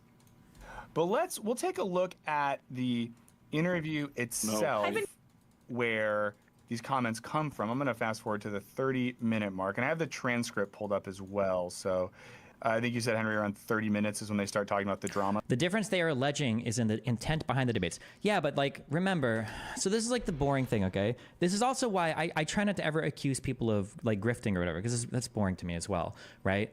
Okay, I'm gonna repeat this a billion times. If you take anything from me, okay, take this. When you have cognitive dissonance, you observe something and it's different than what's in your head, you can either change your mind to fit reality or you can change reality to fit your mind, okay? The irritating thing I deal with all the time is I am the least, like, mysterious person on the entire fucking internet. I've probably written more about my positions. I've had more broadcasted content. I've published more YouTube videos. I've been involved in more tweets. Like, there's nothing murky or confusing about my positions. Insofar, like, they might be contradictory or dumb sometimes, but like, they're not like, what does he mean when he says this? Like, what did he mean? What does Destiny really think? Like, it's all out there. It's pretty open. So you can literally hop on my stream and fucking debate me about it. Like, I'm one of the most accessible people at my level of fame on the internet, like, easily.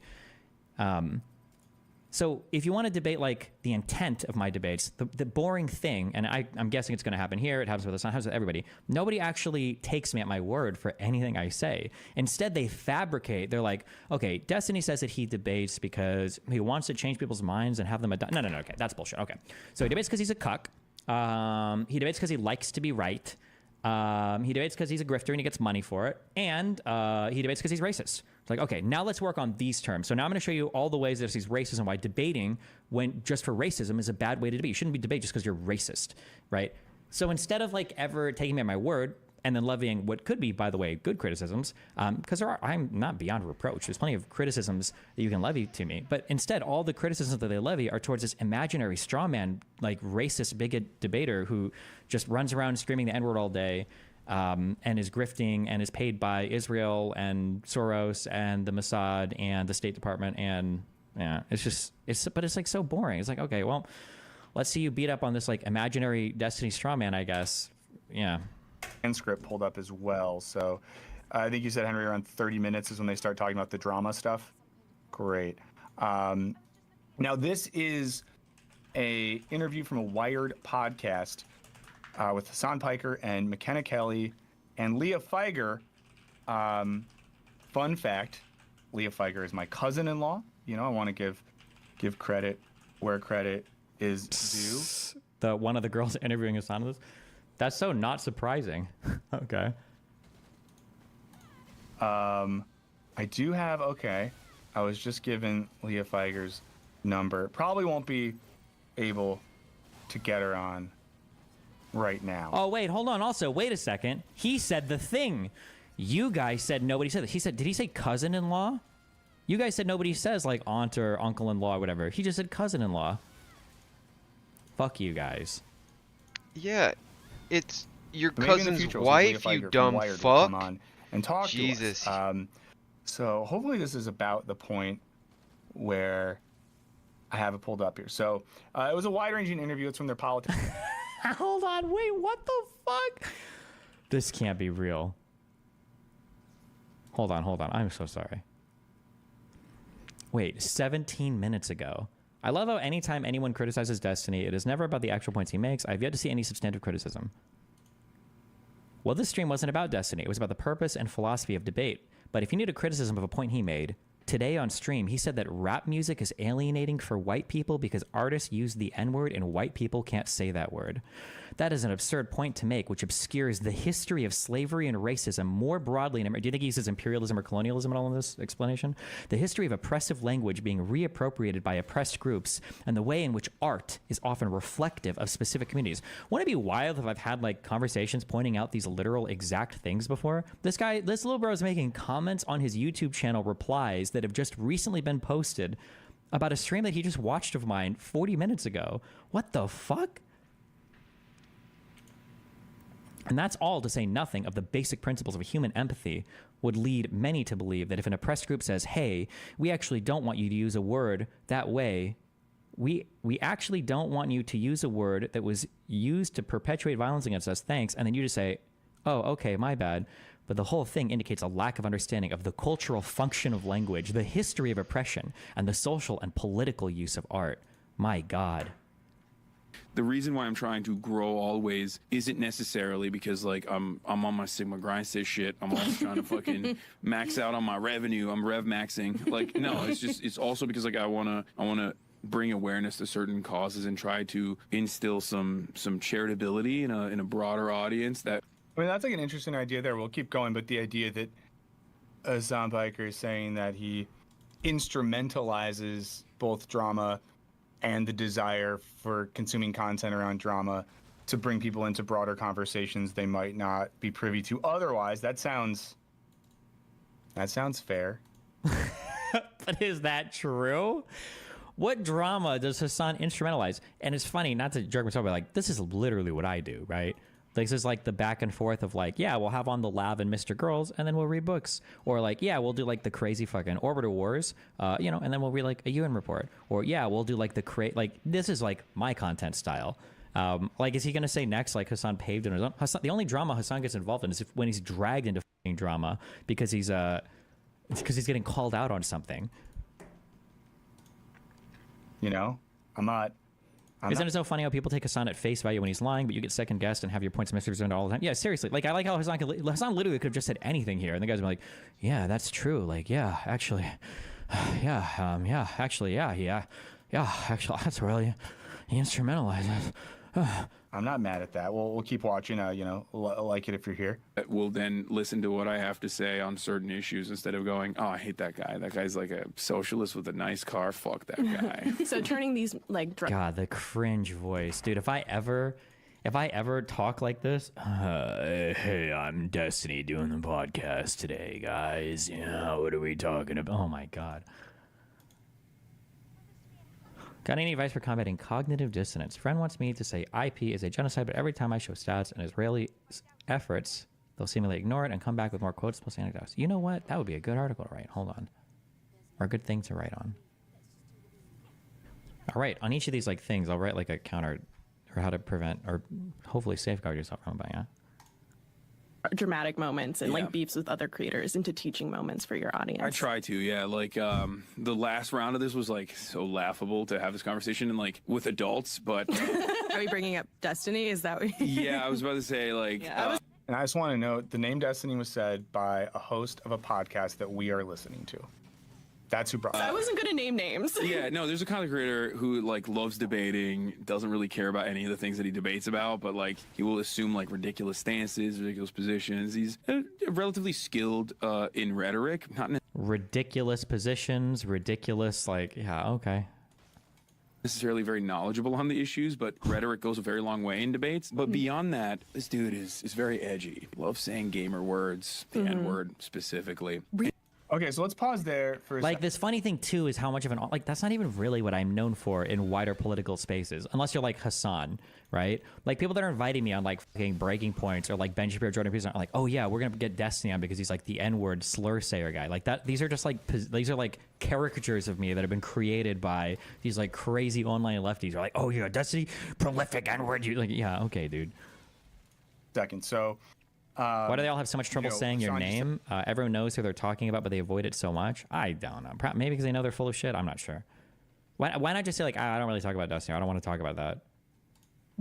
Okay, so let's pause there for a second. So, what stops you from hosting debates where you can, in real time, vet claims and sources of opposition, forcing them to engage when they normally wouldn't? You play in the other side's arena, why not your own? Because I don't think anybody would come on to those types of conversations. Honest question, how are we supposed to reach the truth without debate and conversation? Do we need some dialectical method? What is the alternative method these types of people offer? I've never gotten a good answer. They don't believe in debate because they want to kill people that disagree with them. I'm not joking. That is like the lefty. That's why Hassan said re-education camps. That's why non-compete said re-education camps. That's why lefties had re-education camps and gulags. If you're in a socialist country with multiple parties, and one of the parties is a capitalist party, what would you do if that party started gaining momentum? Oh my God, Ethan is asking such a question. You murder them all! Say it! You kill them all! Kill those motherfuckers in a video game, sorry. Holy murder those motherfuckers in the street. Let the streets soak in their fucking red capitalist bloods. That's what Mao did. That's what they did after the Bolshevik Revolution to other lefties. The solution to that would always be education and re-education camps. offering more re-education. Destiny may be the enemy of our enemies in the sense that he regularly pwns fascists on Twitch debates, but that does not make him our friend. You see, we are the enemy of liberals. Watch it. Wait, the concentration camp or the socialist liberal one? The re-education. That some of our comrades are going to have to be re-educated permanently. How we deal with former capitalists, fascists, and other such oppressors will be one of the great tests of anarchist society.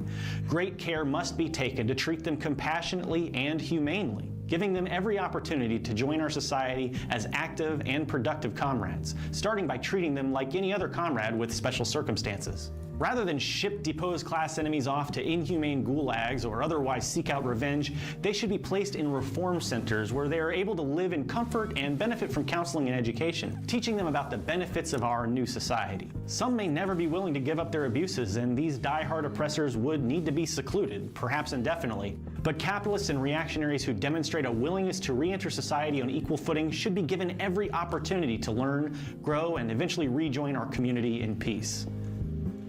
Chapter 9, the military. This is the guy that I want running the re-education camps. Remember, liberals value like open political conversation between two sides. That's a liberal feeling. That's not a socialist or communist feeling. That's not a fascist feeling, right? This is a liberal idea. Illiberals tend to not care as much about that debate. They'll point to having these ideas in society, period, are harmful or hurtful. They don't want them there at all. Hassan just said that there's a kind of creator who loves debating. Doesn't really care about any of the things that he debates about, and is relatively skilled in rhetoric. I think this is really interesting. I think we can learn something about this, and I know a lot of us... Wow, so interesting. He's made these claims without asserting any evidence, but they're going to bring the evidence now for this, I'm sure. Okay. Know this history, but, we look back in the history of philosophy, especially Greek philosophy, you see a distinction between, let's say, like a Socratic figure, right? And what marks a Socratic figure, or literally Socrates followers, Plato's students, was an underlying motivation for knowledge and wisdom. In particular, an underlying motive for knowledge of oneself and understanding oneself such that they can understand the world around them and seeking out ideas like truth and justice. And of course, a knowledge of their fundamental ignorance. You see this in all those dialogues. Now, there was another type of person operating in that context, the sophists. You hear like sophistry. And these are people who are skilled in rhetoric as an art, who are good at giving convincing speeches. But these are often people whose... I think one of the most annoying things, remember I say people wield things aesthetically while divorcing the function entirely from it. This is a really good example of that. So an attack that's used over and over against me is that Destiny obsesses over rhetoric, and that's it. But the reality is rhetoric is actually my weakest part. It's funny because if you listen to any of my debates, rhetoric is the thing that I struggle the most with. That's why I have notes on like, okay, well, how can I improve my rhetoric? Or that's why like before a debate, that's why like I'll try to make Wait, why can't I not open these? Oh, like I try to make like rhetorical approaches. Like I try to strategize for this ahead of time because rhetoric is my weakest point. Rhetoric is the only thing that people like debate have. I think I had more notes for rhetoric in this debate than literally anything else, actually. Yeah, like rhetoric is the thing that I struggle with the most. It's the only thing these people have. Like, ironically enough, these people right now are engaged in pure rhetoric. There is no factual foundation for what they're saying. This is another reason why when I argue about things, I always try to ground it out in some example, right? That's why I can show you like, oh, here's my notes for this. Oh, here are my my debate prep for this. Here's an example of what I mean. I'm trying to ground things out in examples so you can see like when I say something, there's like a real world analog to what I'm saying. I'm not just like spewing random shit, right? Whereas for like, oh, Destiny, all he does is rhetoric. No, my dream debate is just like autistic quibbling over discrete factual events. That's what I prefer the most. But most people don't do that. They speak in broad strokes and in narratives and in stories, which is the thing that I have the most trouble with. It's very unnatural for me to do that. I don't think that way generally. I'm like, give me the style and the figure. Like that's my brain, which is funny because I also get made fun of on the right for that. People say, oh, what's wrong, Destiny? You don't have a study to show you that getting cucked isn't good for your relationship. You need a study for that, right? They'll make fun of me for the exact opposite thing. But it's so funny that he's engaging in like empty, hollow rhetoric right now while engaging me, whose biggest issue is rhetoric of engaging in empty, hollow rhetoric. That's a wild turnaround to me. Like it's this is wielding these attacks as aesthetic over function, right? Like he just wants to appear intelligent and have these attacks, but they're like empty. They're the exact opposite, really. Giving convincing speeches, but these are often people who like, is that me? Is that what you think when you think of Destiny? Oh yeah, he gives convincing speeches. And these are people who are skilled in rhetoric as an art, who are good at giving convincing speeches, but these are often people whose aim or goal wasn't self-interrogation and external interrogation about wisdom, truth, beauty, meaning.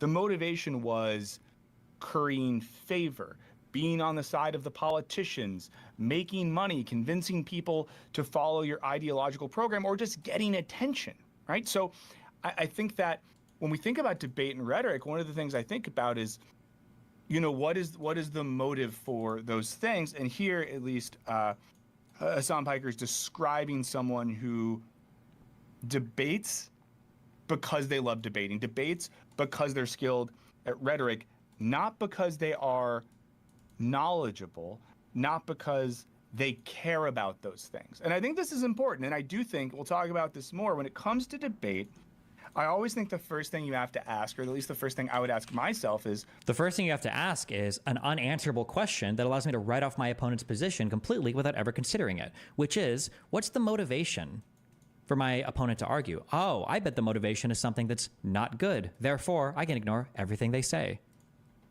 Does this person care about the thing they're speaking on? Do they have an invested emotional, or like in the Greek sense, pathetic, pathos-based interest in the thing? Yep. Or is this just like a sport or a game for them? And then if it's a sport or a game, I can write everything off. Whether that's someone debating political ideas, debating their favorite games, debating music, people who love the thing are always going to be more interesting, and people that have a humility and are willing to interrogate themselves, always going to be more interesting. And of course, that's the Hassan point brings of up debate. That a lot of these people, one person in particular, like at least academic loves saying debates, gamer words, the N-word specifically. Is that good rhetoric? Is that good pathos or ethos? Careful though, because you can't say if I engage in only rhetoric that I do logos, because that would imply that I at least have to have some factual foundation, right? Do people forget that logos is part of the rhetorical triangle? Supposed to be able to argue Like, either we side don't of have a politics position. or stances on Wisecrack Live, but Henry, are we comfortable? It in helps agreeing you reason that through that white people just don't get to say the N-word ever? Subject matter, if you actually I think we believe are, what yeah. you're debating in. Don't but take this the wrong technically, way, but you're generally quite unconvincing in an emotional sort of way, but much more so in an analytical way. I think if you were better at rhetoric, you wouldn't even have half the problems you do with these communities. You understand that you're just repeating what I just said. Yes, I'm aware of that. Yes. The rhetoric part is my weakest part. Yes. Which is why it's so funny to hear the opposite from these people. Just don't get to say the N-word ever? Yeah, Are we comfortable with that as a stance? I think we are. Yeah. Does the subscriber to view ratio make sense to you? Some channels get really popular in the past and they've got a hard time like staying relevant. This video is... So they either continue to do the same type of content or they try to pivot to whatever's popular and ride the waves off of that. Or they can reinvent themselves, although that's really rare. But it looks like these guys tried to pivot to like political commentary, and they're doing okay. I think this channel gets still over like 1 million views per month. Yeah, which isn't bad. But like, they must have been popular a long time ago if they have over 3 million subs. You just don't say the N-word, guys. Just don't. Just don't. Even if, yeah, never mind. Which is so funny because like presenting that as a thing with no argument or no, was this return? Yeah, like, dumb, whatever. But it's okay. So go ahead, Henry. We're about to get deep into like the very big philosophical, like factual foundations that they're going to use. It's just they start off with this, but it gets way better. Trust me, I'm sure. I feel you're about to say something. Oh no, I don't. I was gonna just bring up the same thing. Like even in stuff where people cite it as an excuse to say the N-word, like Blazing Saddles, like okay. Even if you were a sophist and your arguments were valid, would it matter? Were you a sophist anyways? Kind of a baseless argument. I believe that a sophist by definition is somebody that engages in irrational argumentation. Isn't that what sophistry is? You would never say like, well, he's a sophist, but he makes a lot of really good points. You'd say, oh, he's a sophist because he makes what looks like good points, but they're always irrationally founded. I thought that's what sophistry meant. The bad guys are the ones saying the word in Blazing Saddles, and they're portrayed as complete fucking idiots. So like, even within the context of like whenever people try to justify it, just don't try. Yeah, and I think that's the thing too. Like if someone who presents themselves as an intellect or a rhetorician or a debater, you just ask yourself, if someone takes the time to try to intellectually justify using the N-word as someone who is not a black person, what is the motive? Like can you not see that like this would be the exact type of basically retard level analysis? Like how can you go on invoking like Socrates, like dialecticalism or dialecticals? Is it dialectalism? Dialectism? Material dialectalism. That's not the word. Material. Is it dialectics? It might just be dialectics. Sorry, too many isms to me. Yeah. How can you invoke fucking dialectics, Socrates, all this, and then you're like, the N-word, as someone who is not a black person, what is the motive?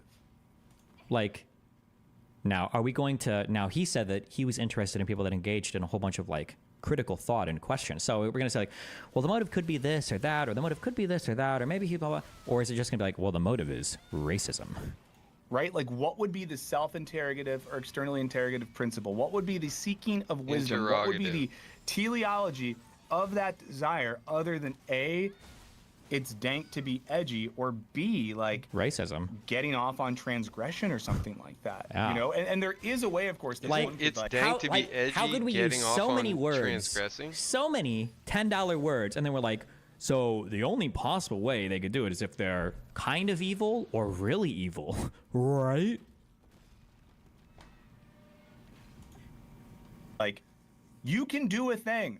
Yeah. Where you rhetorically like, break down logic and break down language such that technically it's okay when I say this word, but then that completely, in this case, obfuscates the idea that that word is connected to a history and a context, and that word has a very I swear to God, effective it's particular just political There's no oppressive use. meaning in a community of people that you are not a member of. Okay, let's go back to the Wired interview. We're not here to express opinions. We're just seeing what Hassan Piker said. Recently, I feel like that happened recently. It happened like 2 weeks ago, where he said the N-word on a podcast. And 2024. And we have people getting really upset about the word cracker. Yes, which is really funny because like that is. I'm gonna pause real quick. I don't know if any of you guys probably know this. Do you think he's going to represent what anybody was mad about in any of these conversations correctly?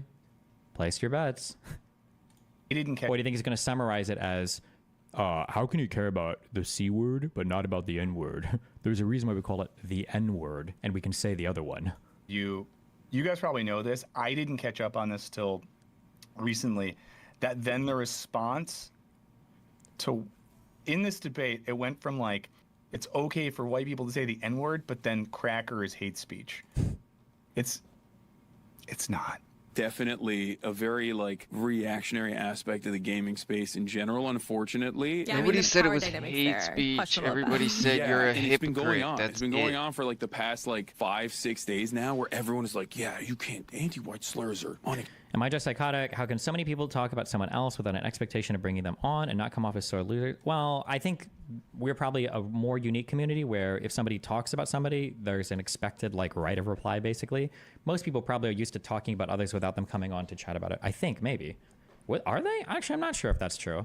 Because I feel like even in mainstream media, people will invite people on talk shows to have an argument and stuff.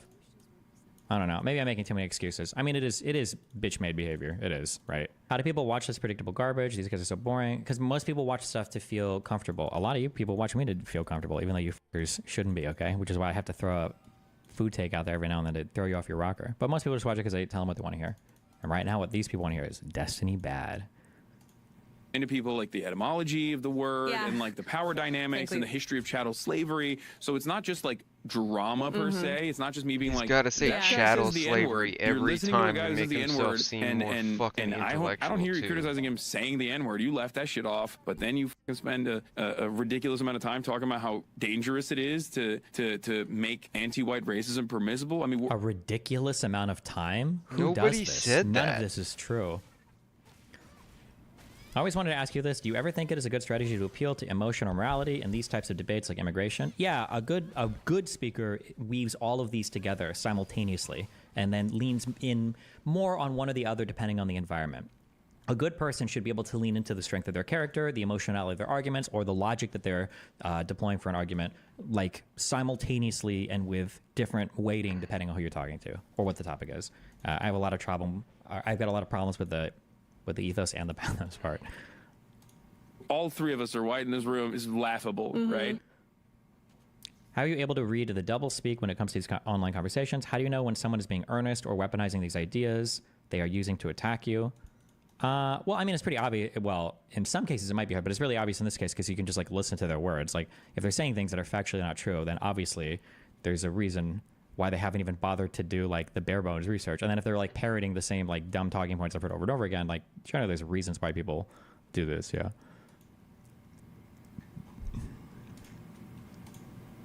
It's a laughable thing to be like, someone called me a cracker. Oh no. I've been called so many worse things. I am curious in the chat, or if anyone listening has opinions on being called cracker. As someone's from Florida, there was, you know, the Florida cracker thing was the thing. So someone in the chat, Psycoms, good afternoon. It's incredibly coincidental you're talking about this, as I'll be in a debate with the D character tomorrow about whether online debates matter. Send us the link to that. Psycom. Oh, that guy's gonna be on my debate panel tonight. Nice. Interesting. That is interesting. How can you listen to the same 20 recycled points to family or character? I don't know. It's boring, but I realize, especially after the Hassan chat, I probably need to respond to it so that there's like the responses are out there. Bingo Bear says, I don't think anyone white feels bad if someone uses anti-white slurs. I do not feel bad. If you see me in the streets, please use an anti-white slur at me and be creative. It's so funny that like creators like this imagine as they're speaking that like 70% of their audience is like black people clapping for how brave they are, when the reality is 100% of their audience are white people that are all clapping at how brave collectively they all are. It's like they imagine themselves like this, but in reality, all of these people are just as white as Daenerys. Like that's what's actually happening. Creative with it. Let's get back to exactly right. And it's like it's so obvious what's going on, but I do think that a lot of people get duped. Like good-natured people that have some biases get duped into like reactionary framing on that issue. It's like bullying. It's wrong. It's bad, sure, but it's like when you make that comparison, when you flatten it out and say like this is all bigotry and it's all unacceptable, and the people saying that are literally also saying the N-word simultaneously, I'm like, well, you don't think that kind of bigotry is seems unacceptable at all. Kind of seems like you're making this a talking point because you want to expose hypocrisy where no such hypocrisy exists. So that it's also crazy the like the hardcore analysis on every single part of my character, everything I say, everything I say I stand for, everything, like none of that can be taken at face value. All of that has to be second guessed. Not second guessed, also just flat out rejected. It's not being second guessed, it's being flat out, it's being rejected out of hand, right? But for Hasan, every single thing he says is fucking gospel, especially when he's saying things about me. that's, you know, I try to use that as a teachable moment. We're going to listen a little more. He gets back around to some of the comments. Or maybe he's about to be critical of what Hasan is saying. Right. Other people who listen. Who are the other streamers that you do like that are focusing on politics coverage right now and doing it well? There's a lot of great people. You have Sean the Black, Frogan, Carol. Sean the Black made death threats against me and says he wished that my ancestors would have been killed. So easy to just, it would solve all of our problems. We would have socialism at this point if someone just went out of their way and it would be so easy. This is what happens when you don't kill every single slave owner after slavery. That's what you get. You should totally be allowed to call it violence against destiny. Like, this is disgusting. Exciting news! Twitch has chosen me to be featured as a legendary woman on the front page, together for legendary women front page carousel, not just for March, but for the entire year. Frogan on October 7th. Leftists preach and foam at the mouth at the thought of a revolution happening in America, but as soon as it happens in the Middle East, what they're doing is wrong. Personally donated 10K because I think it is worthwhile. And if you guys got some extra bread, I would recommend you donate. But I won't throw it on you, you know what I mean? No. Look at the bottom bar, emergency rent. Jesus Christ. This is a cracker take. Frogan uses racial slurs, celebrated October 7th, is pro-Israeli rape, pro-Hamas. Right now. And doing it well. There's a lot of great people. You have Sean the Black, Frogan, Caroline Kwan. Caroline Kwan said it would be good if I had never existed, called me a worm. 5-minute video, I don't think we've watched on screen before, also spreads misinformation. She believes that Palestinians, Christians, and Jews all lived together in peace before Christianity even existed. Jesus Christ. What about Jesus Christ? That's where he's from. Nazareth. Yeah. Yeah. What was the demographics back then? Please say Palestinians. I'm just kidding. She wouldn't do that. That would be pretty funny though. That would have been year zero. Just about BC. It would have been a mix of Palestinian.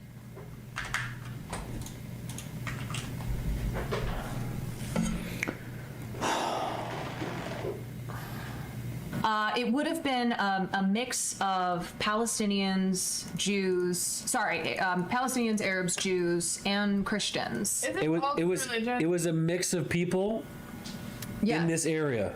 But Palestine. And that changed over time. Well, yes, but under. They got along back then? Yes. So. Wasn't it? I don't know my ancient history. Wasn't it the year?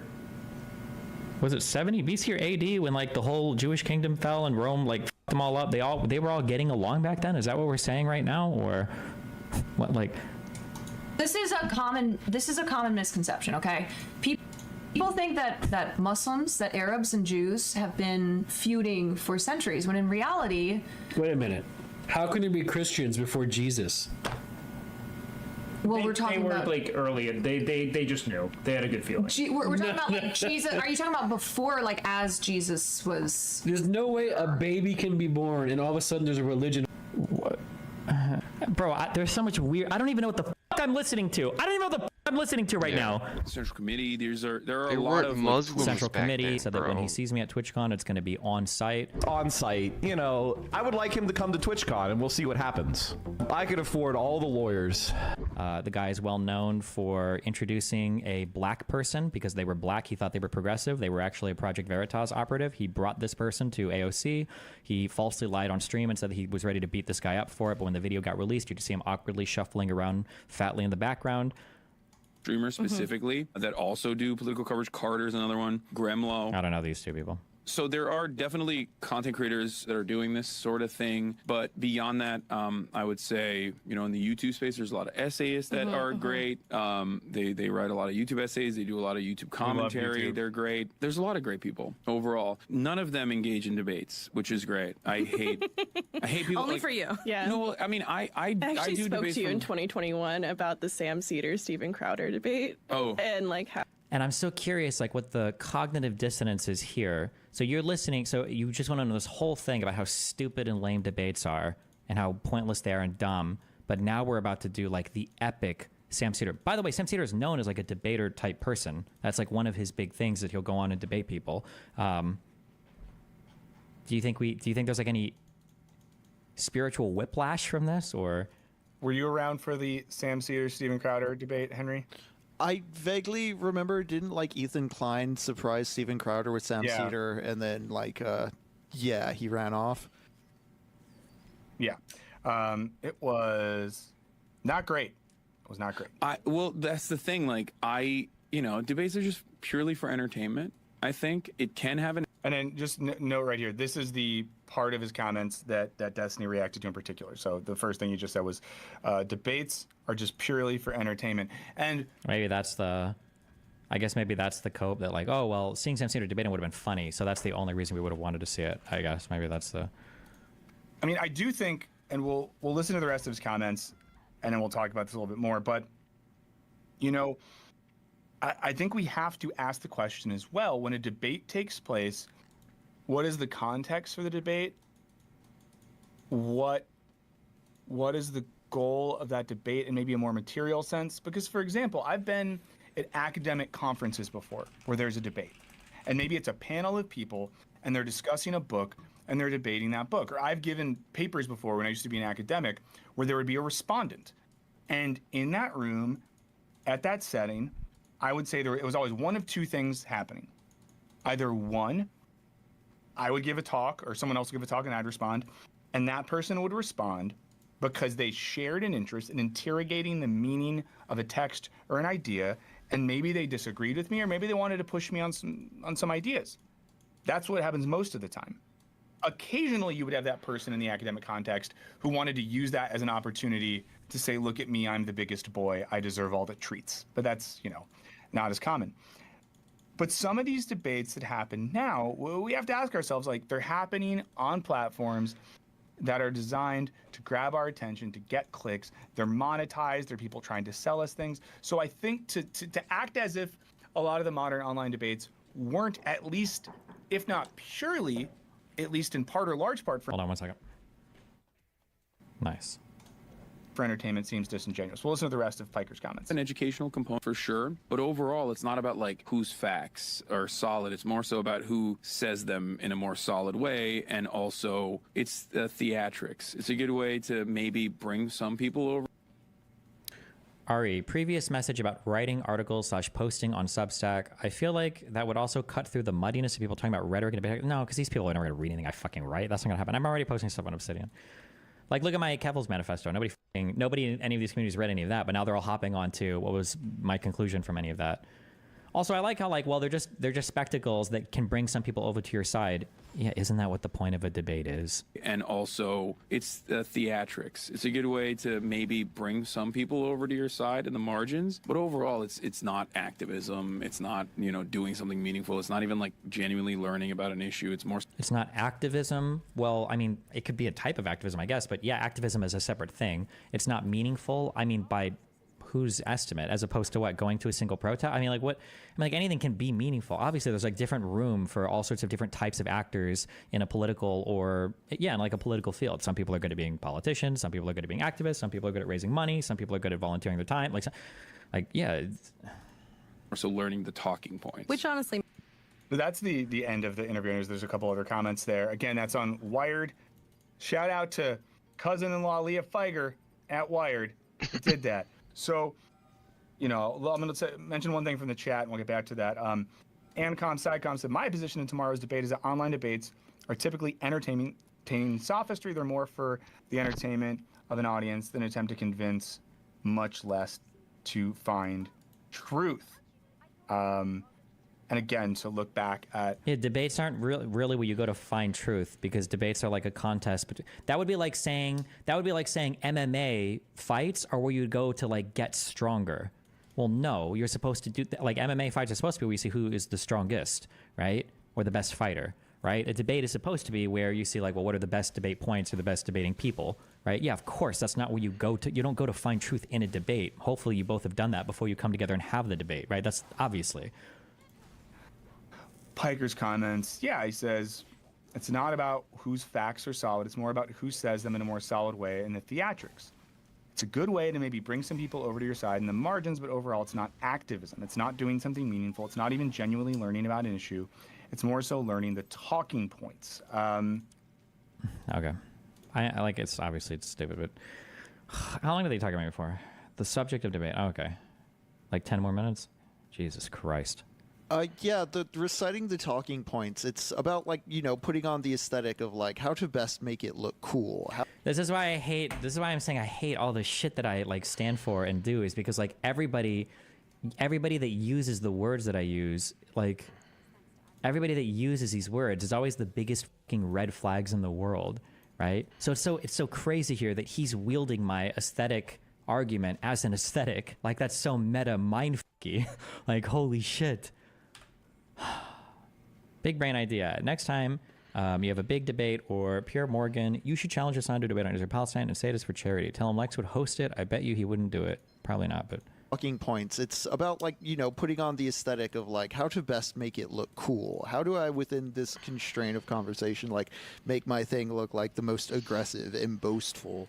What's the difference between a talking point and an argument? I can tell you the difference, but they have the talking points. The difference between a talking point and an argument is if I give you one line and somebody gives me the level 0 challenge to that line, do I know the next line of the argument? If the answer is no, you just know talking points. That's a good example of like Hassan. That's why Hassan engages in debate pedophilia and exclusively debates people under the age of 18 for that he pulls from his chat room. I'm thinking back to how he jumped immediately to the founding fathers as his reference for what he's doing, and it speaks to me of just like where his head is at as far as like where he wants like the performance of being as prestigious as the founding fathers, or like nobody was comparing the prestige part, right? Like this is a 75 IQ issue grappling with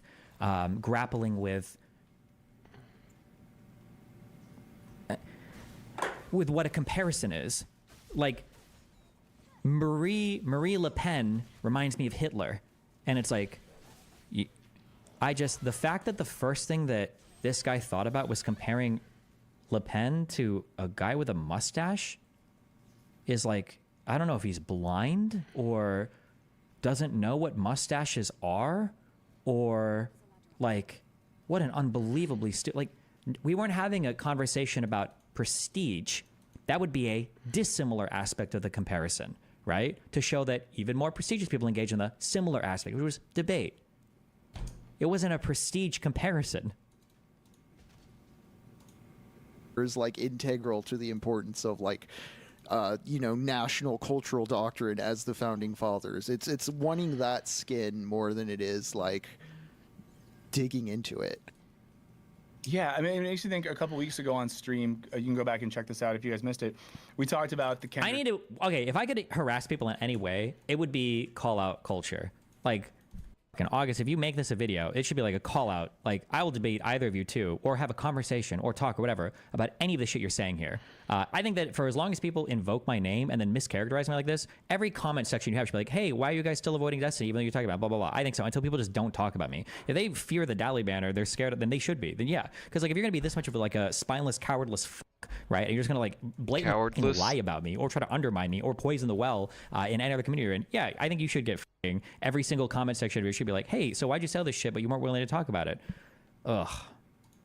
Lamar and Drake beef, and some of what happens in the context of online debate just reminds me more of rap beef in terms of like who's the loudest, who says the craziest thing, who makes you say oh shit, and that sort of stuff. Because like and again, you need to demand this from every other political person you listen to, okay? You need to give examples when you're saying something. Like at least give examples of what is. Oh yeah. Says the craziest thing, who makes you say oh shit, and that sort of stuff. Because I don't think, you know, when you Some of the big online debaters. Is this like a sock Whenever account for Rusto? You know what would be the ultimate fucking meme? Have these guys in any video, anywhere commented on how disappointed they were in Finkelstein's performance in our debate because all he did was scream and call me names? Or do you think they said it was fucking epic the entire time? Called it. How you doing, bro?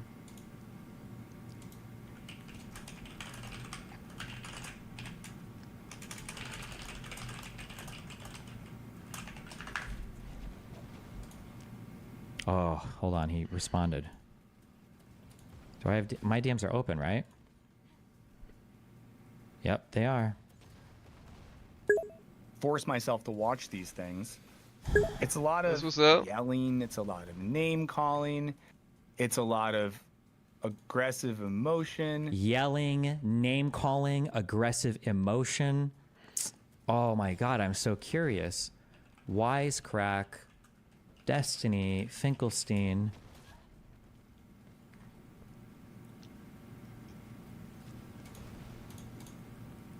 $8 months ago, Jesus. Oh, this is even before any Israel-Palestine stuff. Does stuff like this not make you think they just don't care, LOL? Like, I think they know they're full of shit, but they have an agenda. I don't know how self-aware people are. I truly don't know the answer to that. I don't. This other guy speaking, is this the tall guy that I'm going to talk to soon? Is that the guy who's right now? Or is it... Wait, hold on. Wait, so real quick. The guy who's talking to him right now, is that this debate coach guy that I'm going to chat with? Or is this a different... Or am I about to talk to a different guy? It might be, actually. Why is cracking? Was someone saying right?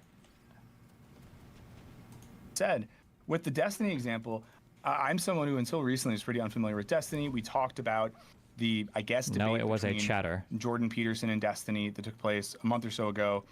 Ironically enough, I'm when chilling, we watched bro. that debate, I'm chilling, you know. I was way more sympathetic with Destiny. than I Got was back with Jordan into Peterson, but Stellar said a Blade couple over things. here. They got the boss Destiny's rush. Crazy. When I was arguing against the right, all of a sudden About I'm to like get the reasonable, platinum rational, probably in the logical, next, like engaging in I wanna say Socratic, hour or so. introspective, self-dialectic, meta-cognitive. Like, but now when I argue against the left, oh well, now he's you know. Now he undermines himself by, you know, not being critical, not being introspective, debating for debating, and it's worthless, and he thinks he's a founding father. Okay. I was way more sympathetic with Destiny than I was with Jordan Peterson, but said a couple things that Destiny's audience really didn't like. His audience is not a good advertisement for him as a serious person. But, you know, people in our audience, people that I like, even kind of push me. Some of our friends on Discord were like, hey, Michael, you should check this out. He's a little hyperbolic, but he makes some good points. But then as soon as I see him just like jokingly saying the N-word, it's like, I don't want to take, why would I take you seriously?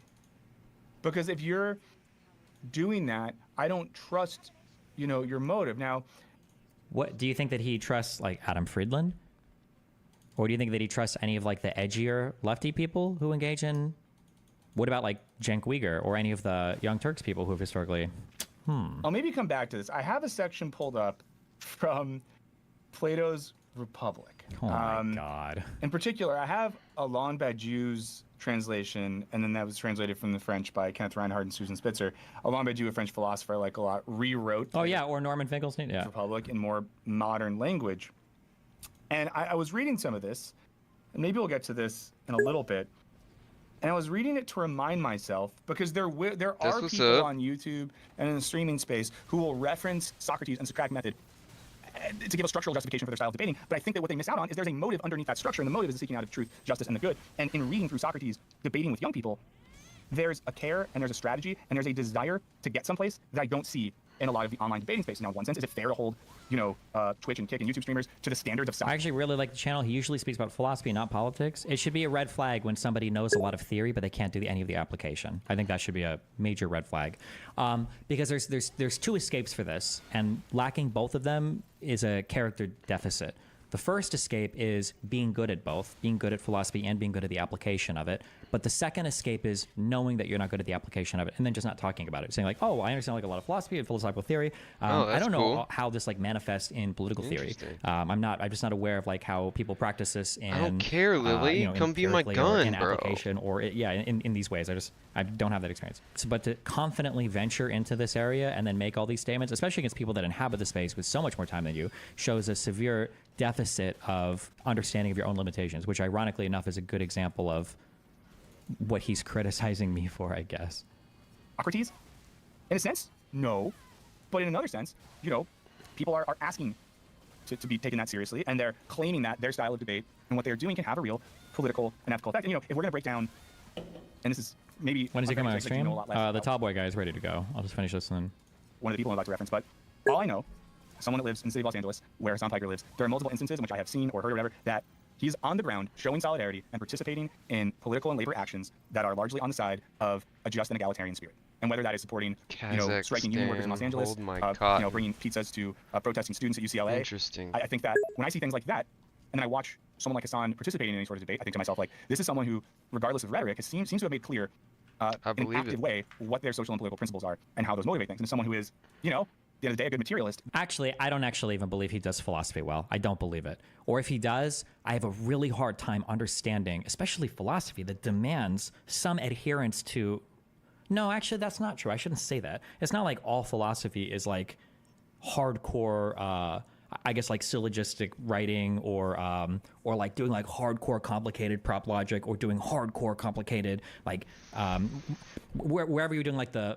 would you call them philosophical proofs? I guess not all of it is like that. It could just be like basically, you know, getting high off your own farts and writing big papers about abstract things. I guess it could be.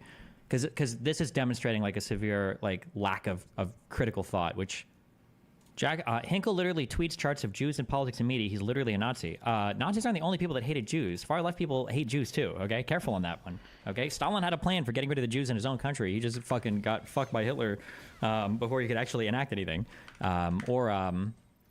Yeah, I mean, like the first, yeah, the idea that only the far right hates, Jews is not true. Listen, everybody hates Jews, okay? All right, let me use the restroom real quick and then I'll chat with this guy. Well, not this guy. We're talking about the other guy who was on the call. Do you want to introduce yourself for all the people in chat? Oh, we're streaming. Hi, I'm Lux. I'm the director at Wisecrack. I guess I'm a former award-winning debater and professional debate coach, although it's been several years since that was my job. Well, that's cool. Wait, what do you mean by, where did you, like, for like college level stuff or other, like... I was a top 10 high school debater for my junior and senior years of high school, and then I was the debate coach at Bard College or at least the debate coach at Bard College my sophomore, junior, and senior years in college. Okay. And I did assistant coach work with a couple of teams, other teams, including the NDT and CETA winners at Emporia. Gotcha. Okay, cool. All right, well, do you want me to start or do you want to start? Yeah, I mean, however you want to do this, I guess. I gotta be honest, online debate stuff, which I'm sure we'll get into, is not really a thing I hold in especially high esteem as a practice, so I don't actually know where this is streaming or anything, so I would love to be able to look at the chat or whatever. Yeah, I mean, if you go to youtube.com/destiny, I think the live stream is like on the front thing there, yeah. Cool. Although it can be really distracting to read chat and talk at the same time. Yeah, I just want to let you know what's going on, you know? Sure, okay. I probably won't look at it. I do this on all the Wisecrack streams too, and then never end up looking at it, but I just like having it up.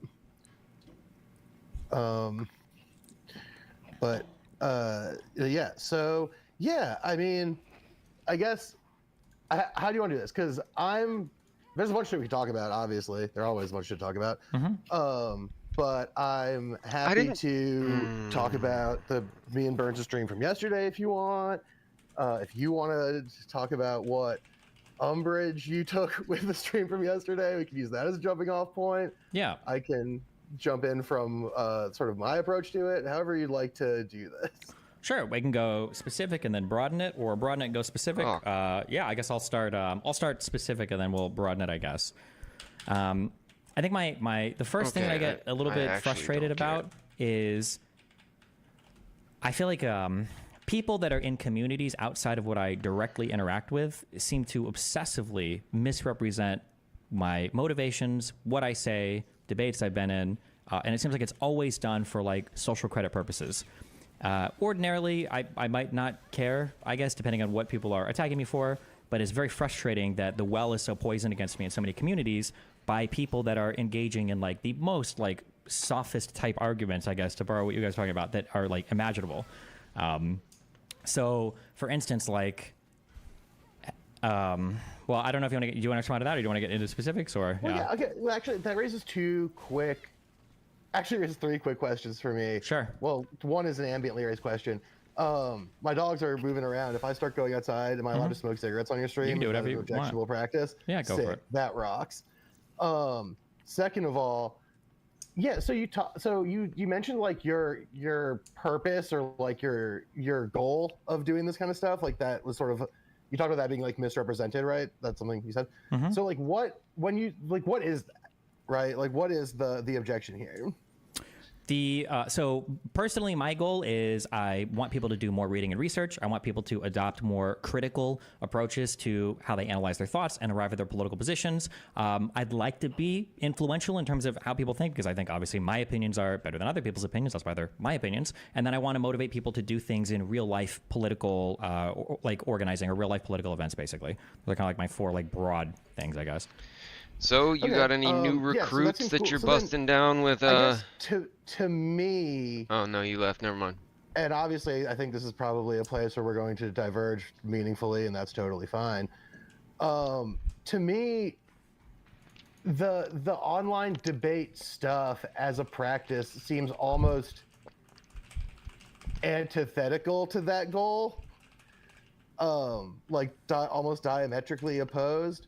To which part? Because to the idea of getting people to critically engage with their political assumptions.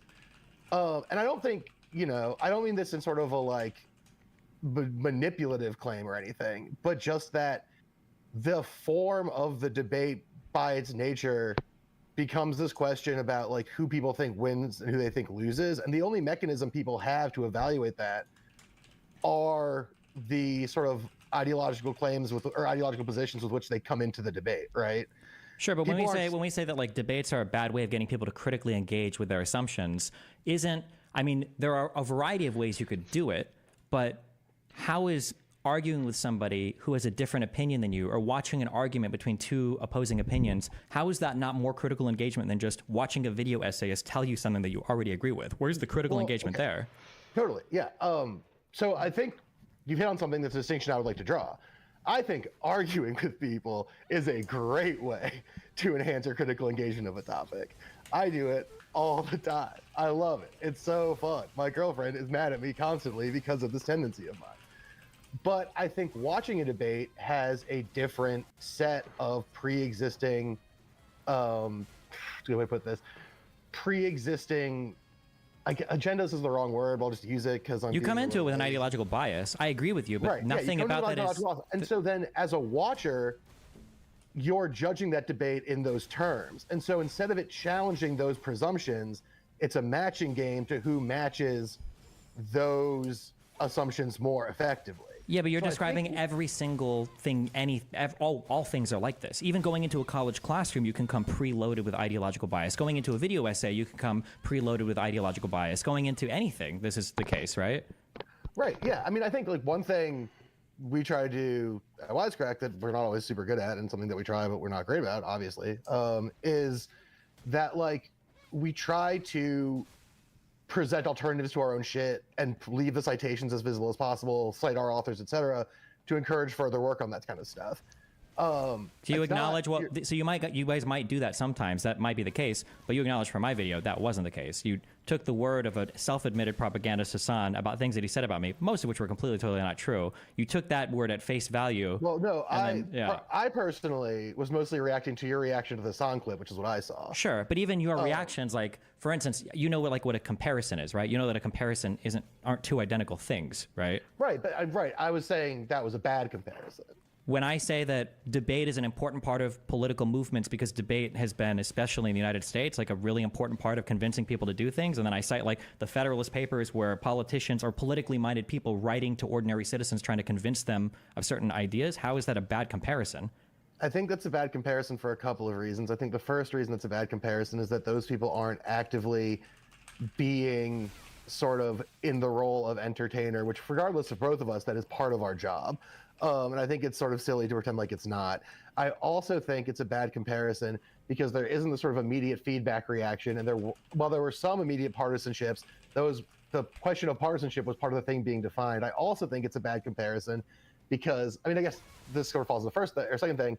It wasn't like a YouTube or Twitch debate, right? Those are just papers being written. There are also papers being written somewhat for ordinary citizens, but also for other politicians. There was a very specific rhetorical and intellectual frame in mind. Sure. So hold on. They were writing to newspapers at the time. They didn't have internet connections. Not all the Federalist papers. Like not all of those debates happened to newspapers. I thought the Federalist papers were all published to newspapers. They were published under pseudonyms to newspapers in order to convince citizens that this is why we need a federal government. That's why they were called the Federalist Papers, right? Yes. Yeah. Right. They were. So they were written in papers and newspapers, not in academic journals and not in halls debating each other. They were literally written in newspapers for the common man to, or as probably like landowners or whatever, but like not politicians to like consume and to consider those arguments. You mentioned, but already the landowner distinction and the anonymous distinction are like pretty substantial here, right? Yeah, in the United States now, thankfully, voting is extended to more than just landowners. So I imagine if they were writing the Federalist Papers today, they would probably not just write it in a way to landowners. They'd write similarly to how like the Communist Manifesto was written, right? Which was a pamphlet that was supposed to be accessible to anybody, right? For sure. But I think that, again, that I'm not going to say they didn't have an economic incentive because that's silly. Of course they had an economic incentive to create those arguments because like fucking obviously, right, the whole civil or revolutionary war was effectively a project of economic incentives. But you guys are gonna get to see my kitchen because that's where my cigarettes are, I guess. But yeah, so that's true for sure. But I think that you're right that if it was written in a different context, it would have a different implication. But the fact of the matter is that like there was a given expectation of ideological position, et cetera, into those. And again, like you said, they're published anonymously, right?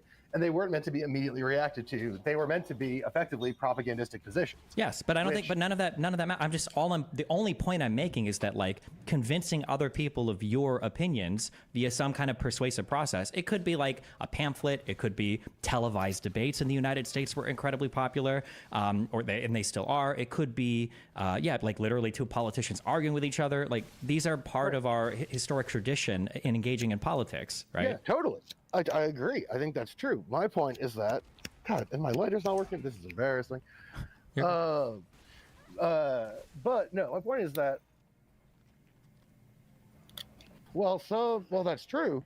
I think that the context of the YouTube debate and the community around YouTube debate, Twitch debate, online debate, whatever, has rendered it in such a way that the comparison of its political stakes or its political function to something like the Federalist Papers is not a good comparison, right? I understand. Well, I know you're saying that you're just reasserting your conclusion, but I'm attacking every single premise that you're laying, and I think they're either. I'm not reasserting the conclusion because the fundamental warrant of the claim, right, is that the act of it being a YouTube phenomenon, the act of having a chat watching, the need to constantly be doing this to reassert its own value and to justify its own existence by performing it over and over and over again, negates to a certain degree its value as a political tool. So you think that meaningfully, you think that having a chat watching or getting active feedback meaningfully negates debate as a form of like political activism or political exercise? I don't think it negates it entirely. I just don't think it has like give it a percentage from 1 to 100%. Like how much does it negate the meaningfulness of it? I would say that its political efficacy, let's say halved. Let's say half. I don't know. I don't have a lab in front of me. But like, for instance, right? Like, as soon as Burns posted that he was like, I don't even know how this whole thing started. However, Burns posted whatever he posted that led to all this whole thing. But my fucking Twitter blew up in a way it has never blown up before, with people saying shitty stuff to my friend before anyone had said anything. Wait, shitty stuff to your friend. Wait, what are we referring to now? To the tweet, whatever Burns tweet it was that led to us having this conversation.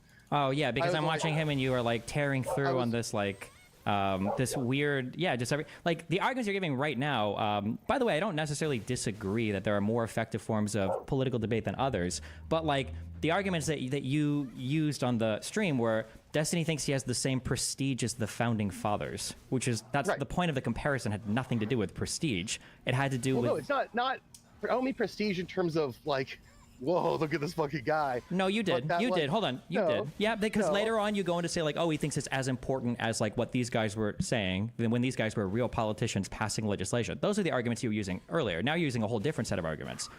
You acknowledge that like none of the arguments you've given me here, you didn't say any of these. The argument that I make later in that video is about performativity, the performative function of debate, and how I don't think it's good.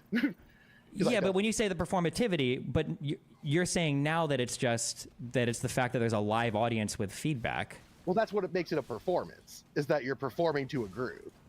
Well, right? you define performance wait. When you say performativity, the implication isn't that you're performing to the group. The implication is that you're changing the content of what you're saying for that performance, right? Those are both true, but I think if you like look into performance theory, a pretty top end part of it is the idea that it's for an outside viewer. Like that's. Well, but then in that case, everything is, depending on how you go by, if that's the definition for performativity, then everything is a performance. Right, most things are. And I'm saying that the performative aspect in this case is a problem for its political efficacy. But haven't we said before that every type of like online stuff can hold a decent sway over, like when we look at like Charlottesville, a lot of those guys came from literally online fucking forums and shit. Or when we look at I'm not gonna say that like people don't get politicized online. They obviously do. I don't think that that's wrong. I think what I take issue with, what I think is sort of silly and self-indulgent, is the idea that something like what you and I are doing right now is anything more than litigating debates that other people have had in more compelling and more interesting ways in other places. But like you say, more compelling and more interesting, by what metric? More interesting and more compelling. How are you measuring that?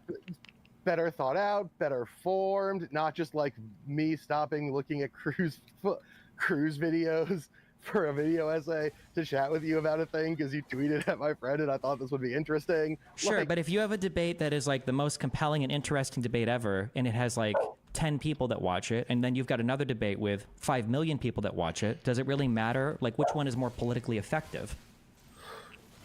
I think that's an interesting question, because I think that something like, for instance, the Foucault-Chomsky debate, which I like quite a lot, is extremely fascinating and has turned out to be an extremely important political document, even if it wasn't at the time. Right? Like, I think that there's a meaningful amount of sort of time span. I think you're probably right that if you and I have this conversation about how much we think online debate is or is not useful today, right? And 50,000 people watch it or whatever. I don't know how many viewers there are, but whatever. Like, a bajillion people fucking watch it. And then some other place somewhere else, like 2 scholars of online performativity have this debate and 50 people watch it. And then in 10 years, people are doing scholarship on these questions and dig up the 2 debates. The one that they dig up from the performance scholars is probably going to end up being more useful and helpful and politically significant. More useful and helpful maybe when they're writing a paper at each other, but what was more influential at the time? Or in the formation of like downstream political ideology, right? Like that's how all this stuff happens. Like you mentioned the Communist Manifesto, it was effective in its time, but it's only grown to a greater degree of effect over time because of its significance to the broader construction of a movement. Sure, but the current political opinions of a people that are impacted by the things that they watch are also important because we're voting and we're deciding on politicians based on the things that we're seeing. Like, do you think that Joe Rogan hasn't influenced people to vote in a particular way or take stances on particular topics? Well, I think so. Joe Rogan's actually a really interesting example. I like talking about Joe Rogan. I think Joe Rogan has done that, but not because of his debate shit. I think Joe Rogan has done that through this sort of process of constructing an ideological sort of aspirational figure for a certain set of people, and then associating that ideological aspiration with a specific political project. Yeah, but part of that, I mean, you're just saying in more words, part of that is bringing on different types of people and having debates on his show. But I think what I'm saying is that those episodes are much less effective for that project than the ones where he's like has some weird guy on who's like, you have no way of pull a bear open with your hand. You have no way of quantifying that, though. You're right. I don't. But by my estimation of talking to people who've watched Joe Rogan of having, spoken to Joe Rogan in life by mistake once because I live in the same town as him, things like this, I have come to that conclusion. You're right. I can't quantify it. I cannot. Wait, so when you talk to Joe Rogan fans in real life, one of the first things I feel like they always bring up is like, oh, I like Joe Rogan because he'll bring on anybody. Yeah, I think that that's something that they they like, but I think a lot of people, I talk to them about their politics and how they derive their politics from Joe Rogan, talk about very specific ideological baselines that Joe Rogan reiterates over and over and over again. And those ideological baselines are more often reiterated and more often calcified in the episodes, which is like two guys talking about like, whatever the problem with women is or something. Sure, that's a part of it. But I mean, like, the debate aspect is a part of it as well. Like, it's a whole thing.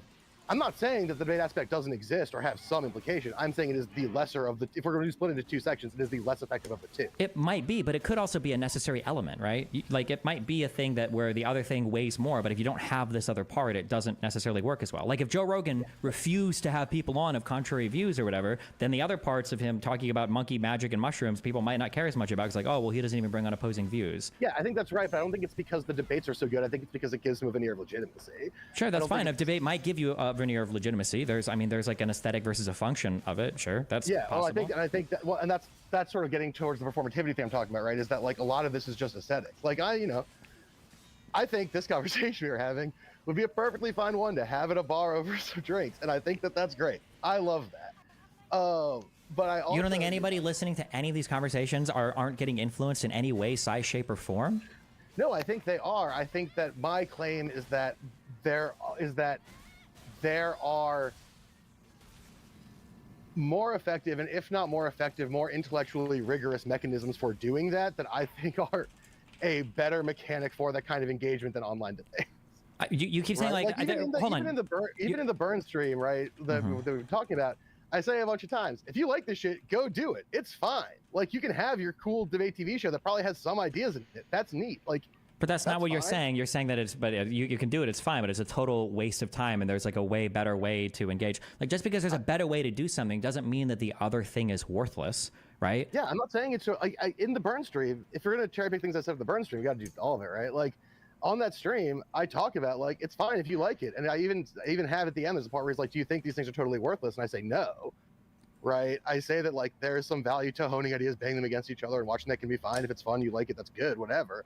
I just don't like it. I think it's silly. But like, that doesn't mean that it can't conceivably have value for someone, obviously. Like, it's wild to presume that.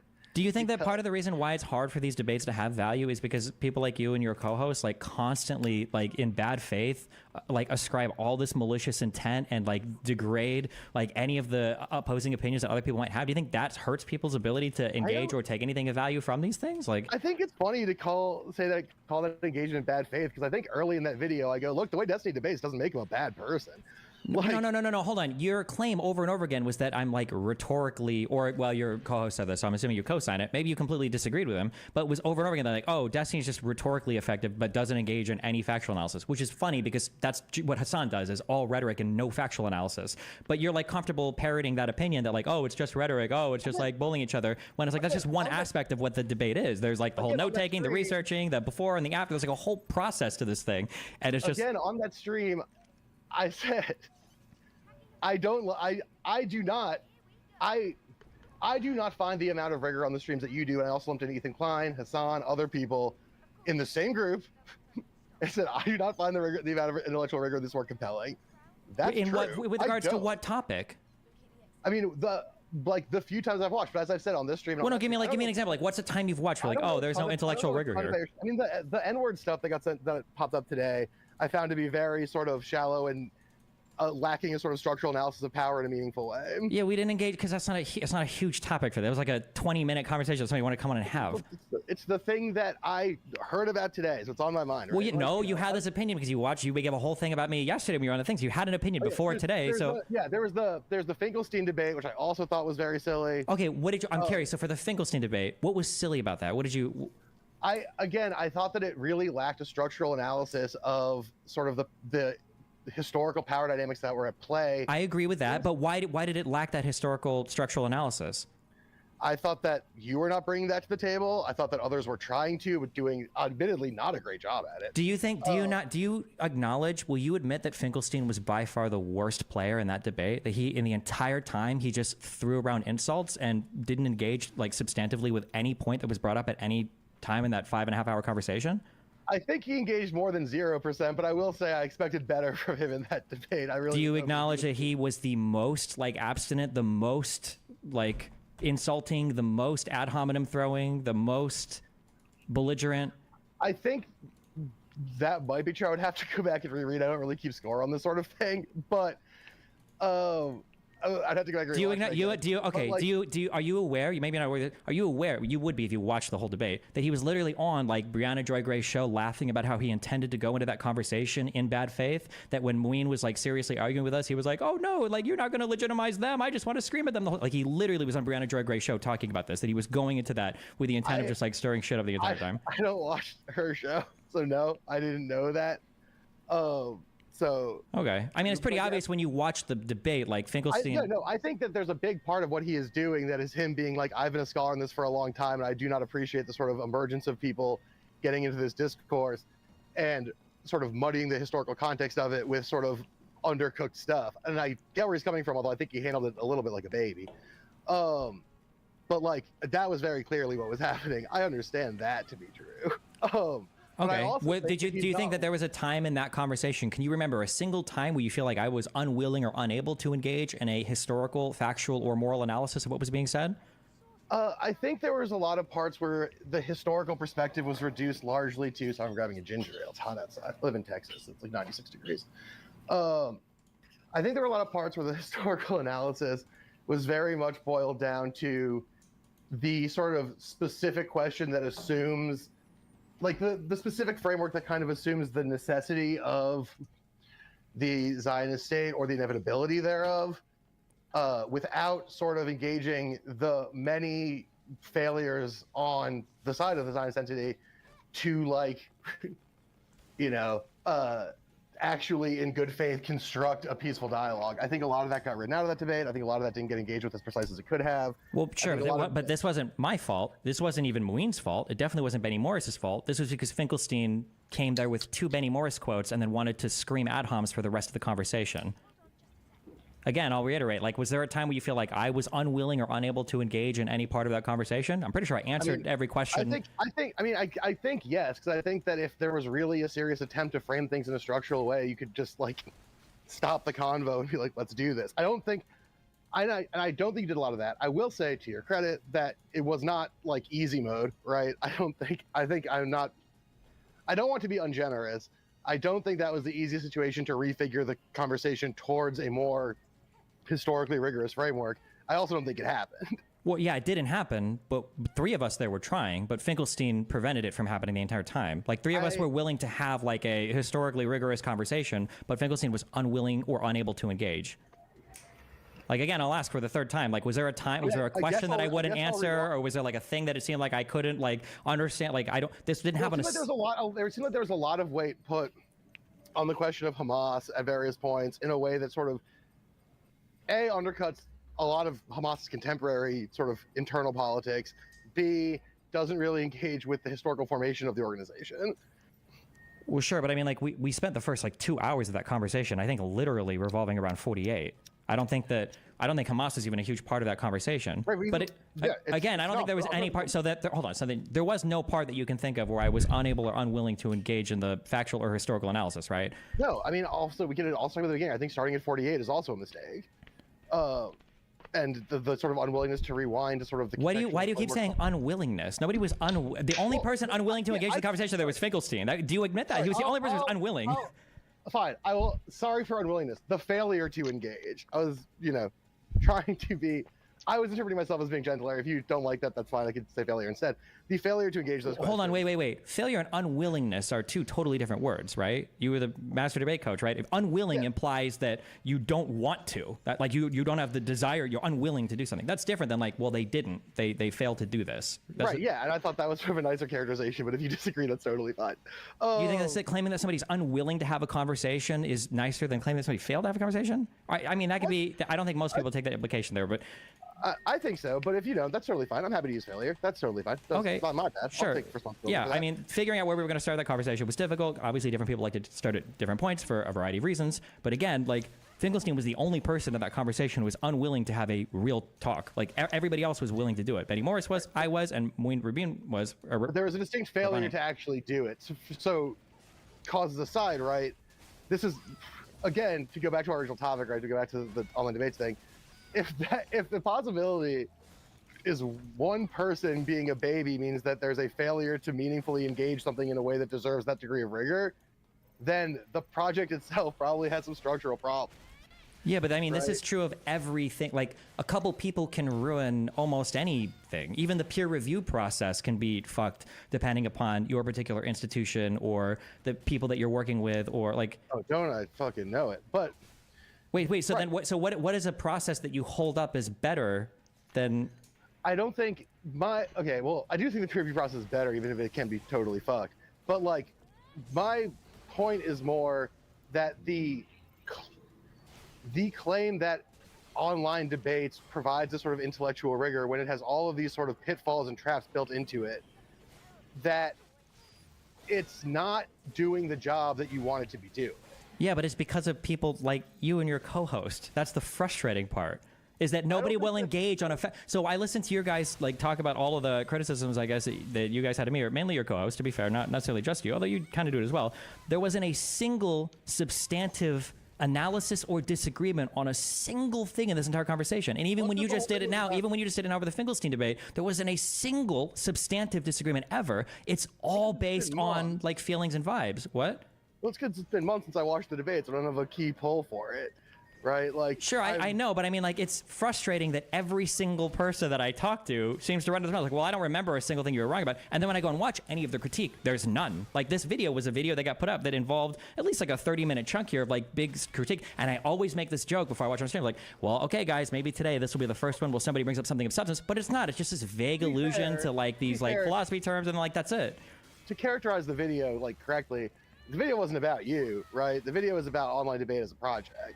You can say that, but I'm the lens through which you're examining it. You literally listen to a 10-minute, or you listen to a clip of like Hassan shitting on me for a few minutes, and then shout out the, and then shout out the Wired person for talking about it. I think you claim that I think I'm like as prestigious as a founding father, and then I guess you can say that it's just like a general analysis, but I'm pretty clearly like the focal point of this section of the section here. I think that's a little bit self-indulgent, especially for the part where I was on the show. But and I can't speak to the rest of it because I was busy doing other stuff. But like, because I don't watch the whole thing. I was busy doing my job. But like, that's fine. I mean, like, if you are inclined to take that as like a rigorous rebuttal, and that being the purpose of the project, like, that's your prerogative. I think it's not that I'm claiming this is a rigorous rebuttal. I just think it's funny that when you guys spend 30 minutes talking about people's obsessive focus over rhetoric and engagement in sophistry, that all you guys engage in is rhetoric and sophistry, right? Like, if you wanted to say like, oh, this guy like only cares about rhetoric, and he only, he's a sophist or whatever, here are like 2 or 3 examples of this, then I'd be like, okay, this makes sense. Like, yeah. But to just engage in like vibes and feels where it's like, oh, well, I think he like defends the N-word and that's why I don't listen to anything that this guy says, or like, oh, and here's Hassan giving like scathing critiques of him, all of which were untrue. And then like, this is like so basic good. And it's like, okay. But again, like, like, you're talking about parts of the video that I wasn't on. Burns isn't here. Seems a little unfair, especially since the whole premise of me being here is you being like the guy getting critiqued ought to be able to defend himself. So. Oh wait, the other guy? Oh, you mean the guy in the video isn't here? Yeah. Oh, listen, if he wants to be, yeah. Well, the other guy won't talk to me. Well, he's busy. No, he's not too busy to be on Twitter all day, like tweeting at all my fans or whatever. I mean, I know he's doing stuff because I'm getting messages about the stuff that we're working on. So like, well, hey, listen, I'll come on an episode of your show. It'll be a high viewership episode. I'm sure it's worthwhile financially for you. That's something y'all can talk about for sure. That's not my bailiwick. But like, I'm whatever. I'm not the programming guy. Y'all can do whatever you want. But point being, right, that I think there were some pretty reasonable arguments being made in a sort of Marshall McLuhan, medium is the message type way, about how when the core purpose of a thing is intellectual rigor and intellectual analysis, that the performative and sort of foreign audience aspect of it undercuts, excuse me, too much ginger ale too fast, undercuts that primary goal. I think that is true. I think that what ends up happening, like I've said, is you get a lot of sort of my guy versus your guy stuff, and there isn't. And I think that there's ways to fix this. I don't think that online debate necessarily has to be this way. I talk about that in the video. Hold on. I agree with everything you're saying. I 1,000,000,000% agree. I spent a lot of time thinking about this. I do agree that there are these huge hurdles to overcome when you're having debates. People are super ideologically dug in. People engage in a lot of argumentation that has nothing to do with like the actual factual construction of the argument. I agree with all of that. My issue is that's what you guys are doing. I try not to do that, but so many of you guys on the other side just have so much insane shit to say about me. And like I spend so much time like writing stuff down, taking notes, doing research, publishing videos, like talking about my debate strategies, like talking about the facts I go through. And then when I wind up in a debate with somebody like Finkelstein, he calls me names the whole time. And then everybody in like this other political camp like starts laughing. They're like, that was actually epic and owned. And then they come back and they go like, oh, well, actually, I think debate's not a worthwhile way to convince people. It's like, why? Because you suck at arguing? Not you personally, but like that's what it feels like. Like people just get mad at me and then they make these crazy characterizations of me. And then it's like, oh yeah, well, like why not just like not talk about it? Just leave me alone. Like just say like, oh yeah, I don't think debate is that like important online. So I just don't think about those people. That's fine. Why be like, oh yeah, Destiny made this comparison about the Federalist Papers being political debate because he thinks he's as prestigious as a founding father. Why not just like not talk about me? I mean, so discussing the contours of what internet debate is interesting. I like doing things that are interesting. I like things that I am interested in. I do the job that I do because I enjoy thinking about stuff. That was a fun thing to think about. I took a little bit of a time out on a Wednesday to have a conversation about a thing I think is interesting. I think that's pretty normal. I also am a little confused because if you agree with the sort of critique that I have as a generality about the nature of online debate, then I'm a little confused why you're also saying that the arguments that are being made are bad or unworkable if you agree with the basic claims that are being made, right? You see what I mean? The argument, no.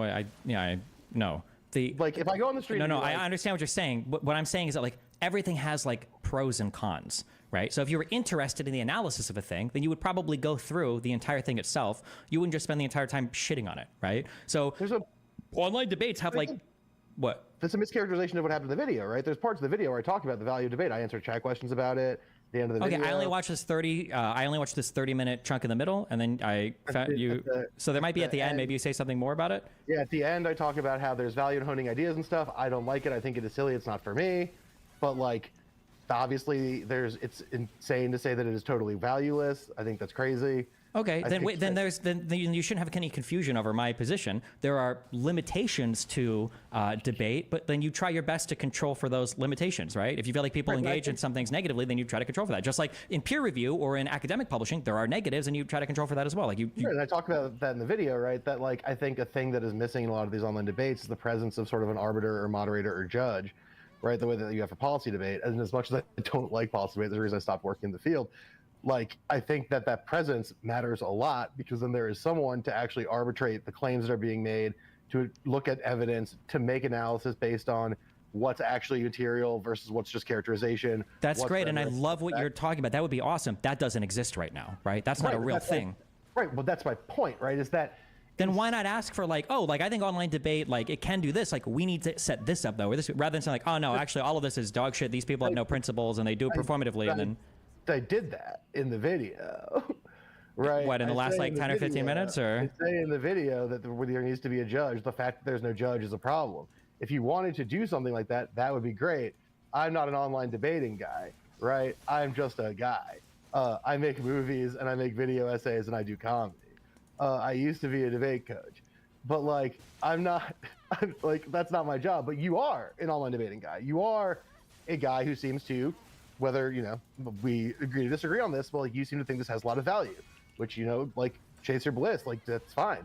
But if you think that's true, and you also think that there are these structural inhibitors to maximizing the thing that you wanted to do, then if you wanted to do that, you could just do that.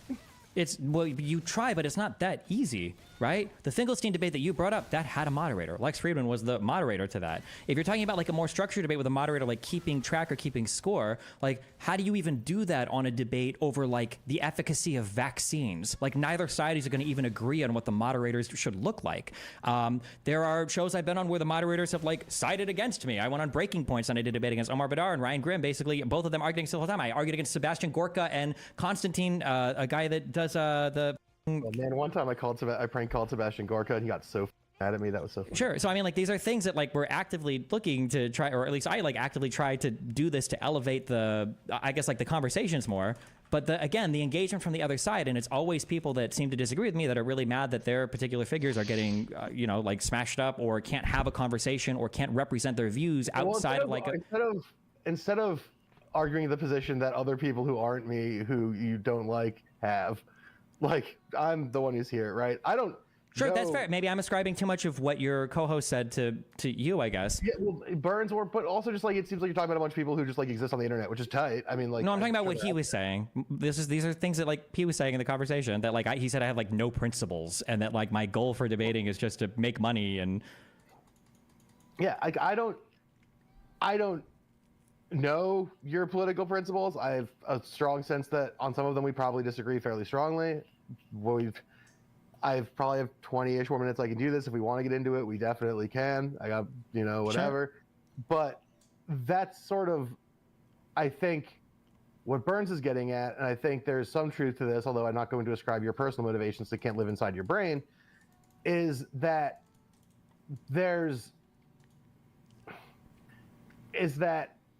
I think a lot of times online debates, and I'm not talking about yours specifically, ones I've seen that exist. Well, wait, hold on, wait. Well, since you don't want me to talk about general people and you want to talk to you specifically, then don't talk about general debate. Talk about me specifically. The claim that your host made was that I have no principles, right?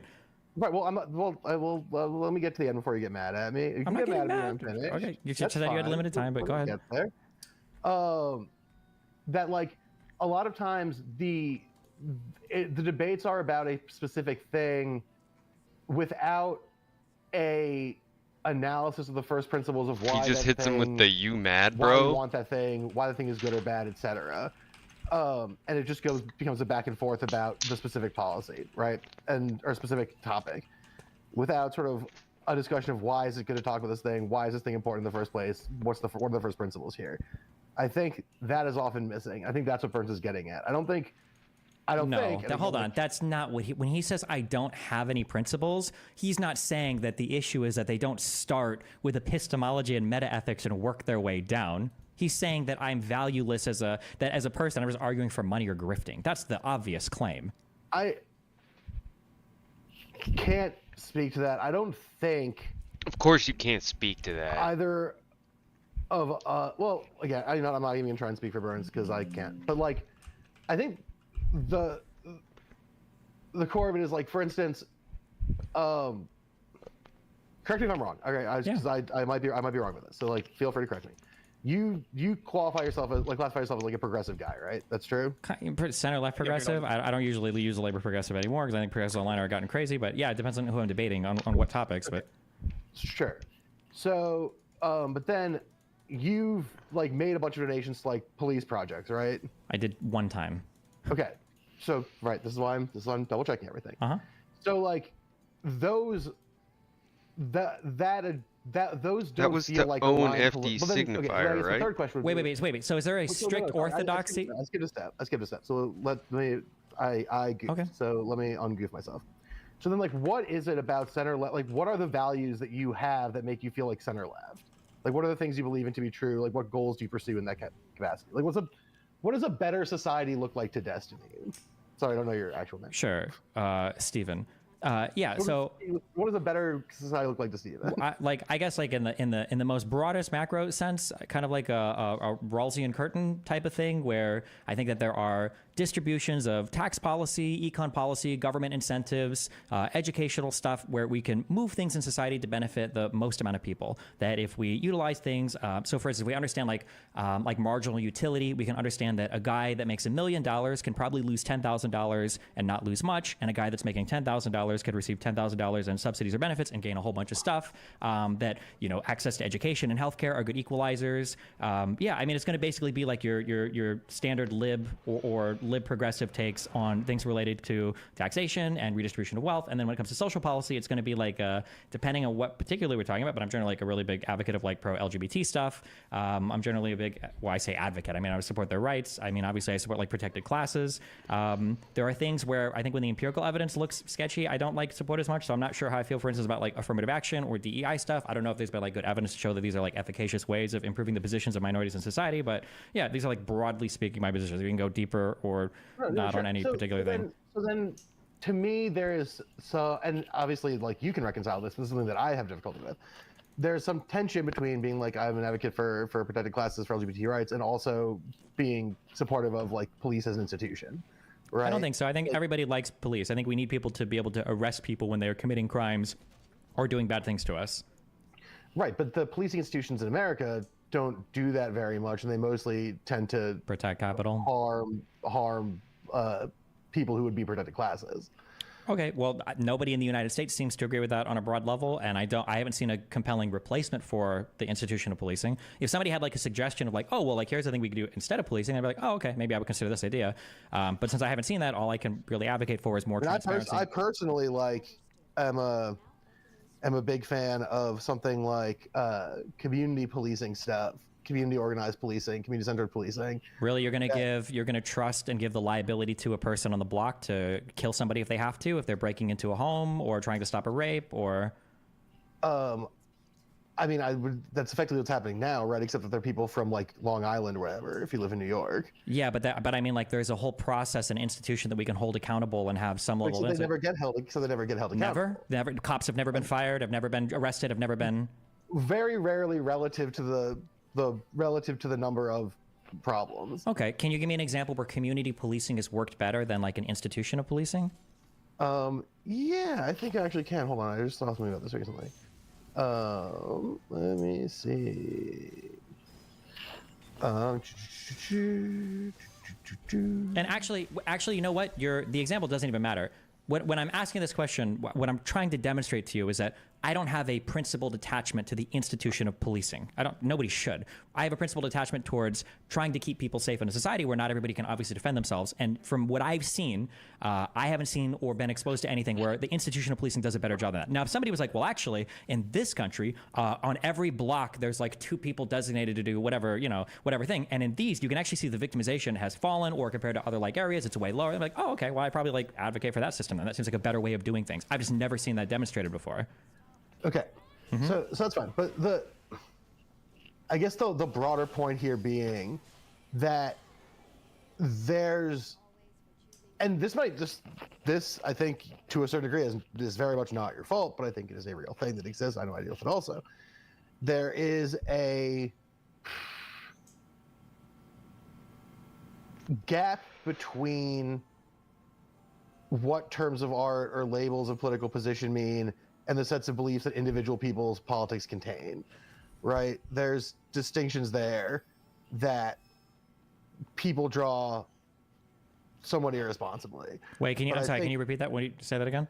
I think that there are assumptions of meaning caked into political positions, political, labeling that imply certain policy beliefs that people presume and then are mad about their presence or lack thereof.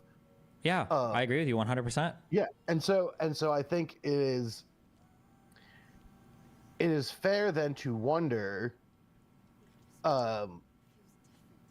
where the disconnects are for certain folks. I think that, like, for instance, I am staunchly opposed to police as they are manifested now because I think they do more harm than good. I agree with you on the premise that there has to be some sort of public safety mechanism. I think the status quo public safety mechanism is worse than it is beneficial. That's fine, but I mean, like, you acknowledge that, like Ahmaud Arbery, that was community policing. Zimmerman, that was community policing. So it's not like these things just by nature of they're these. they're not seamless for sure. And I think Sure, but I'm just saying that like there's no I don't see a strong argument for why it would be better to have somebody like Zimmerman running around, looking for Trayvon Martins in the neighborhood, or why the guys that ran down in a car, a dude who was jogging and shot him in the chest with a shotgun. Like that's a better example of policing. Right. No, those are bad. But in like, for instance, Richmond, California, did their like neighborhood safety thing, and homicide rates dropped super hard. There have been cities that where cops have gone on strikes and crime rate and reported crime rates have dropped. Like there's examples in both directions for sure. But my point is that like, or I guess, I mean, I really don't, I don't want the fucking universe of dudes who are just sending death threats to my friend Burns to hassle me online, but like, whatever, I guess we're here. Like, I think the Gaza thing is another one where I think the presumed center left position would be like a ceasefire and Sure. So I have some bullshit because I write a lot about like trying to figure out like how people put the beliefs together. Right. So what you're talking about right now is a thing I understand. I call this a constellation of beliefs. People assume that if you have one belief, that you have like 10 others. If somebody, for sure. I think that's bad. I don't think that's a good thing. Yeah, but then I would understand why an ordinary person would think it. So if an ordinary person hears like, oh, like Destiny, thinks that the N-word's not a big deal or whatever, I would imagine that they would assume like 20 other things, which is like, yeah, I get it. I understand why you would assume that, right? Or if somebody says I'm pro Second Amendment, I would assume a whole bunch of things, sure. But as people that are in the position of being content creators or being debate master coaches or whatever, I would expect more. Like when I'm looking at somebody, my goal isn't to try to say like, oh, well, he said this, so I think there's like 30 other things he believes. My goal would be like, okay, well, you might or may not believe this. Let's see if we can find videos of it. Let's see if we can find evidence of it. Let's see if we can find like him actually making these statements about these things, and then we can talk about these particular things rather than just making the assumptions and then like hammering down on those assumed positions. Like this whole, again, the conversation topic through the lens of this Hassan, interview is like destroying the straw man version of me. And it's like, okay, well, I don't know what the point of all this was. Well, again, I think that was a framing device more than anything else, but that's neither here nor there. We can agree to disagree on that, whatever. I also think I just got a package, so I hope no one takes it while I'm doing this. Surely they won't. We live in a fine neighborhood. But I think that that's true, right? The constellation of beliefs thing is totally fair. I get it. It happens to me with some regularity. Also, I was not the same as you. You are someone who is much more publicly exposed than I am by design. So that'll happen. But I think that there's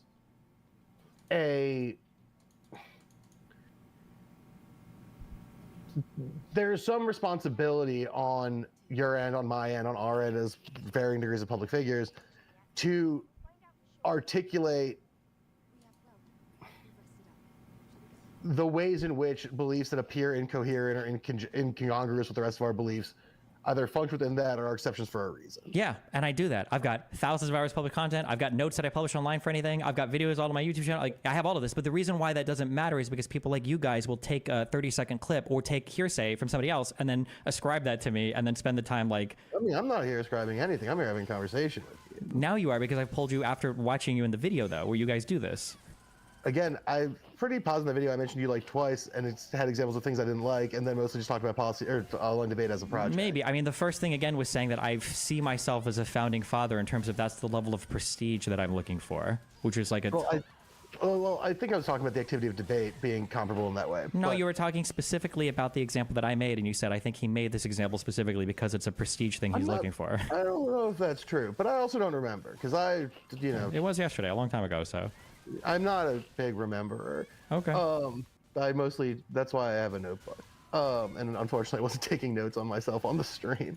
But like, I'm an improviser. It's just sort of goes away when you're done. But so the point I'm trying to get to here is that like, if you're going to, for instance, and like, you can clarify your position on this however much you want. That would obviously be good for me. I think clarifications are good. But like, if you're going to say, defend the use of the N-word or critique the function of rap music or whatever in its historical context, that is on its face, and what it implies about a historical analysis of power is at odds with like a lot of the claims that you're making about like center-left positions, right? No, I don't think so. You really don't? You don't think that the historical construction of language is implicit in power relations that like construct the just because you're like, inequalities? I don't think center left implies Marxist, and I don't think center left implies that you have to have the. I'm not talking about center left in general. I'm talking about what you said before about wanting this like Rawlsian curtain and like the equitable distribution. A Rawlsian curtain, right? Like that only makes sense in a context where like historical power relations aren't reified all the time.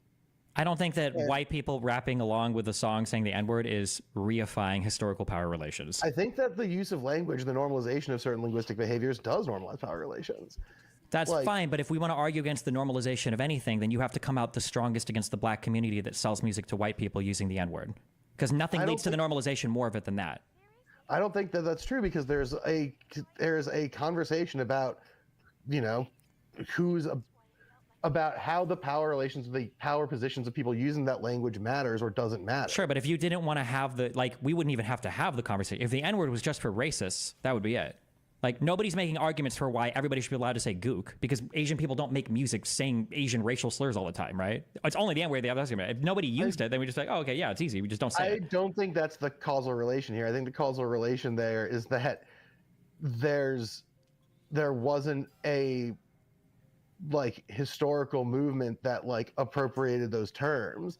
And it's also, I think, a little bit silly to characterize as black people selling music to white people when a lot of that money, a lot of stuff is white people extracting value from black artists, right? Like, doesn't change it at all. I mean, I'm just saying that I think that meaningfully does in terms of like this question of like how power works in this. It doesn't matter. It doesn't matter though. You're creating art knowing who the consumers are going to be at the end of the day, right?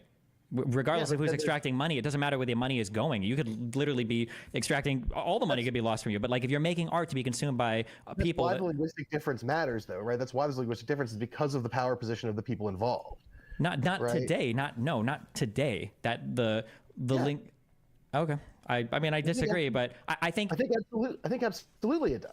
That's fine. Okay, listen, we can have this disagreement, and I can still be pro like tax-funded healthcare and education. Like, I don't think I don't think we have to be 100% congruent here. Otherwise, I'm a Nazi. Like, I think that. No, I'm not saying that. Jesus Christ. Right? Like, I'm not.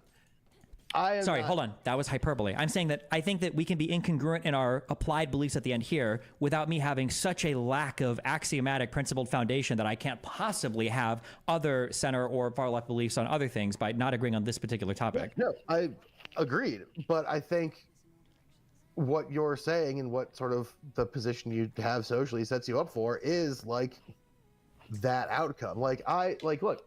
Can you give me an example of how that would tie? Like, let's say that you're a conservative or you're a far right person, and then you hear Destiny's take on the N-word. Like, oh, if he just said this, I'm gonna take that logic that he's using now and I'm gonna extract it and apply it to this to show him that he's a hypocrite. What's one possible position that I lose the ability to defend because of my stance on that?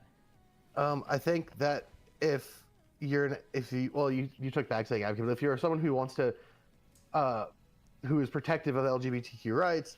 Someone hears you saying this, they say, look, they're doing the same thing with the F slur. We should be able to say that all the time, even though they don't like it.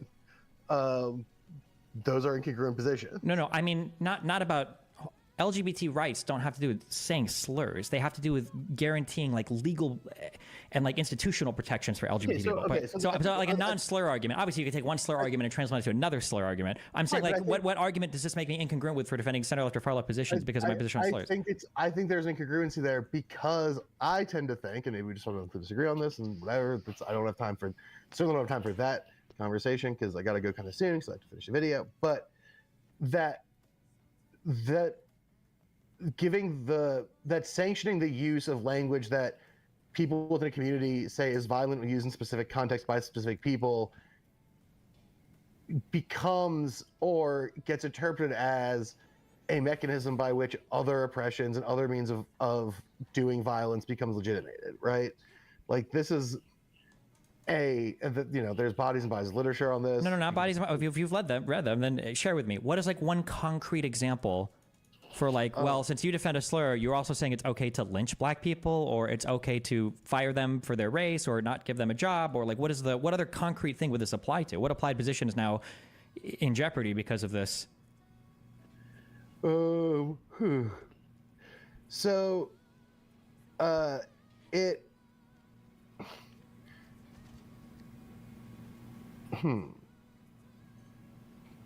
How do I say this in a way that is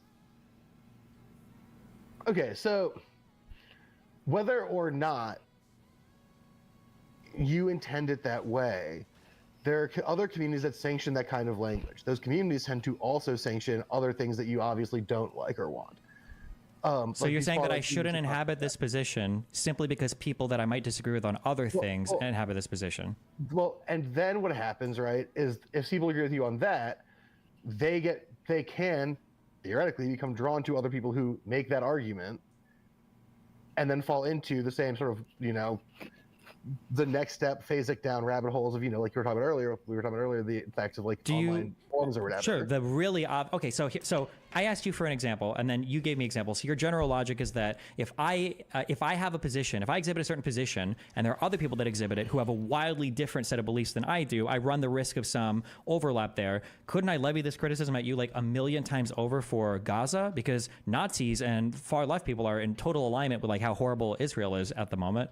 But I don't think you would tell. But Nazis are also in total alignment with how good Israel is at the moment, so that one's kind of a draw. I don't think so. No, that is not true. By definition, no. Trust me, they always hate Israel. Oh, that is not true. That's not true. I got yelled at and had a thing thrown at me by a guy with a Nazi armband who at a pro-Palestine rally by a guy who was marching with Zionists.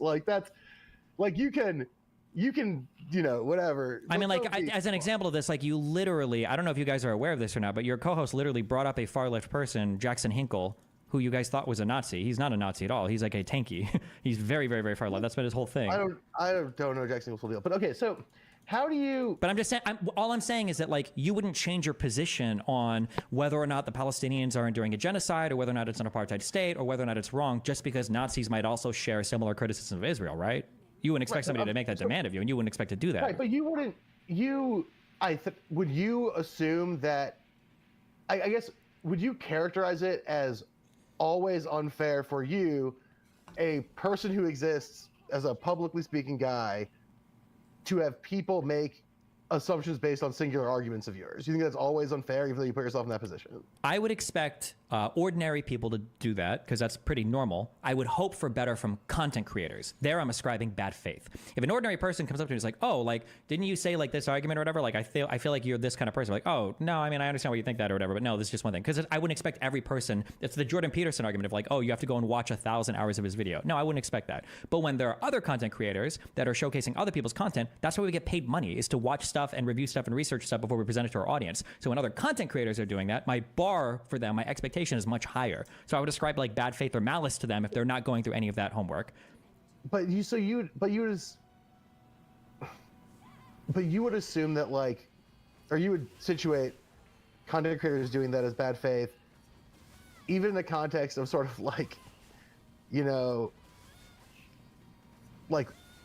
structural analysis stuff, right? I understand, right? You're hung up on, for your reasons, specific allusions to your stuff. That's fine. I get it. That's pretty human. People are like that. I respect it. But it seems a lot like you're taking what was very much a conversation about an idea and being this is mean to me. It would be like me doing you keep saying this, but the lens of analysis being me as the subject through which you talk about this particular idea, and then you're saying, well, don't get upset that you were the one. It would be like me doing a 30-minute segment on this is why I don't like Nazis, and I'm going to go over some things that Tailboy has said to show you what I mean. And then if you were to come at me and you'd be like, well, hold on, wait, what the fuck? I'd say, well, it's not about you, it's about the Nazi thing. I don't know why you're acting like that's such a strange thing to be irritated by. That would be crazy, because you would have a hard time with that one. But no, wait. That's not the point of what I just said at all, right? You acknowledge that, right? Yeah. You're capable of perceiving the argument. Okay. Doing a bit. Okay. Well, it's hard to say you're doing a bit because you guys in this video call me unprincipled. You say that I engage in sophistry. You're comparing me with the sophist and against Socrates, who's the introspective one. So the bit is indistinguishable from the actual position. So it's hard for me to tell when you're doing a bit. But that's why we pay big money for improv classes, baby. But yeah, no. So okay, then I guess the question I have, just to circle back around to the original thing, is if the goal here is to have people interrogate their political assumptions. But for ordinary people, making flawed conclusions based off of this stuff is to be expected. Then isn't there sort of an internal tension there as far as efficacy goes? That is like. Well, no, you're like, that's the goal there. When you're trying to be influential or an entertainer or an educator or whatever the fuck, like this is always like the thing that you're pushing against, right? Like a person that does research in medicine or is publishing studies wouldn't expect an average person to have, you know, a college or advanced graduate degree level understanding of stats. But you wouldn't say like, well, don't you think there's a huge tension here when you publish this medical research that like an ordinary human doesn't understand stats? Well, no, of course not. What do you mean? Of course there's a tension there, but your goal is to like break it down and make it understandable. That's why science journalism exists, right? People will write articles about studies and stuff to try to like translate it and make it understandable. That's the goal, right? Right, totally. But like, I guess what I'm saying is, do you not? Okay, here's the way to put this.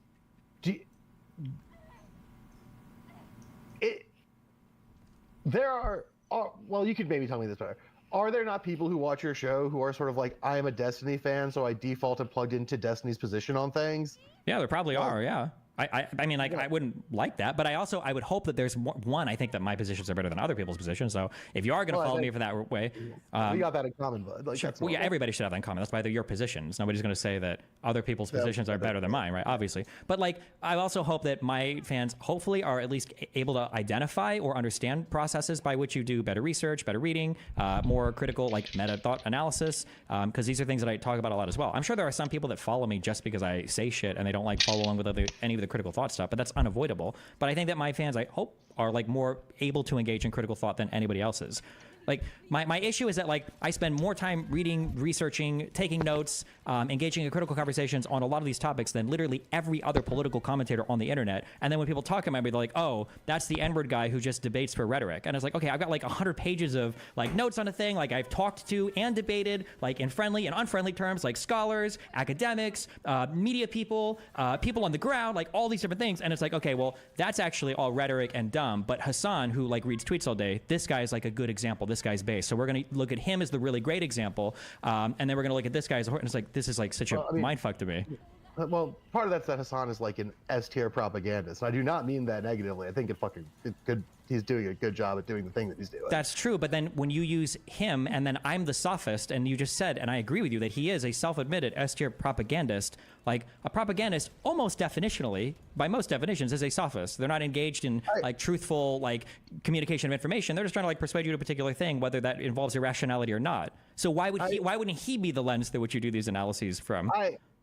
Well, I mean, I mentioned him on the stream, but I mean, to bring the subject into it, I tend to be more sympathetic to his political positions than yours, but that's not the point here. I think the bigger point here is that, like, you know, he says that's what he's doing, and that's also, you know, what you are also doing that, and so am I, right? We all do that. We are. No, I don't. The same way that you guys say this. No, I try to engage in a way more fact-based, like rigorous form of analysis than just like these are my political positions, so I'm going to take the side of anything. And I try to activate people for real-life political stuff, which is why I've organized like some of the largest canvassing events for multiple elections now at this point, like utilizing and leveraging my fan base rather than just like being online and doing donation drives and like bragging about a big number. So no, I don't put myself in that same category. I mean, that's great.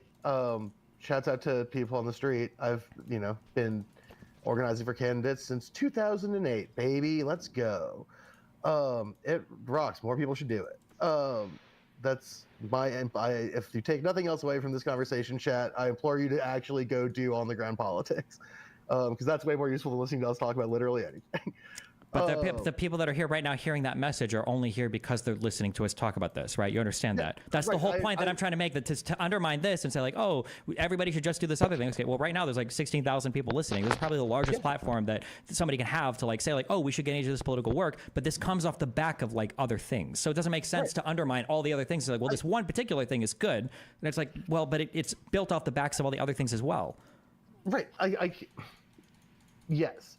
I think that if you want to make the argument that the fundamental function of the debate stuff is not the debates in themselves, but rather their ability as performance to attract people to a platform from which you can do other stuff that is distinct from that is good, I'm much more sympathetic to that than I am to the argument that the debates in themselves do that work.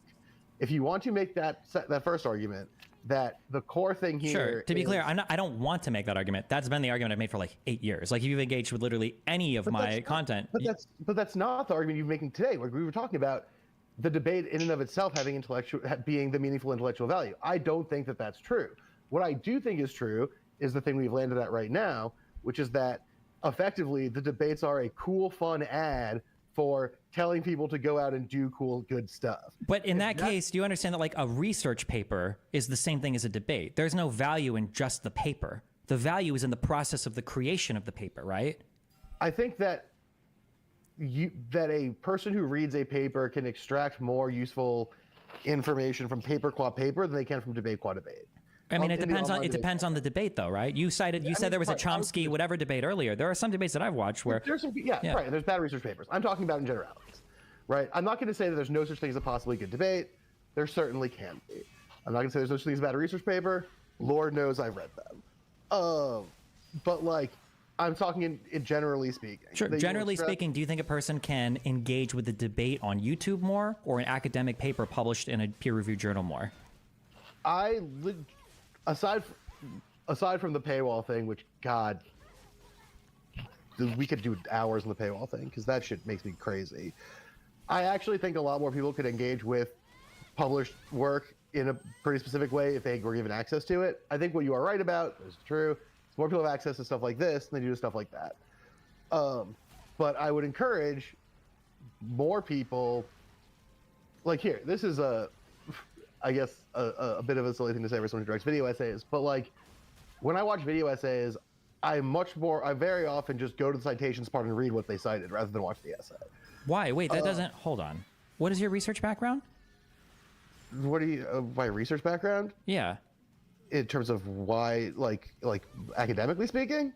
Yeah, because what you just said, it doesn't make any sense. Why would you read the citation of somebody instead of the overall argument they're presenting? Citations are just going to be a part that is being used to construct an overall argument. I would just read the citations from, like, I would just read because I'm less interested in their presentation of the thing than academic writing about the topic.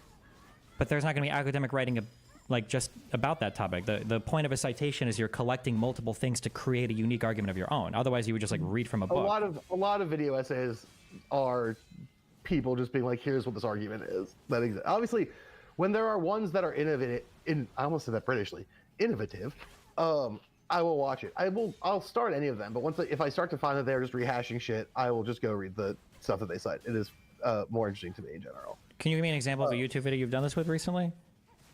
Yeah, probably. Let me. Okay, wait, hold on. Okay, listen. I'm sorry. I love you. I don't love you. I hate you people. Okay, listen. You don't know because you don't remember because you have never done this before in your entire life. If you read a research paper, why would you have to go through your history to find this? You don't remember the underlying material you just read for a YouTube paper that you just watched?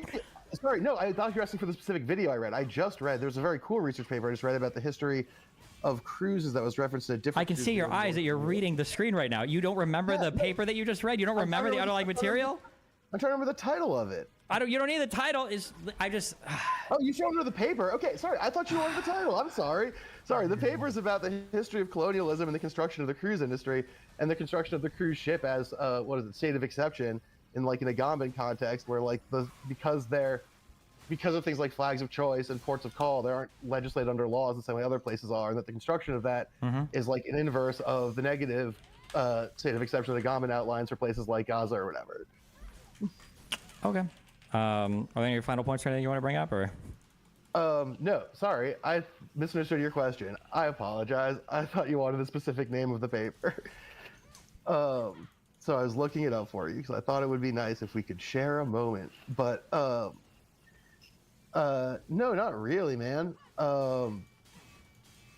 But, well, actually, I do have a thing. That was rude to say you hate me people when I was just trying to give you a citation of a specific article. I'm frustrated because you guys like are correct in identifying all of the problems, but then you project them onto me when you guys all like exhibit these things. Like you guys correctly identify when people are wielding aesthetic over function, but you're only doing that to wield the aesthetic of like being truthful or honest over the function of actually doing it. This is very frustrating to me. I was just trying to give you a title. You're giving me a title you said you're working on a video for cruises. I don't care about the title for your video for things. I wasn't talking about the title of the video. I was talking about the title of the cruise. Yeah, but I wasn't asking for a paper that you're reading for a video you're doing. It was the idea that. I understood the question and you said fine. It's very rude. I don't hate you because of the misunderstanding of this. I just don't like the bad faith engagement and analysis of like everything that I. Misunderstanding the question. That's not what I have the bad faith issues for. It was for the video that you were in with the wisecrack guy. Right, but I still understand what's bad faith about that. I still think online debates are silly for all the reasons I've explained. It's not just that online debates are silly. That's a nice position to walk back to. It's that I am unprincipled. It's that debates are a total waste of time. It's that I had the incredulity to compare myself, looking for the grandioseness of the founding fathers. Okay, I will give you that one. That I was flippant about that comparison, but all the other shit is just stuff that you're projecting onto me, and what feels like bad faith to me because you're just saying. Sure, you said my motivation was self-aggrandizement for the founding fathers thing. Like these are your words. The Yeah, no, I'll concede to being flippant about that for sure. So I can be flippant. I can be a dickhole sometimes. Okay, that's fine. That's fine. And I might be ascribing you things that the other guy said, which might be. Or things that no one even said on the video. I'm just saying. I literally just watched this video, like right before we talked, but. I just don't think it's reason. I don't think it is a reasonable position for you to take, to like, be like, I hate you, people like you. You're doing all this bullshit. Ad hominems and stuff are bad. And then talk to me that way. Like I came here and I think I was pretty polite and engaging, and I asked a lot of questions. Civility politics isn't. That's not what I'm looking for. It's just to be polite and engaging. My issue is that like earlier, for instance, when I asked you about the Finkelstein debate, that you would bring that up as an example of me being unable or unwilling to engage in something when Finkelstein was a child. That there shouldn't even be a second thought of like, yeah, who was the worst person? It was obviously Finkelstein. He was screaming ad homs the entire debate. Sure, but it was like pulling teeth to get you to even admit that. Sorry, that was a failure. Sorry, I should have said failure on your part instead of unwillingness. No, it's not about failure, unwillingness. I was asking questions and engaging in the conversation and following along with Rabani Moeen just fine. Like me and Benny were. Like it was Finkelstein that was the abhorrent actor in that convo, and he admitted as much afterwards on multiple shows that he just went there looking to troll because he thought it was fucking hilarious and epic. It's weird that you say you're not looking for civility politics. It sounds like civility politics is exactly what you're looking for, as long as it's in line, or civility conversation, as long as it's in line with like the expectations that you have set out. No, right? Like, I'm not looking for civility. I'm looking for engagement with the things I'm saying of substance. For instance, if you were to say that like I think Destiny is a fucking idiot because his analysis of this was so wrong because he's missing that, I'd be fine with that. Okay, yeah, fine. Say I'm done because of this or that. That's not. But I'm not looking for civility. I'm just looking for engagement of substance. You can hate me or say bad things about me as long as you're like engaging substantively what I'm saying. But again, I don't think I think you've spent a lot of this time talking, and I've had a nice time, for the most part until now, which has been kind of a bummer because I thought you were a pretty cool guy for most of this. I still think you're a pretty cool guy. That was rude. I'm just, feeling a little, a little hackles raised. But like, it feels a lot like, or sounds a lot like to me, that a big part of the thing you're mad about is people ascribing positions and intention to your project that you're explaining by ascribing intentions and positions to other people's work. When do you think I've done that, or why do you feel that way? What have I done for that? I mean, you literally referred to me as a bad faith actor and said you hate people like me because you're describing the video in which we talked about you a little bit, and people got mad, and I was flippant, admittedly flippant. Wait, there's nothing wrong with what I just said. I said, I don't like you people, I hate you people because of a video that I just watched, because of a behavior that you exhibited, that you admitted you did. There's nothing wrong with that. If you were to say, I hate you because you said this thing on a particular thing, okay, that's fair, yeah. Except that you have me right in front of you to have these conversations out. And instead of engaging with me, the guy, you're engaging with the made-up version of me, the guy, based off of a clip from a YouTube video. Like, I'm right here. We did talk about that claim. We are, but you're not here because I just wanted to randomly talk to you for no reason. It was because of the claims made in this video that were made yesterday. So of course I'm gonna like have questions about the claims made in this video yesterday. You can talk about the claims, but right now it just seems like all you're doing is being like, I'm good, you're bad, because I'm Destiny and you're a different guy. Like, wait, you just summarized my issue with you and tied it back to the substance of the video doing. What does this have to do with who either of us are? Because I'm happy to talk to you about the video, right? But like, you're not talking about the video, you're talking about other stuff, and then whenever you don't like this, what I'm saying, but you made this video. I don't know. You literally, like, you correctly summarized my issue 1 minute ago, and now you're pretending like you don't understand my issues. I'm not talking about you about other stuff. I just gave you some focused critiques of things that you guys said about me in the video. Rick, when we talked about a bunch of others, this has been a wide-ranging conversation. We've talked about a bunch of things. Yeah. And consistently, what happens is, when you don't like the position, or when you're trying to articulate a counter position, instead of engaging me directly, you just engage the video. I think of it. Okay, I understand that it's when I say it's hard to keep track of a conversation, I'm not insulting you. I have trouble with it sometimes because I forget things. Can you think of? Is there a time where I haven't engaged with something that you've said directly? Or you think I'm avoiding something that you've said directly? When I've talked about sort of claims like, when I've talked about sort of claims along the lines of the intent of structural critique as an opposition to pure bad faith, you just go, there's the video. Look at the video. But I'm here to happily have a good faith conversation about this. No problem at all. And like, we don't have to go to the tape. We don't have to fucking NFL replay this shit. We can just be like, okay, you made that claim. We engaged that claim, and I'm happy to walk that back. You're right. That wasn't what you were doing. I was being flippant. That happens. That's sort of the nature of things. Sure, and but that's fine too. If you think that like you were being flippant in the video and you thought the analysis that was unfair comparing me to a sophist or whatever, well then that's fine. I was like, okay, yeah, well then, yeah, I guess, yeah, I've done videos where I've said dumb shit or I was wrong about something or I did. That's fine. But then you can't like defend the, but then you can't defend any of the content rather than saying like, oh well, I didn't say that or I didn't mean that or I didn't know that or. I can still defend the core argument that I think online debate is silly. Even if I think that the way that I handled that moment was flippant. Sure. Do you think that if we were to go back and replay the entire thing, do you think that the take overall would feel like, oh yeah, like this guy seems to think that like online debate is silly, or do you think the take would be way more strong than that? Would be more, yeah, would have way more weight. Like it's a waste of time. People are self-aggrandizing. They only do it for money.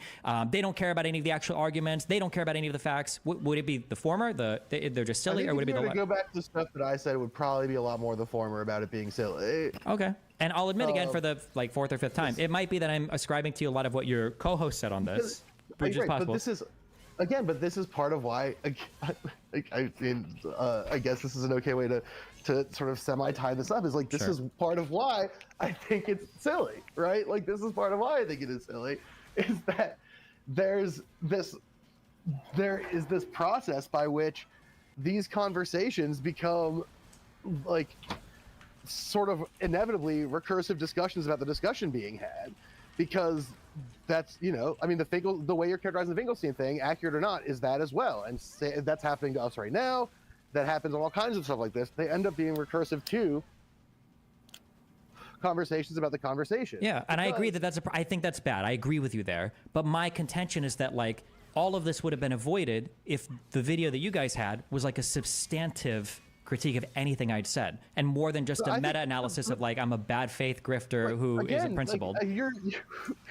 I don't mean to be rude, but as far as things about that video that I give a shit about, you were very low on the list. That's fine, but you. The video that video is about, that video is focusing on, that those videos are identifying and engaging with, are online debate as a practice, abstracted from you or any other person. There's a reason why in that video, when I talk about this stuff, more often than I reference you and a bunch of other guys. Because the thing that I give a shit about is not you. You seem nice. I'm literally like in the description of the video on the top before the cutoff. That's fine, but you're not talking to the people who write the description. You're talking to me, the guy who's a 30-minute chunk, to talk specifically about the nature of debate as an activity, right? What was one other person you brought up in this besides me and Hassan talking about me? In that video, I talk about Hassan. I talk about Ethan Klein. I talk about you. There's someone else I mentioned. I think Alex Jones or Joe Rogan. I think there's one sentence where you mention a couple of them, but most of it is through. But I mean, maybe our impression is different. Maybe I'm more sensitive because you. Most of it is abstracted beyond the question of any individual person. Period. When I'm talking, because I don't care about these people. I mean, I care about those people. I hope you all are happy, healthy, and have a good time. I want that for everyone. I think that's fair. By the way, I think that's fair too, to say like I don't care. Like I'm okay with people thinking that too, but then it's just like, well, just don't talk about me then. Why like do these weird comparisons to me as like a sophist who could never live up to the Socratic expectation of other. I didn't make that comparison. The thing I said is this activity as a whole ends up being sophistry, which is true. Look what we're doing right now. But like, and I, again, in the video, make the claim pretty specifically that that's fine if you like it, but that ascribing to it a grander sort of, this is a good way to adjudicate or understand ideas in a bigger sense is not, to me, a true claim. I think like we were saying, to rewind a little bit, that when we talk about this in terms of being an ad or a gateway to bigger ideas, to political action, to stuff like that, that's a good characterization.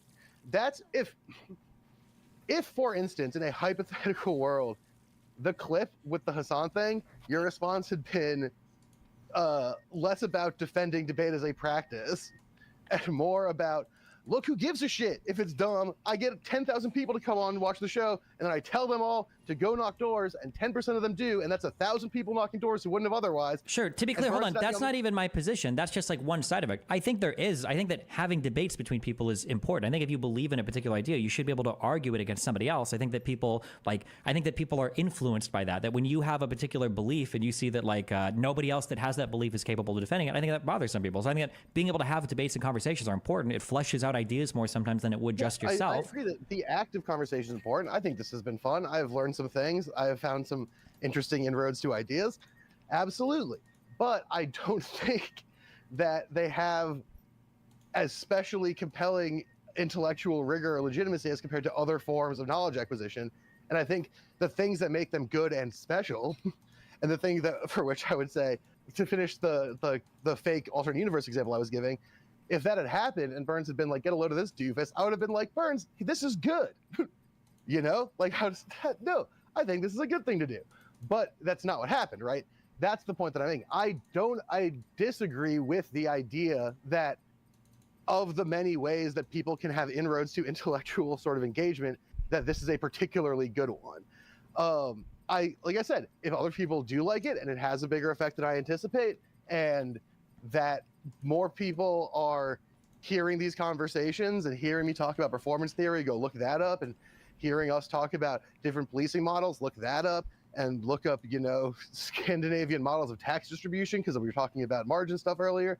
When you cite people like Marx or Engels or Socrates, or you guys are talking about this, isn't dialectics like a back and forth argument? Isn't it like a huge part of how they would even some of their stuff was written? Yeah, but that's right. But dialectical engagement yes. Actually, yes. And if dialectical engagement were the core sort of end game of these kind of things, I would fucking have posters. But that's not what happens. Right? I agree. I agree, and we both agree there. I hope that in the future, I just hope you guys do that. So when I say something, or if I'm the lens of analysis, engage dialectically. If I make an argument, rather than invent a weird straw man racist guy who is a sophist, then say here's the thing that Destiny said in here and here and here. Here's our engagement that we disagree because of this, this, and this. That would be so much better. You're describing the thing that happened. You're just analyzing it through a very sort of myopic function, right? Because the thing that the claim you made that we were engaging with is that online debate is good for this stuff, right? And our claim that we were making is no, it is not. I don't know. I don't believe that's. And we're engaging that claim directly with actual arguments, with claims, and with analysis. But just the thing that you're responding to is you literally say in this video, I don't believe Destiny has a principled engagement with anything that he says. How could you have that opinion without even knowing anything I've said? There's no substantive engagement there. It's just it's literally an ad hom. I don't. Okay, first of all, got him. First of all, I gotta back that up. It's literally an ad. And so when I say something, or if I'm the lens of analysis, engage. I think different policing models. Look that up, and look up, this is a particularly good one. I would have been like, Burns, this is good. How does that? No, I think this is a good thing to do. But that's not what happened, right? That's the point that I'm making. I disagree with the idea that of the many ways that people can have inroads to intellectual sort of engagement, that this is a particularly good one. Like I said, if other people do like it and it has a bigger effect than I anticipate, and that more people are hearing these conversations and hearing me talk about performance theory, go look that up, and hearing us talk about different policing models, look that up, and look up, Scandinavian models of tax distribution, because we were talking about margin stuff earlier, go when look you up John talk, when you Rawls. cite people like Marx or Engels or Socrates, or you guys are talking about these people, like, isn't dialectics like a back and forth argument? Isn't it like a huge part of like how they would even like some of their stuff was written? Yeah, but that's right. But dialectical engagement that's yes, actually yes. And if dialectical engagement were the core sort of end game of these kind of things, I would fucking have posters. But like that's not what happens. I Right? What agree. happens is I agree, and we both agree there. I hope that in the future, I just hope you guys do that. So when I say something, or if I'm the lens of analysis, like engage dialectically. If I make an argument rather than invent a weird straw man racist guy who is a sophist, then say like, oh, here's the thing that Destiny said, and here and here and here. Here's our engagement that we disagree because of this, and this. That would be that's so what much happened. better. You're describing the thing that happened. You're just analyzing it through a very sort of like myopic function, right? Because the thing that the claim you made that we were engaging with is that online debate is good for this stuff, right? And the claim that we were making is no, it is not. I don't know. I don't believe that's. And we're engaging that claim directly with actual arguments, with claims, and with analysis. But just to the hear thing that you're responding to is like. You literally say in this video, I don't believe Destiny has a principled engagement with anything that he says. How could you have that opinion without even knowing anything I've said? There's no substantive engagement there. It's just like, it's literally an ad hom. Like, I don't. Okay, first of all, I think we can drop the whole like it's literally an ad hom thing if we're going to be like civility politics don't matter to me. Wait, hold on. Dude, this guy is fucking squirming. This is a sophist. Then say but like that's not what happens. I Right? What agree. happens is I agree, and we both agree there. I hope that in the future, I just hope you guys do that. So when I say something, or if I'm the lens of analysis, like engage dialectically. If I make an argument rather than invent a weird straw man racist guy who is a sophist, then say like, oh, here's the thing that Destiny said, and here and here and here. Here's our engagement that we disagree because of this, and this. That would be so much better. You're describing the thing that happened. You're just analyzing it through a very sort of like myopic function, right? Because the thing that the claim you made that we were engaging with is that online debate is good for this stuff, right? And the claim that we were making is no, it is not. I don't know. I don't believe that's. And we're engaging that claim directly with actual arguments, with claims, and with analysis. But just to the hear thing that you're responding to is like. You literally say in this video, I don't believe Destiny has a principled engagement with anything that he says. How could you have that opinion without even knowing anything I've said? There's no substantive engagement there. It's just like, it's literally an ad hom. Like, I don't. Okay, first of all, I think we can drop the whole like it's literally an ad hom thing if we're going to be like civility politics don't matter to me. Wait, hold on. You said you wait, real quick. Hold on. I'm only leaning on this because you said you were like a master fucking debate coach, and ad hom has nothing to do with civility politics. I know. An ad hom is when you're dismissing my argument with a character tag. Okay, go. Okay. You didn't even let me get to the part about how you're dismissing stuff by describing me as a bad faith actor. That was the point I was getting to. You gotta at least let me get to the period, my man. Like, wait, do you think me describing me as a bad faith actor is an ad hom? If I'm no, I think it's well, it's an ad hom to the degree that it's a dismissal based on like a baseless supposition, the same way that having no principles is a baseless supposition. No. If I've demonstrated that I feel like you're acting in bad faith, and then I'm saying your arguments don't seem to be working because I think you're acting in bad faith, and I've given examples of that, I've justified that position. That's not an ad hom. I'm not just attacking your character to dismiss something. If you want to attack if you want to think that me not being principled isn't an ad hom, then you'd have to justify it. You have to demonstrate, like, oh, well, here's a way in which he's not like satisfying, his principles or something. Well, I've made a couple of claims in that direction, although I don't super want to get into that. But like, I've made a couple of claims in that direction that I don't think some of the positions you take as policy are in line with like the base goal of equitable distribution.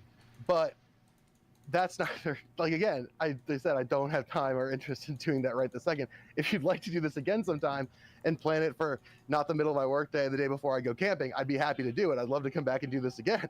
Okay. But like, then when you say like, I think that Destiny doesn't have any first principles and that he's narcissistic, that was just like, you don't actually stand by that. That was just you being flippant. I don't think I said that.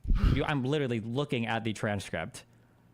Did I say that or did Burns say that? I don't know. I don't believe Destiny really has any first principles, and he's pretty narcissistic. So I don't believe Destiny has any first principles, and he's pretty narcissistic. Unless there's another guy that sounds like you in the background of this video. Yeah.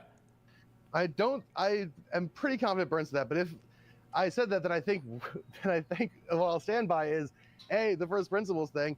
I think that there is sort of a gap between some of the stuff that you believe in and talk about and a first principle of like broad Rawlsian equity. However, I will also say, to your credit, that you've clarified a first principle or a series of principles that are distinct from the ones that I had either seen you articulate or seen other people frame your articulation as. Oh, it could also have been Henry. There's a third guy on the show.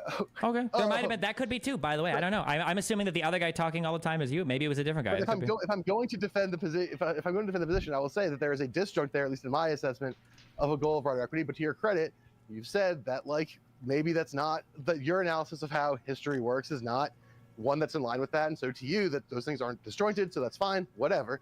And the narcissism thing, I think that's kind of bearing itself out a little bit because you're taking a video where the vast majority of the video is about debate as a concept and being like, why is everyone so mean to me?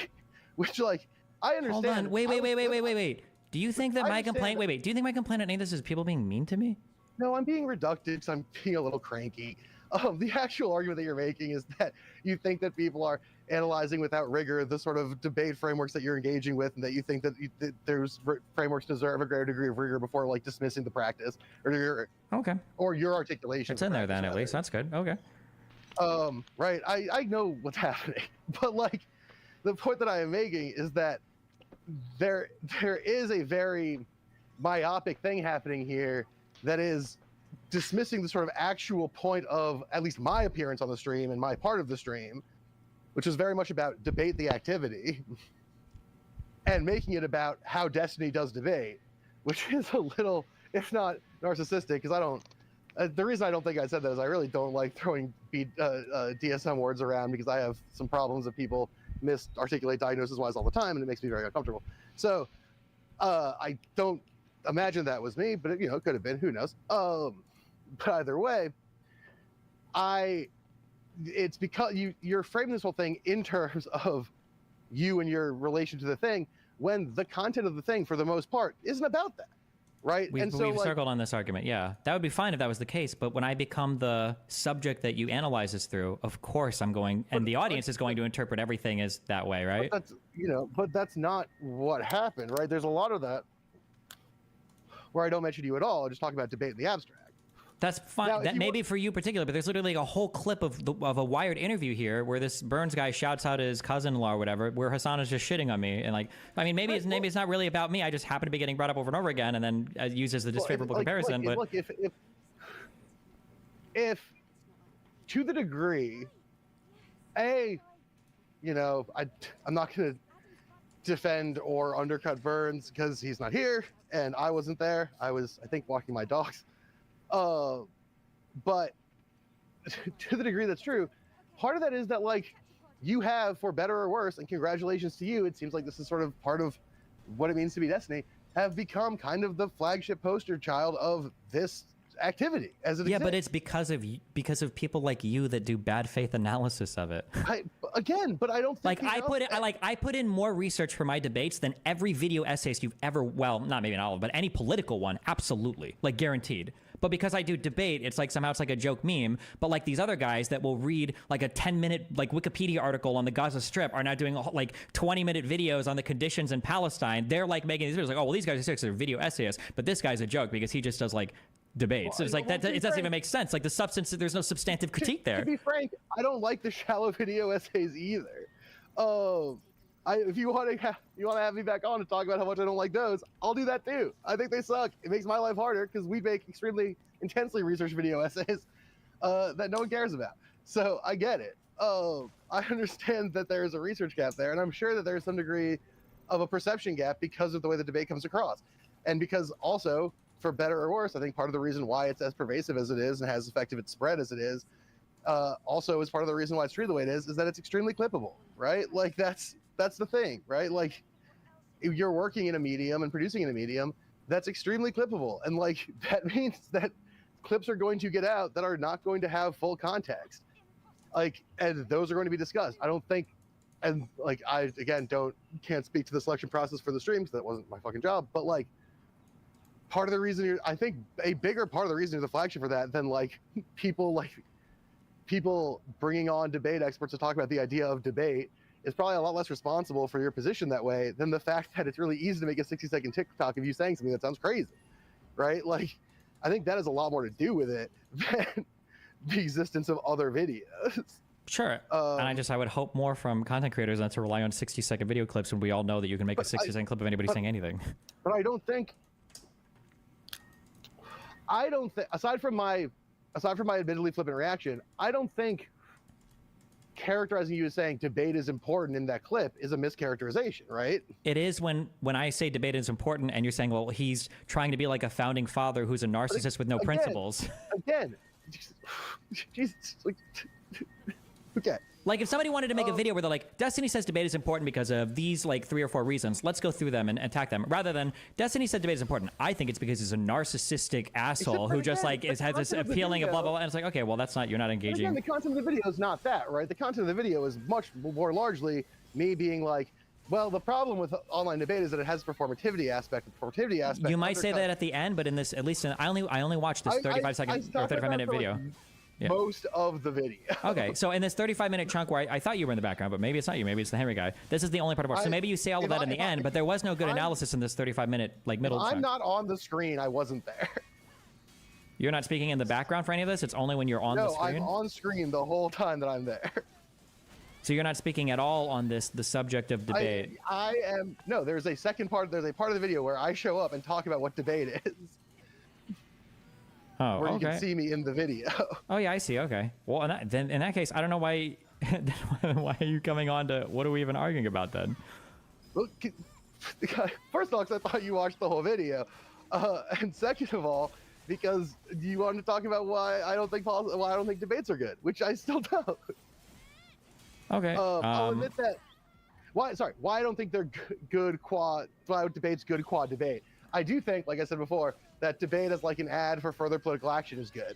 I want to keep flagging that because I do think that's true, and I do think that the degree to which that happens out of stuff like this is very good.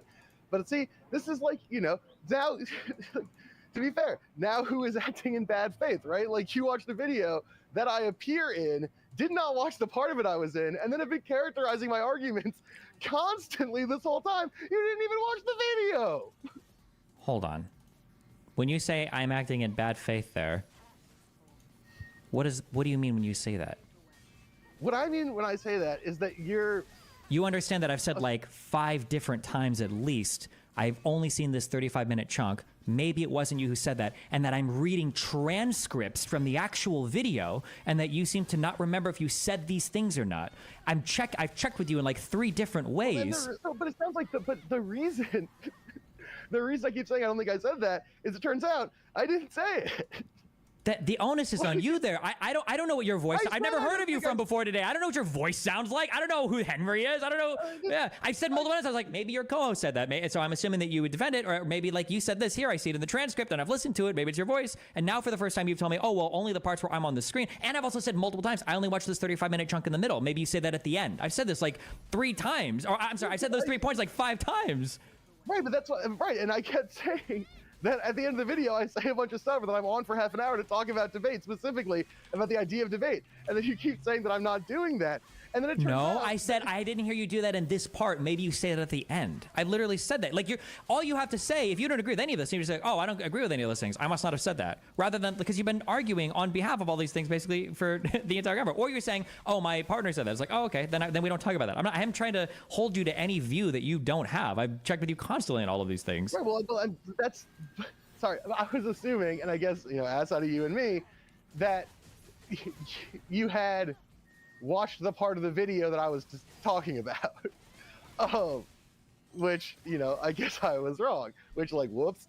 But I was acting on that assumption, and because, like I said, I chucked off a 30-minute stream in the middle of a busy workday, I did not remember everything that I said or the way I framed everything.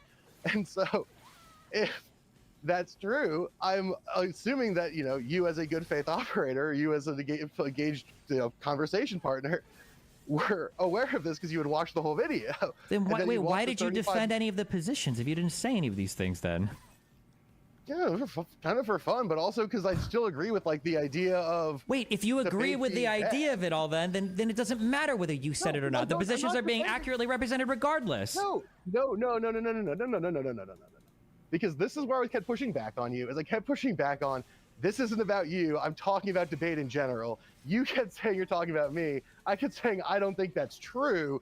And then now it turns out that it wasn't true because the parts that you were characterizing as me talking about you were neither me nor about you. I think, like, that's why I'm asking you if you said this thing, and you're saying, well, maybe I did. How do you not remember any? This video was yesterday. You don't remember anything you said in this conversation? Why did you even offer to come on here if you have no idea, like, what, if you didn't even... Because I thought you were going to talk about the ideas that we talked about in the idea segment of the conversation. That you apparently didn't watch and are mad about. Okay, well, I mean, I'm pretty sure I said pretty much exactly what we were going to talk about here. I watched this exact section. I told you, but okay, yeah, maybe... I don't know what 35-minute chunk you're talking about, though. Like, there's any 35-minute chunk, and then you were like, we can talk about this. And I kept saying, I talked at the end about all this stuff. I talked like almost exclusively about the idea of debate. I want to talk to you about the idea of debate. I said this a bunch of times. No, hold on. To be clear, that's not true. When I asked you to further these things where it's like, oh, like for instance, when I asked you about the principles thing, you immediately responded. You're like, oh, well, what about like your position on like donating to police officers? It seems like that's incongruent with this other thing. So it's like, oh, okay, I guess you do believe in that thing. Or when I asked you like, oh, what are examples where you feel like I'm not engaging with an argument well? And you're like, oh, well, what about for the Finkelstein debate? You didn't engage there. So it seems like you believe all these things, but now you don't want to because this section of the video wasn't actually you talking. It was just a guy speaking that you also agree with all of his criticisms, but now you don't want to go send them because you didn't say them, or? No. Come on, now you're being silly. Like, first of all, I did have reservations and said spoken reservations about the no principles thing, but then asked you about it because I was curious, because I have heard this before and I have had dissonant reactions to your shit, although I don't have a strong enough position to know for sure, so I wanted to ask you about them. That seems pretty normal. And then second of all, with the fucking Finkelstein thing, I did reference the Finkelstein thing in that video, so I thought you were talking about it. Wait, so when you said, so did you reference the founding fathers at all, or was that just Henry and you just said that was you the whole time for memes? No, I made a reference to the founding fathers thing. I don't know if it was the same one that Henry made, but I did make a reference to the founding fathers thing. That also did happen. Okay, then it seems like you guys largely agreed on everything anyway. So regardless of which of the three of you on the show were saying anything, it seems like you more or less co-sign each other's opinions then. No, I think not really, right? Because you're characterizing a lot of the work you've done, sort of from an argument perspective, is characterizing my appearance on the stream, the positions that I take on the stream, as being centered around you as a lens, when, as I've been trying to insist this whole time, and is kind of bearing itself out right now, like, is in fact not the case. The case is that the thing that the bad faith that you're articulating, this sort of like, you don't know about my shit, so why are you criticizing me, wasn't actually happening. Like, I've been trying to push back on this whole time because I've been trying to talk about debate in the abstract as an activity, right? Which is what happened in the video. Like, and I have been articulating that particular pushback pretty consistently this whole time. That I do remember, because my memory's not that bad. But like, that has been happening throughout this video. That's been me being like, actually, this isn't really about your shit. I was talking about debate as the activity. I'd rather focus on that. Like, that has been happening. Gotcha. I've been trying to bring the conversation back to that a bunch because that's the goal.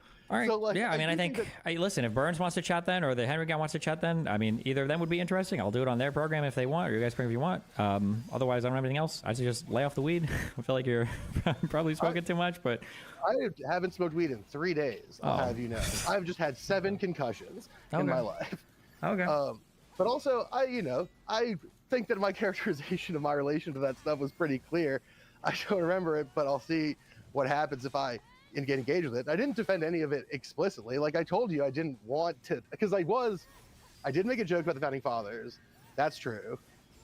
And I did reference the Finkelstein thing. So those two checked out. The narcissism thing was just like, well, maybe I forgot that I said that. Okay, just to be clear, when you say you reference the Finkelstein thing, you were the one that brought that up in this conversation. I asked you for an example of like something where you feel like No, I know. But then we were talking about in relation to the stream, and that did happen. So like, I'm not here to like dodge. Like, I'm willing to own up to the stuff that did happen. Like, that did occur. Okay. My point being that I thought we were just going to talk about debate as an activity because that's what I did on the video, because that's what's interesting to me. And that's why I thought this would be interesting. And it was interesting when we were doing that. I liked it. I had a good time. But like, this sort of more specific, like, how does Destiny fit in all this, was sort of a surprise to me, because that didn't have a ton to do with like the stuff I was doing on the stream. But I was happy to engage it because it's interesting to talk to people, and it's fascinating to me where you're coming from, and to understand your reaction to that stuff, because it's it's not a fake idea that people characterize you in certain ways, that you exist in digital space and public space in a certain way, and that engagement seems interesting. Okay. Yeah. Well, anything else? Not really, but if you ever want to have me back for any of the other stuff I mentioned, I'm happy to talk to you about. You know where to find me now. All right. Yeah. Same thing to you. Have fun. Be careful. All right. Yeah. You have fun out there. Talk to you all later.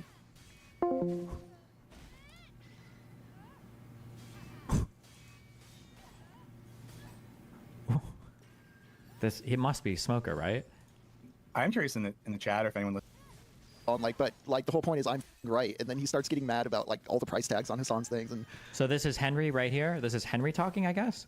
I don't know. I don't believe Destiny really has any first principles, and he's pretty narcissistic. So this was like Jesus. I expected this, but just to hear it and see. That's Henry. Yeah, like ouch. And then this is him. Hold on. Disneyland, and I did better than I expected. And some of the older people on the debate team were like, "Hey, you're good at this. Here's a weird secret. We can get into this." They sound like they're using different mics. I think they're different, right? Rushing through and speaking. This whole thing's they're different. This is different mics. Okay, so this is a different guy. It's been going on for like the past like 5-6. At Piker's comments, yeah, he says it's not about. Same voice. It doesn't matter if the voice is the same. The mics are different, so it's clearly two different people. What? How could he come on and how would he not realize? Like, oh, I'm reading a transcript. I'm reading his code. He's like, I don't know if I said that. This was yesterday. At 35:33, he names him. Jesus Christ. To tell you about why socialism is the best thing ever. Like that. Okay. Well, that was something. Here's always with producer Henry. Yeah, with producer Henry. This is Henry. Henry, I'm curious. Your initial reaction to, I guess, Hassan Piker's comments and then Destiny's reaction. Why was he listening to it at double speed or like 1.5 speed? Like he was. Why did this guy even come onto my stream? I'm so mind fucked right now. Why did he even come on here? What?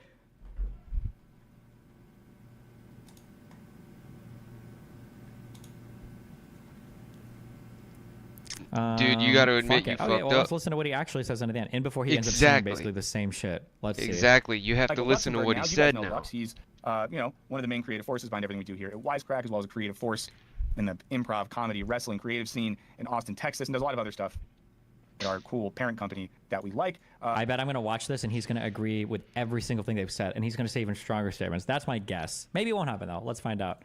And Lux, glad to have you here. I assume we're bringing him in. And wanted to talk to Lux about this because Lux is someone who is a very smart person, and Lux is smart in a cool way that I'm not smart in. And I'll tell you maybe one reason if we can interrogate my motives. A reason I've always been suspect about debate is because I'm bad at it.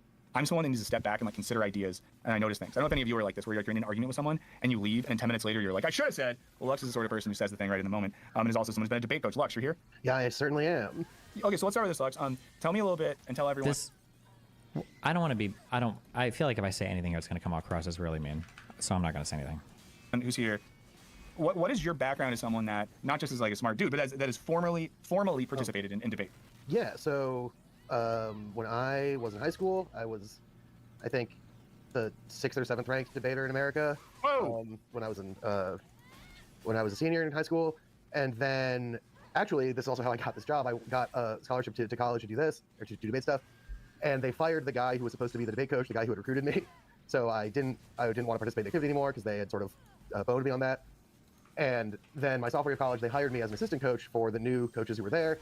And that's actually how I met Alec Opperman. Hold on, let me grab a sippy. Sorry,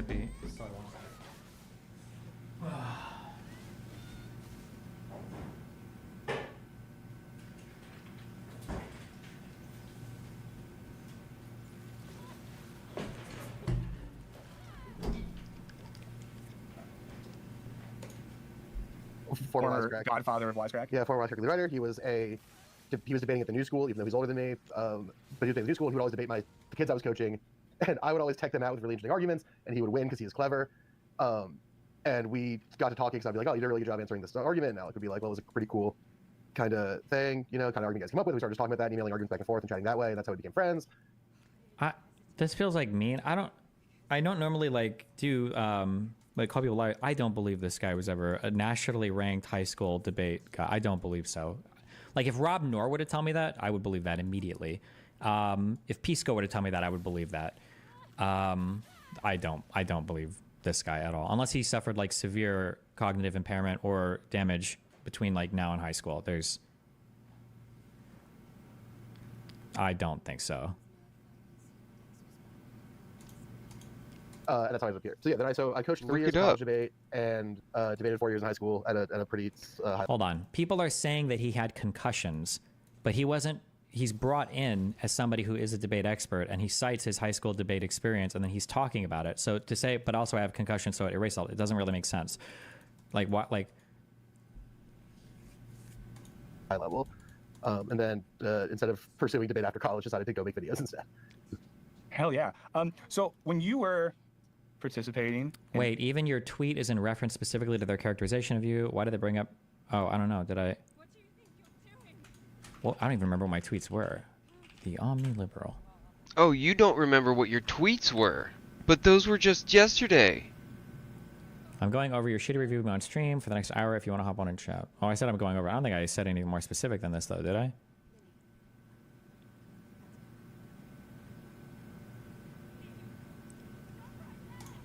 Debate. I wonder, like, what did you, when you started debating in a serious way, what balance of motive was like, I want to be the smartest boy, I want to spend time exploring ideas, I want to understand argumentative structure in a formal way. Like, what would you say was your motive for getting into it? Oh boy. Okay, so this is not going to reflect well on me. No, it's okay, but we understand. We all grow as people, you know. So it's well. So I was a freshman in high school. My brother, I was a top 10 national leader. My brother was decisively #1 in his time of doing it. He was one of the best to do it. To be fair, you didn't really refute any of the claims the guy had. He had some valid arguments. Name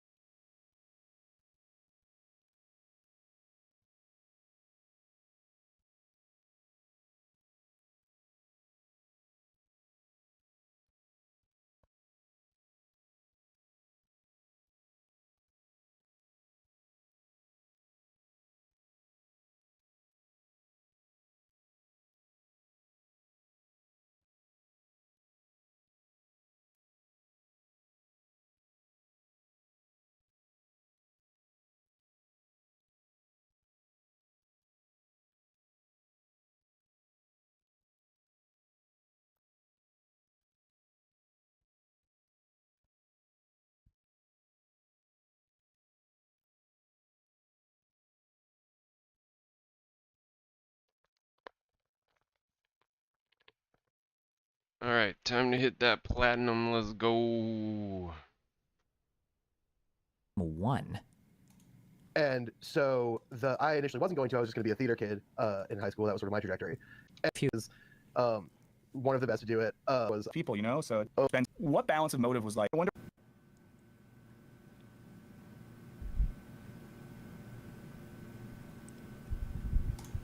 Debate. I wonder, like, what did you, when you started debating in a serious way, what balance of motive was like? I want to be the smartest boy. I want to spend time exploring ideas. I want to understand argumentative structure in a formal way. Like, what would you say was your motive for getting into it? Oh boy. Okay, so this is not going to reflect well on me. No, it's okay, but we understand. We all grow as people, you know. So it's so I was a freshman in high school. My brother, I was a top 10 national leader. My brother was decisively number 1 in his time of doing it. He was one of the best to do it. To be fair, you didn't really refute any of the claims the guy had. He had some valid arguments. Name 1.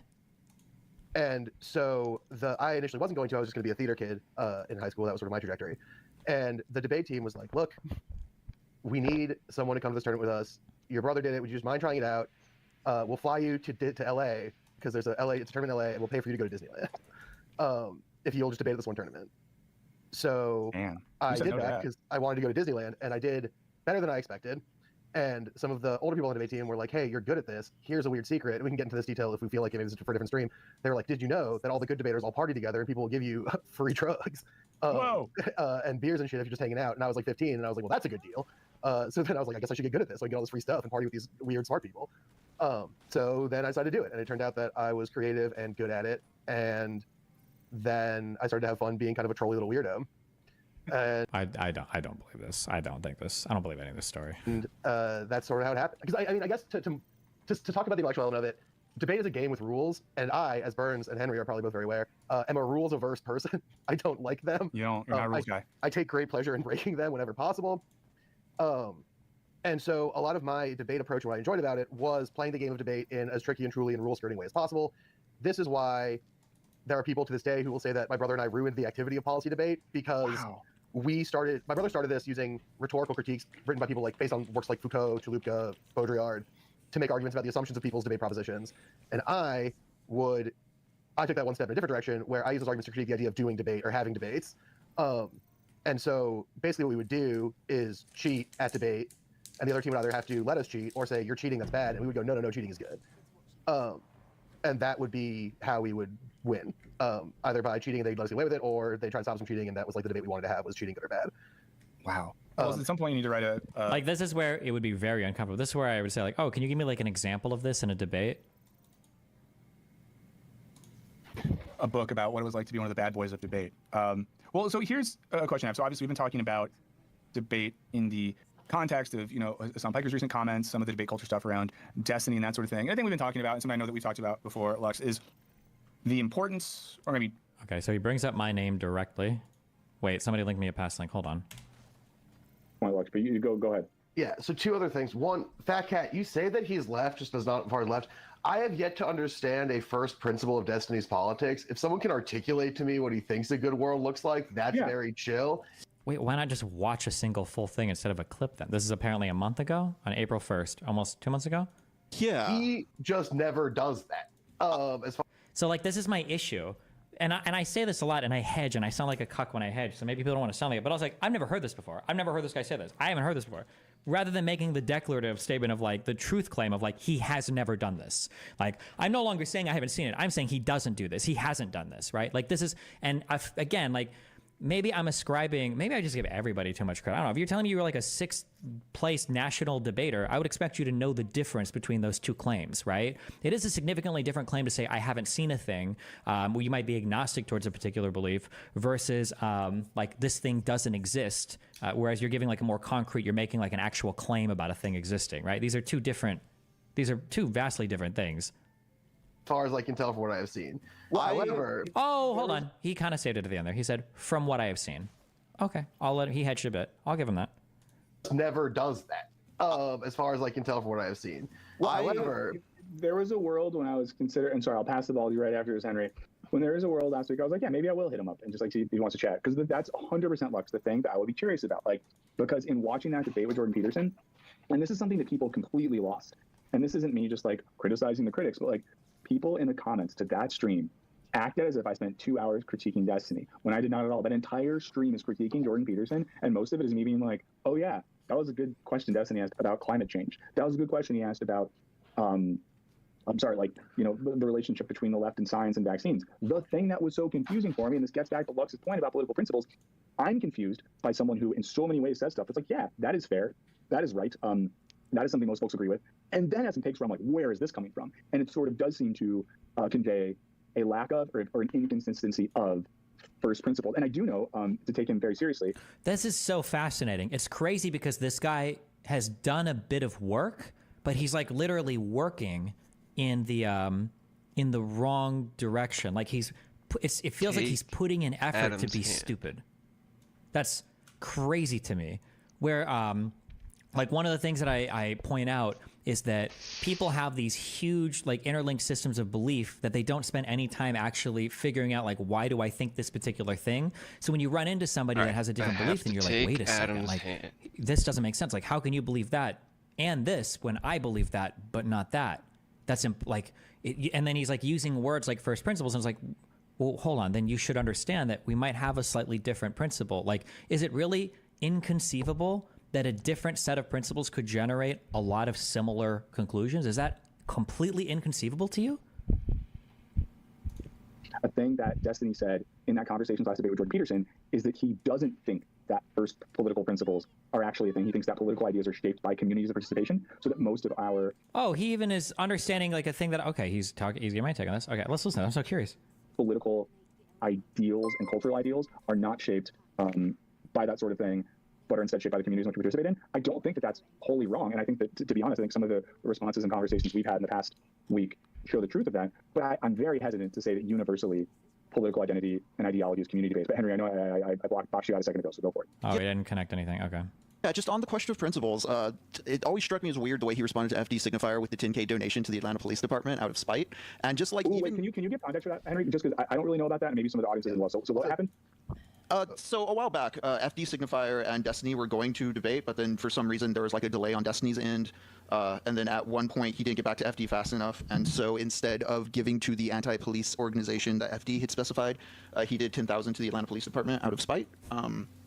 This was like in May of 23. I want to say this was last year, but this was after I think FD and I were going to debate, and he said, well, if Destiny wants to debate me, he needs to donate $10,000 to my little terrorist organization.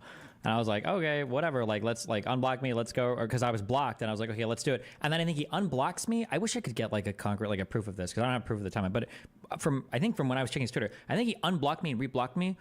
I want to say like within like 12 to 16 hours. It might have been within 24 hours. He said 25K at first. Oh, it might have been 25K at first.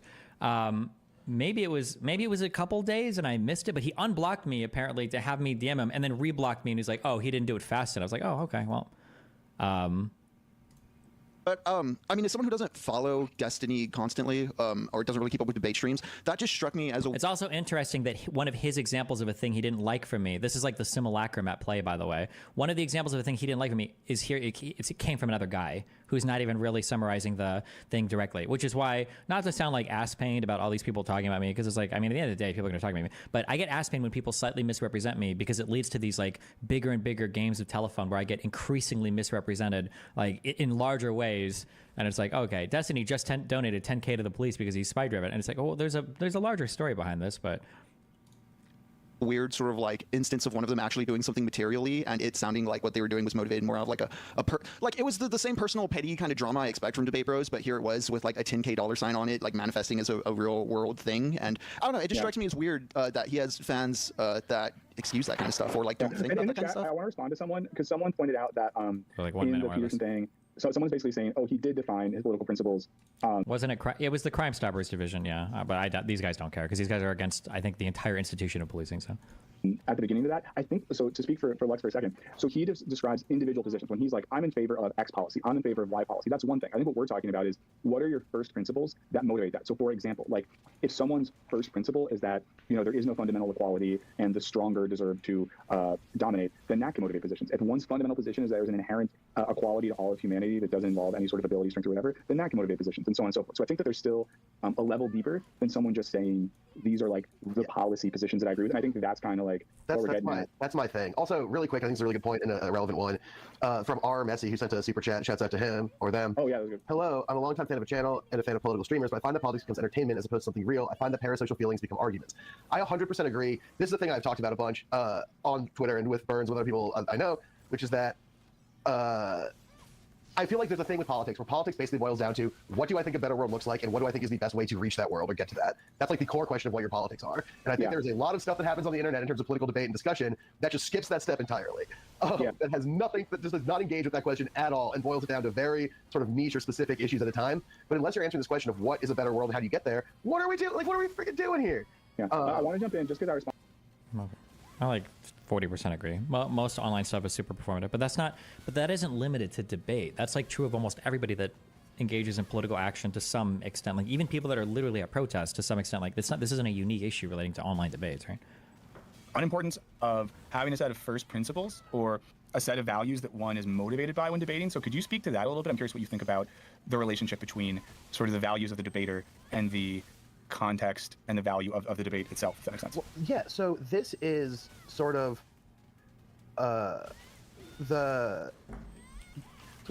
this is sort of my fundamental problem with online debate stuff, right? And I think Destiny actually inadvertently. So did you guys talk about that video where Hassan was like, Destiny played the Hassan clip where Hassan's like, debates are stupid, and, Yes. and Destiny's like, what the fuck, and like has like a series of microstrokes. That was our jumping off point.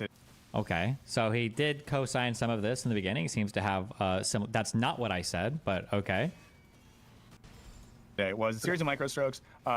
In particular, the idea that Destiny's point seemed to be that debate has a directly political effect, and debate is the thing that shapes politics and yada yada yada. Right. So the problem. So he makes this argument when he's having his weird panic attack, is that the foundation of America was this question of debating politics, debating ideas, figured out how to do that. The degree to which that's true is dubious, but even if you assume it's totally true, that wasn't happening in front of an audience on the internet, right? And Okay. Well, I feel like we're mapping on pretty close to what we said. So the Federalist Papers and stuff, I'm pretty sure it was really important. This was happening not on the internet, but in newspapers, right? To convince the population that hey, we need to unite as more than just individual colonies, right? Also, the segment was barely about me, okay, but it feels like we're talking about me. It feels like most of what he said so far has been about me, but maybe as we go on, yeah. The people who are doing these debates online aren't drilling down to first principles and aren't conveying a series of justified premise argument positions.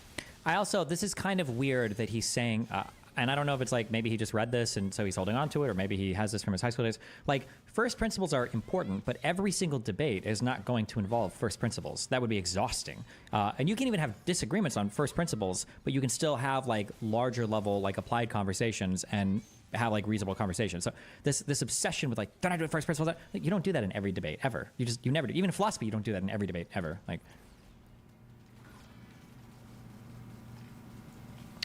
Can you explain why you think he is stupid? I thought he was just sandbagging and trying to save face, but he was able to follow along fairly well with your case. Really? I feel like he wasn't able to take what I was saying and critically consider it at all. I feel like he was floundering when he was looking for examples. I feel like he was having trouble meaningfully engaging when I would pose a question to him. I don't know. I just didn't feel like there was any part of that conversation. I was like, oh yeah, okay, yeah, I see we disagree. But you're there are parts where there are times when I completely and totally disagree, like Rob Noor or P Scout. And I'm like, okay, they're following a coherent, consistent argumentative structure. We might disagree on some of the underlying facts, but I don't have that feeling with him at all. They're articulating sort of a brand identity, right? And they're trying to connect with their audience directly. And so while it is good to argue about ideas, I think we can vouch for this, that a lot of the best Wisecrack videos are you and me and Amanda arguing over what's the best way to get at this concept we all think is interesting or whatever. And that hones the idea and makes it stronger. I think that's obviously true. I think that is good. Henry and I will argue about camera compositions when we're making movies. It's important to do that stuff. But we're not doing that performatively. And it's the performative aspect that then makes these online debates a lot less rigorous, right? You see this all the time. Destiny, I'm just going to go to see some famous guy and then... Me again? Okay. and a perpetrator of this particular crime pretty regularly. And he says that I do this regularly. Okay. So he's making even stronger claims here than what were made earlier about me, but okay. Will make factual claims, or factual claims, air quotes, pretty regularly. And now he's claiming that I'm making factual claims that are not true, I guess? That aren't true, but that okay. That aren't true or are without context. And missing context. Oh, okay. So now he's implying that he's seen, I'll be very generous and say at least one example of each, even though he's using the plural, that he's seen at least one example of each of me giving an incorrect fact or giving a fact without the proper context. Okay. When he does that, right, that's not an attempt to suss out a greater knowledge point. It's purely a persuasive project. And so the point of those debates isn't to figure out the best position or the best idea. It is to persuasively perform, right?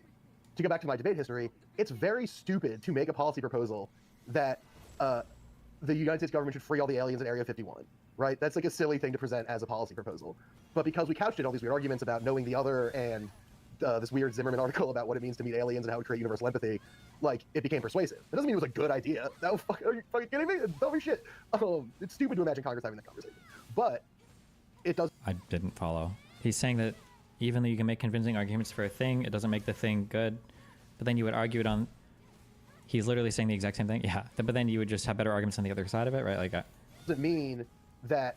But the we would win because it's persuasive, right? And again, this isn't to say that these debates don't have some degree of educational value, but the fact that they're entertainment first kind of undercuts this idea that they're this fundamental pursuit of higher knowledge, right?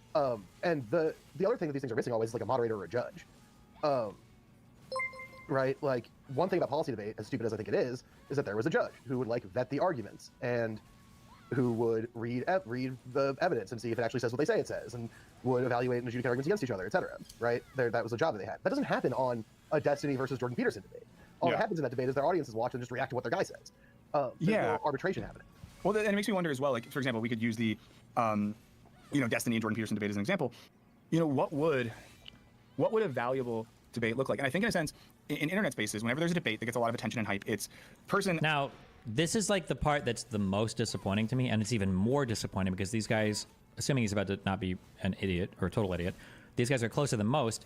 Is the bad faith engagement prohibits a lot of good conversations from actually happening. So, like, I'm assuming what they're about to talk about. This is actually a really interesting thought, which is why don't we have judges for debates? Or is there any way that you could appeal to some third-party judge to actually fact-check, actually verify, actually figure out, how to rate who won a debate? But the thing is it's funny because they're doing the exact same thing that laymen do when they have issues with research, where, a study will come out saying like, we did a project and we realized that men are more likely than women to die of a heart attack. And then somebody will say something like, oh, well, did they figure that, it's not even an example. I can't even think of it. It'll be like when somebody has an objection to a study and it's like the most obvious. She didn't even Did they ever figure that die. like maybe the wives are stressing all the men out? That's why they're dying? Did they look at single men? Did they do did they do any kind of analysis of controls and variables and covariate and blah? And it's like, yeah, they probably did, bro. Like it's published in New England Journal of Medicine. They probably looked at this. Yes. So like this idea of like, what about judges or moderators? Like, yeah, no shit, people have thought about that, but it's a really hard thing to do. You can't just present that as like, oh, well, obviously if there was a moderator, now it's way better. Depending on the moderator, it might be way fucking worse. Would you want Dr. Robert Malone moderating a debate on the origination of COVID or the efficacy of mRNA vaccines? Probably not, but yeah, it's on this side, debates person on this side, diametrically opposed, whatever, and this person says a thing, and this person says opposite thing, and this person says opposite thing, and at the end of it, it's like, you choose who won.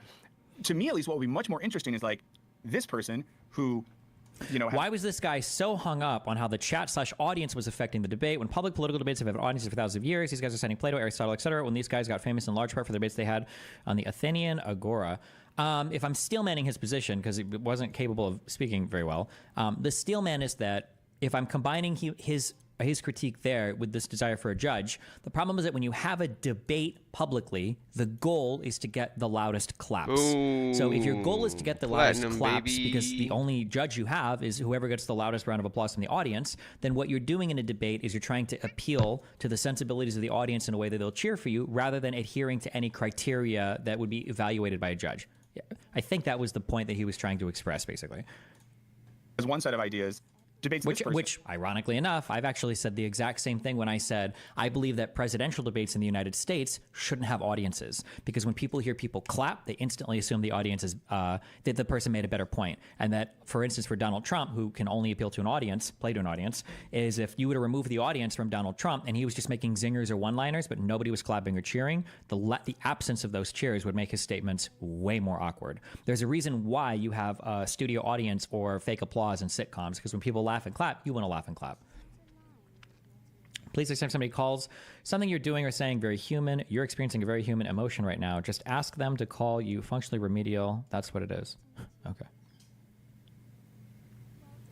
Interesting is like this person who, you know, has one set of ideas, debates this person who's like largely in their wheelhouse of those things. To me, that's way more interesting at an intellectual level. I guess it's like not interesting from an entertainment perspective. You know, we could even think here of the Slavoj Žižek and Jordan Peterson debate. I've watched so many, you know, debates or conversations over the years with Slavoj Žižek and guest. And if it's Slavoj Žižek and, you know, psychoanalytic or Marxist thinker that disagrees with him, those can be really interesting conversations, because then you have two people that force each other to better articulate the differences of their positions. Or you see Žižek and whoever, you know, clearly articulate why the unconscious is actually this, or why materialism is actually that. You know, nothing was more boring than the Žižek and Jordan Peterson debate, because there was no real dialogue or pushing towards ideas together. So I just wonder, like, would like a good intellectually grounded debate even be entertaining? Would it be something people even want to watch? Well, but then then do better. Don't blame me for that, right? Like, I'm the one that goes into these conversations, and I guess maybe I wouldn't expect him to be familiar with literally any of my background, but like, I'm the one that goes into these conversations like, fuck, why did I study for this? Or like, oh my God, what a waste of time, all the research for this. Like, holy shit. Like, be better. Make your side be better then. I think it can be, right? But I think that okay, that's a good way to put this. I think that you have a version of debate that exists now where the act of debating is the entertaining hook. The thing that people click into is that they are doing a debate. I think that you could have an entertaining debate by having the hook be the topic, right? And the depth of the topic becomes entertaining. The connection between the topic and the stuff becomes interesting. And that's fun. But if the act of debating is the main thing, then all that's happening is the performance of... See, and then this is because these guys just don't have any experience in this field. Topics don't make for interesting debates. Charismatic people make for interesting debates. You can take the most entertaining topic in the world and have somebody go to sleep in 3 minutes because the people speaking about it are boring. It sounds mean to say, but like, it's true. Like, there's an art to presenting a topic that's more important than the topic itself. Almost always so. That's why you have a lot of people in high school or in college who will say something like, I never would have imagined I would have enjoyed Russian literature, but then I had this one professor who is like so into it or whatever. Like, there's a lot of people that will be introduced to a topic and the topic is fucking boring, but then they have the right teacher, the right professor, the right inspiration. Like, oh my God, this guy made this way more entertaining than not. And that can my guess is that can be done with any topic ever. That can be done with probably literally any topic. Any topic can be made into a fucking snooze fest, and any topic can be made incredibly captivating. You just need the right person to present it. The presentation is really important. At the end of the day, we're all humans. We're not robots. You don't, insert fucking code into our brains and then print out, statements. You have to present it in a way that's like engaging and captivating to us. And those need emotional hooks. The debate as core performance, right? That's the only thing that becomes important. And then the idea of intellectual rigor becomes very secondary, right? I mean, you can see this with Destiny and that Norm Finkelstein. There's that Norm Finkelstein clip with Destiny where Norm Finkelstein... The clip. There's the clip. Like, you're doing it. The clip. And he's the one bringing this example up unprompted, by the way. He's bringing this example up unprompted. No, like, he's just... Secondary, right? I mean, you can see this with Destiny and that Norm Finkelstein. There's that Norm Finkelstein clip with Destiny where Norm Finkelstein is like, effectively, I forget the exact wording, but he's just like, you are in a room with 3 people who have been studying this conflict for decades, and you read Wikipedia. Like, what are we doing here? Like, okay, yeah. Fuck. Now, the guy's right. I wish I would have watched this, because his statements were more egregious even than the first guy's. I think just what he said so far is more egregious than what the first guy was saying, but maybe the whole rest of this will just be having nothing to do with me. Oh. Right? And that's sort of the vibe with a lot of the Destiny stuff, even some of the Hassan stuff. I think Hassan... With a lot of the Destiny stuff. Oh, but only some. Okay, but at least he critiques Hassan a little bit with some of the Hassan stuff. Does a little bit of a better job prepping someone shit, but he gets stuff wrong all the time. Oh, but Hassan does a better job. Okay. With what topic? Like... Sort of the vibe with a lot of the Destiny stuff, even some of the Hassan stuff. I think Hassan does a little bit of a better job prepping someone shit, but he gets stuff wrong all the time. Peterson, obviously, like all the... He does say he gets stuff wrong all the time, at least. Okay. These guys. Ethan Klein, etc. They all sort of... And I don't think we necessarily... Like, I don't think that's necessarily bad. Like, whatever, watch your TV show, man. Like, You know, I watch a fucking soccer anime 24/7. Like, do whatever you want. That's totally cool. But the audience, there's this conflation, I think, because debate is supposed to be a smart people thing. That when these people have this debate, they're engaging intellectually in a rigorous and compelling way. But that's not actually true when you like look at the merits of the stuff, right? I mean, like the Zizek Peterson is such a good example. It's basically Peterson misexplaining stuff from Marx or Zizek, and then Zizek re-explaining it in a weird Zizek way, and then going on to the next thing. Which is so funny because that's what Benny Morris and Finkelstein was. It was Finkelstein taking a single sentence, a single quote, and then Benny Morris re-explaining and recontextualizing it, and then moving on to the next thing.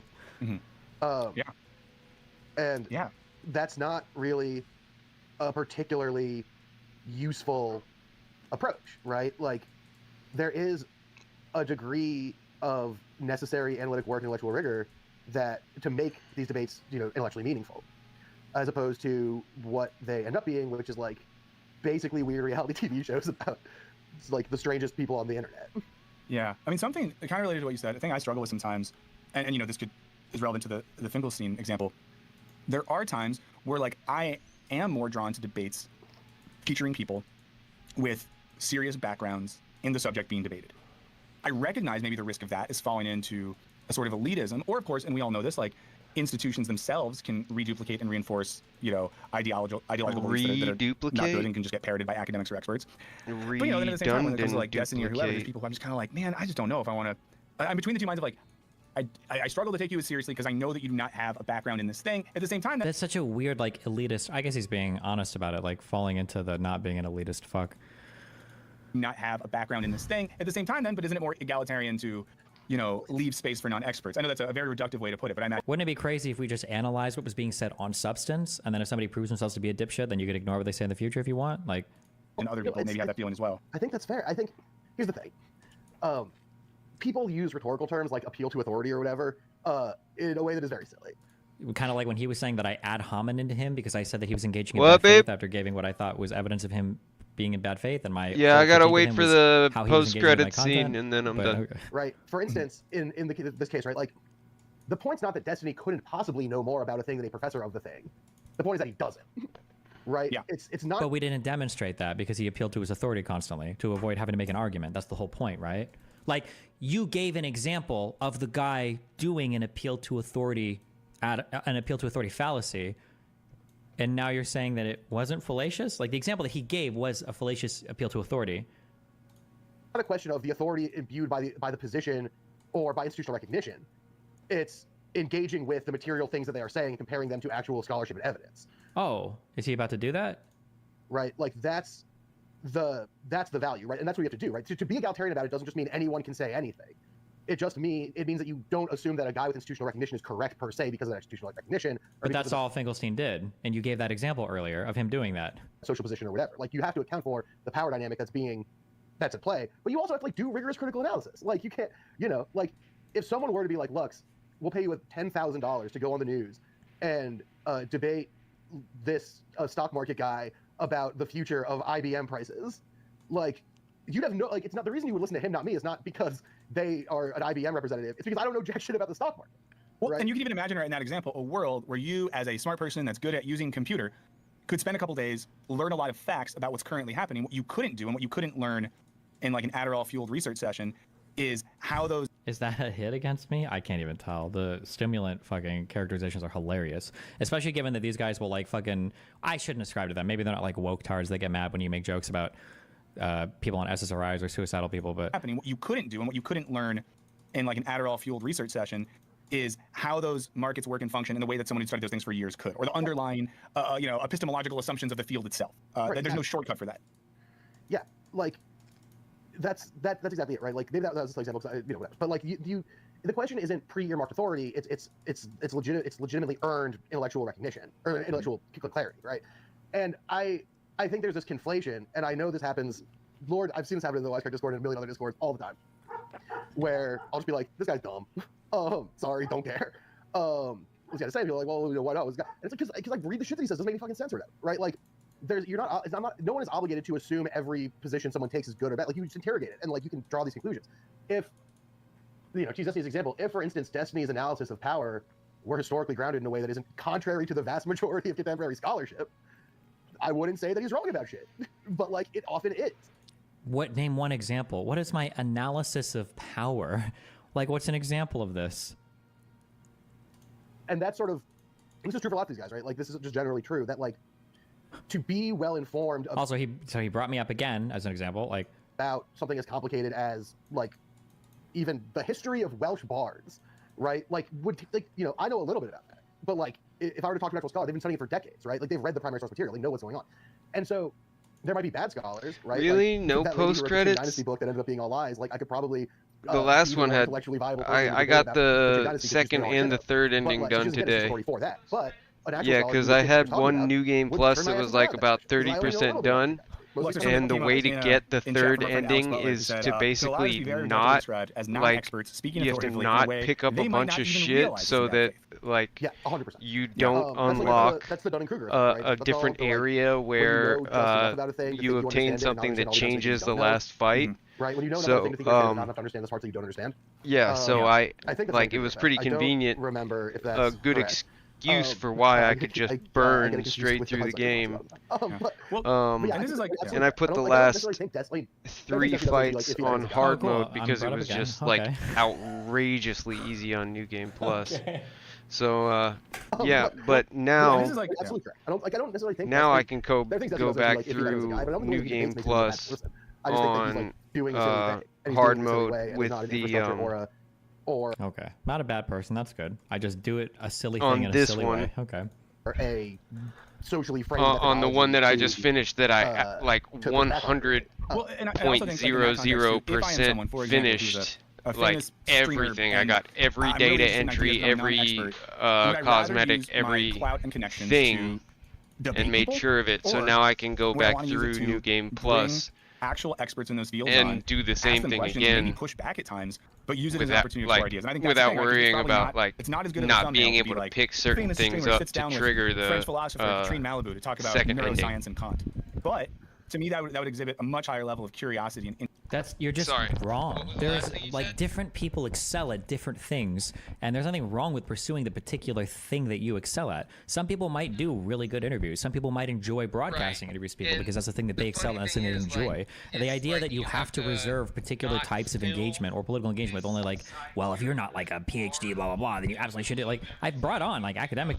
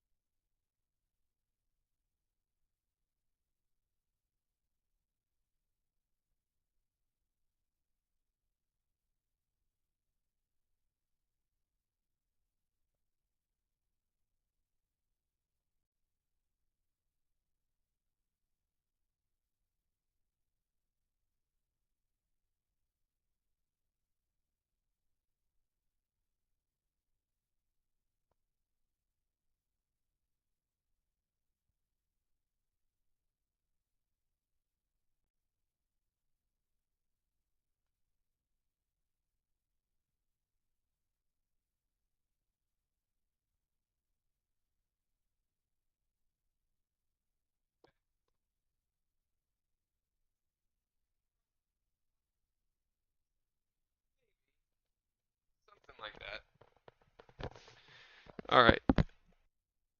Hello. Check. Hello. Okay. All right, guys. We got a bunch done in Stellar Blade today, and it's time to get ready for the gym. So 9 hours and 43 minutes.